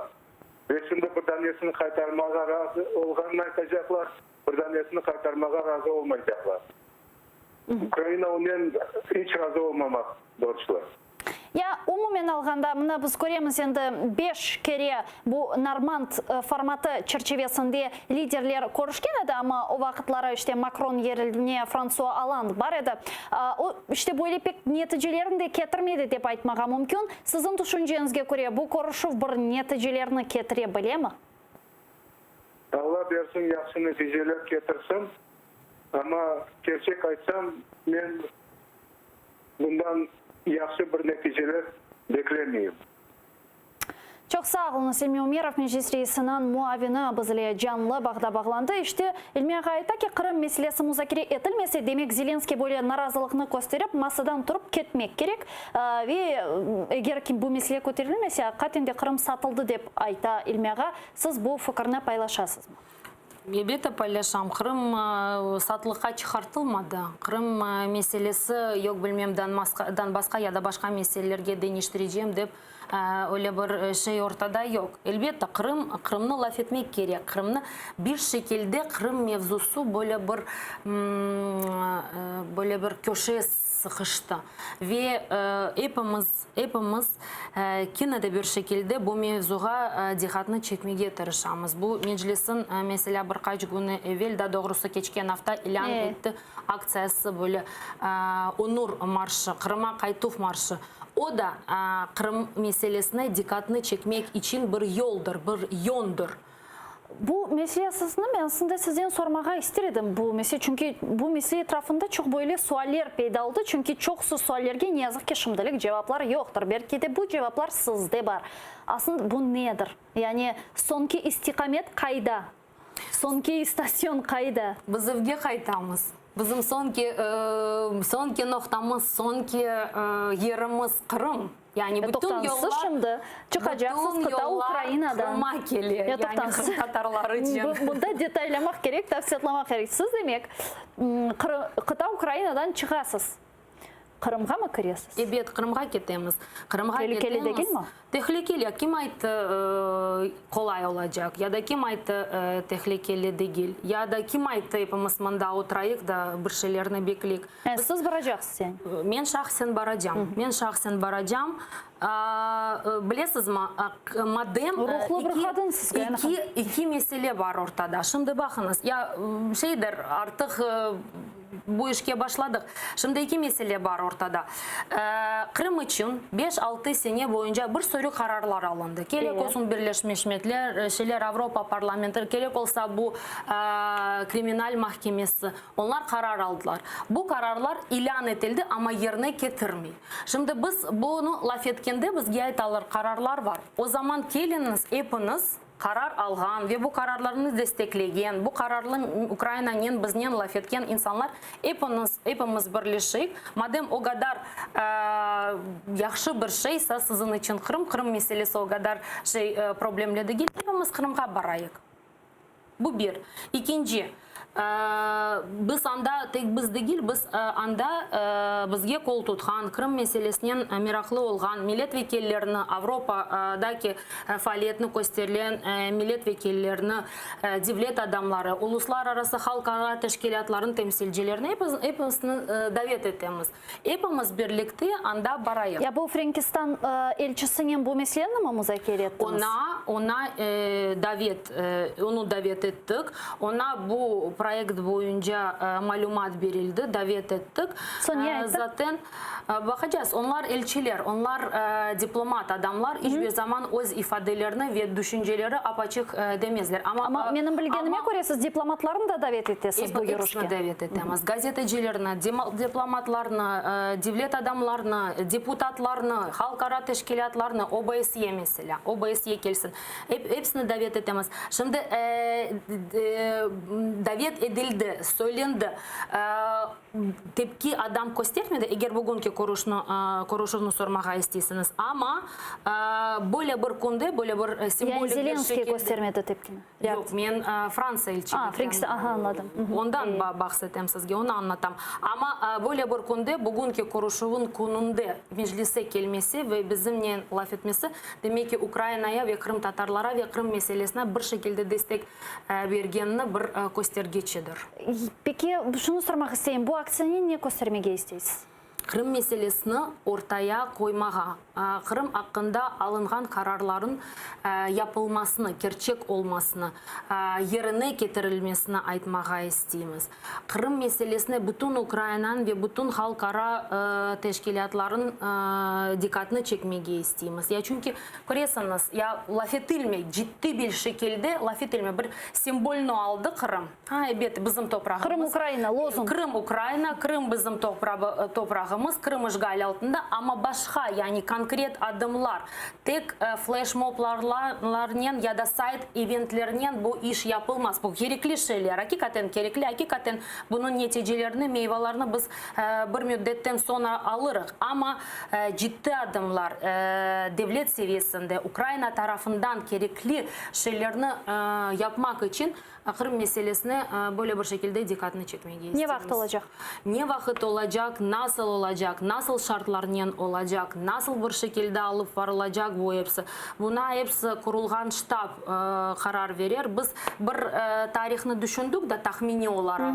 Belki de o ortaya koyuldu ama şimdi net bir karar bu konuda yoktur. Ama iş başladı ve herkesini bir şekilde buna kol tutmağa teklif etmemiz. Менің anlағаныма көре, belki мен yanlışım, siz meni doğrutursunuz. Lakin menim anlағаныма göre bu aksiya daha çok şüphesiz halkara teşkilatlarını celp etmek için diplomatlarını, işte elçilerini olsun, başka devlet temsilcilerini, lakin daha çok galiba Ukrayna hakimiyetine celp etmek için değil mi? Elbette Ukrayna'ya bu birinci mesaj. Ukrayna, siz bakınız, siz Kırım meselesinde ben Ukrayna'daki siyasetçilerine aytam. Siz Kırım için bir şeyler aytasınız ama yerine getirmek için bir çaba göstermeniz. Geliniz, hepimiz anda o sınırga geliyik ve Kırım'a kırmaya tırışayık. Bir şekilde... Çıkmayı da bilesiniz de. Ya Gülsüm, her şey olabilir. Anda da yani belki kıryarak çıkmayacağız, belki kıryarak bir kısım çıkar, bir kısım çıkmaz. Belki de hiç almazlar içeri. Onu herkes anlay. Bu şaka değil. Ya da oyun değil. Ciddi mesele bu. Bu ciddi bir mesele ama bir şeyler yapmak gerek de. Bir şeyler yapmak gerek. Yamına siz ayttınız ki Kırım Tatar Meclisi elinden gelgenini yapıp işte Ukrayna hakimiyetine olsun Kırım meselesine dikkatini daha çok celp etmek için faaliyet gösteriyor ve zaten geçken birkaç gün evvelsi Kırım Tatar Meclisi böyle Normand konuşma ile bağlı bir beyanatta bulundu. Demek bu beyanatta Zelenskiyni Kırım meselesine kotermeye çağırdı ve ilahri Kırım Tatar avtonomiya meselesine talep etti ve aslında bu talapkar bir beyanat edi. Reaksiya oldu mu aslında hakimiyetten, temsilcilerden, Zelenskiy'nin yardımcılarından? Çünkü bağ var benim bilgenime göre. Evet, vardır. Şimdi anda devlet tarafından bu meselelerge bakan birkaç tane struktura var. Cumhurbaşkanı temsilciliği ve devlette bu meselenin uğraşan bir insanlar. Ayrıca bir konuşma şekli bizim milletvekillerimiz. Elbette tepki geldi. Yani böyle bir, nasıl sizge aytayım, bir reaksiya ama resmi bir şekilde beyanname ya da resmi bir cevap şeklinde gelmedi. Ama çalışmalar devam etti ve benim bilgenime göre anda muhtariyet meselesi de bakıla bir ekspertizalardan geçiyor. Fakat bunun kanun leyhaları deyiz. Evet, fakat bunun neticesi ne vakit, nasıl bir şekilde, nasıl bir müzakerenin, nasıl bir formatın ortaya koyulur ve biz bunu ne zaman koruyacağız da belli değil. Yaşanasız mı Zelenskiy'e? Оны Білесіз ма, Жұмур Оның башқаны... бізге қаршы іште. Жұмур башқаны, яғни инсан оларак, hakikaten pek samimi bir insan. Biz bunu hem onun çıkışlarda hem böyle şahsi kontaktlarda bilemiz. Çünkü birkaç yerde bir araya gelmeye çaremiz oldu. Hakikaten insan Zelenski meselelerge ya da koyulgan suallerge bir siyasetçi değil bir insan olarak tepki gösteriyor. Hakikaten böyle duygularının, yüz ifadesinin, böyle düşüncelerinin ve hakikaten Ukrayna'da olan savaşını, olup bitken bu şeyini, problemalarını, Donbas, Kırım çizmeye istiyor. Fakat her şey tek Zelenski'nin elinde değil afsuski. Onun karşısında pek tecrübeli oyuncular var, siyasi oyuncular. Yıllarca devletin başında olgan ve bütün bu meselelerini problema şekline getiren, bilesiniz kimden bahsettim ve kolay bir proses değil.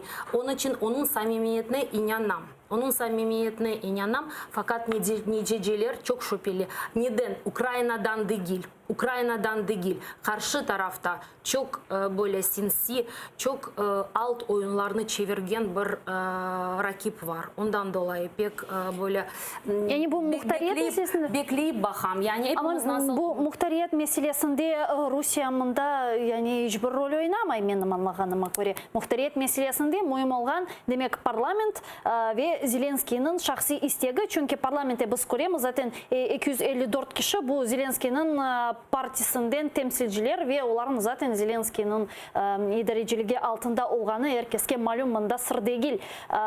Yani muhtariyet meselesi bu sadece Zelenski'nin istegi meselesi değil mi? Tek Zelenski'nin istegi meselesi değil ama istese ve doğru baksa pek büyük bir böyle bir motor yani itekleyen bir faktör olacak.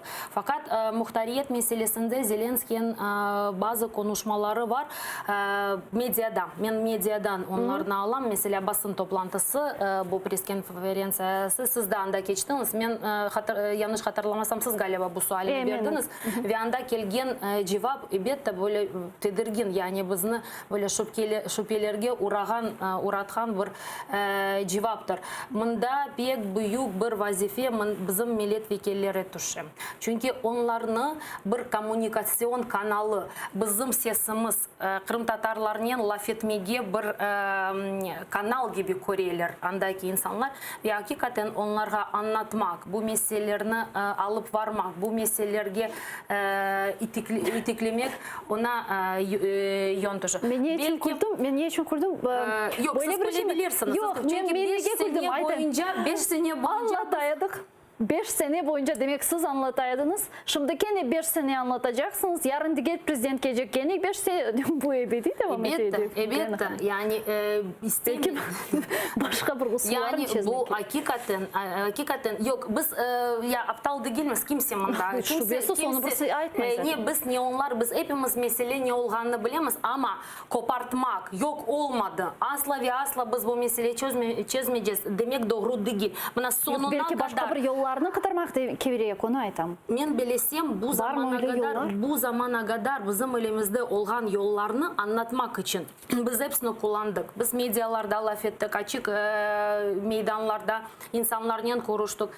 Duymak istemeyen adam men bilmeyeyim dep aytam. Duymak isteyen, anlamak isteyen anlay.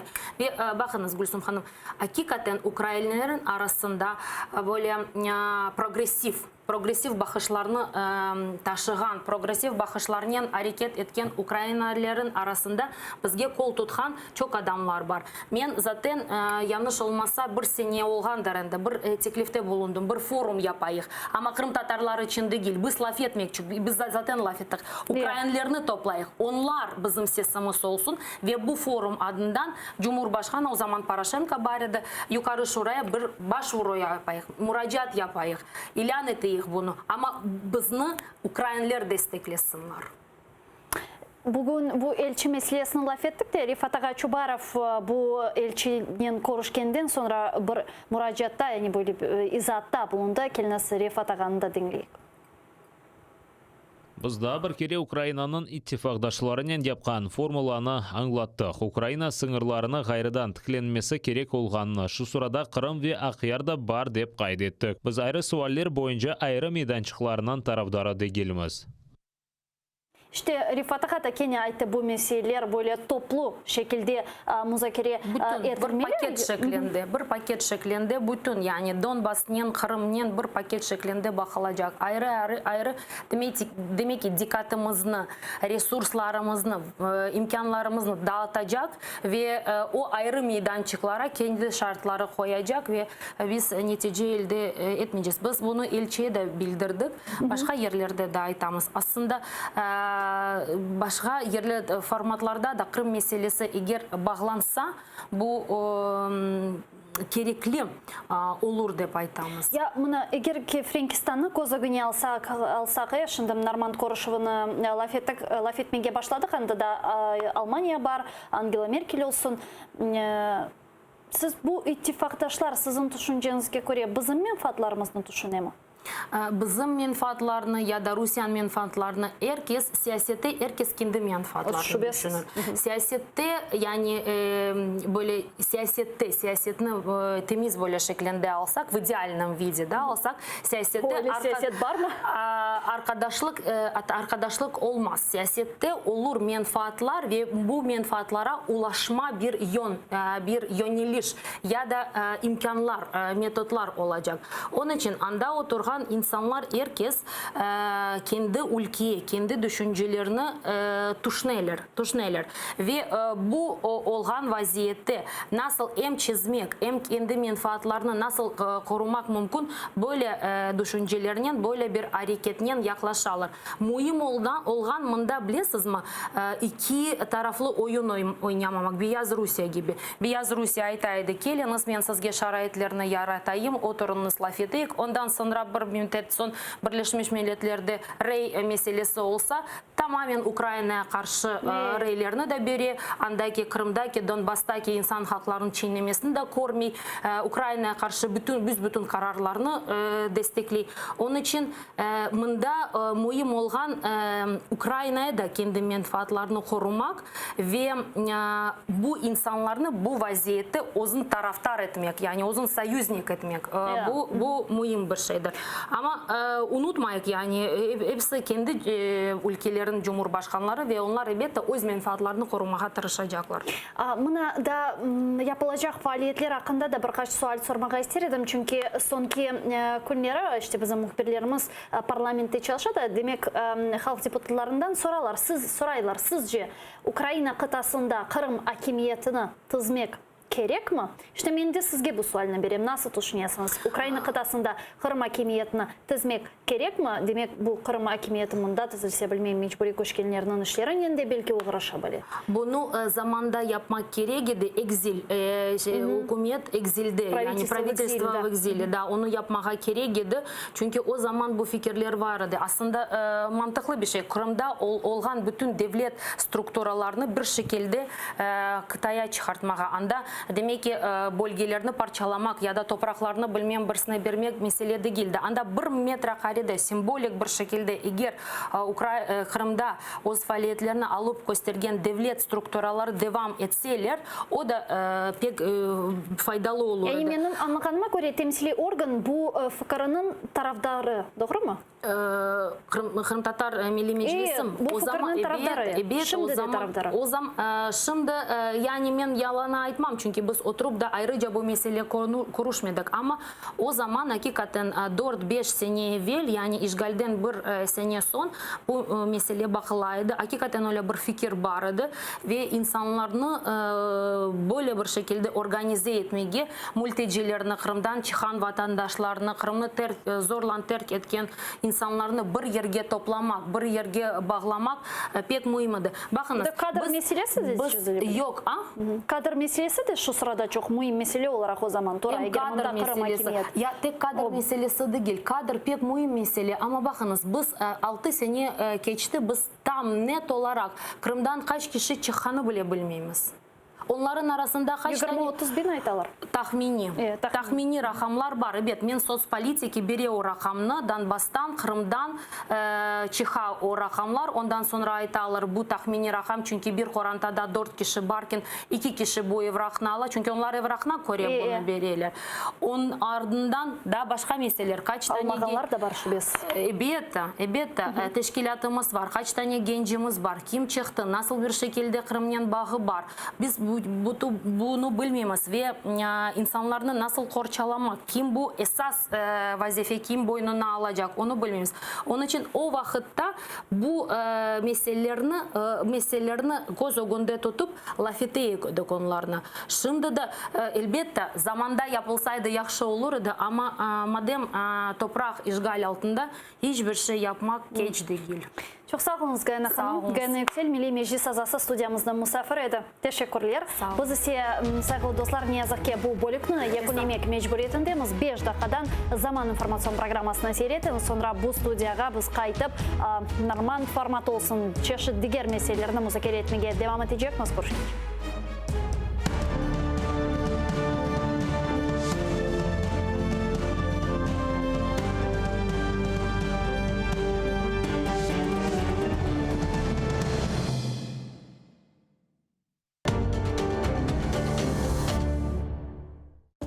Сьогодні у Прайм Муждабаєв, журналіст Юрій Макаров, канадський публіцист Юрій Поляківський та режисер-постановник Євген Степаненко.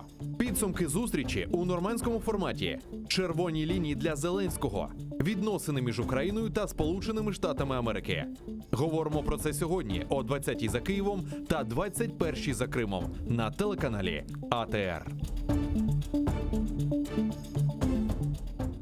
Bugünkü mevzumuz belli sanatçımız çok medeniyet topluluklarının demek ansambullerinin rehberi olup gelgen.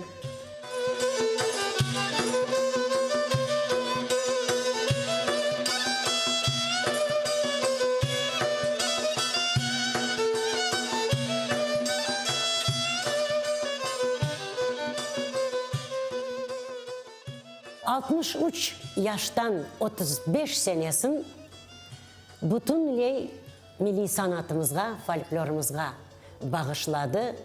İstidatlı kemaneci Dilever Mamutoviç Bekirov hakkında ketecek.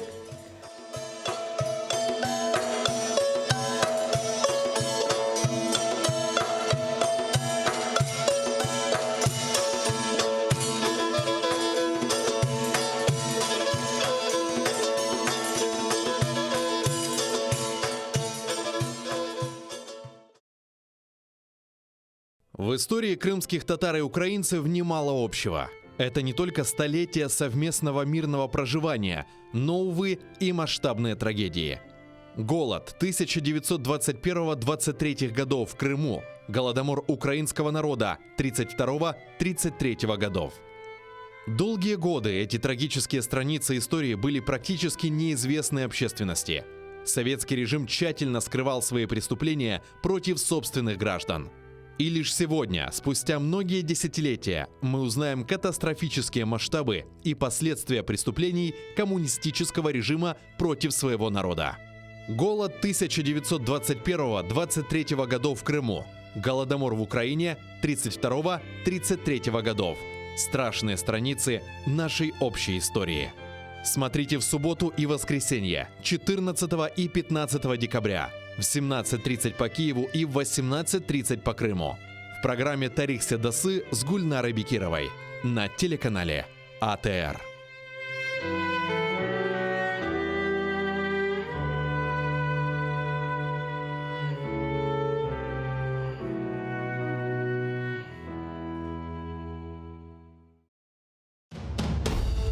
Как за короткий срок Саадет Герай I изменил внешнюю политику предшественников? И почему против него, законно избранного хана, выступили племянник и влиятельный бей из рода Ширинских? Отправляя в поход войска, Саадет Герай не рассчитал одного. Собрав под одни знамена, казалось бы, лояльных себе членов семьи Ибеев, он и мысли не допускал, что в походных шатрах созреет заговор против него. А возглавит этот заговор Мемеш Ширинский, тот самый, который лично принял участие в избрании Саадета Герая ханом. Смотрите в программе «Алтын Девир» в новом цикле «История династии Гераев». В эту субботу, 14 декабря в 16:35 по киевскому и 17:35 по крымскому времени на телеканале АТР. Саадет Герай I. Часть 3.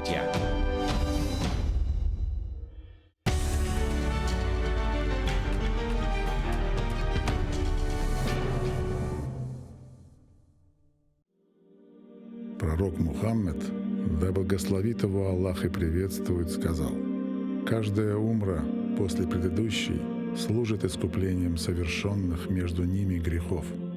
Что может быть прекраснее того, чтобы совершить путешествие к двум святыням ислама в Мекке и Медине, ощутить спокойствие и умиротворение на земле, по которой когда-то ступал наш любимый пророк. Да благословит его Аллах и приветствует. Ведь умра является искуплением от грехов и средством от бедности, а по мнению некоторых ученых, она является даже ваджибом. В священный месяц Рамадан умра по награде приравнивается к хаджу. И не забудьте про награду в мечети пророка. Да благословит его Аллах и приветствует. Откройте свой путь к Каббе вместе с Кабайоло.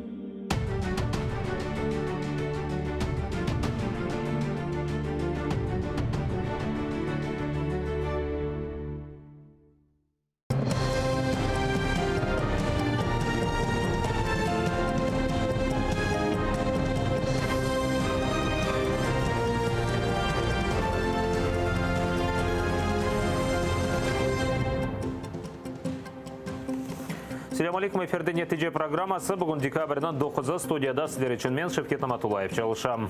Тарихи күн бүгін Парижде Норманд форматында көріші өткеріле. Украина, Франкистан, Русия ве Алмания лидерлері Украина шарқындаки вазиетні музакире еті. Зеленский Елисейск сарайында башта Эммануэль Макрон еле көрішті. Сонра ise Алмания канцлері Ангела Меркель еле көрішіп кечерді. Шымды 4 лидерлерінен музакирелесі башланды. Saat 22'de Киев вақты еле лидерлер чықып көрішіп нәтижелері hakkında айтмалылар. Сонки көре бөле Корушев 2016 сенесі өткерілген еді. Норманд Корушевінден сон Украина ве Русия президентлері yüzme-yüz көрішмелі.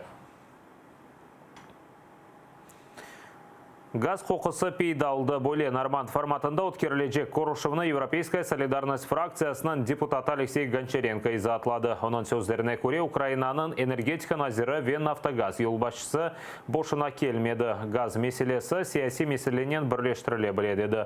Гончаренко қайдеткеніне көре Украина өз принциплерінде тұрмалы ве Русияден доғыру газ сатын алмамақ керекдей. Україна має відстоювати наш виграш у Газпрома на $3 мільярди і не відступати від нього. І Україна має отримати транзитний договір, що довший, то кращий. Ну, мінімум, я вважаю, на 3 роки це те, що завдання, яке має стояти. А по суті, ми розуміємо, що Росія хоче знову підсадити Україну на газову голку, на прямі так звані постачання від Газпрому. Президент офисы янында есе высадкана банковая адла акция аледа девам ете кеченлері. Ақшам офис янында 2000-ге яқын инсан топлашты. Олар чадыр тіклеп санада ерлештірділер. Наразылық іштіракшілері білдіргенне көре бұл ерде Норманд Корушевы екінленмегенне қадар қалажақлар. Корушев нәтижелерінен мемнун олмасаларда акция мүддетсіз олажағыны шандырдылар. Бұне берабер Туневын Украинаның бұйық шерлерінде Владимир Зеленский үшін қырмызы сызық акциясыны кечірділер. Ең чоқ инсан Киевтің мұстақылық менанында топлашты 8000-ге яқын. Санада мұхалифет темсілжілері чықыш япты. Олар президент Украина менфаатларына теслим етмемесіні талап етті.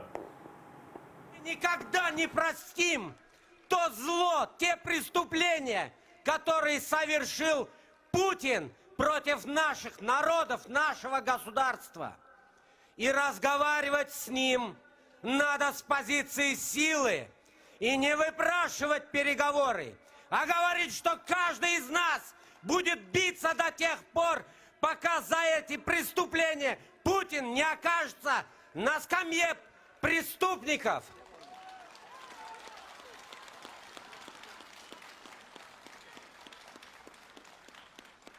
Крым верит нам, Крым ждет нас и знает, что мы его освободим. Новая влада должна четко для себя это уяснить, что никаких заборов на нашей территории, никаких подвешиваний и замораживаний наших территорий мы им не позволим. Как не позволили это все эти 5 лет борьбы. Слава Украине! Донбасстан Русия арбилері чықарылмасы век Қырым меселесі музакире етілмесі. Бөлі нәтижелер олса Норманд Курышеву муафақетлі оларақ таныла біле. Бөлі нәтижелер ола біле, ама бұл Алмания ве Франкистанның позициясындан бағлыдыр. Парижден Украина президенті не кетірежегі. Евели шандырылғаны кібі Қырым ишғалі меселесіні көтережек ма? Тәфсілатлыжа Левхамызда. Курышевы якынлашқанымен Украина ве Русияның биянатлары да чоқ покер ойынына аңдырайды. Украина арбилер чөтлештіруінің там саны сыңырдан езіретінің ғайрыдан тікленмесі ве эпысы мабуслерінің азат етілмесі талапларыны сеслендіреді. Атта Донбасснен дувар қорajақларынан біле қорқытты. Кремль ise істексізлігіні көстеріп, Курышев үшін өзінің шартларыны айтайды. Не буде ні перемоги, ні зради, коли будуть оголошені, причому гучно оголошені певні домовленості про те, що от ми йдемо на черговий обмін військовими, що ми там будемо гарантувати припинення війни, там ще щось, обстрілів, там ще щось. Мені здається, що для України, до речі, цей варіант не менш небезпечний, аніж зрада. Чому? Тому що процес вчергове буде затягуватися. Париждеки музакерелерге 3 күн қалғанда Москва месулет ташыйчы бір аңлашманы беклемегенini білдірді. Қырым суалі бойынша есе 4 тарафлы музакерелер тек Минск аңлашмаларымен бағлы олғанını қайдетті. Норманд форматында Минск процесінде олғаны кебі Қырым суалі бақылмағаны Путин үшін файдалыдыр. Сесет шынасларының айтқанына көре шу себептен о бұ Курышевге разы олды. Русларның фікірінже ғарып девлет елбашчыларының Курышев Қырымны музакере мемек ишғалны ресмилештірмек үшін бір адымдар. В будущем Путин обязательно заявит, что представитель Украины присутствовал и там, и вопрос Крыма не ставил, значит вопрос Крыма не стоит в повестке дня. Если на нормандской встрече вопроса Крыма не будет, то я считаю, что Зеленский не должен участвовать во встрече этого формата. Парижде Қырым меселесінің музакере етілмесі 2014 сенесі юзберген ишғалны сүкінетлі шекелде қабул етмекнен берабер дешетлен нәтижелерге де кетіре біле. Құсусан Украинаға қаршы Русияның тежавузыны Москва Украинаның ішіндекі қавғаға деңіштіре біле. Неминуче спричинить наступні наслідки. Перше, переведення Росії з категорії агресора у категорію посередник і гарант нових домовленостей. І друге, усунення правової і фінансової відповідальності Російської Федерації за розв'язану війну, заподіяні жертви і збитки, перенесення цієї відповідальності на Україну. Бойле сценарийге Зеленский Қырым меселесіні көтерсе, ел бермей біле. Ләкин тек башына дегел Макрон ве Меркельнің янында. Бұнен берабер Зеленский музакерелер нәтижелерінің язылмасыны талап етмелі. Мы имеем дело с лжецом, с коварным врагом, поэтому очень важно, чтобы здесь было присутствие западных стран тоже. При принятии какого-то итогового документа по встрече, там обязательно необходимо употребить фразу, что решением проблемы взаимоотношений между Россией и Украиной должно быть полное восстановление территориальной целостности Украины в международно признанных ее границах. В каком-то контексте сослаться на резолюцию ООН от 27 марта 2014 года, где говорится, осуждается агрессия. Дуже важливо, щоб меседжі з боку президента України були такими, щоб жодні інформаційні провокації Росії вони не досягли своєї мети. Қырым татар халқының темсili органы саммит арифесінде Украина президентіні Қырым суалыны көтермеге чағырды. Егер Путин ред етсе, ғарби иттифақдашларға дигер форматта Курышевны теклиф етмелі. Бұл Будапешт меморандумыны имзалаған девлеттерде ола біле. Основоположним принципом міжнародного права є пакта сун серванда, тобто договори повинні виконуватися. Оскільки в меморандумі немає ні Криму, ні Донбасу, але є Україна, тобто вся територія України, з включенням, безумовно, і Донбасу, і Криму. Будапешт меморандумына 1994 сенесі Америкада таздықладылар. Америка Бірлескен Девлетлері Русия ве Ингилтере Украина ядер силасындан вазгешкені себебінден она мұстақиллік үшін кефалет берді. Виктория Бойко, Заман АТР. Мабыслерінен Деңіш Тұрылев еркесіна еркеске бөле Деңіш Тұрылев бұйылынан сонына қадар өткеріле біле. Кремльді декабрінің 25 дейлер. Мұна сияси конъюнктура мерkezінен башы Алексей Чесноков айтты. Русияда она Владислав Сурковнан тарафдары дейлер. Сурков есе Путиннан он елі ола. Донбасс меселесінен оғраша. Бұл план керчеклеше білемі? Москвадаки махсус мұхберіміз Александр Подробенник аңлата. Тема острая для Украины и выгодная для Кремля. Острая не только потому, что таковым было одно из предвыборных обещаний Владимира Зеленского, но и потому, что украинское общество действительно беспокоится о судьбе своих военнослужащих, попавших в российский плен. А для Кремля эта тема может быть выгодна тем, что Москва легко может пожертвовать как своими военнослужащими, так тем более и донецкими комбатантами. Слухи о том, что обмен может состояться до конца года и будет приурочен к католическому Рождеству, всего лишь слухи. Возможно, так и случится, но следует отдавать себе отчет в том, что как ни будет хороша эта гуманитарная акция сама по себе, она не решает главного вопроса – восстановления суверенитета Украины над оккупированными ныне территориями.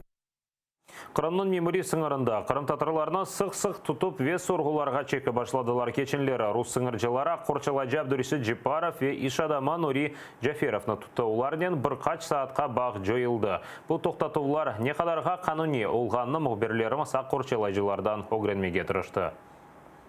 Сынырда саатлернен турып, соргулардан ветен тувлерден кечелер. Рус сынырчылары Кырым татарларга психологик басқы япалар. Тек сонки учкун ичинде эки якаланув юзберді. Абдуришит Джапаров мемори сынырда тутулган соргуга чеккенде урбасыны чакармага мечбур еттілер. Тентувден сон еберділер. Адлейчилер якаланув себепсыз дейлер.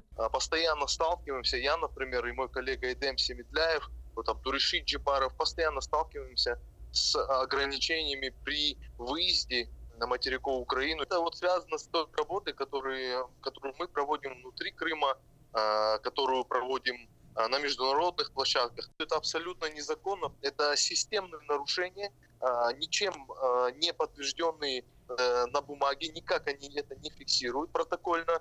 Вот, и поэтому очень сложно эти действия обжаловать. Одна из целей, конечно же, постоянно показывать и оказывать такое давление, контролировать твой телефон, смотреть, с кем ты связываешься. Аман-аман дорт саат дивамында сөзде армянск кырыш-чакыш ноктасында да бір Кырым татары Нури Джаферов тутулды. Оны кичкен жума кону якала башта телефон контактлары акында, сонра есе Суриде жинклештимы йокмы деп сураханлар. Ишгалчи сынырчыларынын аракетлерине Джаферов полицияга шикаят берди. Соргу вактында есе ярамады, ярдымга экимлерни чагырдылар. Померили давление, сказали срочно в машину.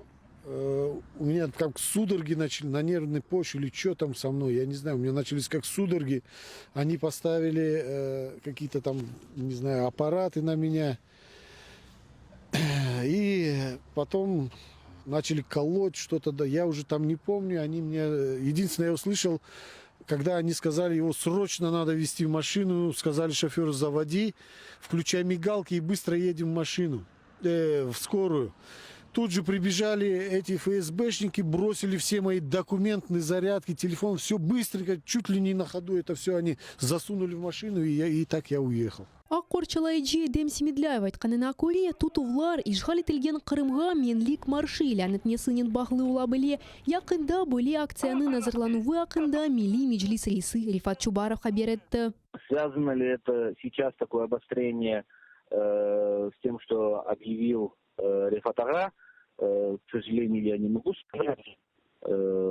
Возможно, и с этим связано. Но то, что задерживают постоянно, это как бы факт. Мы расцениваем как давление именно на тех, кто не согласен с тем положением, в котором очутился Крым, кто борется за права человека в Криму. Це дійсно одна із форм залякування кримсько-татарських активістів, правозахисників. Із Абдуришитом Джапаровим це вже, здається, третій, якщо не четвертий раз, один за одним, коли він в'їжджає до Криму останні місяці. Це залякування, це сигнал, це певні такі погрози щодо можливого арешту. Мемори сынырда бір қачсат девам еткен тутулар тек Қырым татарларға дегіл Қырымның бутун сәкенлеріне басқыдей Мечлис ресінің бірінші муавины Нариман Джелал. Анлатқанына көре бойле етіп Қырымны işgal еткен Руселлер ярымададан инсанлар кетмесіне ел бермемек істей. Люди даже, которым подобных претензий как бы не может быть, они не занимаются общественной деятельностью, но они слышат, как это происходит там с Абдуришитом Джипаровым, с Нариманом Джеляловым и другие, и они думают, ой, лучше мы где-нибудь тут в Крыму как-нибудь перезимуем там и не будем пока никуда ехать. То есть это и такой способ повлиять на тех, кто хочет выехать в Украину. Bundan gayrı Нариман Джелал айтқанына көре, мемори сынырда Руселлерінің бойле арсыз әрекеттеріне жимат фааллері ве аққұрчалайжылары дайма оғырай. Бұл адалетсізлі Қырым işгалінден башлап девам ете. Виктория Козуб, Заман, АТР. Русияны халықара құқығына riayet етмесіне мечбур етмек. Бұны насыл япмақны Меджлис темсілжілері Украинада Франкистанның яңы елшісінен музакер етті. Қырым-татар халқының лидері Мустафа Джемилев қайдеткеніне көре Русия халықара құқығыны бозғаны вақыт пареге қайтарылмамақ керек еді. Мұне бері Кремльге ичті инанмаға олмайды деді. Меджлис рейсі Рифат Чубаров айтқанына көре бұл самими Корушев еді, чүнки Европа лидерлеріне işgal етілген Қырымда олған репрессиялар аққанда малюмат етізмеге имкан олды. Франция поддержала возвращение российской делегации в парламентской ассамблее Совета Европы.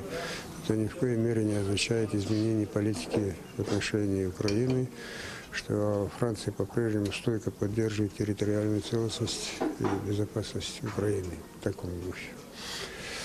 Я, в свою очередь, говорил, что бессмысленности вот такого шага, потому что за все время пребывания российской делегации в парламентской ассамблее они ничего, кроме того, что там повторение того, что говорил Путин, они не делали. Это же не демократическая страна. Вся наша бесіда, вона йшла навколо Криму, щодо кримсько-татарського народу, ситуації в окупованому Криму. Ми обмінялися нашими позиціями, думками, висловили деякі пропозиції, як могло би бути для того, щоб якомога скоріше звільнити Крим від окупації. Для нас дуже важливо, щоб уряд Франції в деталях усвідомлював те, що відбувається зараз в окупованому Криму і яка загроза нависла над кримсько-татарським народом.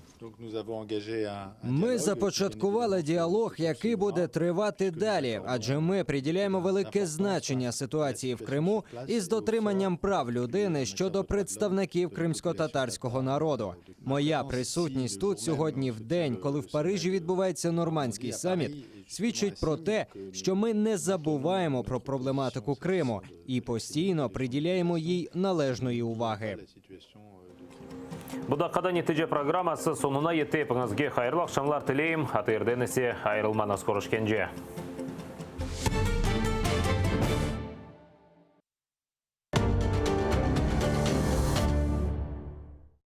Сьогодні у Прайм Муждабаєв журналіст Юрій Макаров, канадський публіцист Юрій Поляківський та режисер-постановник Євген Степаненко.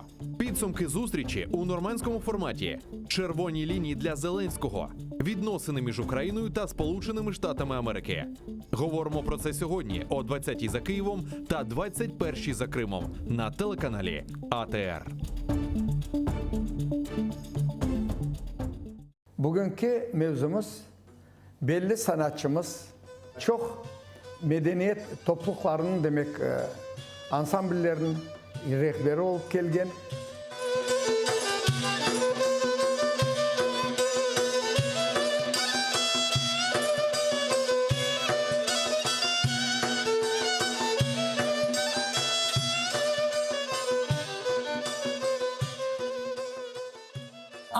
Üç yaştan 35 senesin bütünley milli sanatımızga, folklorumuzga bağışladı.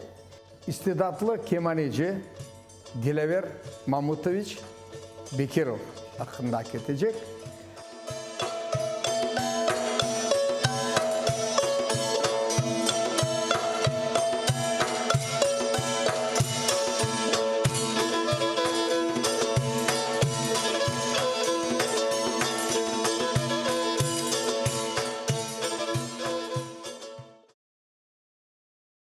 В истории крымских татар и украинцев немало общего. Это не только столетия совместного мирного проживания, но, увы, и масштабные трагедии. Голод 1921-23 годов в Крыму, голодомор украинского народа 32-33 годов. Долгие годы эти трагические страницы истории были практически неизвестны общественности. Советский режим тщательно скрывал свои преступления против собственных граждан. И лишь сегодня, спустя многие десятилетия, мы узнаем катастрофические масштабы и последствия преступлений коммунистического режима против своего народа. Голод 1921-23 годов в Крыму, голодомор в Украине 32-33 годов. Страшные страницы нашей общей истории. Смотрите в субботу и воскресенье, 14 и 15 декабря, в 17:30 по Киеву и в 18:30 по Крыму. В программе «Тарих Седасы» с Гульнарой Бекировой на телеканале АТР.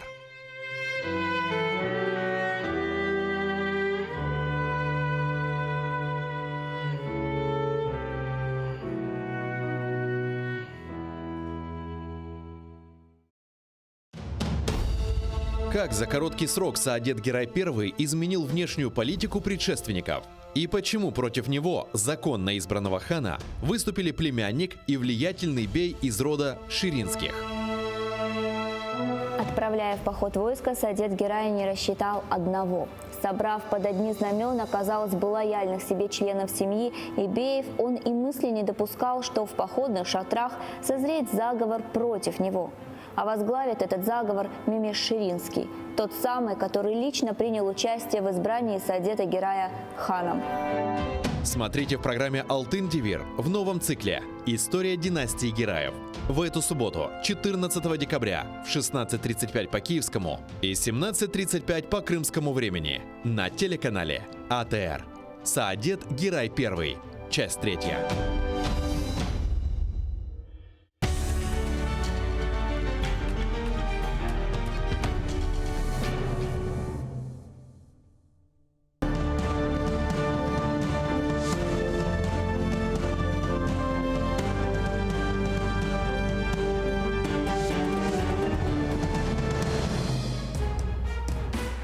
Селям алейкум, хайрлах шамлар, витаю. Мы продолжаем информационный вечер на телеканале АТР. Следующие полчаса будем говорить с нашими гостями о том, о чем мы так долго с вами ждали, так долго об этом говорили. Сегодня, спустя 3 года перерыва, собрались лидеры нормандской четверки и именно сейчас проводят 4-стороннюю встречу. С вами я, Гульсум Халилова. Поехали.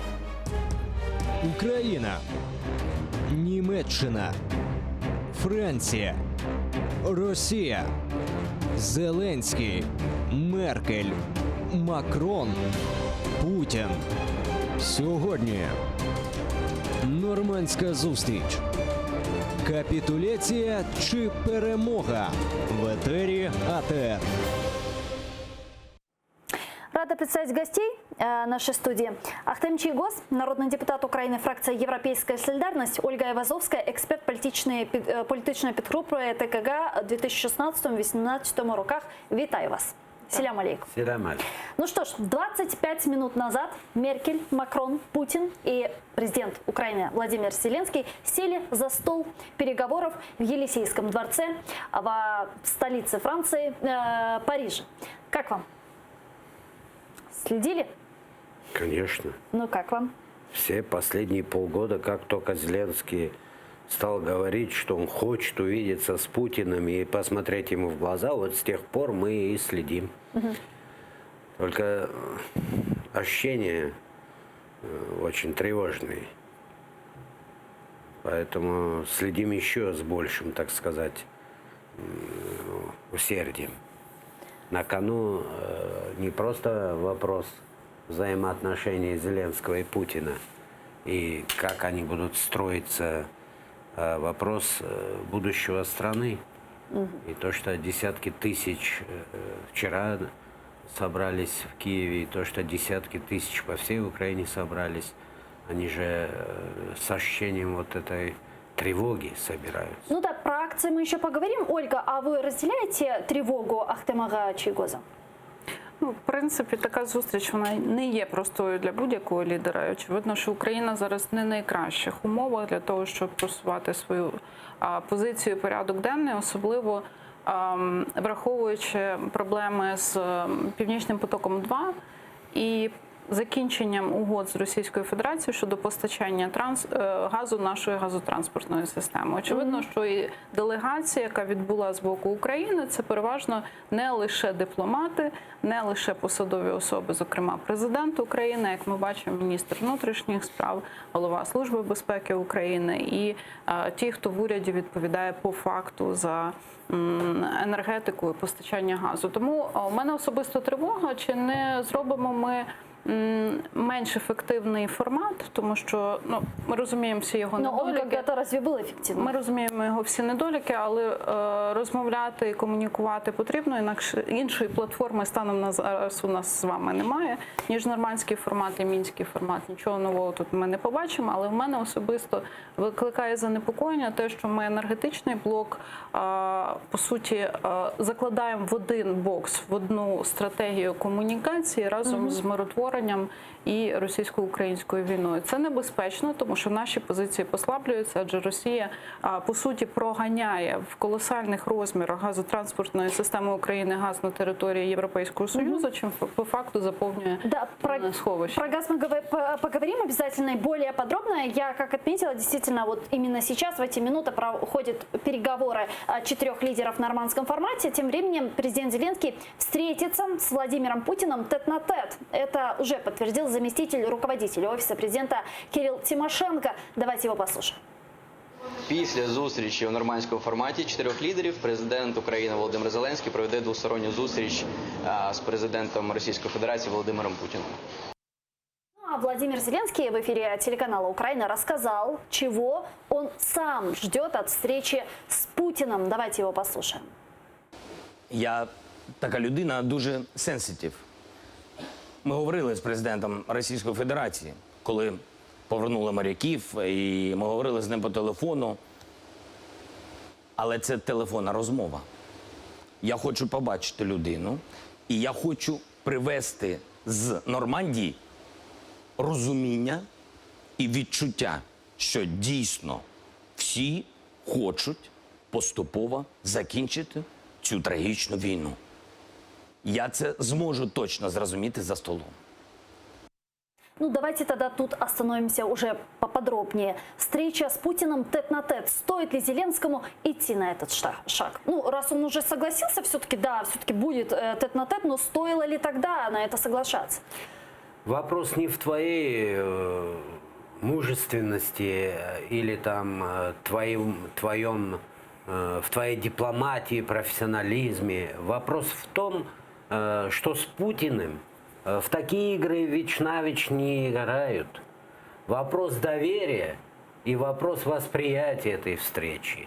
И у тебя в твоей стране, после того, как мы имеем партнеров, и все эти годы мы столь серьезные конфликты или конфликтные моменты пытались разрешать с участием ведущих стран. Дело не в том, что этот нормандский формат в полном объеме удовлетворяет, дает ответы на те вызовы или нет. Вопрос в том, что в нем участвуют как минимум сегодня 2 ведущие страны европейские. И, конечно, у нас есть много претензий, но в данном случае, если уж ты туда приехал, то нужно вести переговоры именно в этом формате и не ждать, что ты в глаза увидишь врага, который уже десятками тысяч твоих людей здесь за твоих граждан расстреливал, да? И то, что оккупировал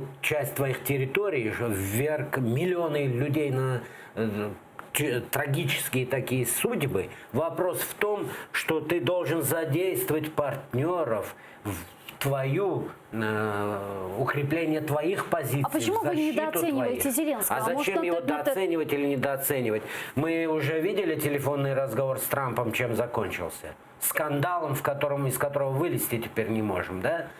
Вопрос не в доверии и не в том, что, там, говорю, как я уже сказал, в его величайший, да, там, наивеличнейший, и в том, что он там характера не имеет. Вопрос, что ты садишься с врагом, который уже показал за эти 5 лет, какой ценой он покоряет твою страну. И партнеры для этого существуют. Для того, чтобы сегодня они демонстрировали за столом переговоров поддержку твоей стране и в укреплении твоих позиций. Давайте подключим к нашей беседе экс-керівника российской службы BBC в Лондоне Андрея Остальского. Алло, Андрей, здравствуйте. Добрый вечер. Да, ну что ж, именно в эти минуты сейчас проходят четырехсторонние переговоры в нормандском формате. Каковы ваши ожидания? Чем это все закончится? Вы знаете, ну, не хочется быть шарлатаном и так вот нагло предсказывать то, что на самом деле почти непредсказуемо. Почему непредсказуемо? Потому что обозреватели всегда опираются на прошлый опыт. А что было в истории в подобных ситуациях? А с чем стороны приходили? А кому удавалось одолеть другого в каком-то смысле слова? Кому добиться чего? На какой почве возможны компромиссы? Но здесь мы имеем дело с довольно беспрецедентной ситуацией, потому что, во-первых, президент новой Украины с нулевым международным опытом, вот при всех, так сказать, моих кредитах, которые я готов ему раздать и готов верить в то, что из него получится великолепный глава государства в итоге, но ему еще надо начинать просто учиться, начинать учиться, что касается международных дел. И все действительно его отношения с Трампом показали, насколько он наивен, искренен, может быть, не знаю, но наивен, безусловно. И вот он вдруг встречается один на один с таким вот мастером международной интриги, с бывшим шпионом, а говорят, бывших не бывает, с человеком, который привык и манипулировать людьми, достаточно набил себе руку в этом отношении и надеется, что как-то вот Зеленский сможет победить или отстоять свои интересы легко. Довольно трудно. Ну и второе, главное, наверное, как далеко он готов идти на уступки России для того, чтобы обеспечить Украине мир, которого, конечно, украинский народ жаждет совершенно справедливо. Это страшная вещь, война в любом случае, но не любой же ценой. Наверное, Зеленский не ставит так вопрос, что на что угодно идти, лишь бы мир. Он говорит, что это не так. Но насколько вот на практике, учитывая все там вот сложные нюансы политические, он готов в чем-то уступить, а в чем-то не уступать. Потому что ведь знаете, что говорят некоторые? Говорят, это в любом случае выигрыш для Путина. Он выиграет в любом случае. Это вот теория такая есть. Я не говорю, что это точно так. Но выиграет он в любом случае в каком смысле? Если Зеленский будет отстаивать украинские национальные интересы, не допустит создания плацдарма российского внутри Украины, то есть понятно, по какой причине. Если он пойдет на то, что выборы и особый статус будет до того, как будут выведены российские войска и закрыта граница, то тогда можно будет, если объявить его вот ненадежным партнером, который не выполняет свои обещания, подписал формулу Штайнмайера, а потом отказался, и это будет направлено не на Украину, а на Западную Европу, которую таким образом Путин сможет обработать. Спасибо. Андрей Остальский, экс-керівник российской службы BBC в Лондоне, был с нами на прямой связи. Ольга, действительно, многие украинские эксперты высказывают свои опасения относительно того, что Путин интригант с опытом, КГБшник, который вот так вот Зеленского на встрече тет-на-тет с легкостью проведет. А Зеленский, в силу того, что не имеет политического опыта, этому поддастся. Ви опасаєтесь от такого сценарія? Ну, взагалі це необачно зустрічатись тет-а-тет, тому що як мінімум інші учасники перемовин виконують функцію медіаторів, посередників. Тобто тактика розмови спочатку в двосторонньому форматі з німцями і французами – це типова форма підготовки до широкого порядку перемовин. Тобто спочатку партнери зустрічаються з партнерами або з медіаторами сторони, посередниками, яким довіряють, а потім всі разом сідають за один стіл. Коли за один стіл сідають вороги, станом на зараз, не маючи свідків цих перемовин, то кожна з сторін ворогуючих вийдуть своїми уявленнями про ті рішення чи про ті змісти, які вкладали в слова. А может Зеленский настаивать на фиксации всего, что они там обговаривают? Ну, але мова йде про зустріч. Щоб була якась стенограма. Очевидно, що там будуть присутні, скоріш за все, представники, як мінімум, Російської Федерації Федерації України, можливо, представники уряду або офісів президента, адміністрації президента. Але ми зараз гадаємо, тобто зустріч тет-а-тет, чи це віч на віч двох президентів, вона небезпечна у зв'язку з тим, що немає свідків цих подій.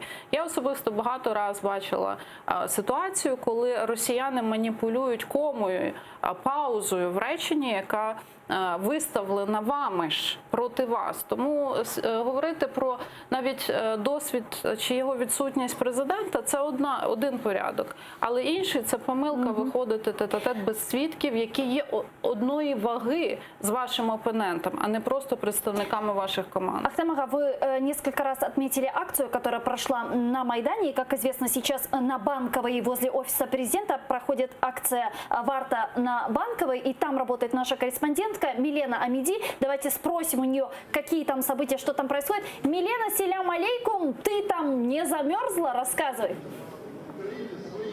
Алейкум селям, Гульсум, гріємося як можемо. Однак зауважу, що людей таки більше тут і стає трохи тепліше. Зараз на сцені виступають політики, але організатори одразу сказали, що хоч вони і виступають на сцені, але це не політичний мітинг. Я прошу оператора показати кількість людей, яка наразі тут зібралася під офісом президента. Одразу скажу, що зранку в порівнянні з цим не було майже нікого. Тримали, зокрема, ми бачили й кримсько-татарський навіть прапор. Пригощали пловом сьогодні на вечерю людей, учасників акції. Однак він закінчився і нашій знімальній групі, звісно ж, не дісталося. Ми не стали користуватися своїм службовим положенням. Поспілкувалася я протягом години, у мене була змога з десятком людей, і всі вони кажуть, що оптимістичні взагалі в них настрої, вони з ними прийшли, однак таки є тривога, вони переживають за те, що таке відбудеться, на що чекати приблизно о 22-й годині. Тут результати нормандської зустрічі будуть транслювати на екрані, тож всі, хто прийшов, будуть бачити. Дехто навіть покидав своїх онуків сьогодні ввечері, аби прийти сюди. І кажуть, що навіть не знають, чи повернуться додому, чи ні.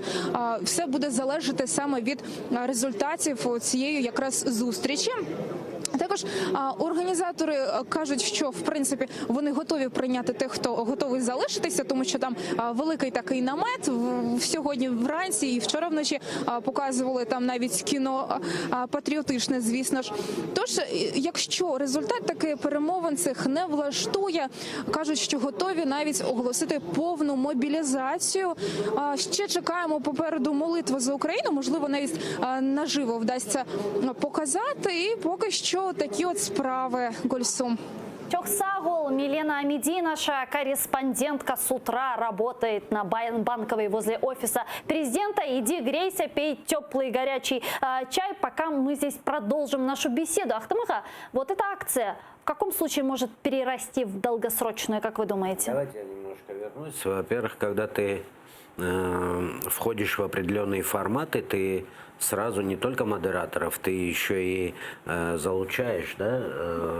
Присоединяешь, вовлекаешь. Да, залучаешь этих лидеров в участие. И от того, как ты себя профессионально ведешь, и насколько твои тезисы соответствуют чаяниям и желаниям твоей страны, настолько они будут задействованы как гаранты или, скажем так, вот акции же с неба не упали, я имею в виду, санкции с неба же не упали. Ну да. Это же результат задействования и Германии, и Франции, ведущих игроков в Европе, да, и тут вот так вот ради такого желания глаз на глаз увидеться, вот это вот разрушать вот эту систему соучастия европейских лидеров, европейских институций в борьбе против России, это уже проигрыш. Что касается Путина, Путин все, что хотел, он получил до этой встречи.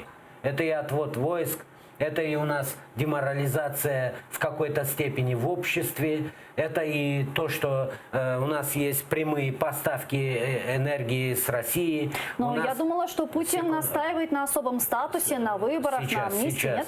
Сейчас. И то, что мы очень активно обсуждаем о том, что нам нужно там проводить выборы и особый статус сделать. То есть он уже на этом этапе достиг того, что туда он приехал как человек, который будет дальше манипулировать ситуацией. Что же касается акций... Акции, да. Ну, там не понимаю такого акцента, что это там выступают политики, но это не политическая акция, а что они там, извините, собрались на маевку, что ли? Это что, если кто-то там пытается громадское действие, но при этом четко носящее политический характер, каким-то образом завуалировать, что это не политические акции? В каком случае она перерастет в долгосрочную? Ольга, вы как считаете? Я уверен, что это зависит сегодня от действий вот на, пусть на таком, но вот в формате, как поведет себя Зеленский. Ну что может сделать такого Зеленский, что у нас будет Майдан? Вот уже палатки начали ставить. Ну, я б цю акцію поки що не називала Майданом. Якщо говорити в класичному розумінні 2004, 2014 років, питання не масовості.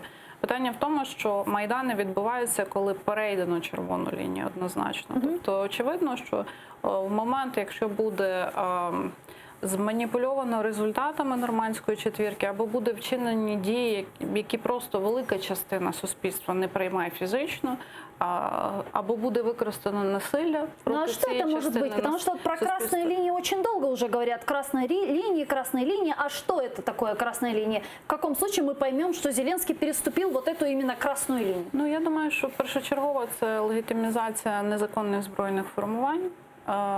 Це виведення конфлікту в горизонталь локального, тобто громадянської війни. Це визнання Російської Федерації скоріше над процесом, ніж винуватцем процесу чи країною-агресором. Це просування частково тих позицій, які мають бути в миротворчому процесі, наприклад, як амністія, яка дуже сенситивна і болісна для суспільства, але без пояснення, без консультації з суспільством, без вербалізації, що саме буде і хто підпадає під амністію, хто не підпадає. Але мені здається, що і Андрій Єрмак, і міністр закордонних справ Пристайко, вони так чи інакше, і Володимир Зеленський вже озвучили те, з чим вони йдуть, чи з чим планують вийти з цієї зустрічі. По-перше, це продовження самих перемовин діалогу на найвищому рівні, що також важливо. Але першочергово це поширення практики відведення, збільшення точок відведення. Тобто реплікація та практика, як спрацювала, на їхню думку, ефективно в 3 точках, вона буде поширеною. Це продовження, активізація процесу обміну заручниками, це включення формули Штайнмаєра в закон про особливий порядок місцевого самоврядування і проголосування, пролонгація його шляхом голосування до закінчення його дії до 31 грудня 2019 року. І, ну, неоднозначно, але з тих чи інших вуст лунає питання виборів одночасно по всій території України. Хоча я вважаю, для мене особисто це червона лінія, тому що вибори – це демократичний інститут, і вони не можуть відбутися 31 жовтня в умовах, які ми маємо сьогодні. Вот я еще хотела о чем с вами поговорить. Крым.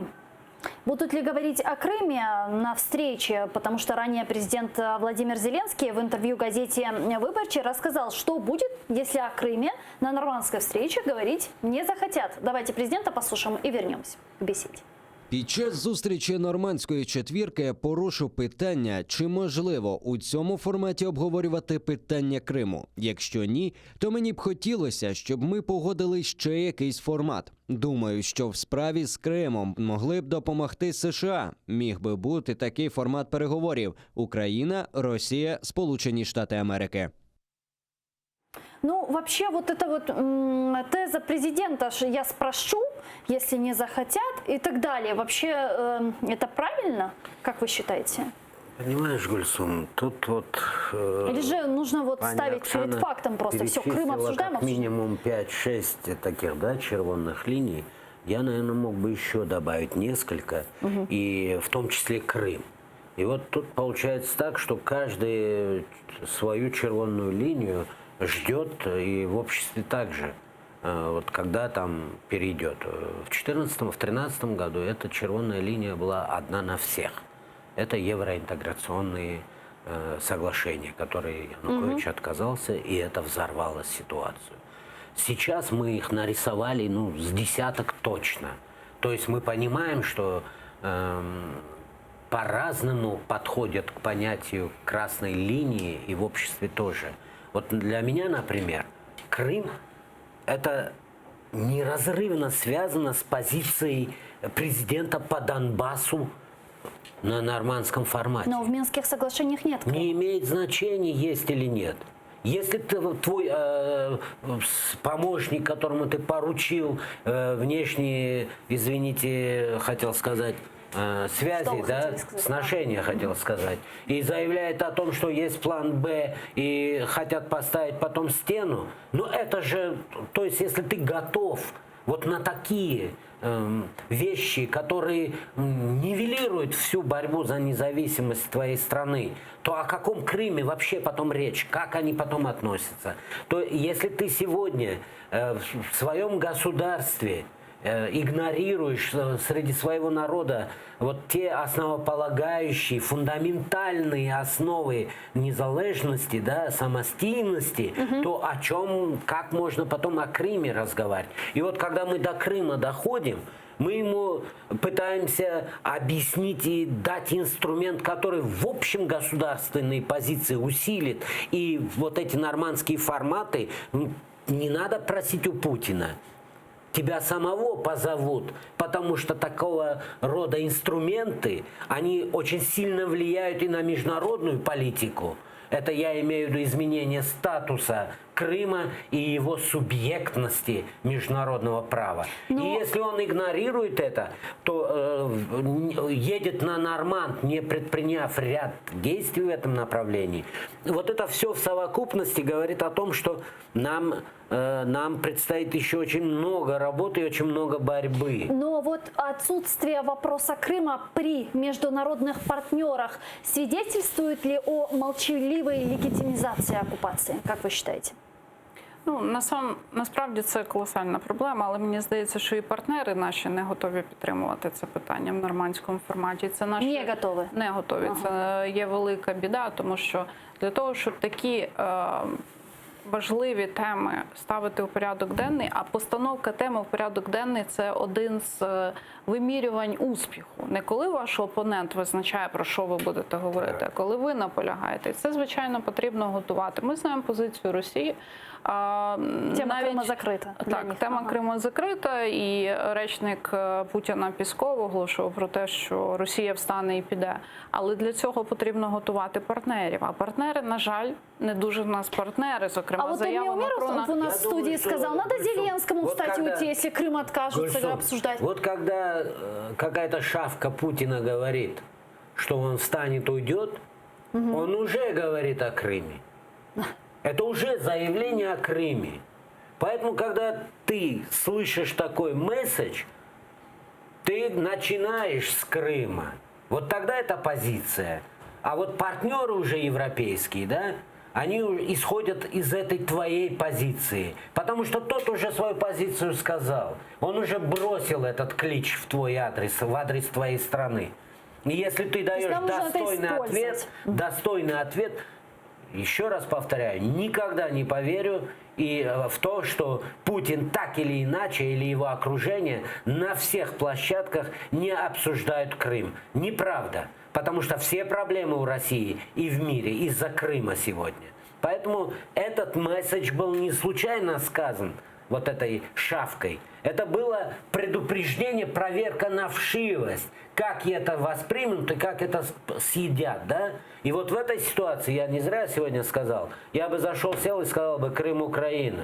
Точка. И пусть партнеры, в первую очередь, они, встанет, уйдет, может быть, в нашем случае это было бы лучше, я имею в виду, в случае Украины. Для чего этот диалог, если Зеленский с собой привозит все руководство, занимающееся энерговопросами, И с той стороны тоже Путин привозит свою контору, потому что это «Газпром», это лично его контора, то, может, нам лучше не усугублять ситуацию в данном случае, а начать с таких месседжей, при которых и Путин, и Макрон, и Меркель, и Макрон, и Трамп в том числе, который тоже следит за ситуацией, начнут разуметь, что в нашей краине на самом деле первостепенно.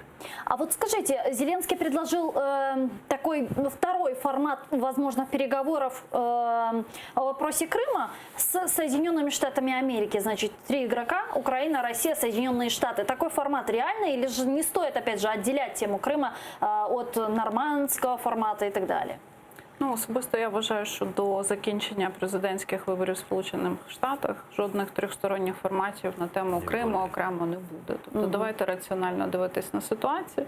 Тим паче, що вищі посадові особи в США в ситуації щодо процедури імпічменту президенту чином, розгляду цих питань, допитів, які є онлайн відкриті, ми це бачимо практично на щоденній основі, намагаються певним чином дистанціюватись від України. І принаймні для нас зараз важливо зберігати той рівень підтримки, який був до цього, не втратити її.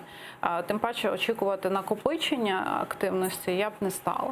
Тому, напевно, 20-й рік він навряд чи може бути успішним з точки зору реалізації цього завдання трьохстороннього формату окремо по Криму. Я хочу отметить, что уже 1,5 часа идет встреча и переговоры между Меркель, Макроном, Путиным и Зеленским. По протоколу они должны длиться 2,5 часа, если я не ошибаюсь. Но последняя встреча длилась 4. Посмотрим, как будет в этот раз. Вы хотели что-то добавить? Да.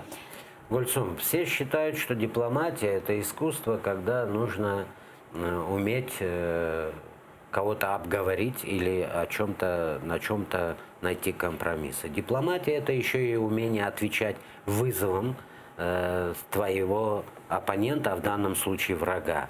Такими ответами вызова в нашем случае хорошим инструментом нашей дипломатии, как это и были 5 лет, это была бы демонстрация нашей консолидованности и силы, в том числе армии, и в том числе дипломатического корпуса, и месседжей, и дорожной карты.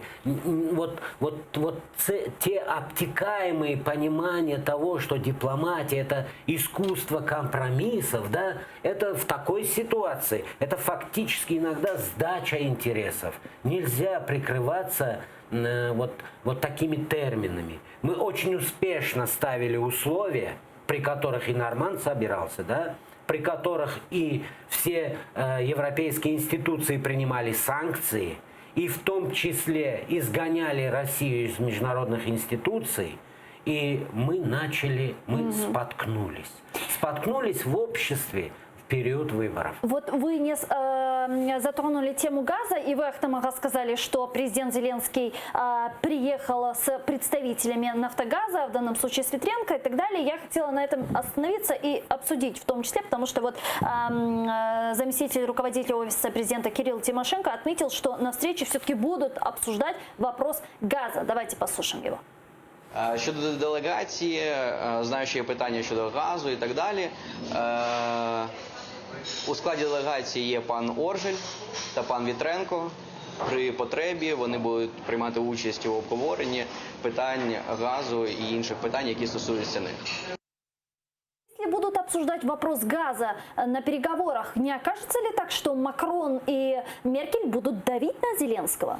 Тут вопрос в том, что мы все последние 4 года вели трехсторонние переговоры. Европейская комиссия, Россия и Украина.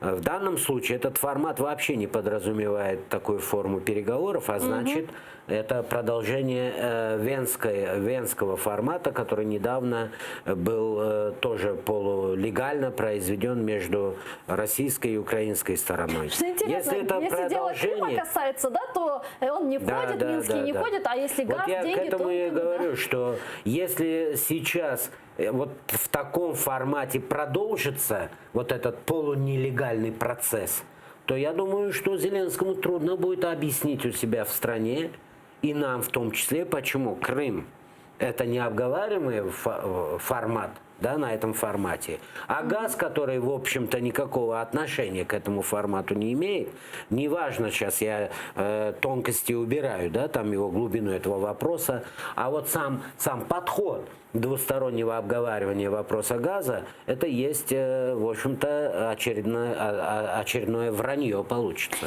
И буквально 2 минуты до завершения нашего эфира. Ольга, а вы как считаете, действительно не будут ли давить на президента Зеленского Макрон, и Меркель, и резюмируя, чем это все закончится?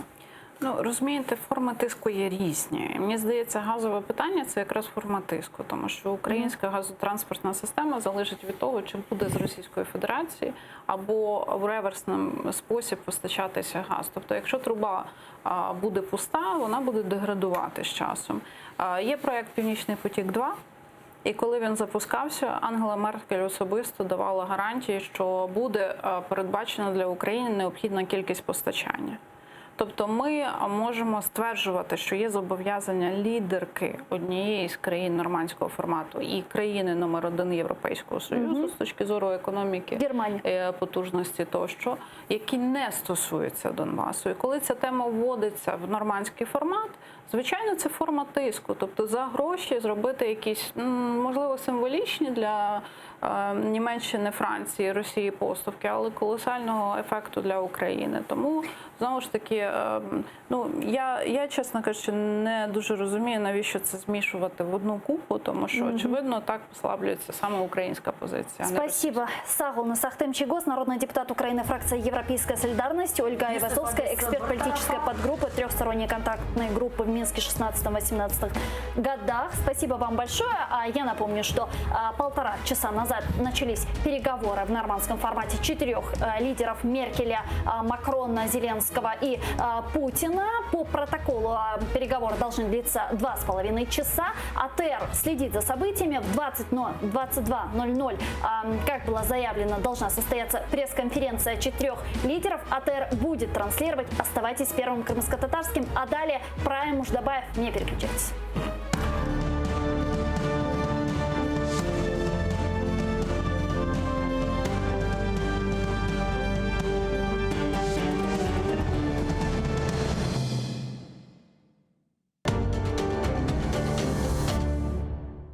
Bugünkü mevzumuz belli sanatçımız çok medeniyet topluluklarının demek ansambullerinin rehberi olup gelgen.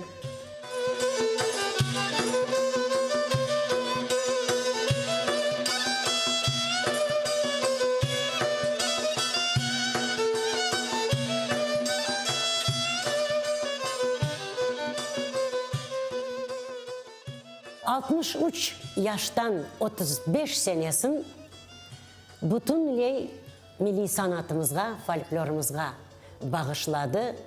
İstidatlı kemaneci Dilever Mamutoviç Bekirov hakkında ketecek.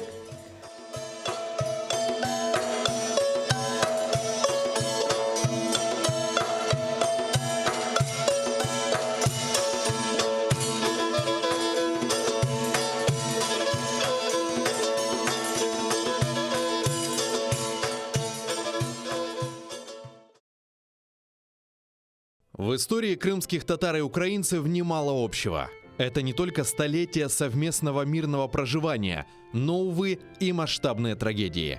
Голод 1921-23 годов в Крыму, голодомор украинского народа 32-33 годов. Долгие годы эти трагические страницы истории были практически неизвестны общественности. Советский режим тщательно скрывал свои преступления против собственных граждан.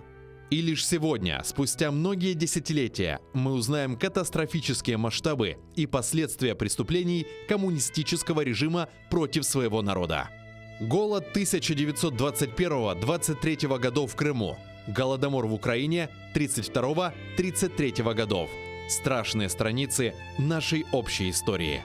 Смотрите в субботу и воскресенье, 14 и 15 декабря, в 17:30 по Киеву и в 18:30 по Крыму. В программе «Тарих Седасы» с Гульнарой Бекировой на телеканале АТР.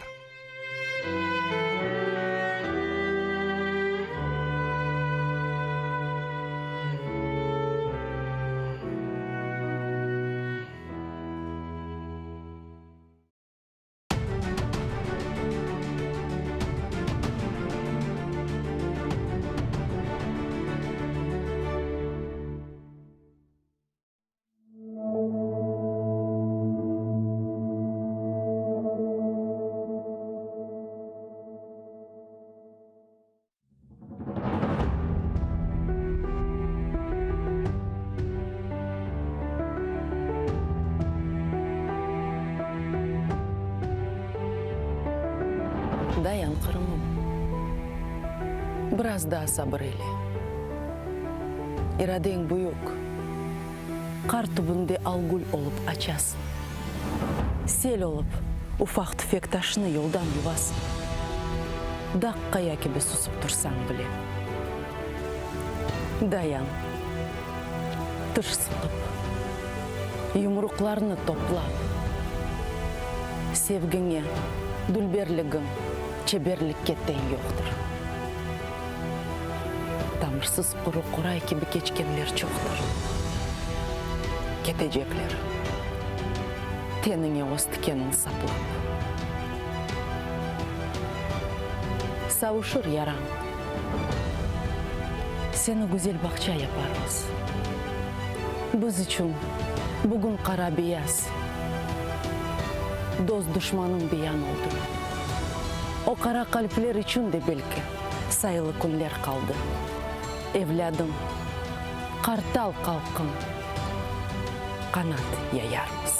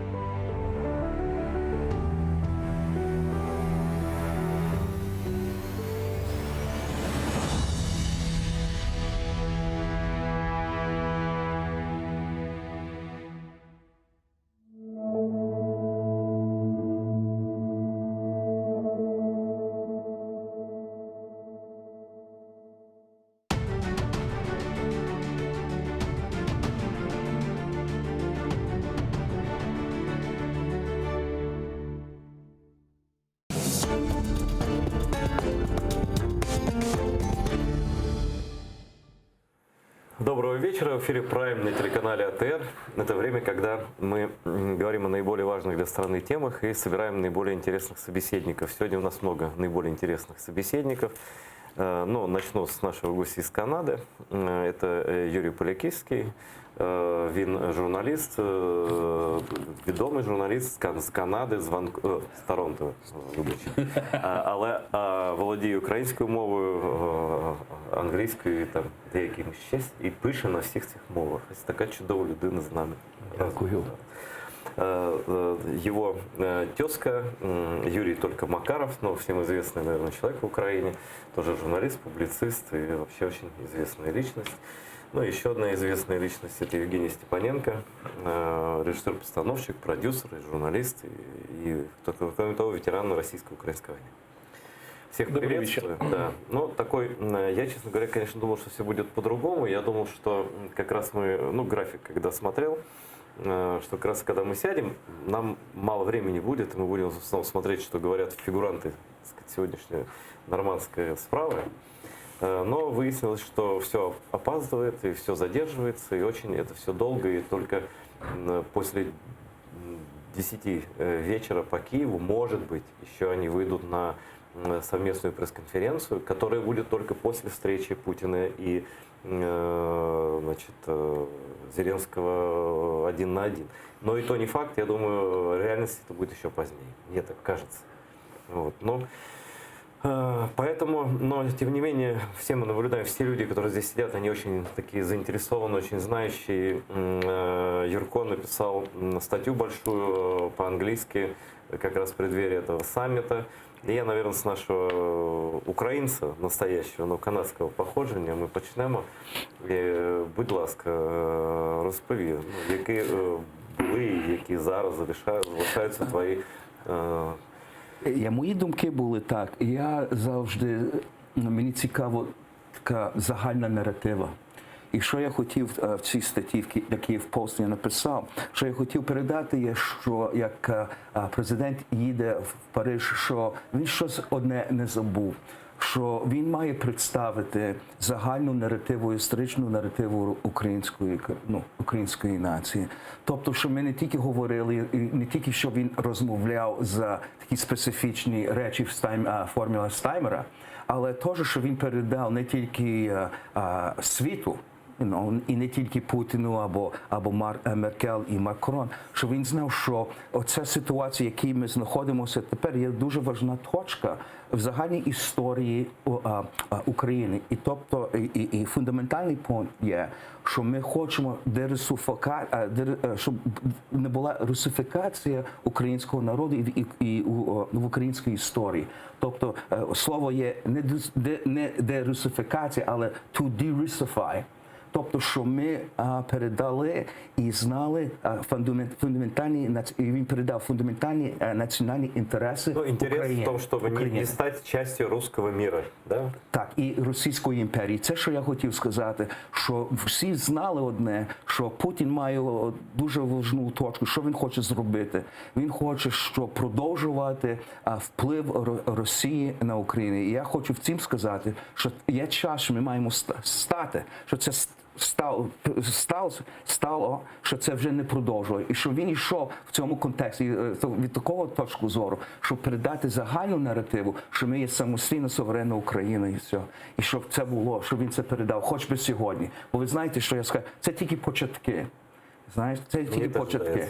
І я думаю, що дуже важливо, щоб він передав національні інтереси України. Чітко заявив. Чітко, так. І це, що я писав в цій статья действительно хорошая, она по-английски написана, но можно прочитать и даже с помощью Google переводчика перевести. Там действительно разумные мысли, Юрий Полякивский.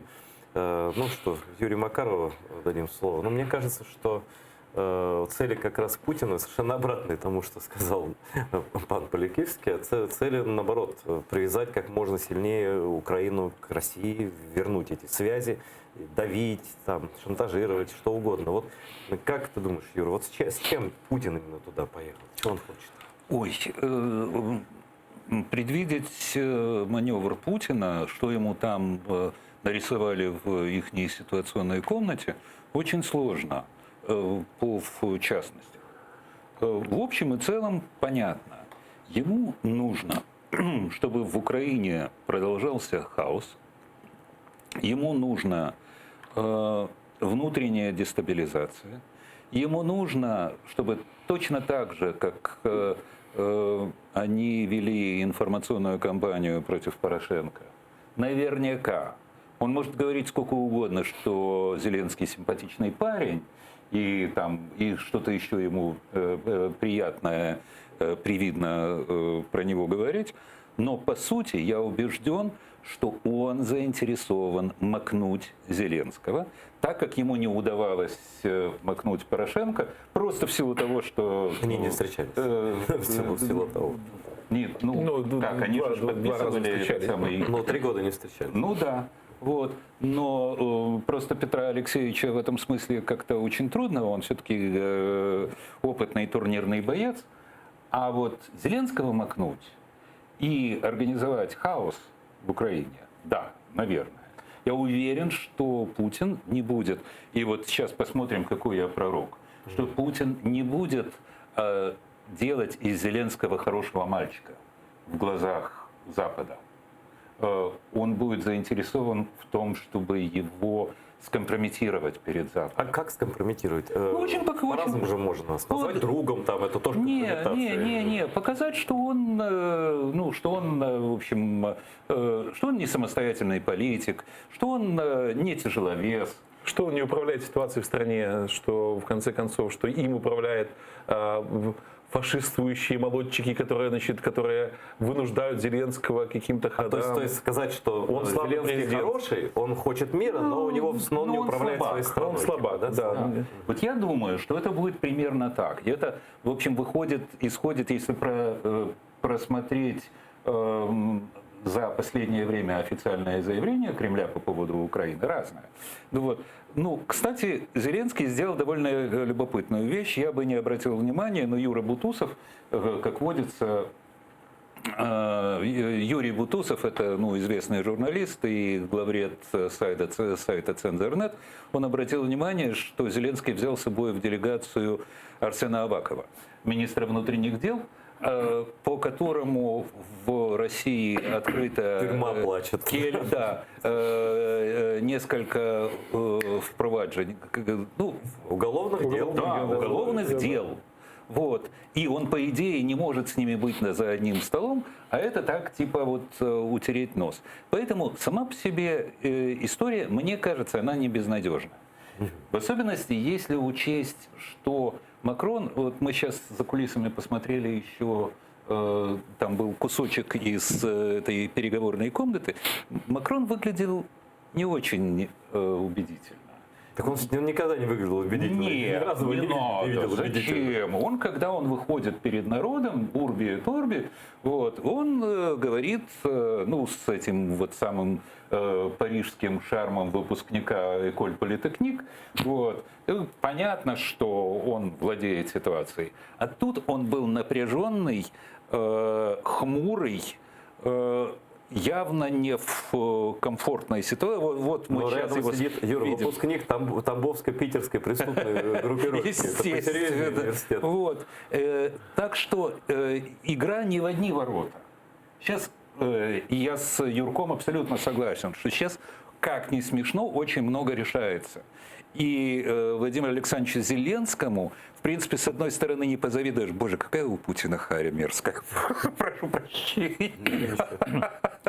Ничего, что я так не политкорректно. Вы же не назвали настоящее имя.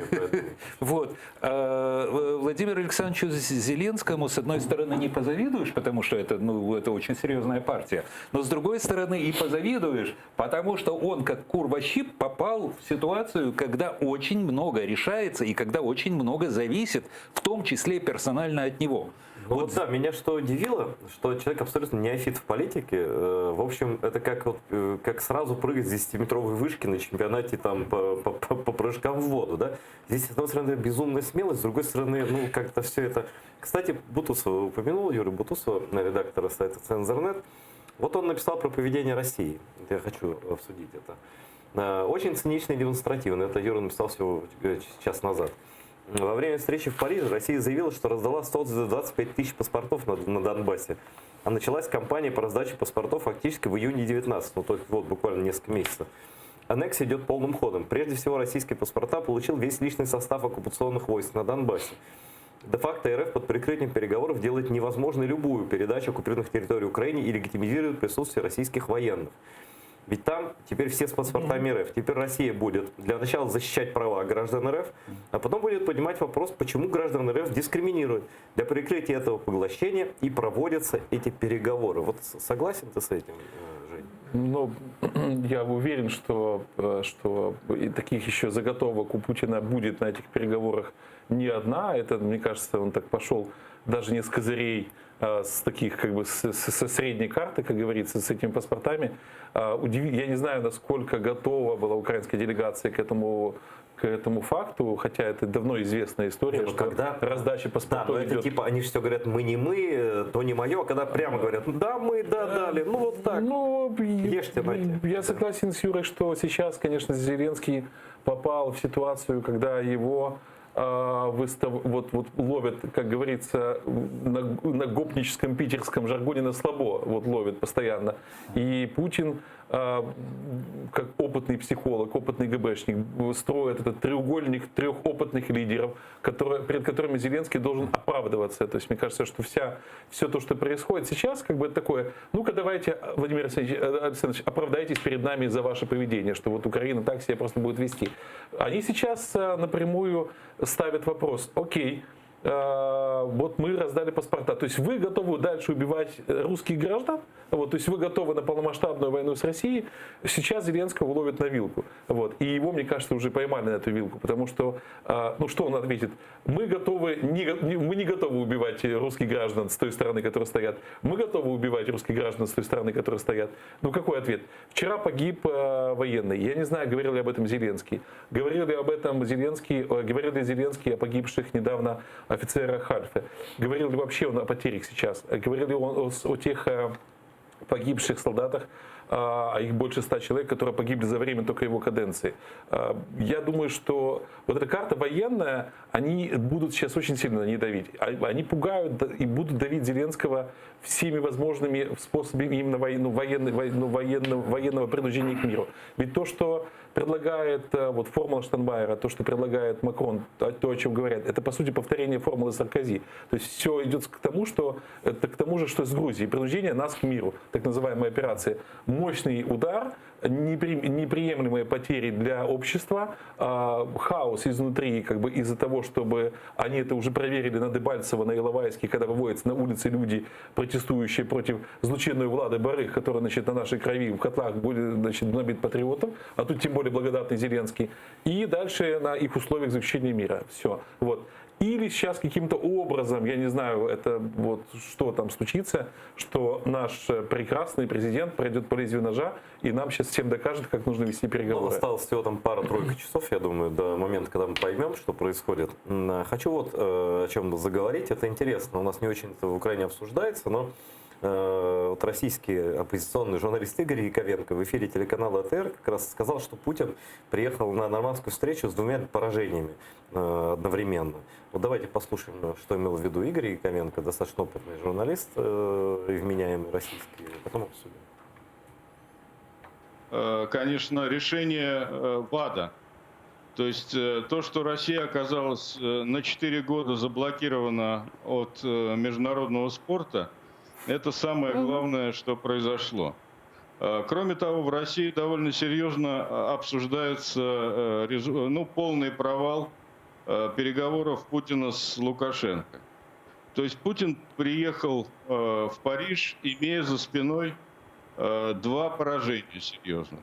Причем таких поражения, которые на самом деле невозможно скрыть. Ну, скрыть-то невозможно, а компенсировать-то можно каким-то образом. Вот как тебе кажется, Юрко, он злой приехал туда, он приехал нападать, он приехал ставить условия Зеленському і Западу? Як я слухав Женю, одне питання, що я себе спитав, є, що президент, це було його вибір, щоб поїхати. Люди голосували за зміну і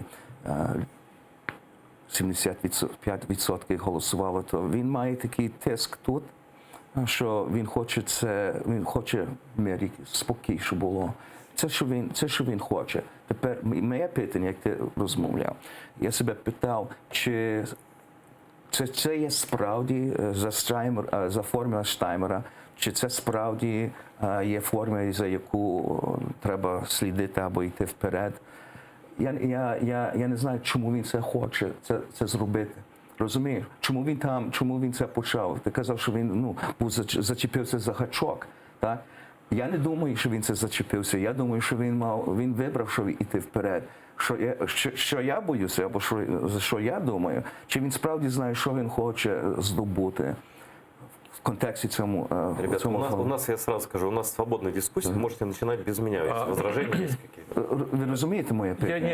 Я розумію. Тут напевне, я явно не є прихильником президента Зеленського. Я явно не є прихильником взагалі його вибору стати президентом України або принаймні балотуватися. Я вважаю, що людина з його бекграундом, відсутністю політичного досвіду в такій важкій для України там ситуації, це було трошки авантюрне рішення. Але зараз він делікатно, дуже. Але зараз він президент України.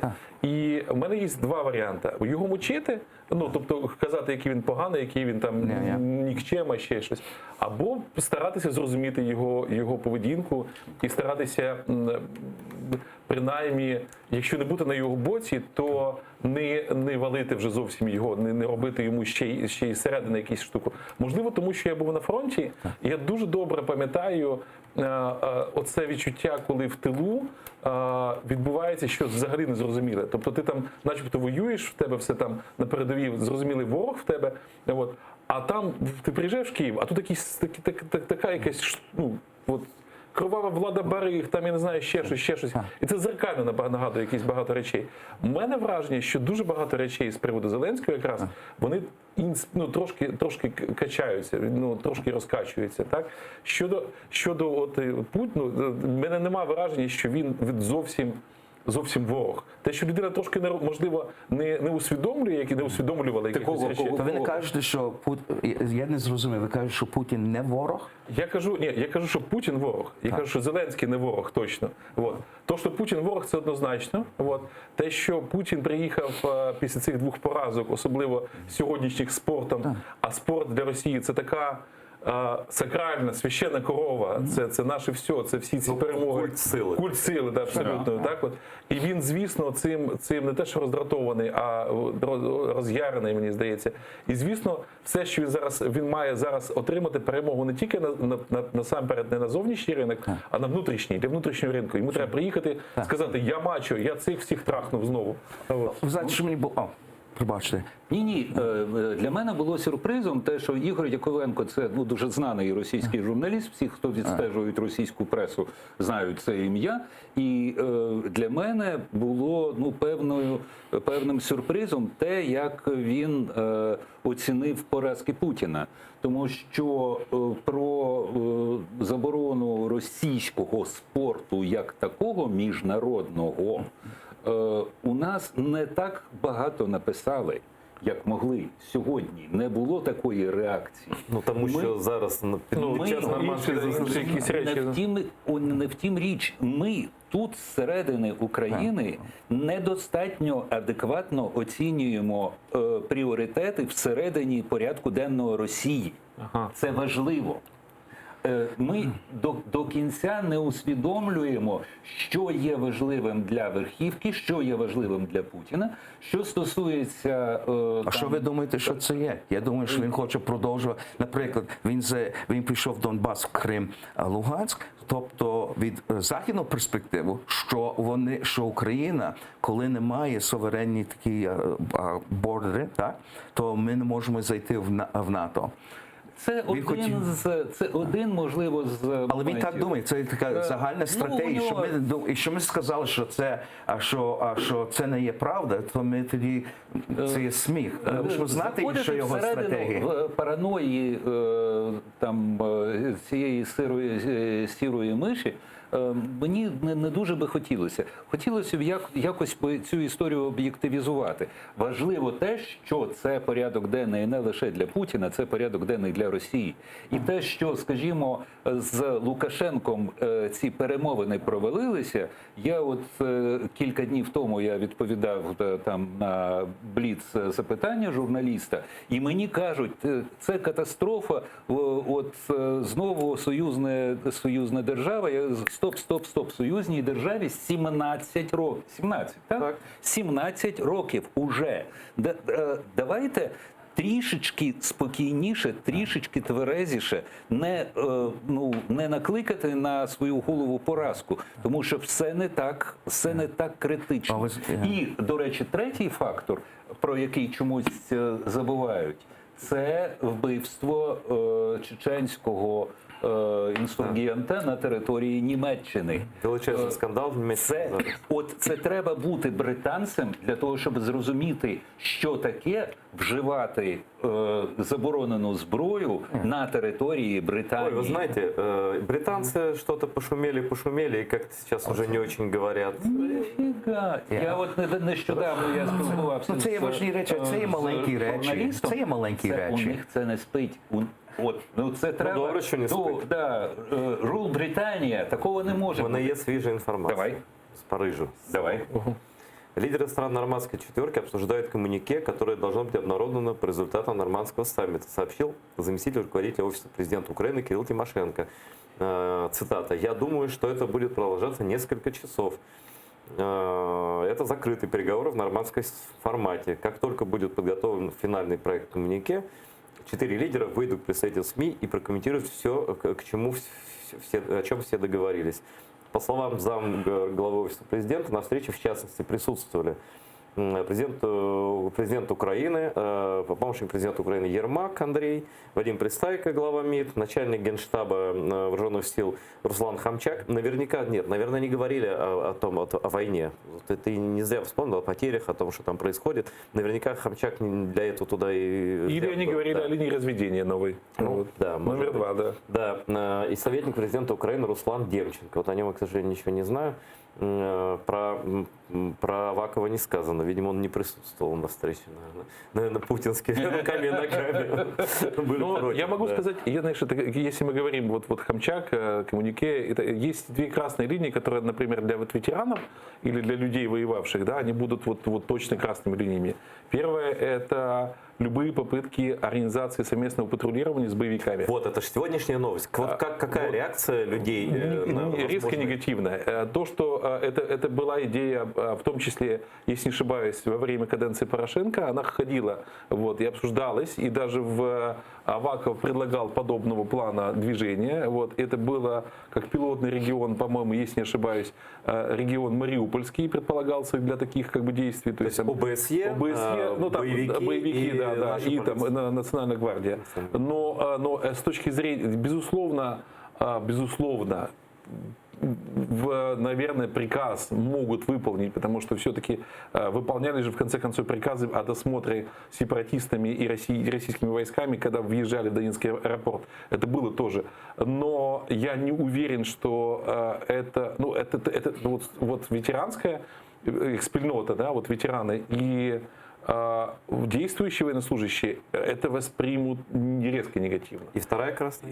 И вторая красная линия – это разведение. Потому что как бы ни говорили по поводу безопасности, серой зоны, стены и так далее, если это будет сопряжено с разведением на те позиции 2016 года, то есть если мы оставим такие места, как Широкино, если мы оставим такие места, как Пески, если мы оставим такие места, как Авдеевка, там, где погибло много украинских солдат, где каждый метр буквально, не фигурально, а он это в крови наших, которые... Это уже в какой-то степени сакральное. Это сакральное место для Украины. Это еще хуже, чем уход и потеря ДАПа. То есть это можно сравнить по символизму с потерей Донецкого аэропорта. Тогда мы еще выкрутились, выстояли на теме легенды киборги, в которой не выстояли бетон. Но тут я не знаю, чем они просто будут крыть. И отведение как таковое, я не верю, что оно даже возможно. Я не понимаю, что может случиться, если мы разведемся в таком формате. То есть мы разговаривали с Юрой, мы были на фронте месяц назад где-то, и в Широкино мы разговаривали с командиром батальона морской пехоты, который там находится, и мы спрашивали, что вы будете делать. И реакция была, это очень корректно было сказано, потому что в камеру и человек не мог как-то открыто говорить. Конечно, они отойдут. Но то, что он после этого, как он сказал, я сразу с армии уволюсь, это 100%. И это был не один, если помнишь. Да? То есть я не хочу просто называть людей, которые говорили нам это на камеру, но только один человек из нами опрошенных, а мы разговаривали там с, много людей, да? Только один человек сказал, дайте президенту на ВОПе, да? Сказал, дайте президенту, пусть он уже доделает то, что он заварил. Причем так, с уважением. Все остальные говорили, мы военные люди, мы выполним приказ, но после этого в армии вы на нас не рассчитываете. Это серьезно. Это офицеры. Это офицеры, солдаты, и солдаты. И надо сказать, что это все были люди, которые воевали в 14, 15, 16 годах. Да. Единственное, вот парень, который сказал, что дайте ему год, это был молодой выпускник Академии Сагайдачного, который первый год свой служит, он командир взвода, он не застал активные боевые действия, он их не участвовал. Да, мы услышали через вас, через Юру и Женю, услышали мнение людей с фронта, украинских военных. Я хочу вернуться к международному контексту вообще этой встречи. Что это такое происходит? И тут мне попался на глаза небольшой постик в Фейсбуке моего друга, очень хорошего аналитика. Он вообще-то российский, но живет в Берлине. Игорь Эйдман. Слышали про такого? Нет? Я не да. Это двоюродный брат Бориса Немцова, и он очень порядочный человек, очень толковый, социолог, политолог. И в эфире РТР часто выходит. Вот он пишет. Сегодня две главные новости. Россию отстранили от международных соревнований и проводятся переговоры нормандской четверки с участием Путина. Международные спортивные организации наконец поняли, что с российскими представителями нельзя иметь дело. Все равно обманут. Нас не в ту пробирку, перепишут результаты анализов, подделают любые документы. Понятно, соревноваться с жуликами бессмысленно, все равно же надуют. Но ведь мошенник, он везде мошенник. Не может быть, чтобы руководство одной и той же страны в спорте было мошенниками, а в большой политике нет. Какие договоренности могут быть с профессиональными шарлатанами, попавшимися на полном неуважении к международным соглашениям даже в спорте? Надуют, как на Сочинской Олимпиаде. Только цена такому жульничеству будет несоизмеримо выше, если речь идет о политике. Да? В спорте это фальшивые медали у подонков, поражение честных спортсменов, а в политике тысячи жертв мошеннически развязанных их там нетами войн. Да? Господа западные друзья, спрашивает Эйдман, у вас с логикой все в порядке? Хулиганы выкинули даже из-под последнего спортбара. А в клубе большой политики его гостеприимно применяют. Неужели не принимают? Неужели непонятно, что мошенников, которые даже из спорта изгнали, на пушечный выстрел нельзя допускать до решения мирових проблем? От це Запад глупий, Я думаю, що це було, це, що сталося сьогодні, дуже виразно показує, як ми маємо поступляти з договорами з Росією. Фундаментально, не можна Російській Федерації довіряти. Тобто, як ми дивимося через історію, так, ми бачимо, що всі договори, які вони підписали, їм не можна довіряти. Так. Тепер, це, що я хочу сказати, не можна довіряти. Тепер ми мусимо з ними жити, тобто це є наші сусіди. Але річ є така, що ми мусимо отримувати якесь шанування, хто ми є, що ми є, що ми є унікальний народ, що ми не ніякі брати, але що ми є осібна, унікальна нація. Це ще не було признано. Я думаю, що ви за це, і хлопці, дівчата, що воювали, вони за це воювали. Тепер, назад до питання довір'я. Як я можу отримати якийсь договір, що я вже знаю 50, 60, 100 років, 300 років, і не можна їм довіряти? Я думаю, а ви кажете, він хоче щось мати якийсь договір. Але я буду мати розмову, з ким я ніколи не довіряю. Тим це працювати. У меня тебе вопрос. Вот именно как западному человеку. Да, Канада это немножко другое. Да? Кстати, канадское правительство сегодня выразило поддержку прямо накануне переговоров, что оно за территориальную целостность Украины и так далее. Спасибо вашему правительству. Но слова, но все равно правильные слова. Вот ты как западный человек, скажи мне, почему Макрон, почему Меркель играют в эту путинскую игру? Делают вид, что с ним хотят договориться, или Макрон говорит, это наши друзья. Они что, этого ничего не знають? Вони ще живуть по старі наративи. Що ви зрозуміли, дуже багато людей в Заході думають, що Україна і Росія – то сама річ. Ну і теж. І досі. Так думає, і досі. Це так. Проблема в Канаді. Скрізь, не тільки в Канаді. Це є дуже велика проблема. І проблема є така, і це є українська проблема. Знаєте чому? Бо ми ще не дали, або ми ще не створили таку наративу до світу, перед світом, хто ми є, що є наші інтереси, які ми люди, що ми тут зробили, що ми робимо і не робимо. Можна питання? Люди підтримати, дайте мені ще одне. Коли був Майдан, люди питали, і коли почалася війна, так? Люди сказали, ми питали, українці питали, чи ви нас підтримуєте? 100%. Але чи нам слали зброю? Чи це не робили? Бо вони не знають чому. Вони розмовляють, а точно не знають, хто ми є, що ми є. Розумієте? І це є проблема України. Що є наші національні інтереси? Ця розмова, ви приємні, але ця розмова за такі маленькі деталі. Захід думає в контексті загального наративу. Тобто, що Росія хоче здобути. Що вона хоче? Вона хоче, перш за все, вона хоче, щоб санкції були, що забирали санкції. Оце, що вони хочуть. І вони готові робити компроміс. Тобто, ви візьміть, ми вам даємо мир, спокій, так? І тоді ми будемо продовжувати наші торгівлі. Але за фундаментальні демократичні принципи або за суверенність України розмова не йде за це. Це є це є українська проблема, що ми ще це не зробили. Ми ще не переконали людей, що це є унікальний народ і країна. От, Юра, маєш щось сказати? Ну, в суто загальному такому широкому контексті я з Юрком солідарний. Україна недостатньо позначила свою суб'єктність і свою ідентичність на світовому рівні. Вона не пояснила, що це за країна, з якими інтересами, з чого чи з кого вона складається, в тому числі, оскільки ми на АТР, конкретно з кого, з яких народів, з яких культур, і що вони всі, тим не менше, українці, це недостатньо прокомуніковано. Чи цей майданчик сьогоднішній достатнє, адекватне місце для того, щоб вчергове це заявити?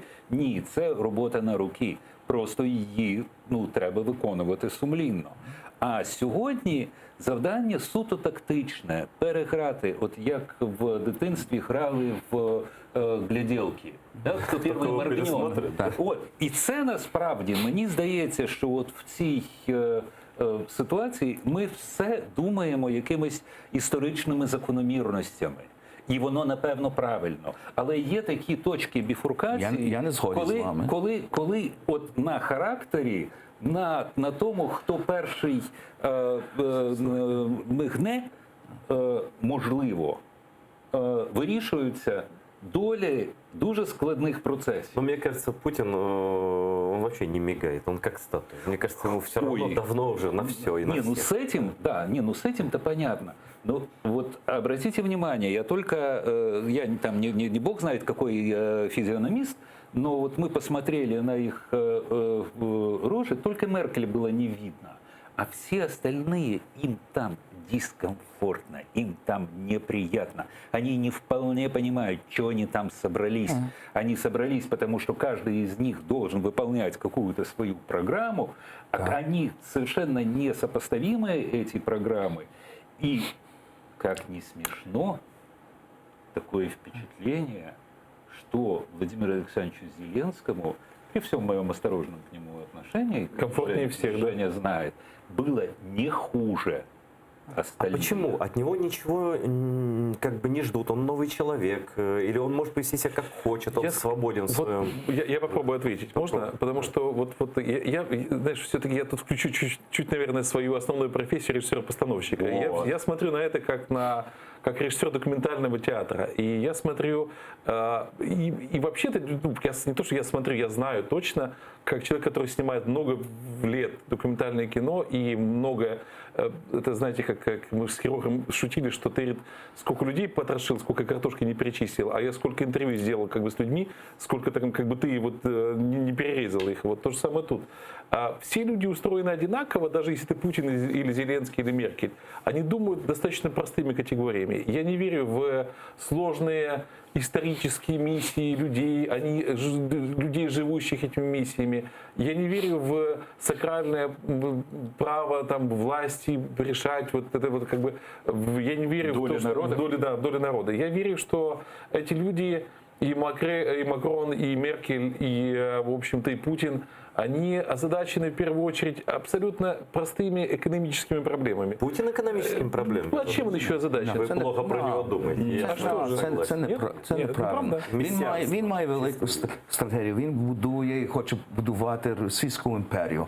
Це є дуже простенько. І ви казали раніше, чи Захід це розуміє вповні. Я би сказав, що ні.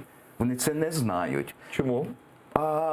Бо вони ще, я вам раніше сказав, бо вони ще думають по старому наративу. І це є одна проблема, що ми знову хочу, і це має стосунки до сьогоднішнього дня. Що є наші інтереси? Так старий наратив є, make German great again, значить, знову ні.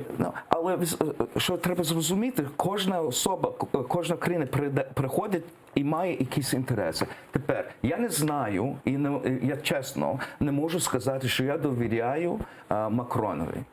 я не знаю, що він хоче. Останнього тижня він каже, що НАТО є brain dead. Так? Okay? І багато Що Росія не враг. Там... Так. Так. А ви не знаєте, що тепер є, що це, що Путін пішов в Україну, це є порушення міжнародного закону. Так? І це є, який мир він хоче, або стандарт, який він хоче мати і володіти у світі, щоб було беззаконня. Чому з ним спілкуються? От поясніть мені, люди західного світу. От Айдар правильне питання поставив, тому що, дивіться, він порушив фундаментальні закони. Крим, анексія, збройна агресія. І з ним спілкуються люди. А ви, Захід, вимагає від України, щоб ми створили і захищали в цих умовах, придумували якусь свою суб'єктність. Я кажу, що одна проблема є, коли люди дивляться на Україну, так, вони дивляться, якби, там щось є.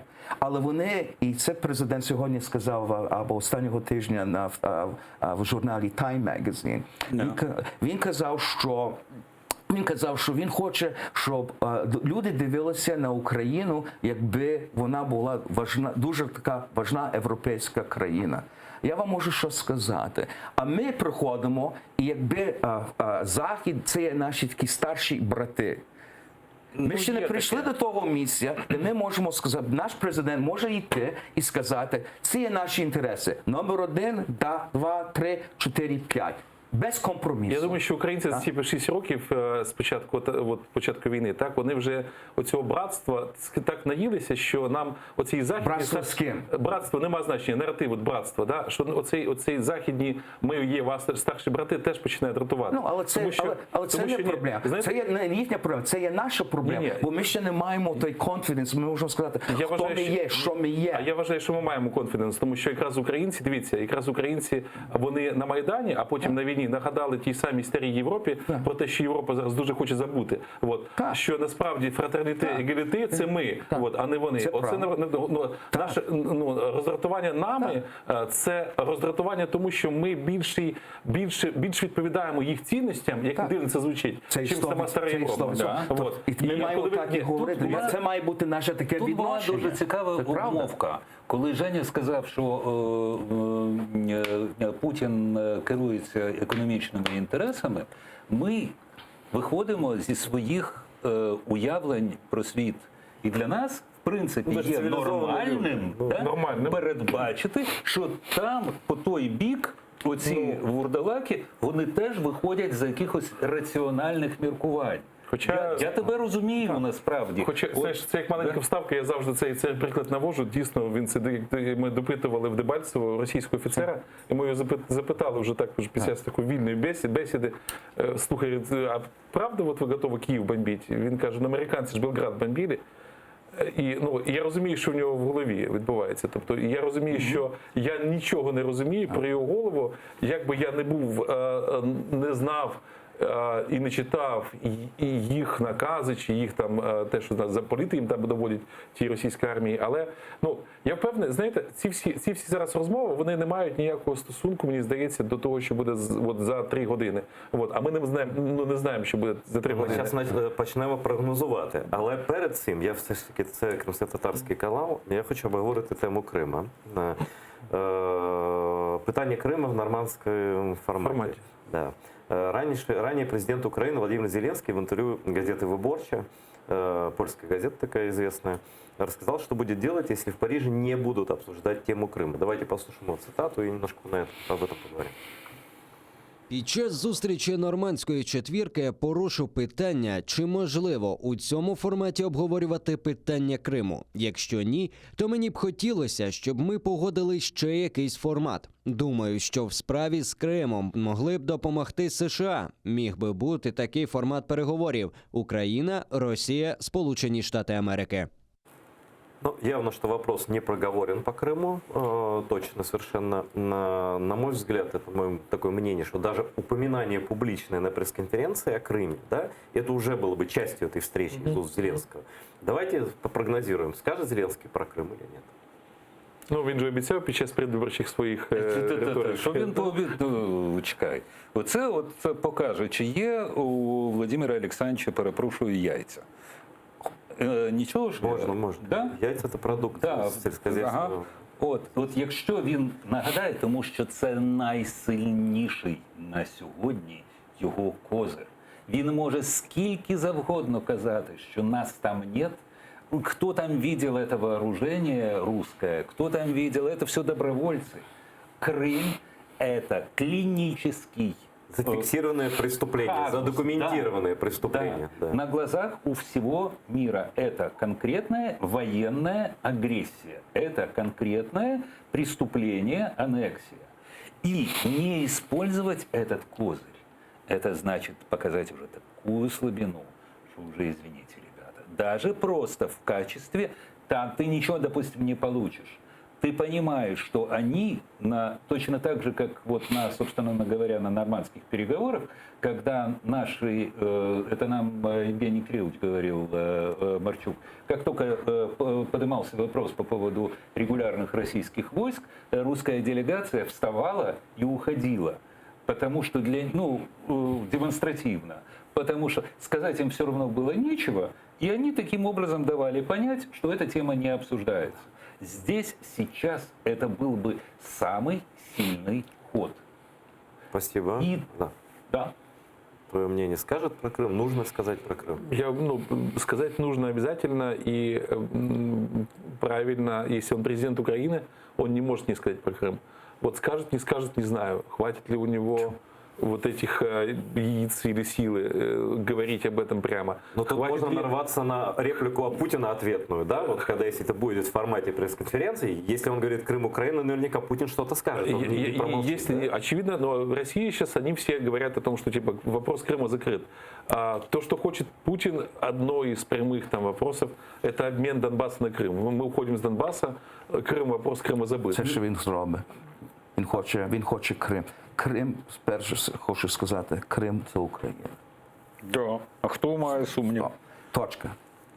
Він зобов'язаний це сказати. Публічно я маю на увазі. Зеленський. Щодня? Ні, конкретно сьогодні. Він сьогодні це не скаже. Ну, тоді. Окей. Але що Путін хоче, він хотів Севастополь. Завжди хотів Севастополь.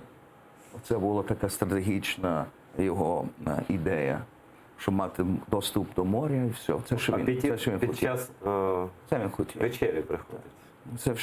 Це що він хоче. Люди мусять це знати, чому він це зробив. Okay. Він це зробив, тому що не ситий. Друге, важне, що ми теж зрозуміли, доки, це був Меркель і всі кажуть, доки він не вийде з Криму, будуть санкції.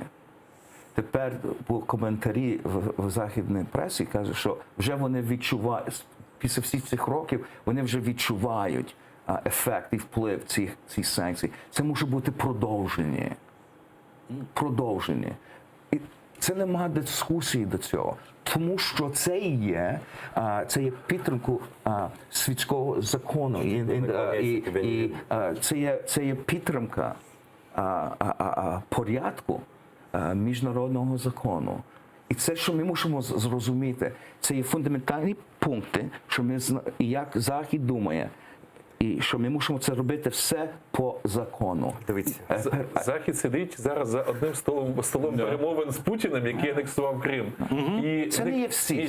Друзі, це не є всі. І Макрон не каже йому, це так само, якби ви там забрали Лотарингію, а Меркель не каже так само, як ви забрали там ще щось. Пані Меркель може. Макрон не говорить і не представляє цілий Захід. Наприклад, 100% в Америці в Конгресі є підтримка України. Це є без питань. Це розмова за президента, це інша справа, так? Але є 100% підтримка до цього. І з боку Канади також. Так само.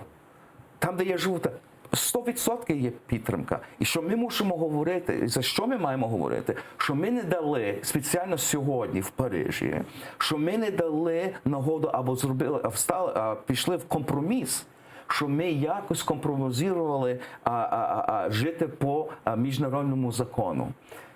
Вони не будуть, Російська Федерація це не буде робити. Ми говорили за договір'я, У нас 9 хвилин залишилося, тобто по 3 на людину.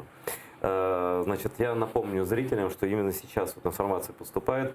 И уже 2 часа идут переговоры в нормандском формате. Украинская команда на встрече прямо сейчас выглядит так. Это Зеленский, это его помощник Андрей Ермак, это глава МИД Вадим Пристайко, это начальник генерального штаба Хомчак и советник президента Руслан Демченко. И в таком составе, ну, с русской стороны, я так полагаю, там сам фюрер, там Сурков, там Лавров, да. Ну, такие, не будем характеризовать словами, запрещенными в эфире, но проверенные животные политические.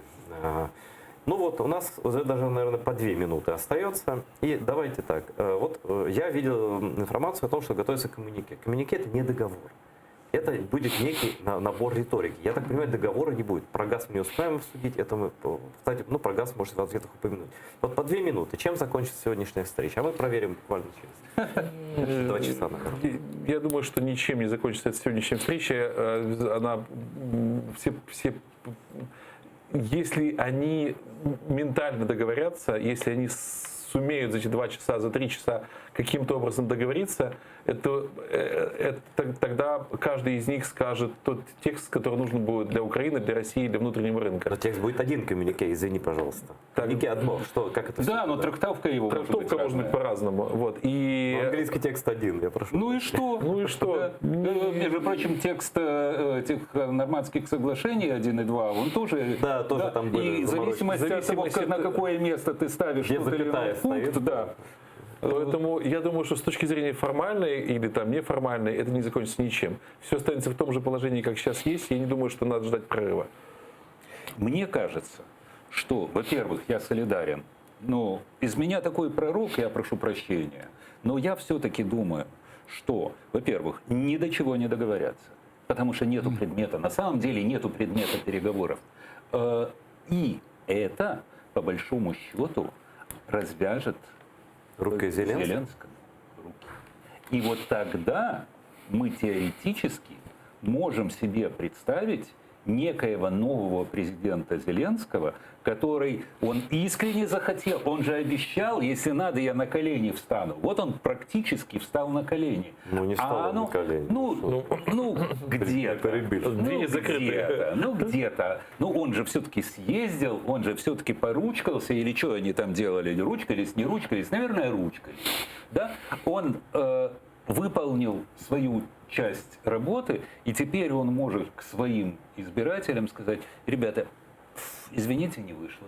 Ну, то есть он не поехать он не мог, учитывая его обещание. Он же рвался. Да. Не поехать он на самом деле действительно, наверное, не мог. Да. Ну, я б сказав, дуже скоро скажу, що номер 1, якщо ком'юніке або в прес-конференції, що як президент не скаже, що Росія в Україні це є війна, а була і є агресивна війна проти України. З боку Росії. З боку Росії. Там бойовики. Це не є ніяке АТО, це не є тут, що це є агресивна війна проти України, номер 1.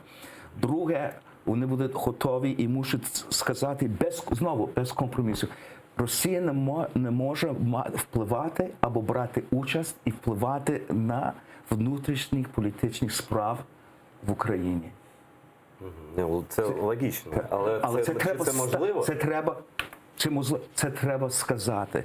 І третє, сказати, що ми, як президент, я не готовий робити компроміси, які будуть мати негативний вплив на суверенність України. Все. Тоді я би сказав, тепер давайте нам гроші, щоб ми могли розбудувати ці місця, де ви зруйнували. Це є інші справи. Друга справа, ще один деталь. Оці зрадники, які боролися і воюють проти України і проти наших хлопців і дівчат, це є кримінальні акції, це є деталі. Але треба сказати, що ми не готові прийняти Росію або вплив Росії в внутрішніх політичних справ України. Це є без компромісу. Вот, только что депутат Гончаренко, это депутат от партии Европейская солидарность, написал, что встреча закончилась. Сейчас мы посмотрю, что он написал. А что он там?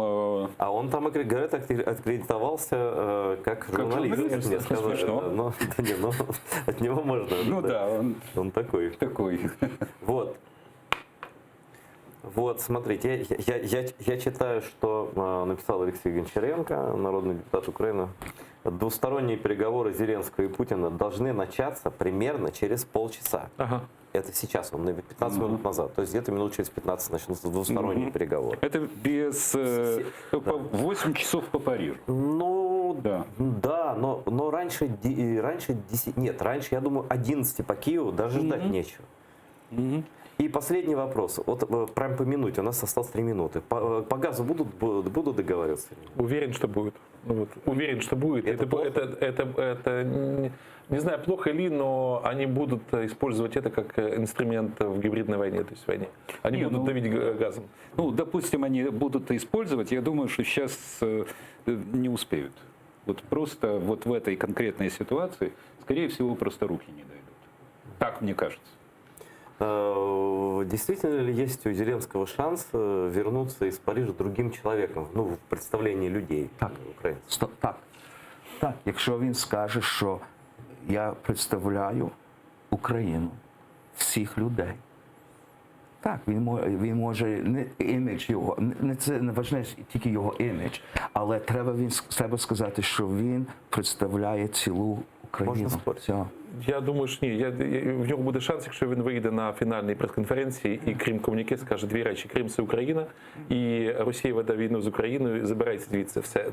Якщо він скаже дві ці фрази, поза тим, що він підпише цього комуніке, він вже зміниться, він приїде з іншою людиною. І послухайте, мені здається, що це дуже важливий маркер такий, це чи буде якимось чином виведена Україна до прямого спілкування з ДНР, ЛНР. Принуждення, ну, будуть змушувати, в будь-якому випадку вони будуть змушувати напряму виходити на перемовини з сепарами, але це не те, що червона лінія, це вже вибух. Ні, це взагалі... Ну ви согласні, що це цель Путіна? А от знаєш, мені здається, що ці ж сили абсолютно керовані. Ну, немає сумніву в тому, що там є, звісно, якийсь ексцес виконавця, але в цілому ці сили керовані. І в той момент, коли нас виводять на пряму комунікацію, на прямі переговори з Лугандонією, луганзонці влаштовують такі дуже демонстративні провокації. І це означає, що швидше за все це просто замилювання очей. Не хочуть вони так. Я тоже не верю. У нас буквально там 20 секунд остается. Подведу итог. У нас были прекрасные гости, люди, разбирающиеся в том, о чем мы говорим. Надеюсь, вам было интересно. От себя скажу, что я не верю тоже ни в какие позитивные результаты, потому что слишком разные цели. Вот. И я думаю, что коммюнике будет в общих словах. Вот. А то, насколько Зеленского хватит духу и кислороду, и воздуха в легких сказать Путину в глаза какие-то вещи, которые будут восприняты хотя бы в Украине и на Западе тоже, как наличие политических яиц у нового президента Украины, которого как политика еще никто не знает. Вот мы и посмотрим буквально, я думаю, ну, часа через 2, так реалистично, если говорить. Всего доброго, до новых встреч в эфире АТР.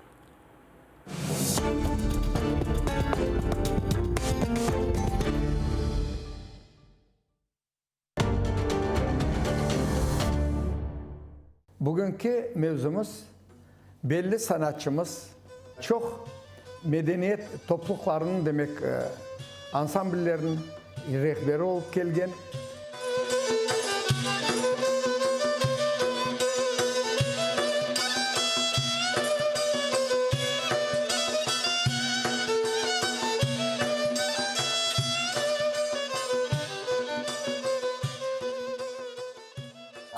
Uç yaştan 35 senesin bütünley milli sanatımızga, folklorumuzga bağışladı. İstidatlı kemaneci Dilever Mamutoviç Bekirov hakkında ketecek.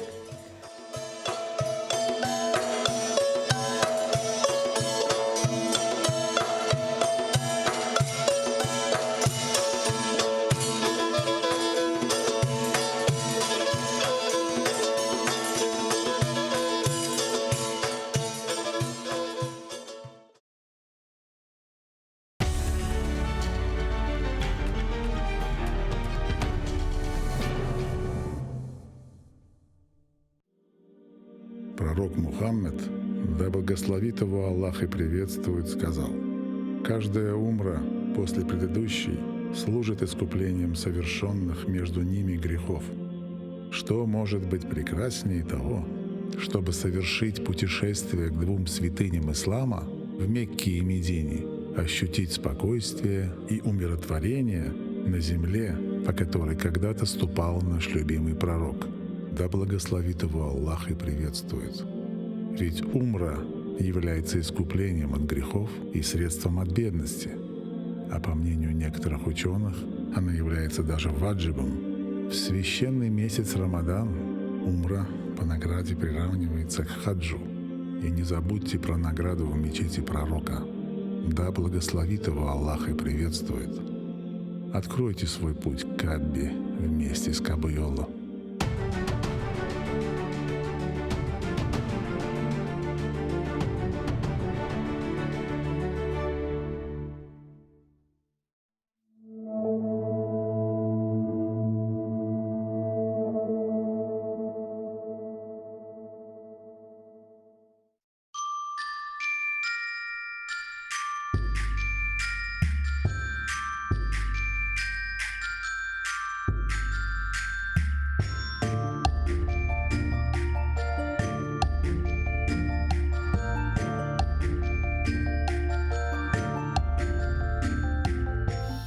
Eşit yumşak yapraklarının türkülerini, yarın kelse pencereden yarıp ursa. Eşit kırımımның dülberligini, kuşlar yırlap azbarыңdan uçsa. Eşit, bu kırlarım kökten yüksek, kuru ozenimның kokularını, güller aça, pişe taze otmek, tuz kokusu, deniz dalgaları. Eşit, nasıl yüzüm sıcak yerden öse. Ozen suyu aka, güneş oynay. Kırım, hep yerlerden bana güzel. Bu sevgiden güçlü, sevgi olmay.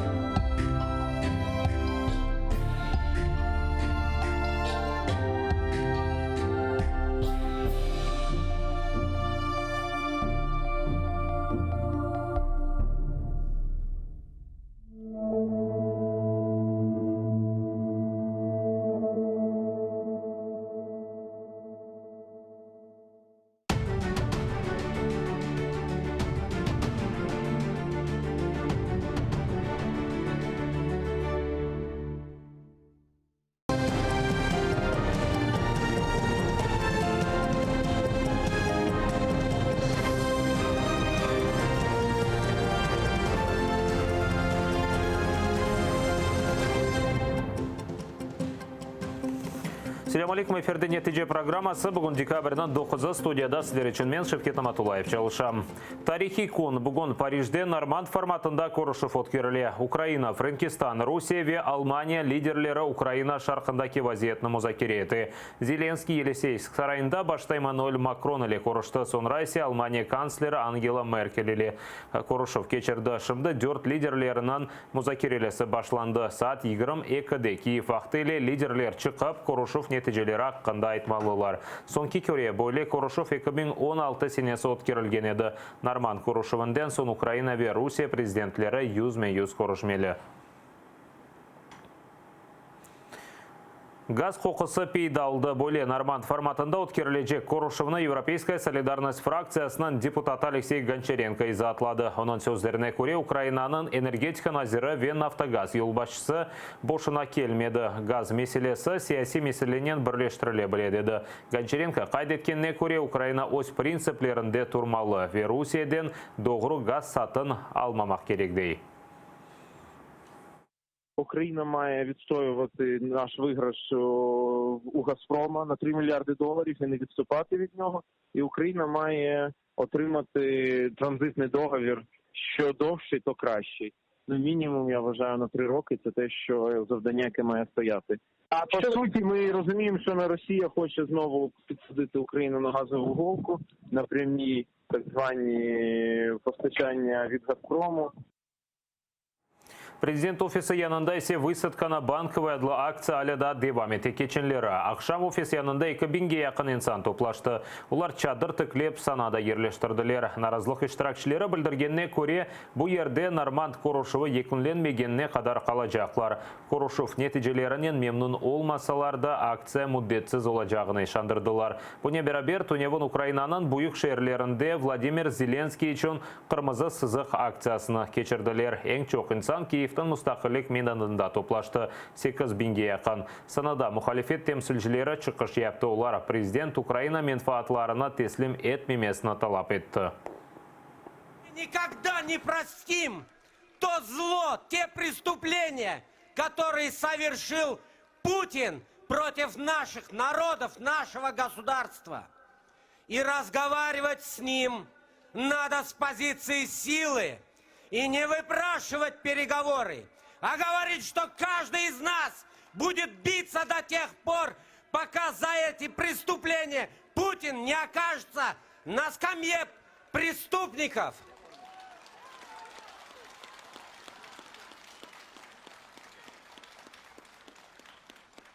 Крым верит нам, Крым ждет нас и знает, что мы его освободим.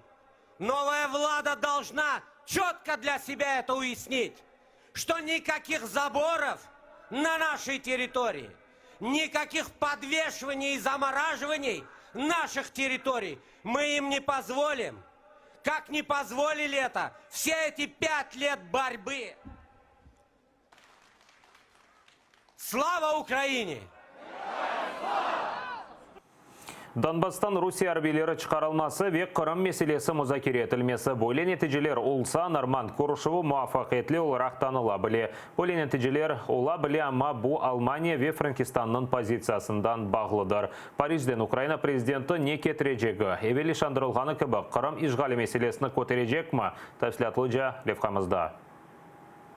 Корошевы якынлашқанымен Украина ве Русияның биянатлары дачық покер ойынына аңдырайды. Украина арбилер чөтлештірівінің там саны сыңырдан езіретінің ғайрыдан тікленмесі ве эпысы мабуслерінің азат етілмесі талапларына сеслендіреді. Атта Донбаснен дувар қорajақларынан біле қорқытты. Кремль ise істексізлігіні көстеріп, Корошев үшін озының шартларını айтайды. Не буде ні перемоги, ні зради, коли будуть оголошені, причому гучно оголошені певні домовленості про те, що от ми йдемо на черговий обмін військовими, що ми там будемо гарантувати припинення війни, там ще щось, обстрілів, там ще щось. Мені здається, що для України, до речі, цей варіант не менш небезпечний, аніж зрада. Чому? Тому що процес вчергове буде затягуватися. Париждеки музакерелерге 3 күн қалғанда Москва месулет ташыйчы бір аңлашманы беклемегенini білдірді. Қырым суалі бойынша ise 4 тарафлы музакерелер тек Минск аңлашмаларымен бағлы олғанını қайдетті. Норманд форматында Минск процесінде олғаны кебі Қырым суалі бақылмағаны Путин үшін файдалыдыр. Саясат шынасларының айтқанына көре шу себептен ол бұл Корошевге разы oldu. Русларның фікірінше ғарып девлет елбашчыларының Корошев Қырымны музакере etmemek, işgalini resmileştirmek için bir adımdır. В будущем Путин обязательно заявит, что представитель Украины присутствовал и там, и вопрос Крыма не ставил, значит вопрос Крыма не стоит в повестке дня. Если на нормандской встрече вопроса Крыма не будет, то я считаю, что Зеленский не должен участвовать во встрече этого формата. Парижде Қырым меселесінің музакере етілмесі 2014 сенесі юзберген işgalini sükunetli şekilde kabul etmekten beraber dehşetli neticelerge de ketire bile. Hususan Ukraynaga karşı Rusya'nın tecavüzünü Moskva Ukrayna'nın içindeki kavgaga dönüştüre bile. Неминуче спричинить наступні наслідки. Перше, переведення Росії з категорії агресора у категорію посередник і гарант нових домовленостей. І друге, усунення правової і фінансової відповідальності Російської Федерації за розв'язану війну, заподіяні жертви і збитки перенесення цієї відповідальності на Україну. Бойле сценарийге Зеленский Крым меселесini көтерсе, yol бермей біле. Ләкин тек башына дегел Макрон ве Меркельнің янында. Бұнен бирабер Зеленский музыкерлер нәтижелерінің yazılmasını талап етмелі. Мы имеем дело с лжецом, с коварным врагом, поэтому очень важно, чтобы здесь было присутствие западных стран тоже. При принятии какого-то итогового документа по встрече, там обязательно необходимо употребить фразу, что решением проблемы взаимоотношений между Россией и Украиной должно быть полное восстановление территориальной целостности Украины в международно признанных ее границах. В каком-то контексте сослаться на резолюцию ООН от 27 марта 2014 года, где говорится, осуждается агрессия. Дуже важливо, щоб меседжі з боку президента України були такими, щоб жодні інформаційні провокації Росії вони не досягли своєї мети. Крым татар халқының темсili органы саммит арифесінде Украина президентіні Крым суалыны көтермеге чағырды. Егер Путин ред етсе, ғарби иттифақдашларға дигер форматта көрішімні теклиф етмелі. Бұл Будапешт меморандумыны имзалаған девлеттер де ола біле. Основоположним принципом міжнародного права є пакта сун серванда, тобто договори повинні виконуватися. Оскільки в меморандумі немає ні Криму, ні Донбасу, але є Україна, тобто вся територія України, з включенням, безумовно, і Донбасу, і Криму. Будапешт меморандумына 1994 сенесі Америкада таздықладылар. Америка Бірлескен Девлеттері Русия ве Ингилтере Украина ядер силасындан вазгешкені себебінден она мұстақиллік үшін кефалет берді. Виктория Бойко, Заман АТР. Мабыслерінен Деңіш Тұрылев еркесіна еркеске бөле Деңіш Тұрылев бұйылынан сонына қадар өткеріле біле. Кремльді декабрінің 25 дейлер. Мұна сияси конъюнктура меркезінен башы Алексей Чесноков айтты. Русияда она Владислав Сурковнан тарафдары дейлер. Сурков есе Путиннің он елі ола. Донбас меселесінен оғраша. Бұл план керчеклеше білемі? Москвадаки мақсус мұхберіміз Александр Подробенек аңлата. Тема острая для Украины и выгодная для Кремля. Острая не только потому, что таковым было одно из предвыборных обещаний Владимира Зеленского, но и потому, что украинское общество действительно беспокоится о судьбе своих военнослужащих, попавших в российский плен. А для Кремля эта тема может быть выгодна тем, что Москва легко может пожертвовать как своими военнослужащими, так тем более и донецкими комбатантами. Слухи о том, что обмен может состояться до конца года и будет приурочен к католическому Рождеству, всего лишь слухи. Возможно, так и случится, но следует отдавать себе отчет в том, что как ни будет хороша эта гуманитарная акция сама по себе, она не решает главного вопроса – восстановления суверенитета Украины над оккупированными ныне территориями.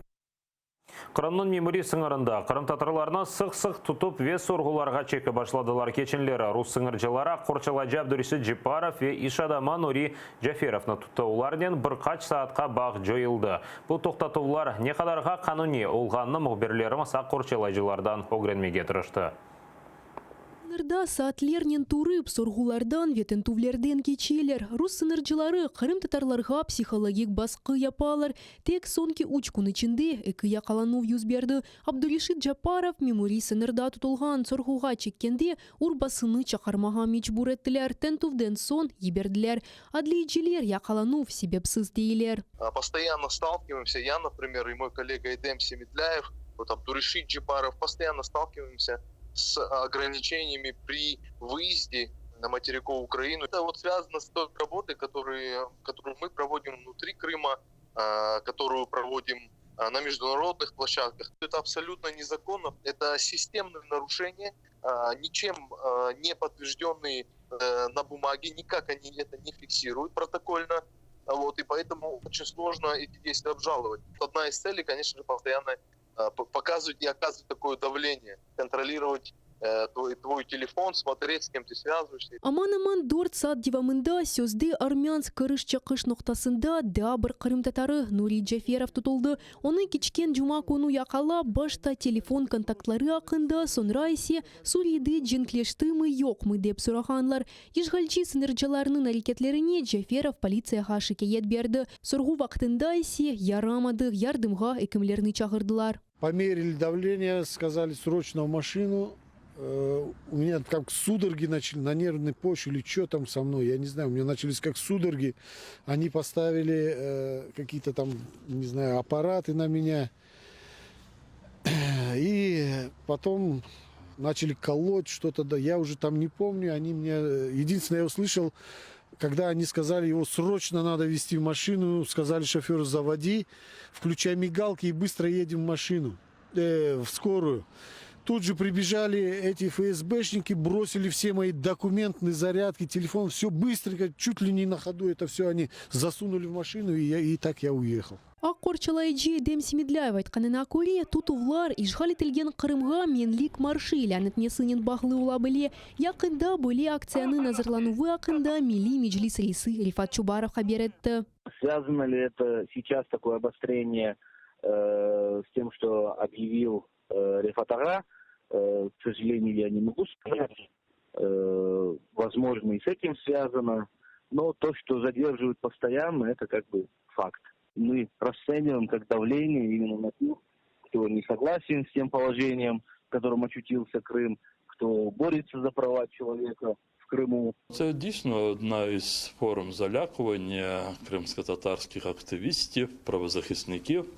Із Абдурашидом Джапаровим це вже, здається, третій, якщо не четвертий раз, один за одним, коли він в'їжджає до Криму останні місяці. Це залякування, це сигнал, це певні такі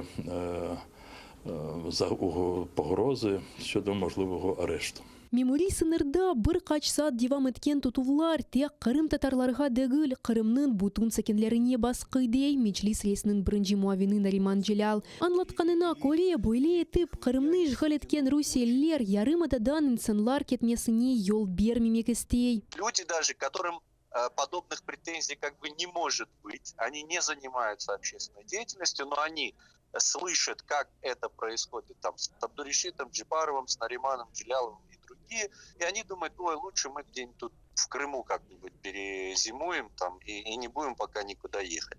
То есть это и такой способ повлиять на тех, кто хочет выехать в Украину. Bundan gayrı Нариман Джелал айтқанына көре, меморий сынырда Русиялерінің бойле арсыз әрекетлеріне жимат фааллері ве Ак Корчалайджылары дайма оғырай.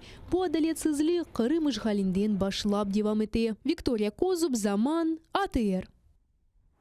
Русияны халқара құқығына riayet етмесіне мечбур етмек. Бұны насыл япмақны Меджлис темсілжілері Украинада Франкистанның яңы елшісінен музакер етті. Қырым-татар халқының лидері Мустафа Джемилев қайдеткеніне көре Русия халқара құқығыны бозғаны вақыт пареге қайтарылмамақ керек еді. Мұна бербер Кремльге ичті инанмаға олмайды деді. Меджлис рейсі Рифат Чубаров айтқанына көре бұл самими Корушев еді, чүнки Европа лидерлеріне işgal етілген Қырымда олған репрессиялар аққанда малюмат етізмеге имкан алды. Франция поддержала возвращение российской делегации в парламентской ассамблее Совета Европы. Это ни в коей мере не означает изменение политики в отношении Украины, что Франция по-прежнему стойко поддерживает территориальную целостность и безопасность Украины в таком духе. Я в свою очередь говорил, что бессмысленности вот такого шага, потому что за все время пребывания российской делегации в парламентской ассамблее они ничего, кроме того, что там повторение того, что говорил Путин, они не делали. Это же не демократическая страна. Вся наша бесіда, вона йшла навколо Криму, щодо кримсько-татарського народу, ситуації в окупованому Криму.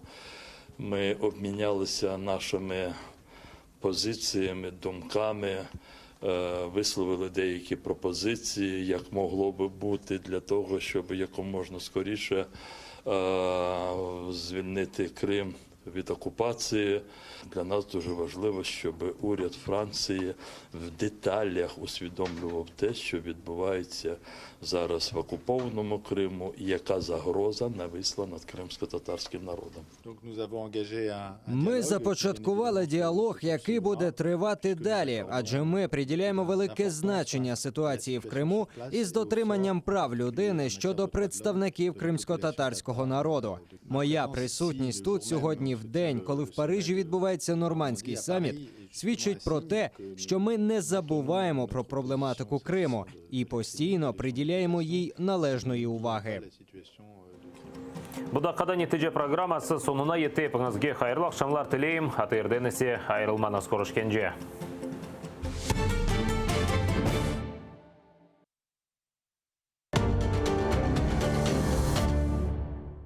Bugünkü mevzumuz belli sanatçımız çok medeniyet topluluklarının demek ansambullerinin rehberi olup kelgen.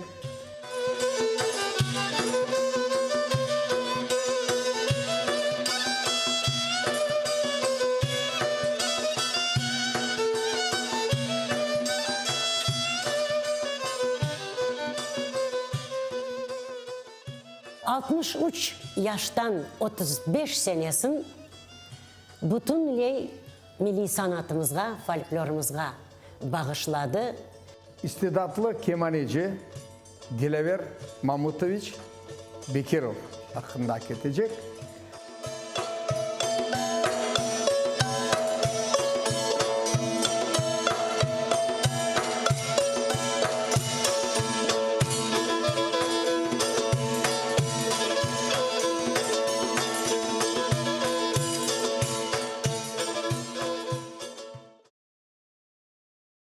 В истории крымских татар и украинцев немало общего. Это не только столетия совместного мирного проживания, но, увы, и масштабные трагедии. Голод 1921-23 годов в Крыму, голодомор украинского народа 32-33 годов. Долгие годы эти трагические страницы истории были практически неизвестны общественности.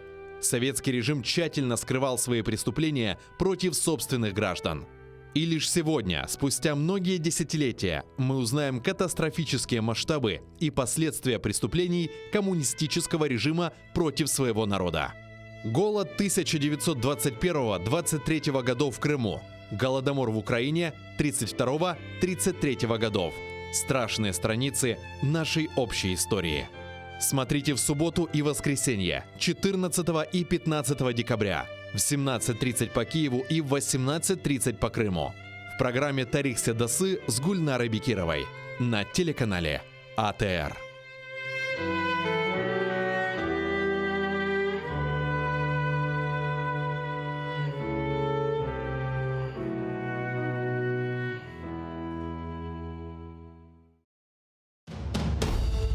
Как за короткий срок Саадет Герай I изменил внешнюю политику предшественников? И почему против него, законно избранного хана, выступили племянник и влиятельный бей из рода Ширинских?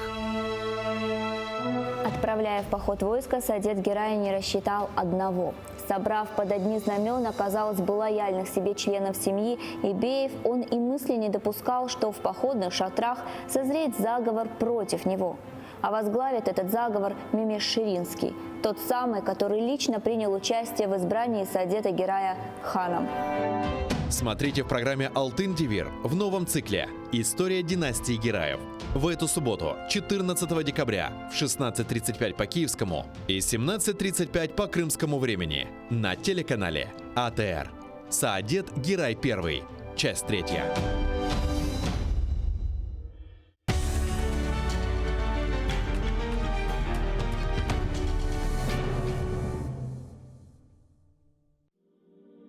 Пророк Мухаммед, да благословит его Аллах и приветствует, сказал: «Каждая умра после предыдущей служит искуплением совершенных между ними грехов.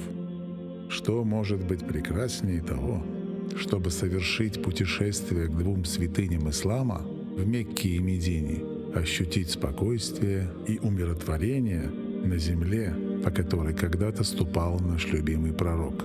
Да благословит его Аллах и приветствует. Ведь умра является искуплением от грехов и средством от бедности. А по мнению некоторых ученых, она является даже ваджибом. В священный месяц Рамадан умра по награде приравнивается к хаджу. И не забудьте про награду в мечети пророка. Да благословит его Аллах и приветствует. Откройте свой путь к Каббе вместе с Кабайоло.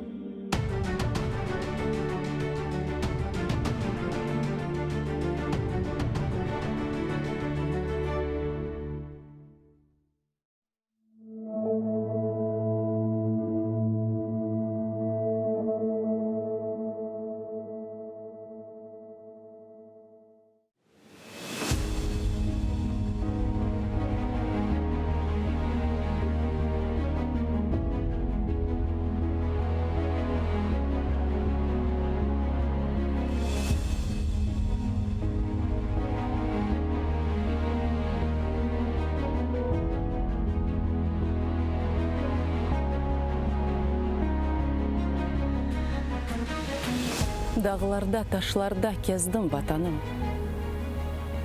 Еліңде çok şeyini sezdim vatanım. Kalbimden geçirdim, suzdum vatanım. Alda kaç antlardan bezdim vatanım. Kalplerden yasalgan basamaklardan. Dini yok, teni yok kol ayaklardan. Tarakını kuturtup taramaklardan. Omurunu kul etip kayramaklardan. Bu dünya sersem bir dünya ekendi. Savaplar savaplı günah ekendi. Kalk, suğa aytılgan rüya ekendi. Neyleyim aytılıp rüya bitkendi. Ölüne, tırıne nene yanayım. Öpkene, derdine nene yanayım. Namert bir ferdine nene yanayım. Kendine söyle vatanım.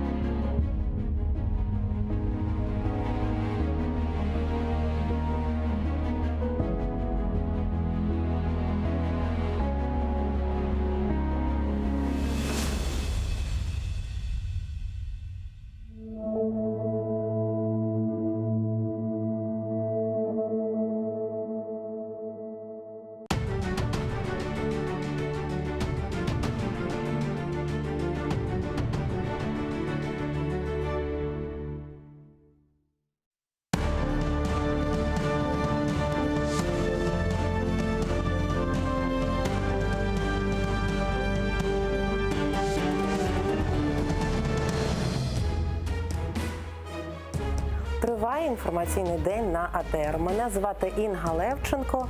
Вітаю вас, шановні телеглядачі. Звичайно ж, великий привіт у наш Крим.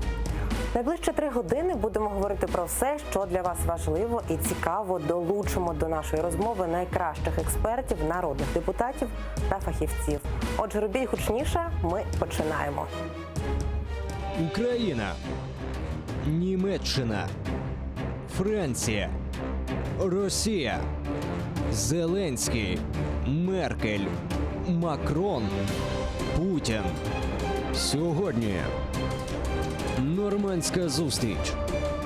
Капітуляція чи перемога? В етері АТР. Вітаю усіх, хто долучився до прямого ефіру. Дякую, що обрали телеканал АТР. Інга Левченко разом із вами для обговорення найгарячіших тем. Вітаю гостей нашої студії політологів Валерія Димова та Валерія Клочка. Вітаю, пане Валерії. Сьогодні будемо загадувати бажання. Отже, починаємо з найактуальнішого. Вже відомий графік зустрічі президента з лідерами країн-учасниць нормандського формату. Дивимось. 15:55. Прибуття президента України Володимира Зеленського до Єлисейського палацу. 16:05. Початок зустрічі президента України Володимира Зеленського з президентом Французької Республіки Еммануелем Макроном. 16:30. Початок зустрічі президента України Володимира Зеленського з федеральним канцлером Німеччини Ангелою Меркель. 17:00. Початок зустрічі лідерів країн-учасниць нормандського формату. 19:45. Прес-конференція лідерів країн-учасниць нормандського формату. Ну і окрім цього, президент Зеленський зустрінеться з Владимиром Путіним віч-навіч. Це підтвердив заступник керівника Офісу президента Кирило Тимошенко. Давайте послухаємо. Після зустрічі у нормандському форматі 4 лідерів президент України Володимир Зеленський проведе двосторонню зустріч з президентом Російської Федерації Володимиром Путіним.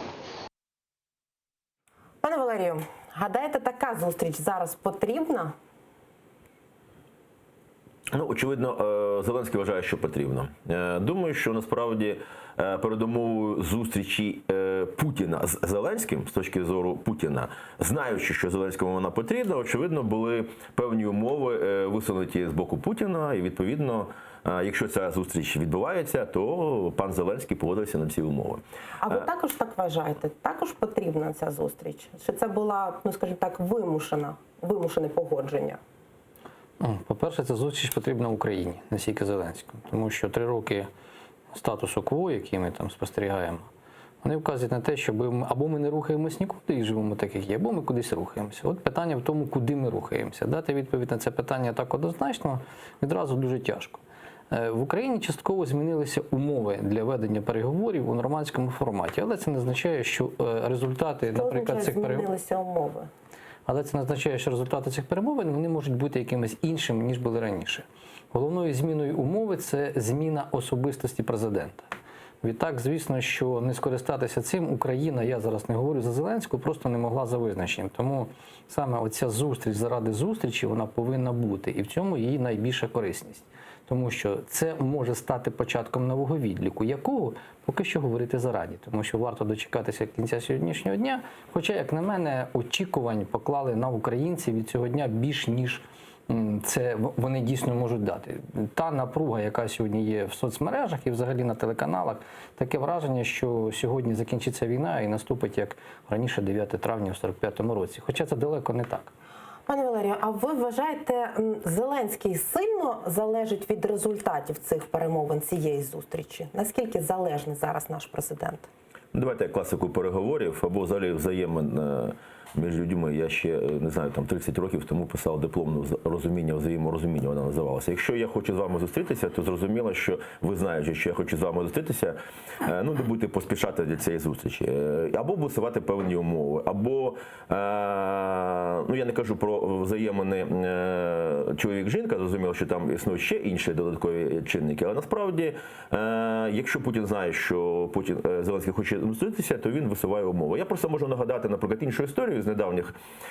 Пан Єрмак, який зараз, за словами Лани Зеркаль, вів переговори з Сурковим і Козаком для того, щоб зустріч відбулася, насправді, то той сам пан Єрмак за свідченнями в американському конгресі, свідченнями під присягою в рамках процедури підготовки імпічменту Трампа, Єрмак за свідченнями цих людей, зокрема Тейлора, посла Тейлора, він практично погодив текст заяви, яку мав би озвучити Зеленський для того, щоб Трамп з ним зустрівся. Ось я кажу, як працюють ці речі в дипломатії. І там практично в цій заяві було те, що Україна погоджується з формулюваннями, нав'язаними Джуліані і його посланцями, щодо того, що Україна буде розслідувати питання щодо Джо Байдена і його роль. Це дуже важливо, тому що через це Україна могла втратити практично унікальну двопартійну підтримку. Тобто, насправді, ми бачимо, яким чином працює Єрмак, готуючи ці зустрічі. Тому, насправді, думаю, що 9 травня точно не наступить. Це продовжуючи тезу свого колеги. А от те, що люди вийшли на вулиці, і зараз люди знаходяться під Офісом президента, це дуже важливо, оскільки громадяни України, президент Зеленський сказав, що всі ми президенти, так от ця активна частина президентів України не погоджується з імплементацією путінських інтерпретацій мінських домовленостей, путінської інтерпретації. Тому ми насправді... Буде пряме включення, власне, з банку, ви трошки пізніше. А скажіть, будь ласка, пане Валерію, ви погоджуєтеся те, що команда Путіна грає в певну дипломатичну гру конкретно, і що наша команда президента Зеленського може програти в цю дипломатичну гру на цих зустрічах? Та ні, ця зустріч справа в тому, що я ще раз скажу, вона, як на мене, на моє переконання, є протокольною. Фактично, сьогодні зрозуміло всім, що іншого сценарію, крім того, який був прописаний ще Порошенком і у форматі нормандському у 2015 році, його немає. І бути за визначенням поки що не може.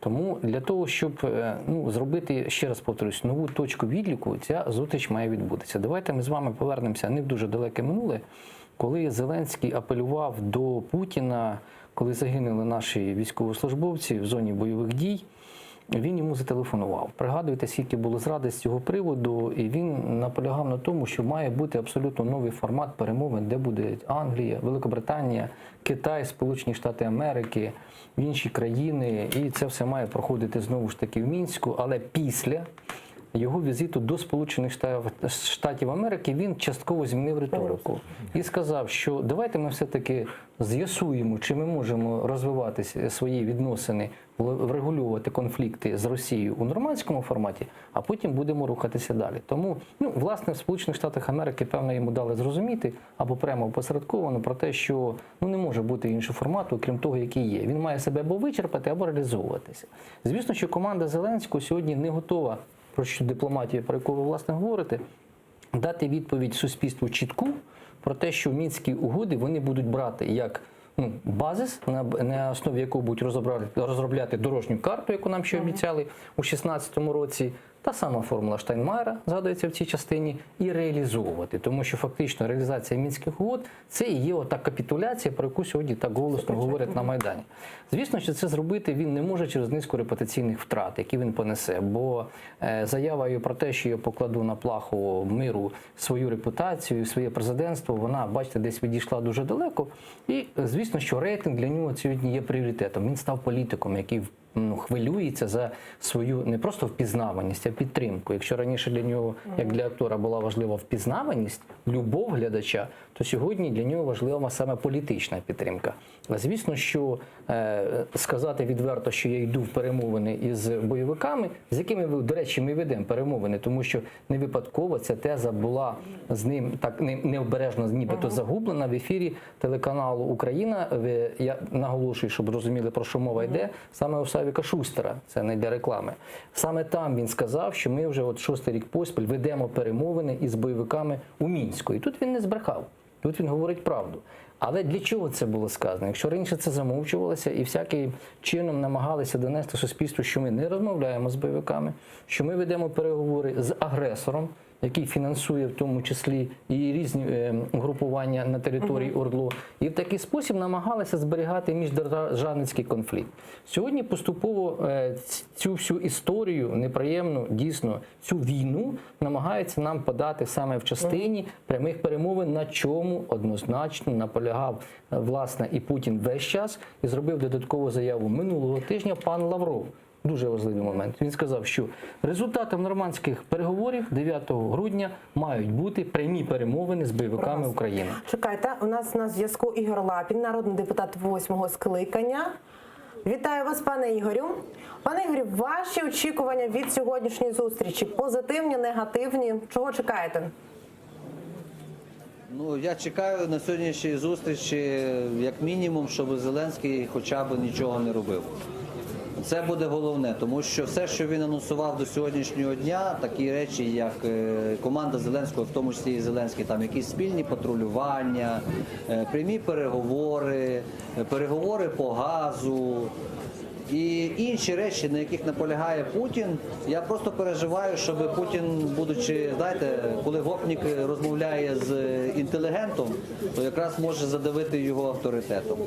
На сьогоднішній день наша головна задача, щоб і наші західні партнери, і сам Зеленський міг опертися на громадянське суспільство і побачити, що є люди, і що не лише дощ сьогодні в Києві йде, і що йому є на кого опиратися в контексті захисту національних інтересів України.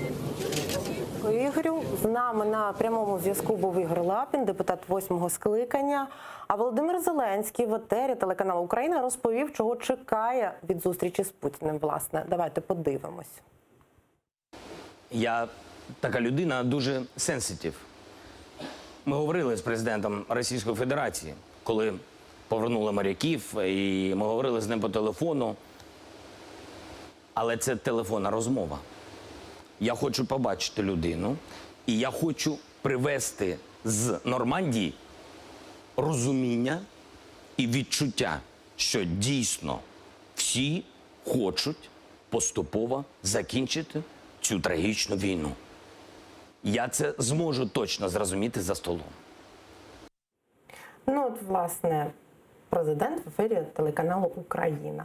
А його промова вам сподобалась? Тобто, Ну, дозвольте, не те, що мені сподобалось особисто чи ні. Вона була зрозумілою.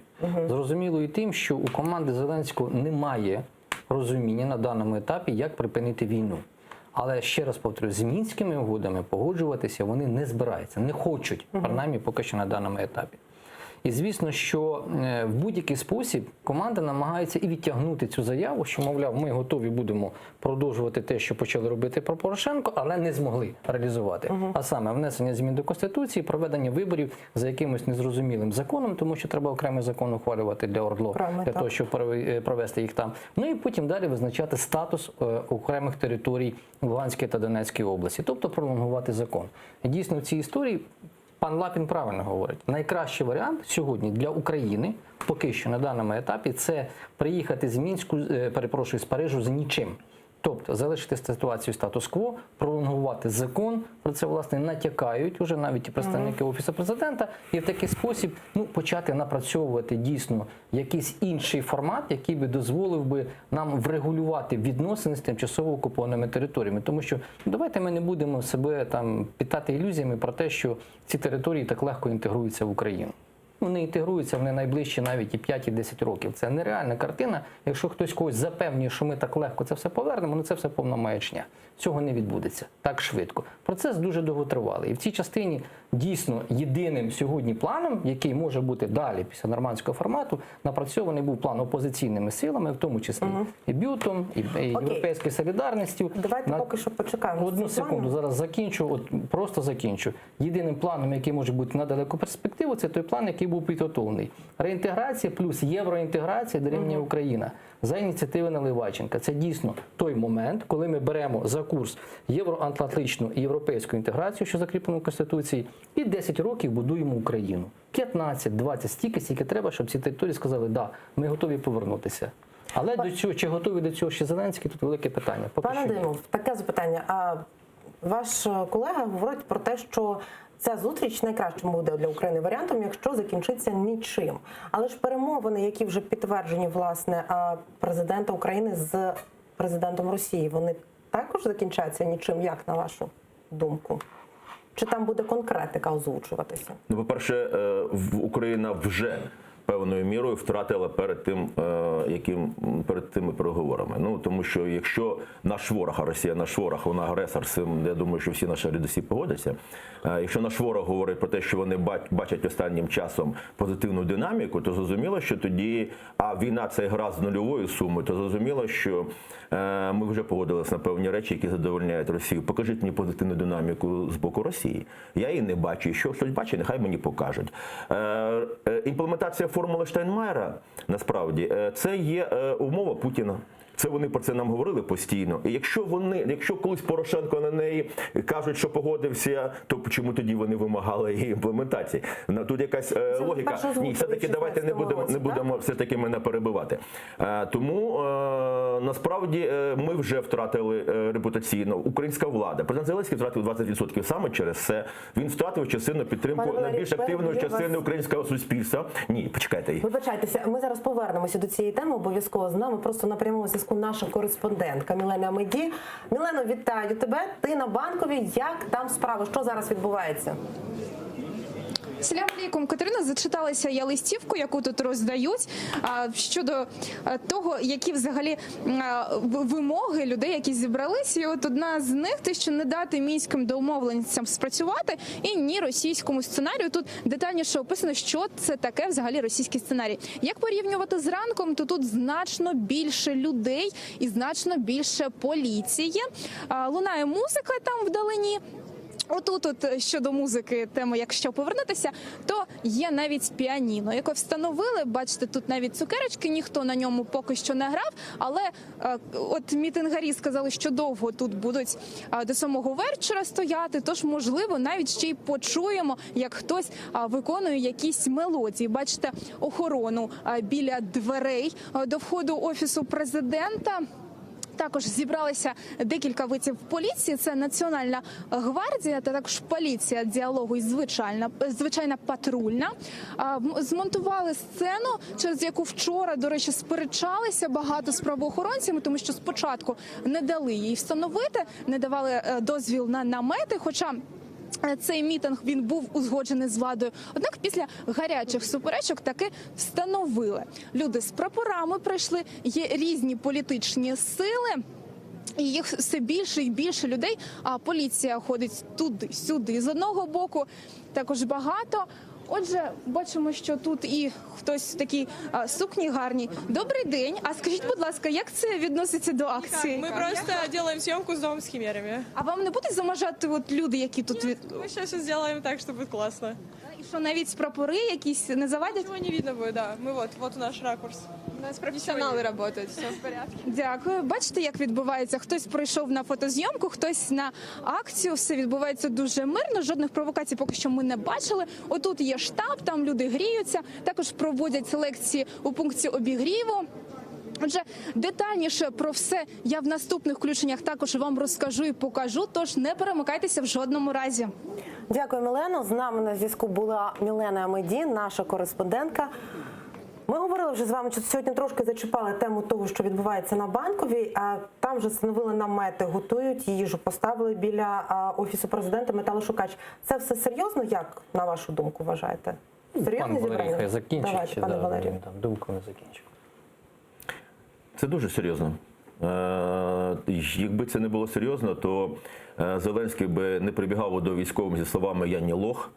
Класика психоаналізу говорить про те, що він не впевнений, саме не впевнений перед військовими. Акції ні капітуляція, ні кроку назад, вони насправді показали те, що українські громадяни проти імплементації мінських домовленостей, путінської інтерпретації. Падіння рейтингу Зеленського відбулося в тому числі через спротив активної частини українських громадян, які є сьогодні носієм суб'єктності України. Саме вони не підтримують такого роду речі. Падіння рейтингу Зеленського відбулося в тому числі за рахунок підвищення рейтингу довіри до Збройних сил України волонтерів і добровольців. Ми це бачимо в соціології. Саме тому відбуваються певною мірою репресії, наїзди правоохоронної системи саме на активістів і на людей з погонами. Ми бачимо, як вони реагують. Вони намагаються розпорошити, дискредитувати цей активних громадян, і саме тому, що вони розуміють, що головна проблема для влади – це є активний спротив українських громадян. І саме тому, насправді, я не бачу, повертаючись до головної теми нашої розмови, я не бачу жодних чинників, які б дозволяли мені з песимізмом дивитися на сьогоднішню зустріч, оскільки домовиться, зрадять і таке інше. А імплементація цих речей в українське законодавство. А хто сьогодні стане на дорозі українським громадянам, які вийдуть до Верховної Ради, якщо вона захоче насправді всі ці речі зробити? А я нагадаю тим, хто не пам'ятає, що, наприклад, намагання внести в Конституцію так званого силового статусу Донбасу призвів до тих подій, які відбувалися 31 серпня 2015 року. Я нагадаю, що там дві кримінальні справи. Перша кримінальна справа стосовно тих людей, які кинули гранату, і там загинуло 4 нацгвардійця. Зрозуміло, що вона має кримінальну перспективу, тому що там загинули люди. А друга кримінальна справа щодо організації масових заворушень, вона зійшла на нівець, оскільки ті люди, які насправді нібито робили ці заворушення, перемогли на місцевих виборах. Я говорю зараз про легальність і про легітимність. Переважна більшість українських громадян за останніми опитуваннями, вони проти того роду речей, до яких спонукатиме Путін на цих переговорах Зеленського. Якщо Зеленський сподівається певною мірою на якісь такі речі, спрощення, як він же нам обіцяв, не нам, не мені, зрозуміло, громадянам, що достатньо просто припинити стріляти. Припинили стріляти, у нас гинуть люди далі. Достатньо виписати свої умови, він казав, а вони випишуть свої умови, десь посередині зійдемось. Так він розуміє політику. Розумієте, я думаю, що... Я розумію, що ніколи так люди не брешуть за словами Бісмарка, як після полювання, сексу і під час виборів, але насправді і нам інші його слова, і нам дуже складно дивитися, людям не подобається, якщо вони побачать, як робляться сосиски, то насправді все ж таки це політика. І насправді в неї є свої правила. І насправді, коли ви запитуєте про, наприклад, команду в дипломатії Зеленського, то я кажу, що Єрмак, який в нього сьогодні є дипломатом, такі-то речі зробив за своїми наслідками, не за результатами. А наприклад, пані Лана Зеркаль, вертикаль, яка здобула перемоги на дипломатичному фронті, пішла з цієї команди, саме тому, що якщо каже вона про мир з Росією, то тоді тут я не при ділах. Тому ми говоримо з вами не про слова, не про обіцянки, не окуляри, які надягнув на себе Зеленський, чи хоче надягнути, чи надягнув своїм виборцям, а саме про те, що ми не бачимо насправді виваженої стратегічної концепції програми, коли нам говорять про те, що там план Б, то АБВГ деякі політики справжні не грають. Ну, побачить він і думаю, що насправді максимум, що він зробив, що поступок, сподіваюся, на тому Україна зупиниться, тому що інших поступок ми їм просто зробити не дамо. Давайте до конкретики перейдемо. Є люди, які знають, які теми будуть обговорюватися сьогодні. Власне, міністр закордонних справ України Вадим Пристайко розповів ключові теми, які планують обговорити на зустрічі лідерів країн-учасниць нормандського формату. Які? Давайте послухаємо. Повне і постійне припинення вогню, наш контроль над кордоном єдиної неподільної держави, роззброєння і виведення незаконних збройних формувань, місцеві вибори за нашим законодавством, основні елементи позиції на завтра. Немає значення за спільним столом переговорів чи тет-а-тет. А до нашої розмови приєднається зараз телефоном Ігор Ейдман, політолог. Він знаходиться у Німеччині. Ігорю, вітаю вас.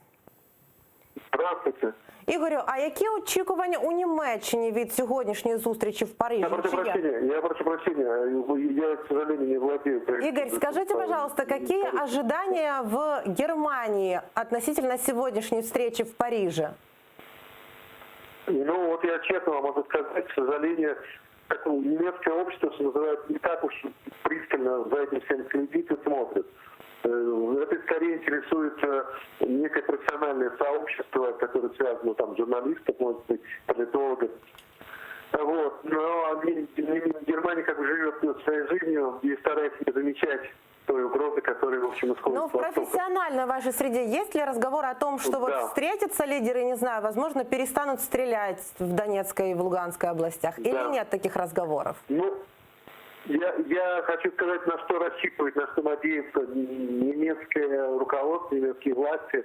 Они, конечно, стремятся к тому, чтобы, что называется, мытьем так катанием как-то установить хотя бы хрупкий, хоть какой-то, хоть плохенький, но мир на востоке Украины, оккупированной российскими фактически наемниками. Да? И это их главная задача. Они просто это мешает развивать. Дело в том, что Германия продолжает сотрудничать с Россией.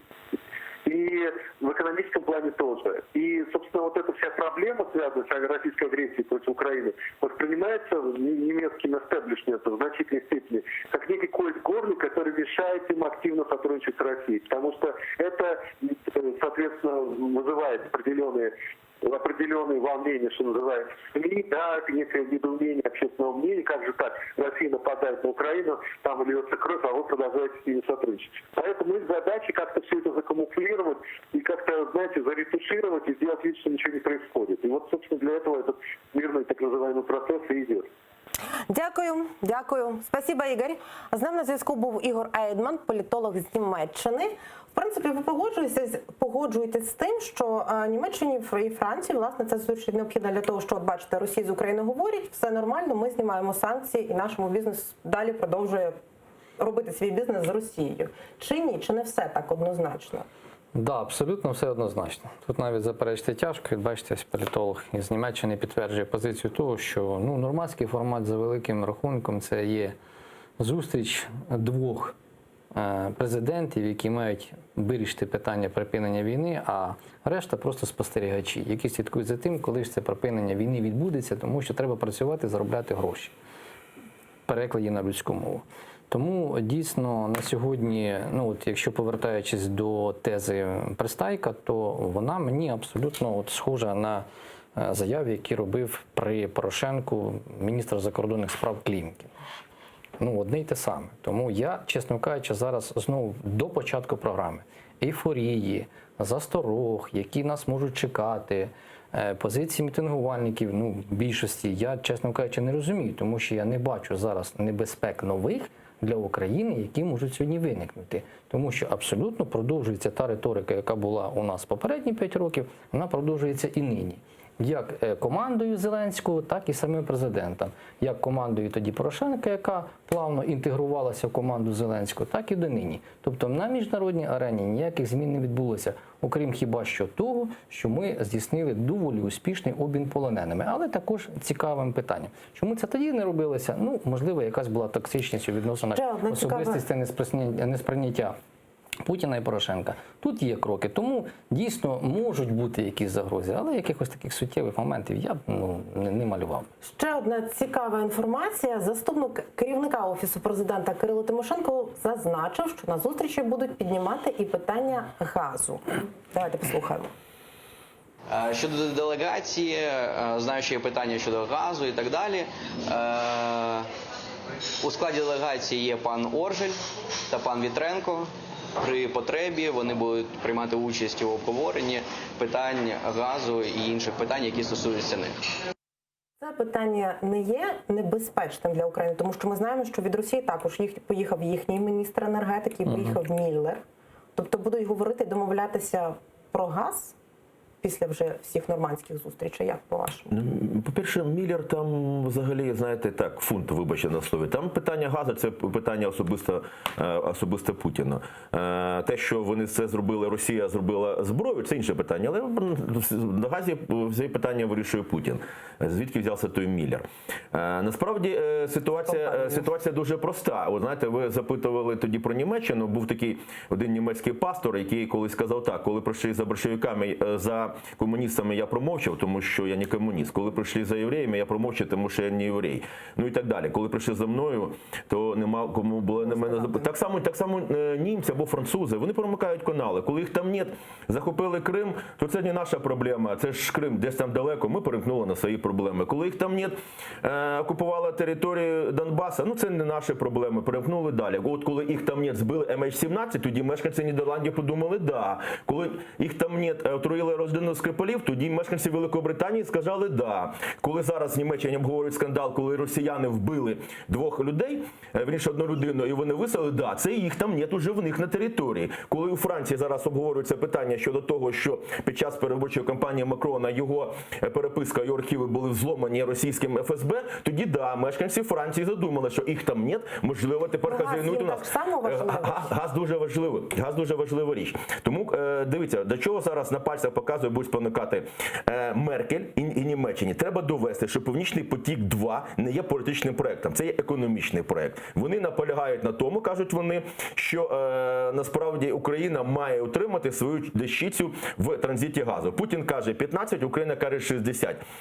Макрона там свої проблеми, зараз не будемо чіпати Макрона, тому що він менше залежить від ситуації з газом. Але у нього просто завтра стачка. Йому також треба показати, що він великий перець і буде приймати такі речі і роль Франції в Європі. Там свої проблеми, вони всі хочуть вирішувати свої вузькі політичні питання за рахунок України. Так от, повертаючись до газу, будуть спонукати нас до якихось причин. І потім тоді Меркель і всі німці скажуть, дивіться, сама Україна погодилася на такого роду речі в розмовах з Путіним. Тобто ми і Північний потік-2 побудували, до речі, підставляючи наших партнерів, поляків, які зараз роблять, американців, які хочуть зробити санкції проти Північного потоку-2. Дивіться, все ж таки Україна погодилась на те, щоб домовлятися з Росією напряму отримувати газ. Вони хочуть знов-таки за наш рахунок обумовити свою яловість під час того, коли вони не бачили війну в Україні, коли продовжували торгувати. Зараз німецькі промисловці кажуть, давайте не будемо ускладнювати ситуацію з Росією після того, як вбили на нашій території, на німецькій території людину, як виселили двох дипломатів. Давайте не будемо цього робити. Пане Валерію,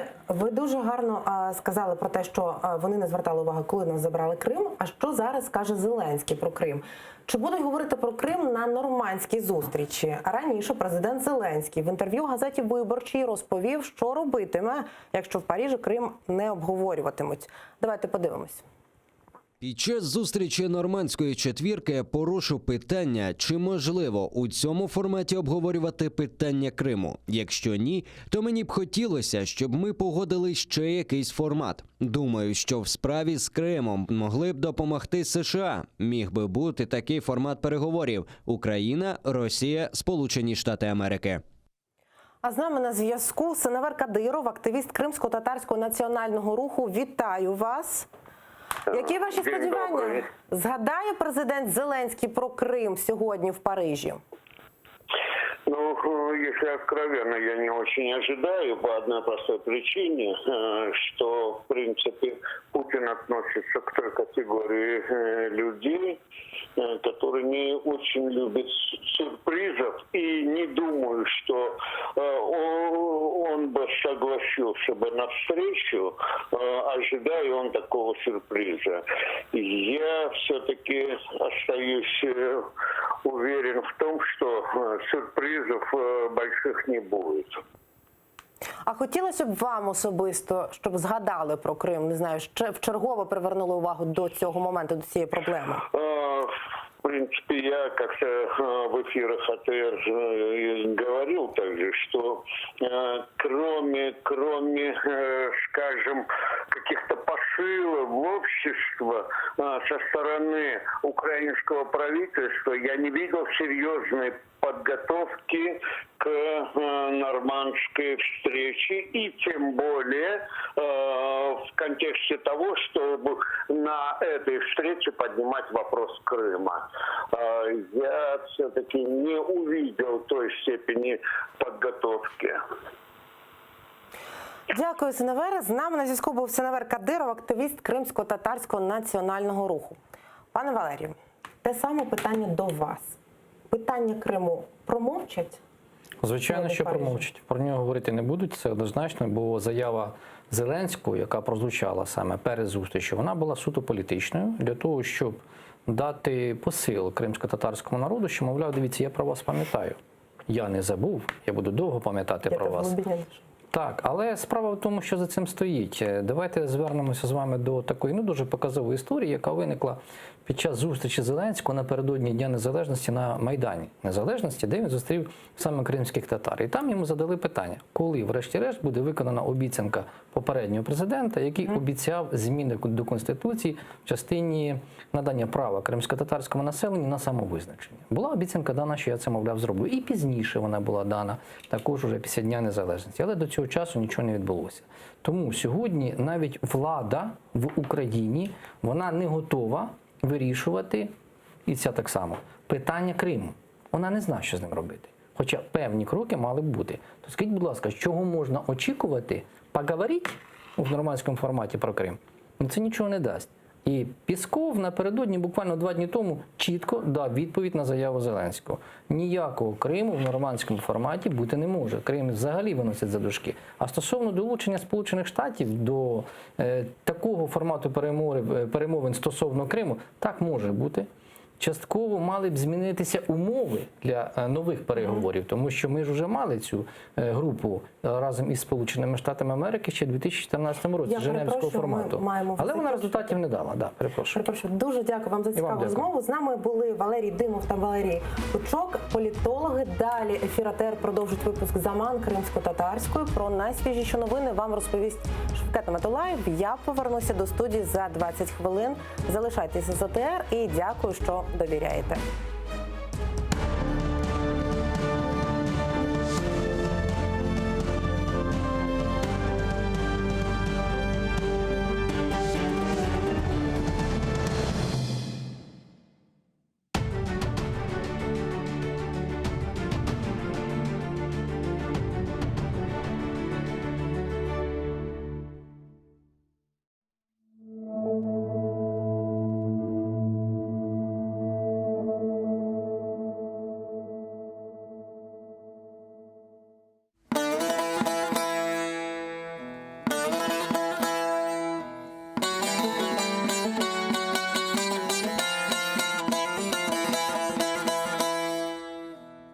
Sazın teli söylesin kendi derdini, inlegen yüreğimin hasevetini, geçmişler ruhlarını, göz yaşlarını, halkımızın sonu yok kaygılarını.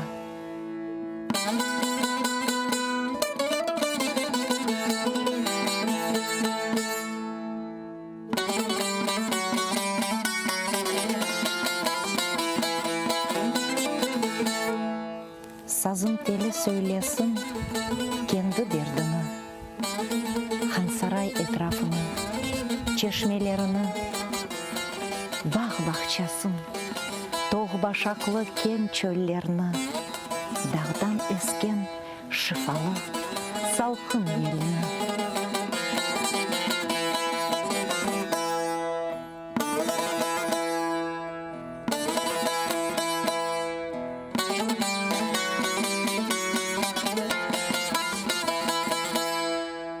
Қара деңіз далғасыны сөйлесін сазым, ағармыш efsanesini söylesin sazım. Cemiler minaresini söylesin sazım. Aşık Ömer Kerimlerle söylesin sazım.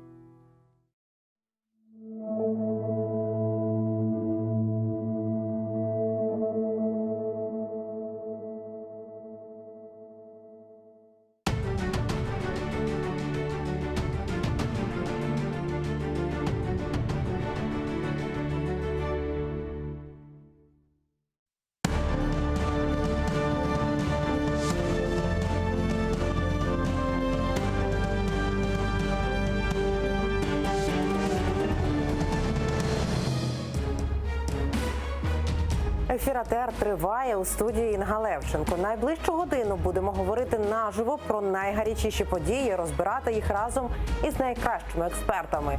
Тож робіть АТР гучніше, ми починаємо. Україна, Німеччина, Франція, Росія, Зеленський, Меркель, Макрон, Путін. Сьогодні нормандська зустріч. Капітуляція чи перемога? В етері АТР. Вітаю усіх, хто долучився до прямого ефіру АТР. Інга Левченко разом із вами задля обговорення всього найцікавішого. Сьогодні у нас в гостях Олександр Солонтай, експерт з політики, та Микола Греков, мер окупованого Олександрівська. Вітаю, панове експерти. Отже, наша перша і, в принципі, головна на сьогодні тема – вже відомий графік зустрічі президента з лідерами країн-учасниць нормандського формату. Дивимося, який графік.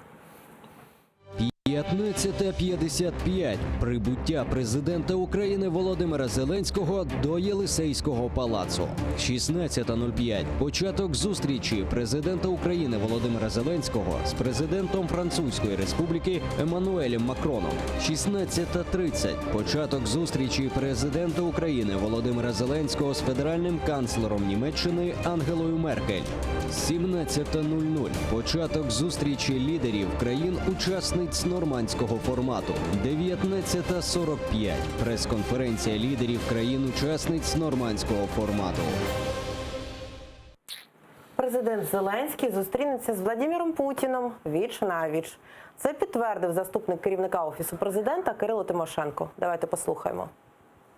Після зустрічі у нормандському форматі 4 лідерів президент України Володимир Зеленський проведе двосторонню зустріч з президентом Російської Федерації Володимиром Путіним. Олександре, Миколо, потрібна така зустріч зараз Зеленського і Путіна, на вашу думку? Вы знаете, вот есть хорошая такая пословица, говорит, не надо говорить под руку, да? Вот вы нас пригласили, и в такое невыгодное время встречи начнутся через час. И действительно не хотелось бы наговорить чего-то плохого под руку, хотя я думаю, все, что будет сказано нами в этой Слухайте, вже студии, кілька тижнів всі говорять. это да, но это же вы понимаете, когда мы обсуждаем, как ехать, это одно, а когда ты сидишь за рулем и тебе кто-то под руку говорит, куда поворачивать, это совсем другое. Хотя я думаю, что не повлияет никоим образом то, что мы будем говорить с коллегой в студии, на то, что будет происходить сегодня в Париже. Да? Я думаю, что встреча закончится на высокоморальной, политической, идейной ноте. Путіна і Зеленського? Ну, нет. Давайте ми поговоримо про я не Путіна і чув, про що, Зеленського. слухайте, нема ніяких офіційних... Є офіційне підтвердження від Кого? Офісу президента. Тимошенко, який заступник, який не відповідає за міжнародні зв'язки. Я не знаю. Я би, знаєте, на язикі президенту порадив би, щоб він запретив мести метлой своему окружению. Я хочу это сказать и о Тимошенко, Тобто ви и сумніваєтеся, о що остальных. зустріч взагалі Ну, буде? я практически уверен, что зустрічи тет-на-тет Зеленского и Путина не будет. А если она будет, ну, это, знаете, с Макроном, наверное, ему труднее разговаривать из Меркель через переводчика, но с Путиным они за 15 минут ничего тоже не смогут решить. Знаете, для того, чтобы вести такие переговоры, они должны проходить не 1 час и при закрытых дверях. А это так, можно только, знаете, обменяться рахунками, куда перечислить деньги или отогнать то, что надо отогнать. Олександр, ну здається, там всі зустрічі, окрім зустрічі з пресою, будуть за зачиненими дверима. Ви думаєте, зустрінуться Путін з Зеленським і про що говоритимуть, на вашу думку? Я б на їхньому місці зустрівся, Про що користуючись нагодою. поговорили, користуючись нагодою? І говорив би про те, про що цікаво розмовляти саме Путіну. Мені здається, основний мотив, основна причина, чому він поїхав на цю зустріч, це, окрім бажання, звичайно, традиційне розвалювати європейську коаліцію і зробити так, щоб Україна втратила частину підтримки, є актуальна тема. Тобто, я думаю, все-таки газовий контракт і потреба юридично оформити наступне постачання газу до Європи, вона стимулює Путіна в цьому році додатково. І він в результаті сукупності цих всіх факторів прийняв рішення бути в Парижі, розмовляти не тільки про нормандський формат, а і про свої інтереси. І якщо ми знаємо, які можуть бути в Путіна на даний момент горячі інтереси, а ми це знаємо, це питання продажу газу і питання транзиту до газу, то чому би цим не скористатися для того, щоб з ним розмовляти і поставити йому додаткові вимоги або можливості витрясти з нього того, що потрібно було би для України. А питання, чи вміє, чи зможе скористатися цією ситуацією. Так, давайте послухаємо, які інтереси в нашого президента. Володимир Зеленський в етері телеканалу «Україна» розповів, чого чекає від зустрічі з Путіним. Давайте подивимось. Я така людина дуже сенситив. Ми говорили з президентом Російської Федерації, коли повернули моряків, і ми говорили з ним по телефону. Але це телефонна розмова. Я хочу побачити людину, і я хочу привести з Нормандії розуміння і відчуття, що дійсно всі хочуть поступово закінчити цю трагічну війну. Я це зможу точно зрозуміти за столом. Міністр закордонних справ України Вадим Пристайко розповів ключові теми, які планують обговорити на зустрічі лідерів країн-учасниць нормандського формату. Давайте послухаємо. Повне і постійне припинення вогню, наш контроль над кордоном єдиної неподільної держави, роззброєння і виведення незаконних збройних формувань, місцеві вибори за нашим законодавством, основні елементи позиції на завтра. Немає значення за спільним столом переговорів чи тет-а-тет. Власне, ось такі темы завтра. Очень хорошая позиция, но я хочу вернуться к тому, что я сказал. Да? Несколько часов назад Мендель заявила, что ничего хорошего не ждут уже от переговоров в Париже. Поэтому, вы знаете, вот я не понимаю, почему сегодня идет вот эта вся такая истерика. Давайте мы дождемся окончания, и когда выйдут к журналистам, и мы услышим позицию всех 4. Президента Украины, президента России, президента Франции и президента Германии. И мы тогда будем понимать, какое сегодня настроение и отношение у Европы к Украине. И они нам партнеры или они партнеры Путину в газовых его решениях вопросов. И правильно сказал мой коллега, что человек туда поехал решать не вопросы Украины, а транзит газа через Украину в Европу. Олександр, ваші очікування вийдуть з позитивними новинами? Чи це буде так, не знаю, декларація про наміри? Ми зустрілися, ми поговорили. Ну, ви знаєте, все залежить від того, в якій перспективі ми це дивимося. Якщо дивимося в перспективі історичній, то, наприклад, 100 років назад був 1919 рік. І війська Франції, а також партнерів Франції, Антанти, війська Німеччини, тоді ще після Скоропадського посунулась лінія фронту, і війська Кремля топтали Україну і розривали Україну на різні частини, окуповували Україну з різних сторін. Війська німецькі заходили. Чому таку паралель проводите? Ну, тому що станом на зараз пройшло 100 років, і ми маємо справу тільки з військами Кремля. Тобто, якщо говорити в історичному плані, все розвивається на добре. уже дві країни не військами нас топчать, а просто забирають з України людську силу, забирають наших мігрантів, забирають наших людей, торгують з нами, підписали з нами угоду про асоціацію з ЄС, визнають нашу суверенну цілісність. І якби ми були багатими, то нас би любили. А так як ми бідні і постійно приходимо і щось просимо, то не дуже нас люблять, тому що приходиться допомагати. Але в принципі все зрозуміло. Як налагодити стосунки далі з цими країнами, все зрозуміло. З французами, з німцями, з іншими членами Євросоюзу. Вони кажуть, ставайте пошвидше багатими і давайте пошвидше ми будемо один з одним заробляти. А чи можливо така історія, що власне для чого ця зустріч потрібна французам і німцям, що от бачите, Україна з Росією домовляється, все нормально, а ми, значить, знімаємо санкції і далі продовжуємо нормально вести бізнес, як було до цього. Не мы это сказали, а вы. Об этом говорят уже все и говорят давно. Да? Если это не фейк, то сегодня Всемирная спортивная ассоциация, да, правда, да, вот видите, вы подтверждаете, то есть лишила Россию права участия в Олимпийских играх. Да? В 2014 году я говорил это, говорю, войну в Украине могут остановить футбольные фанаты. Если бы тогда подняли этот вопрос, а вы видите, да, то есть из-за допинга спортсменов им готовы делать блокаду, а то, что у нас погибают и умирают тысячи украинцев, хотят снять блокаду. И мы все видим, что санкции помягчаются и идет к тому, что их все-таки хотят снять, объяснив, что страдают граждане Евросоюза. Ну, конечно, они страдают, когда чиновники Евросоюза вместе с украинскими чиновниками грабят свой народ. Зашли в Україну. Перепрошую, зараз повернемося до цієї теми. Давайте послухаємо, що взагалі з цього приводу думає Росія. З нами на зв'язку Леонід Гозман, президент загальноросійського руху «Союз правых сил». Леонид, здравствуйте. Добрый день. Леонид, в России также много говорят о сегодняшней встрече в нормандском формате, как и в Украине. Обсуждают эту тему? Ну, вы знаете, я все-таки думаю, что у вас больше. У нас накладываются всякие другие вещи, типа провала переговоров с Белоруссией, типа решения ВАДА отстранить Россию от международных соревнований на 4 года и так далее. Ну, конечно, это одна тогда достаточно тема. Что говорили до этого? Какие были ожидания? Ой, вы знаете, ну, позиция российской пропаганды, она такая, что Украина, конечно, попытается нас обмануть, но наш президент, конечно, вам этого не позволит, поскольку он самый сильный и самый такой, так сказать, молодец. Вот.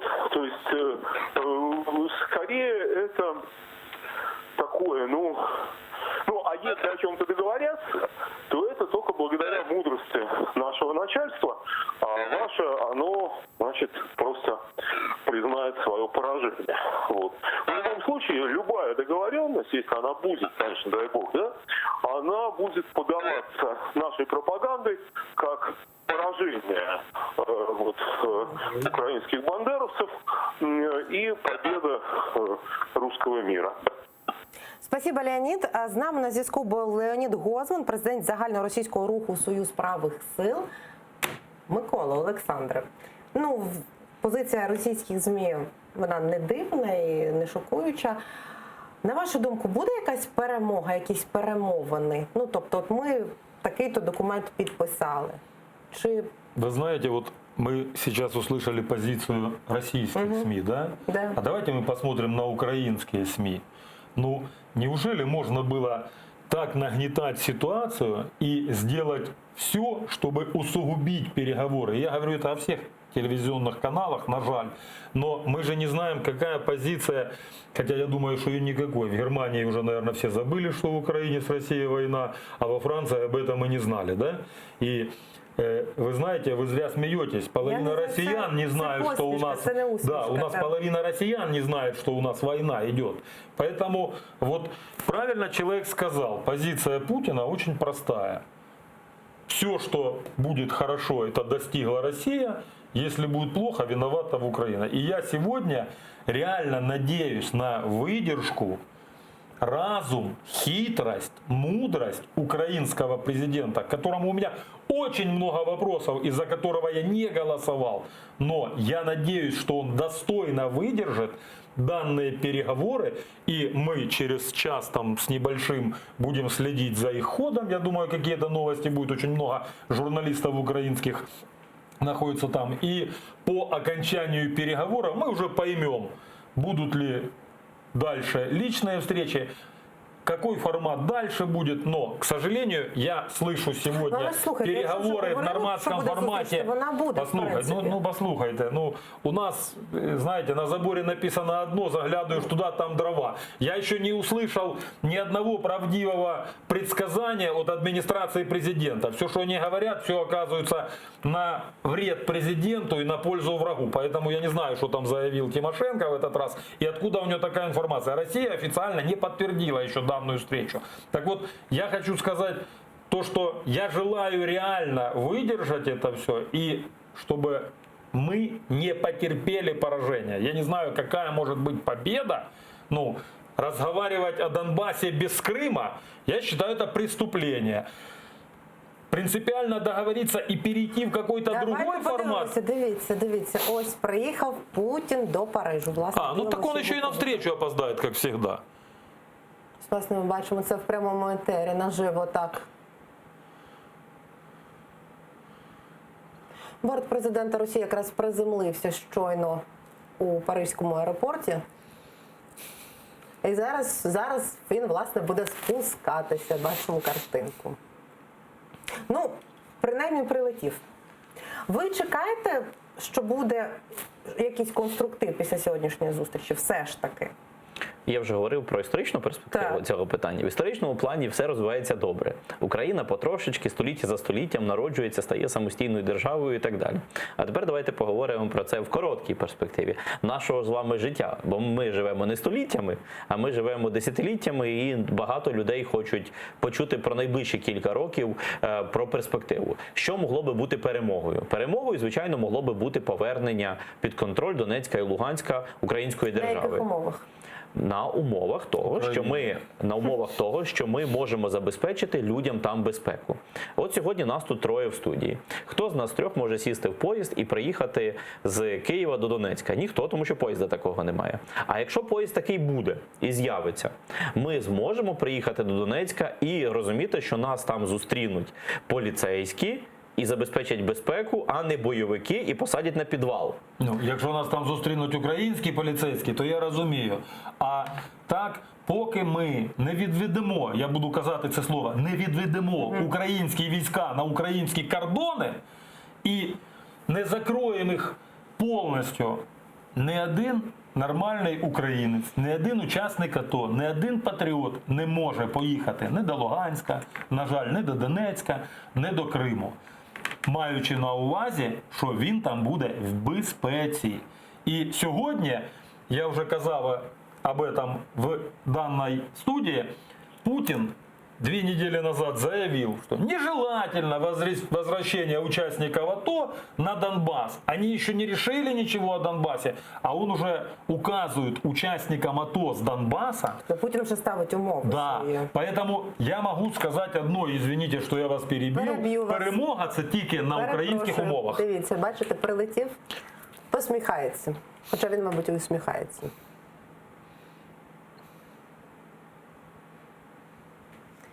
Як він виглядає, як вам здається? Оптимістичний має настрій?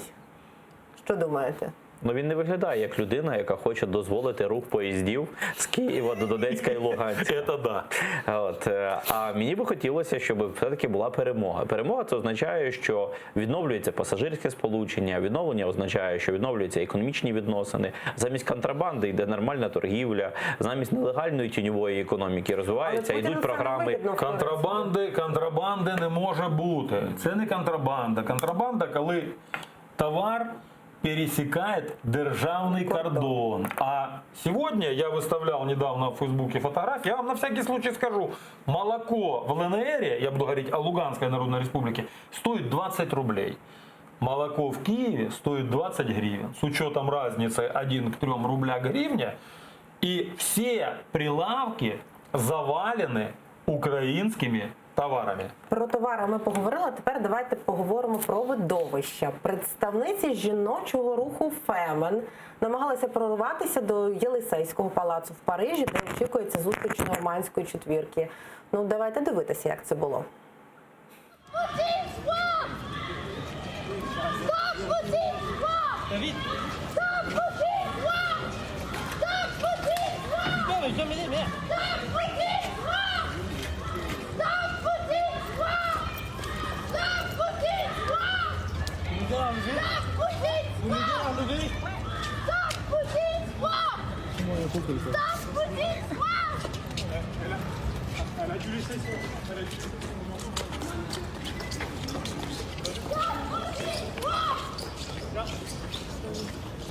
Ну а з нами на прямому зв'язку наша кореспондентка Мілена Амеді. Вона знаходиться на Банковій під Офісом президента. Мілено, вітаю!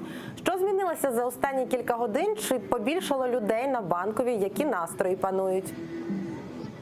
Салям алейкум, Інго. Так, дійсно, людей побільшало, і навіть ви можете бачити наживо, як вони заходять. Звісно, доводиться їм проходити через металорамки, але нічого страшного в цьому абсолютно немає. Процедура триває досить таки швидко. Стало набагато вже гучніше, лунають і музика, жодних гасел поки що ми, звісно, не почули. Брифінг відбувся о 15-й годині і сказали, що налаштовані організатори акції і самі учасники мирно. Просто їм потрібні новини від Зеленського, і вони мають знати, що таки не здався він і немає жодної капітуляції, про яку тут нас застережують. Наразі, от ви бачите людей, які зібралися. Не гріються вони, якщо порівнювати з ранком, коли люди прокинулися, які ночували, то вони обігрівачі вимкнули. Наразі цього нічого немає, навіть не працює кухня, тому що от сказали, що закінчилася вода, навіть зігрітися там не можуть. Тому деякі політичні партії, політичні сили, вони пригощаються чаєм та кавою. Можете побачити, якщо щось взагалі залишилося. Тих, хто прийшов на акцію. А також тут є обігрівачі електричні, наразі не працюють, як я сказала, і дивляться навіть деякі люди телевізор, дивляться новини, аби знати, що ж там відбувається і де зараз знаходиться саме президент України. Я попрошу оператора показати ці пункти. Бачите, ноутбуки, обігрівачі, люди стоять з прапорами. Чомусь, на жаль, не наш телеканал показує, але я думаю, що ми це питання вирішимо. Люди говорять, що стоятимуть доти, доки не почують чіткої позиції Зеленського, чим же закінчилися ці перемовини. Тож я залишаюся тут, бо цікавого ще багато, і покажу вже у наступних включеннях. Інго. Дякую, Мілено. З нами була Мілена Амеді, наша кореспондентка. Вона зараз на Банковій під Офісом президента. Бачили, які акції протесту у нас відбуваються, бачили те, що відбувається в Парижі. Те, що у нас зараз відбувається під Офісом президента, прогнозовано для вас? І це може стати чимось більшим? Вы знаете, я вам хочу сказать, тупость и жадность – путь к забвению, не к щите. И хочу посоветовать Петру Алексеевичу Порошенко поучиться у Коломойского. Я специально прошелся мимо Нацбанка, где очень большой митинг, и люди получают хорошие деньги. Хорошие цейки. Ну, не знаю. Хорошие, украинские, я надеюсь. Я пришел сюда несколько часов назад. И вам не пропонували за Нет, меня не приглашали ни туда, ни сюда, и гроши. Мы простояли 3 недели под администрацией президента. Президент нам, правда, так и не вышел, но мы решили свой вопрос. Так вот, я вам хочу сказать, к нам и тогда приходили люди, которые спрашивали, сколько платят и поесть. Вот, на жаль, что сегодня я увидел там людей, которые пришли туда не только за идею, а и за деньги. Меня смутили новые палатки, обогреватели, телевизоры, хорошая организация, да? То есть, ну, на жаль, организовывать такие мероприятия в канун переговоров и шантажировать этим, это не совсем как бы прилично, да? И, ну, я насколько понял и из слов вашего журналиста, то в 19:00 акция снимется и разойдется, да? Уже ж у нас объявили, во сколько будут брифинг и скажут результат встречи. Поэтому вот если собирать людей за идею, собирать в поддержку, если собирать против, собирать по факту события. Олександр, для вас наскільки щира ситуація і ці зібрання, які зараз на Банковій? Щира? Наскільки щира вона? Так, тому що, бачите, Микола говорить про те, що... Ні, там є люди, які прийшли за ідею теж. Так. І я це підтверджую. Но, на жаль, є і люди, які прийшли туди за гроші. Ну і що від цього відштовхнутися? Що є люди, які прийшли за ідею, ну молодці, що виражають свою позицію. От якщо є люди, які прийшли за ідею і по дорозі привели з собою інших людей, які не мають своєї в житті позиції, але вони їх заодно нагодували, обігріли і показали їм, де знаходиться адміністрація президента, провели офіс, провели біля офісу, в офіс не пускають, екскурсії немає. Ну теж непогано. От має зростати політична грамотність людей. Тому По результатам сьогоднішньої зустрічі в Парижі, а ця акція може бути, не знаю, розширена. ну, звичайно, якщо станеться так, що буде То щось більше погане. людей зібруться прямо на наступний Майдан. Я только переживаю, что те, которые стоят до обеда возле Нацбанка, перейдут после обеда к администрации президента. И мне бы этого действительно очень не хотелось бы. Я зрозумів. Про що ви говорите? Я не можу зрозуміти, де біля Нацбанка якісь інші люди. Ну там платная акция, Всьо, стоят уже я 3 зрозумів. недели, Зараз все нормально, все зараз хорошо. наші глядачі зараз, давайте, щоб ми пояснили. От вулиця Банкова біля офісу президента, де знаходиться акція проти того, щоб були здані зовнішні інтереси. Я перепрошую, можу вас перебити. З нами на прямому зв'язку Максим Жорін, представник Національного корпусу, і він у Франції. Вітаю вас, Максиме. Як ваші справи? Як зараз ситуація? Тому що знаю, що було трохи неспокійно. Дивіться, стосовно сьогоднішніх подій, які відбувалися в Парижі, в Франції, біля Єлисеївського палацу. Сьогодні ми, як ветерани, представники ветеранської спільноти, прибули під Єлисеївський палац для того, щоб на весь світ сказати про українську позицію, про те, що Україна не збирається капітулювати, і ми готові за це боротись. Під час спілкування з журналістами французька поліція затримала абсолютно всіх ветеранів. На даний момент вже всіх відпустили. Єдине, Висували якісь звинувачення? На підставі ні, чого абсолютно затримали? звинувачень. Жодних пояснень не було. Я думаю, що вони дуже переживали, що в нас будуть якісь, можуть, агресивні дії або ще щось. Але хочу зазначити, що жодним чином ми не порушували законодавства Франції. Ми просто спілкувалися з журналістами. На даний момент поліція вивезла всіх ветеранів за декілька районів від Єлисеївського палацу і всіх відпустила. Що ви зараз робите, що плануєте? Ну, дивіться, саме зараз, от буквально тільки що, ми зібрали всіх хлопців, яких вивезла поліція. Тобто зараз будемо вирішувати і повертатися назад. Окей, дякую. З нами на зв'язку був Максим Жорін, представник Національного корпусу. Дякую, Максиме. Я закінчу те, що почали, бо я сам довго намагався зрозуміти, про що ви говорите, тепер тільки зрозумів. От, вулиця Банкова, яка знаходиться біля нашого офісу президента, який відповідає за зустріч у нормандському форматі, знаходиться прямо на перехресті з вулицею Інститутською, де знаходиться Національний банк. Через це вулиця Банкова і називається Банкова, бо вона опирається в Національний банк. Національний банк відповідає в тому числі за банки, за вклади, за депозити, за фінанси, за кредити і так далі. І там відбувається вже енний день величезна, організована, проплачена, з біотуалетами, з усім акція, де купа організованого народу. І виходить, що тепер я зрозумів про що. Слухайте, виходить, що непогано на чого організовується. Але в Парижі, я би теж з'їздив в Париж. Знаєте? І виходить так, що поруч на одній вулиці Банковій з одної частини і з другої знаходяться дуже різні люди. Люди, які приїхали на проплачену акцію, і зрозуміло, що вони взагалі перший раз ходять і на це все дивляться і так далі. І ідейні люди, там від націоналістів до прихильників Порошенка, від противників Зеленського до тих, хто реально щиросердечно переживає. Те, що зараз відбувається в Знаете, Парижі. 2 часа назад сообщили, что в Париже были задержаны представители ветеранского руха Украины. Да, есть у нас такая организация. За то, что они порвали флаг России и флаг ДНР. Я возмущен, что не был порван флаг ЛНР, но переживаю за полицейских, могли попутать с французским российский флаг. Єлисейський палац, виходять зараз лідери. Да я думаю, Путин еще не доехал. Путин еще не доехал. Вишукувалися охоронці. Як думаєте, всі всміхатимуться зараз, коли вийдуть? Ну, є церемоніал, протокол. Тут нам думати... У них же сегодня нету там траура. Поэтому, я думаю, посміхатися будуть. Ну, здається, у Франції, як завжди, страйк. Але трауру немає. Окей, поки чекаємо на появу лідерів Нормандської четвірки. Загалом, ви говорили про те, що так багато на цю тему вже говорили, і така настільки вона роздута, якщо так можна сказати. У вас взагалі немає ніяких очікувань, в принципі, від цієї зустрічі? Чому ж тоді так багато про неї Ні, дійсно ви знаєте, говорять? ну, кожна людина хоче, щоб було добре.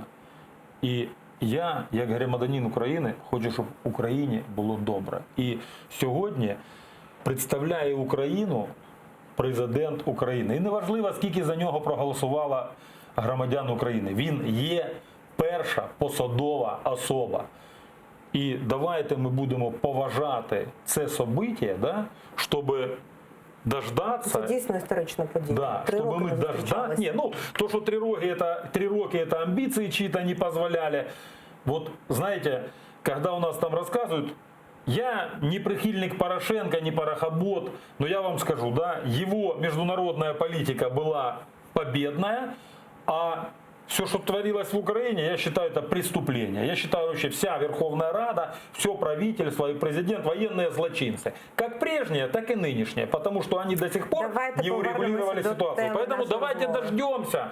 Вот дождемся, как это будет. Но, к сожалению, время ограничено. Есть протокол, как сказал коллега. Есть переводчики. Ну, не владеет у нас президент всеми мовами, на яких потрібно буде розмовляти там. І я думаю, що свободно йому получится поговорить, если будет такая возможность, только с Путиным.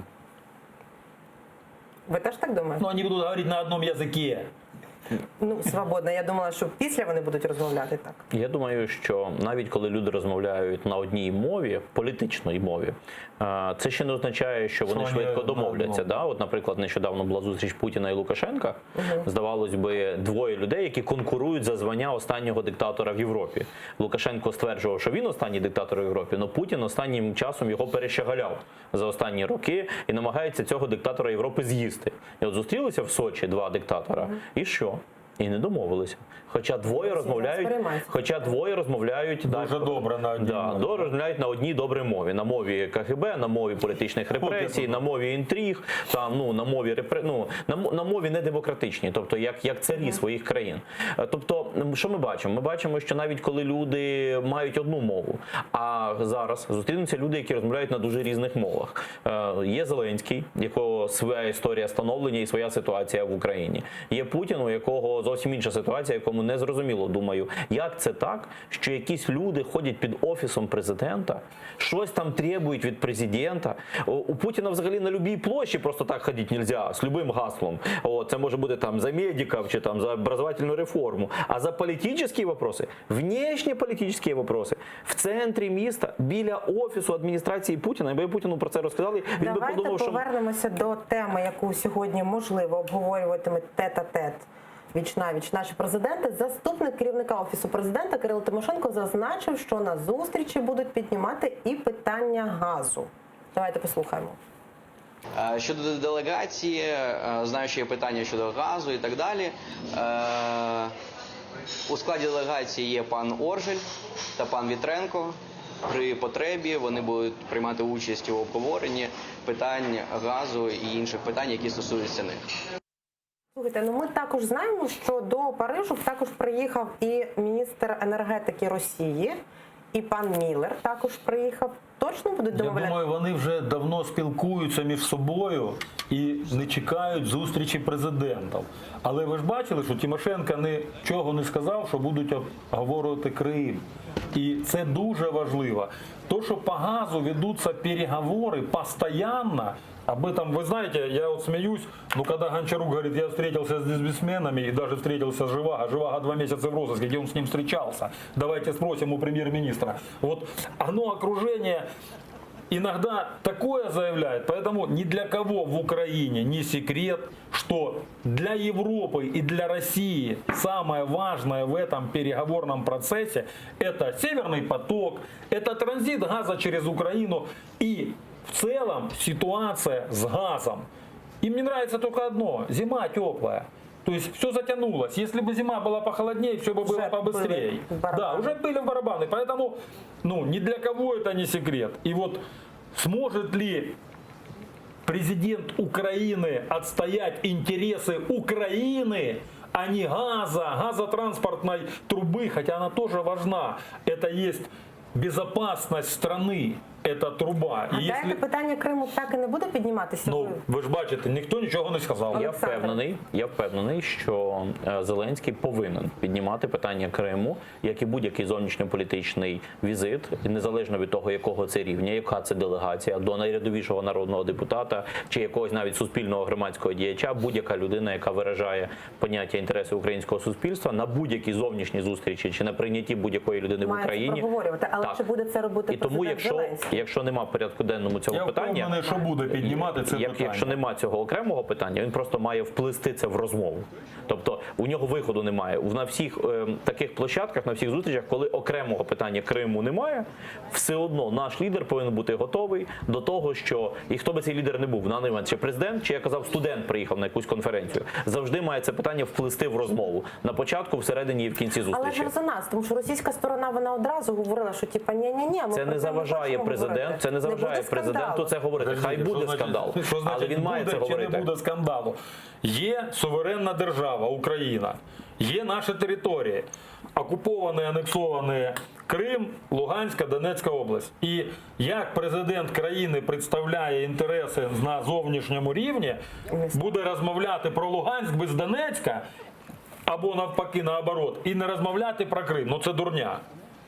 Тому, незважаючи на те, що може складатися враження про те, що як же ж тоді домовлятися про щось, якщо ти згадуєш про те, що болюче для Путіна, да? Тобто натяк про те, що про Крим бажано не говорити, по тій причині, що можемо якось рознервувати там царя Путіна чи ще якось. Це ж абсурд. Тобто, з точки зору орієнтуватися на їхні емоції, чи орієнтуватися на їхній настрій і так далі, це безглуздо. Завжди треба орієнтуватися на свої первинні інтереси і на стратегічні інтереси. В стратегічних інтересах Україні це потрібно повернути Крим, в тактичних інтересах і в тактичних переговорах це неможливо. Тому як повинні діяти в такій ситуації завжди дипломати, керівники держави, політики і так далі. В діалозі, в риториці підіймати це питання, але в порядок денний зустрічі конкретної його не включати. Так, щоб їх не звинуватили в тому, що вони здали Крим, забули, обміняли і так далі. Вони мають це в політичній частині сказати, в підсумковій теж сказати. Про те, що, на жаль, там не було Крим предметом нашої розмови, поки домовлялися про те, про що домовлялися. Наполягати, переходити в інший формат по Криму і Донбасу. І пора Що значить в інший формат? Ці питання треба розглядати нерозривно. Нам нужны нормальные переговоры. И переговоры нужны не с Меркель и Макроном. Конечно, не такие. Нужны прямые, долгие переговоры двух президентов Украины с представниками Украины с этой стороны. И, к сожалению, нам Европа может помогать только давлением. И никаких других интересов у президента, как интересов Украины, и никаких форматов и условий, как украинских условий, на условиях Украины, национальной безопасности, интересов народа и суверенного государства, другого нет выхода у президента. Все, если этого не прозвучит на нормандской встрече, я вам скажу, вот тогда действительно может собраться Майдан. И тогда под адміністрацію президента перейдуть не тільки люди з Банкової, а можуть з'їхатися со всієї України. Давайте подивимося в наше полівікно. З секунди на секунду вже очікується прибуття президента України Володимира Зеленського. Бачимо, вже стоїть лідер Франції.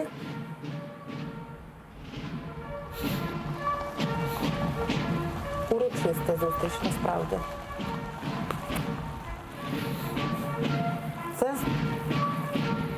Це, здається, приїхала Ангела Меркель,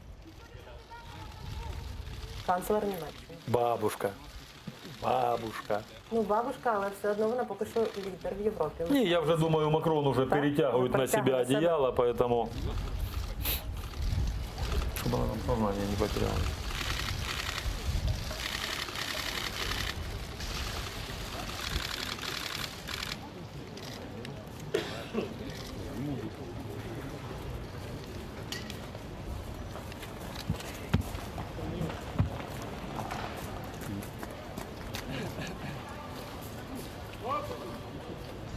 Видихає, що Ну ніщо що не ж, будемо відволікатиме. чекати результатів сьогодні. Ну, у нас, на жаль, нема іншого варіанту, да. і нам остается только ждать, надеяться, держать кулаки и желать, что все в Париже пройдет нормально. Наше задание в всегда интересах готовиться к худшему, а надеяться на лучшее.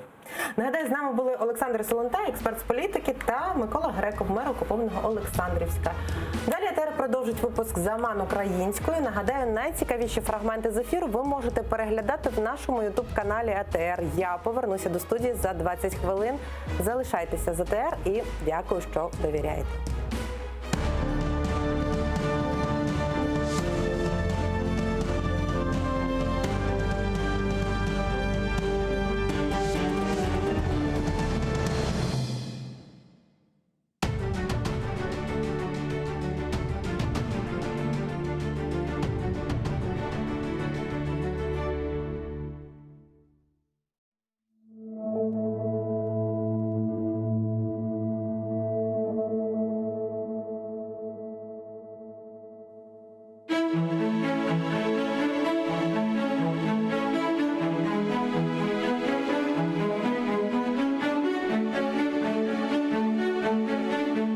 Адди бір чөл чечегіні қоқлап бақсан, онда да назик бір із дуярсың сен, диққатыңа қаршылық.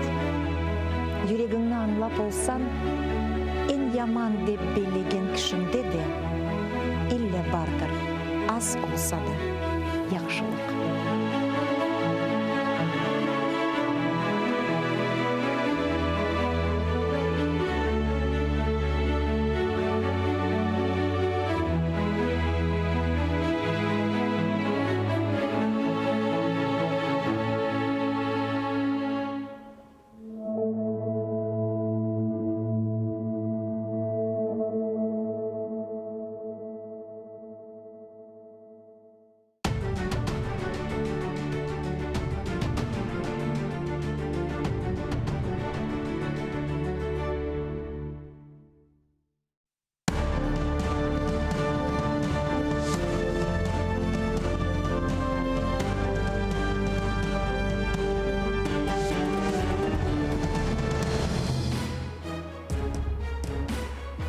Ефір АТР триває. У студії Інга Левченко. Найближчу годину разом із вами у компанії наших гостей будемо говорити про всі найгарячіші події. Залишайтеся з АТР, нам є про що розповісти. Україна, Німеччина, Франція, Росія, Зеленський, Меркель, Макрон, Путін. Сьогодні нормандська зустріч. Капітуляція чи перемога? В етері АТР. Вітаю усіх, хто долучився до прямого ефіру. Дякую, що обрали АТР. Інга Левченко разом із вами задля обговорення найактуальніших тем. І я вітаю в нашій студії політика Ігоря Шевченка та депутата 8-го скликання Віктора Кривенка. Вітаю вас, панове експерти. Доброго дня. Президент Зеленський зустрінеться з Владимиром Путіним віч-навіч. Це підтвердив заступник керівника Офісу президента Кирило Тимошенко. Давайте послухаємо. Після зустрічі у нормандському форматі 4 лідерів президент України Володимир Зеленський проведе двосторонню зустріч з президентом Російської Федерації Володимиром Путіним. Володимир Зеленський в етері телеканалу «Україна» розповів, чого чекає від зустрічі з Путіним. Давайте послухаємо. Я така людина дуже сенситив. Ми говорили з президентом Російської Федерації, коли повернули моряків, і ми говорили з ним по телефону. Але це телефонна розмова. Я хочу побачити людину, і я хочу привести з Нормандії розуміння і відчуття, що дійсно всі хочуть поступово закінчити цю трагічну війну. Я це зможу точно зрозуміти за столом. Ігорю, Вікторе, зустріч вже почалася. Як ви думаєте, привезе президент Зеленський чітке розуміння, чіткі, не знаю, він говорив сроки, коли буде, не знаю, закінчена війна на Донбасі, коли звідти заберуться? Я маю дуже великі сумніви, тому що я думаю, що ця зустріч вона може привести або, скажімо так, до здачі наших інтересів, тобто до капітуляції, або нічого. Тобто або зрага, або зрада, або перемога. Або так? ні, перемоги тут не буде. Для України я не бачу можливості для перемоги в цій ситуації. Тому що у Путіна конкретна ціль. Путін хоче створити проблему на багато-багато років для України. Таким чином він хоче нам, знаєте, такого троянського коня в Україну дати для того, щоб потім через цього троянського коня створювати проблеми і економічні, тому що ми повісимо всі ці проблеми цієї території на шию нашого бюджету, наших податків. Замість того, щоб витрачати ці гроші в Україні, наприклад, на ремонт доріг, будівлю, там, підвищення пенсій і так далі, ми повинні будемо ці гроші перенаправити на відновлення Донбасу. З другого боку, ми маємо населення, яке там зараз проживає. Це люди, які люто ненавидять Україну і все українське. З одного боку, через зомбування, з другого боку, вони вважають, що саме Україна почала цю війну і стала причиною війни, що втрати і людські, і їхні домівки. Давайте все-таки будемо повертатися. Тому я вважаю, що Путін просто так не дозволить повернути ці території не на його умовах. Або він буде полягати на своїх умовах, які неприйнятні для України, або просто це буде така протокольна зустріч, на якій вони поговорять, може потиснуть руки, сфотографуються і повернуться ні з чим, так як поїхав, наприклад, Лукашенко, навіть не дав ніякої прес-конференції, нічого. Оце мій такий прогноз. Як думаєте, чим закінчиться зустріч? Дивіться, Народний Рух України – єдина партія, яка публічно не підтримувала діючого президента перед другим туром виборів. Тому що він говорив про якісь референдуми, слава Богу, що він це не дотримався, і що це була просто технологія передвиборча, бо це порвало б Україну на друзки. Говорив про те, що вже прекратіть стріляти, українські воїни відстрілюються, не стріляють, бо ми не є Він це ж саме буде озвучувати у Франції? Я думаю, що ні. Але я йому бажаю успіхів. Тобто, і хоч вчора ми виходили на Майдан, і я проти тих провокацій, які відбуваються на Майдані, частково це робиться антиукраїнськими силами, які роблять картинку для... Давайте ми про це поговоримо, обов'язково у нас там буде пряме включення. А те, що сьогодні буде у Франції, у Парижі, власне, Я ж намагаюся до цього довести. Якщо будете менше, хорошо, ви журналістка, кажіть, як треба. Тому ситуація дуже проста. Більше всього, що нічого домовлено не буде, тому що Путін ні на що не погодиться. І ми зібрали свою політраду і прийняли ухвалу, де ми рекомендуємо президенту, до нього звертаємося, щоб він на публічному рівні, міжнародному, звернувся до Путіна. Можливо, це буде на їхньому брифінгу після зустрічі, що давайте введемо миротворців. От постійно говорять, що хтось хоче миру. У нас якась там п'ята колона ОПЗЖ, «За життя», цей блок Рабіновича, говорять, що вони хочуть миру. Там людям брешуть, що вони хочуть миру. Ні, вони хочуть війни. От Україна хоче миру. Ми кажемо, давайте ведемо миротворців на всю територію окуповану, яка зараз є. І це припиняє війну. І хай весь світ побачить, хто насправді окупант. Тим паче це відбувається на тлі 25-ї річниці Будапештського меморандуму, коли нас світ зрадив. І треба про це говорити їм в очі, що зараз це почують сотні мільйонів людей. І говорити про те, що 100 років тому так само зрадили, коли Антанта не вела війська, тільки в Одесі висадилися і віддали, коли німці відходили, віддали нас червонопузим. Тому зараз ключове – це яке буде враження після цієї зустрічі, розумієте? Сама факт зустрічі, сама самодовольності. Ми можемо бачити в нашому полі вікні, власне, вже всі прийшли, зараз Володимир Путін прибуває. І питання, яке враження залишиться у всіх сторін. Тому що Європа втомилася від нас.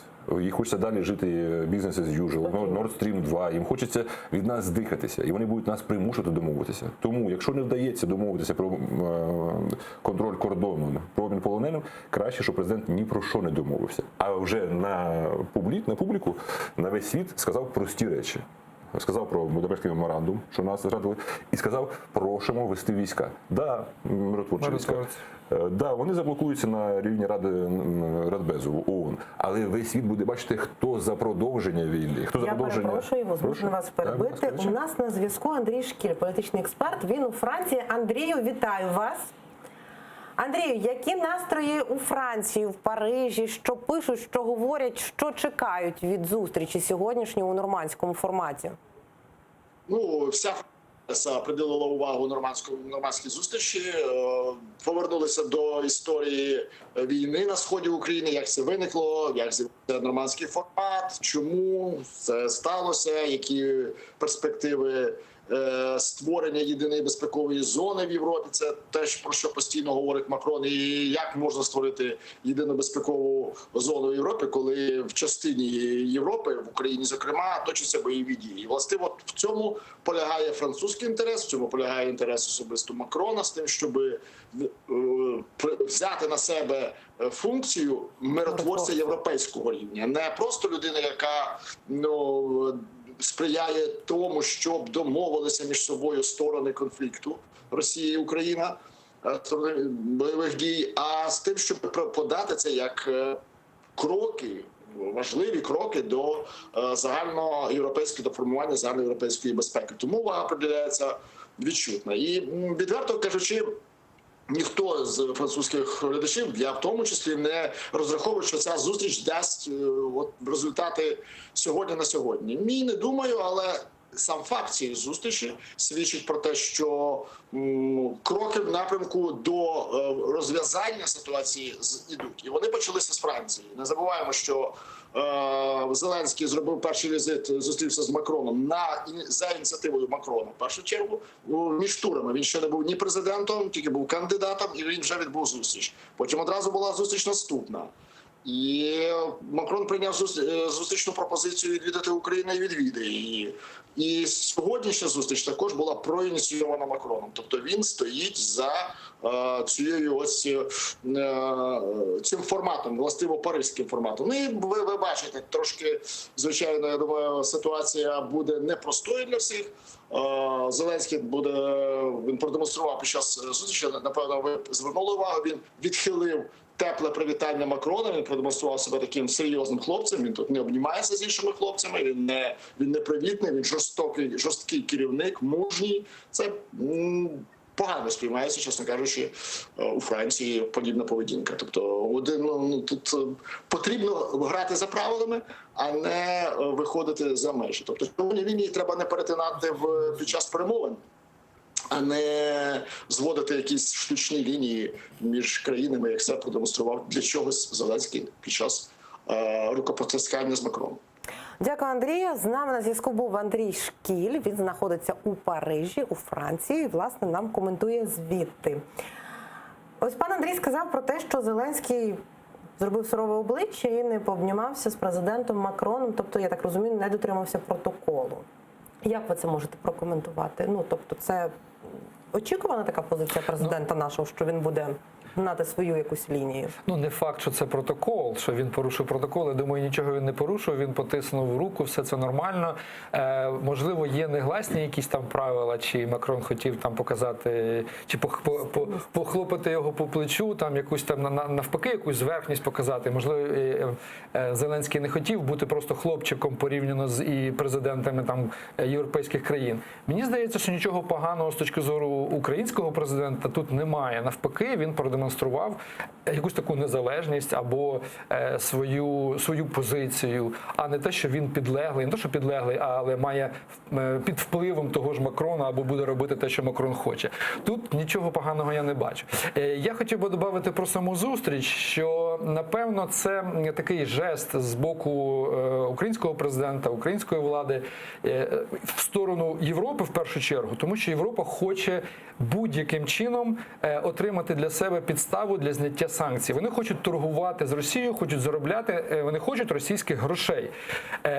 І Зеленський, напевно, молодець в тому плані, що сказав: окей, добре, я готовий зустрітися, але навряд чи він піде на умови Путіна. І таким чином він покаже Європі: ми хочемо миру, ми готові до цього, але, бачите, не вийшло, ми хотіли цього. Тому поки що все йде нормально, я також бажаю успіху нашому президенту і нашій делегації. Ви знаєте, сказали про протокол. Я згадав найвідоміший малюнок на Берлінському мурі, на Берлінській стіні. Це коли Ерік Хонекер цілується з Леонідом Брежнєвим. Тому якщо буде, якби він відхилив ще й поцілунки, це жарти жартами. А насправді іде боротьба за те відчуття, яке має залишитися у всіх у світі після цієї зустрічі. Хто агресор? Тобто, я як голова Народного руху України зібрав політраду, і ми випустили заяву, що це неприпустимо, що формулою Штайнмаєра ми дізнаємося про її підписання з російських ЗМІ. Але все-таки, з точки зору світу, Україна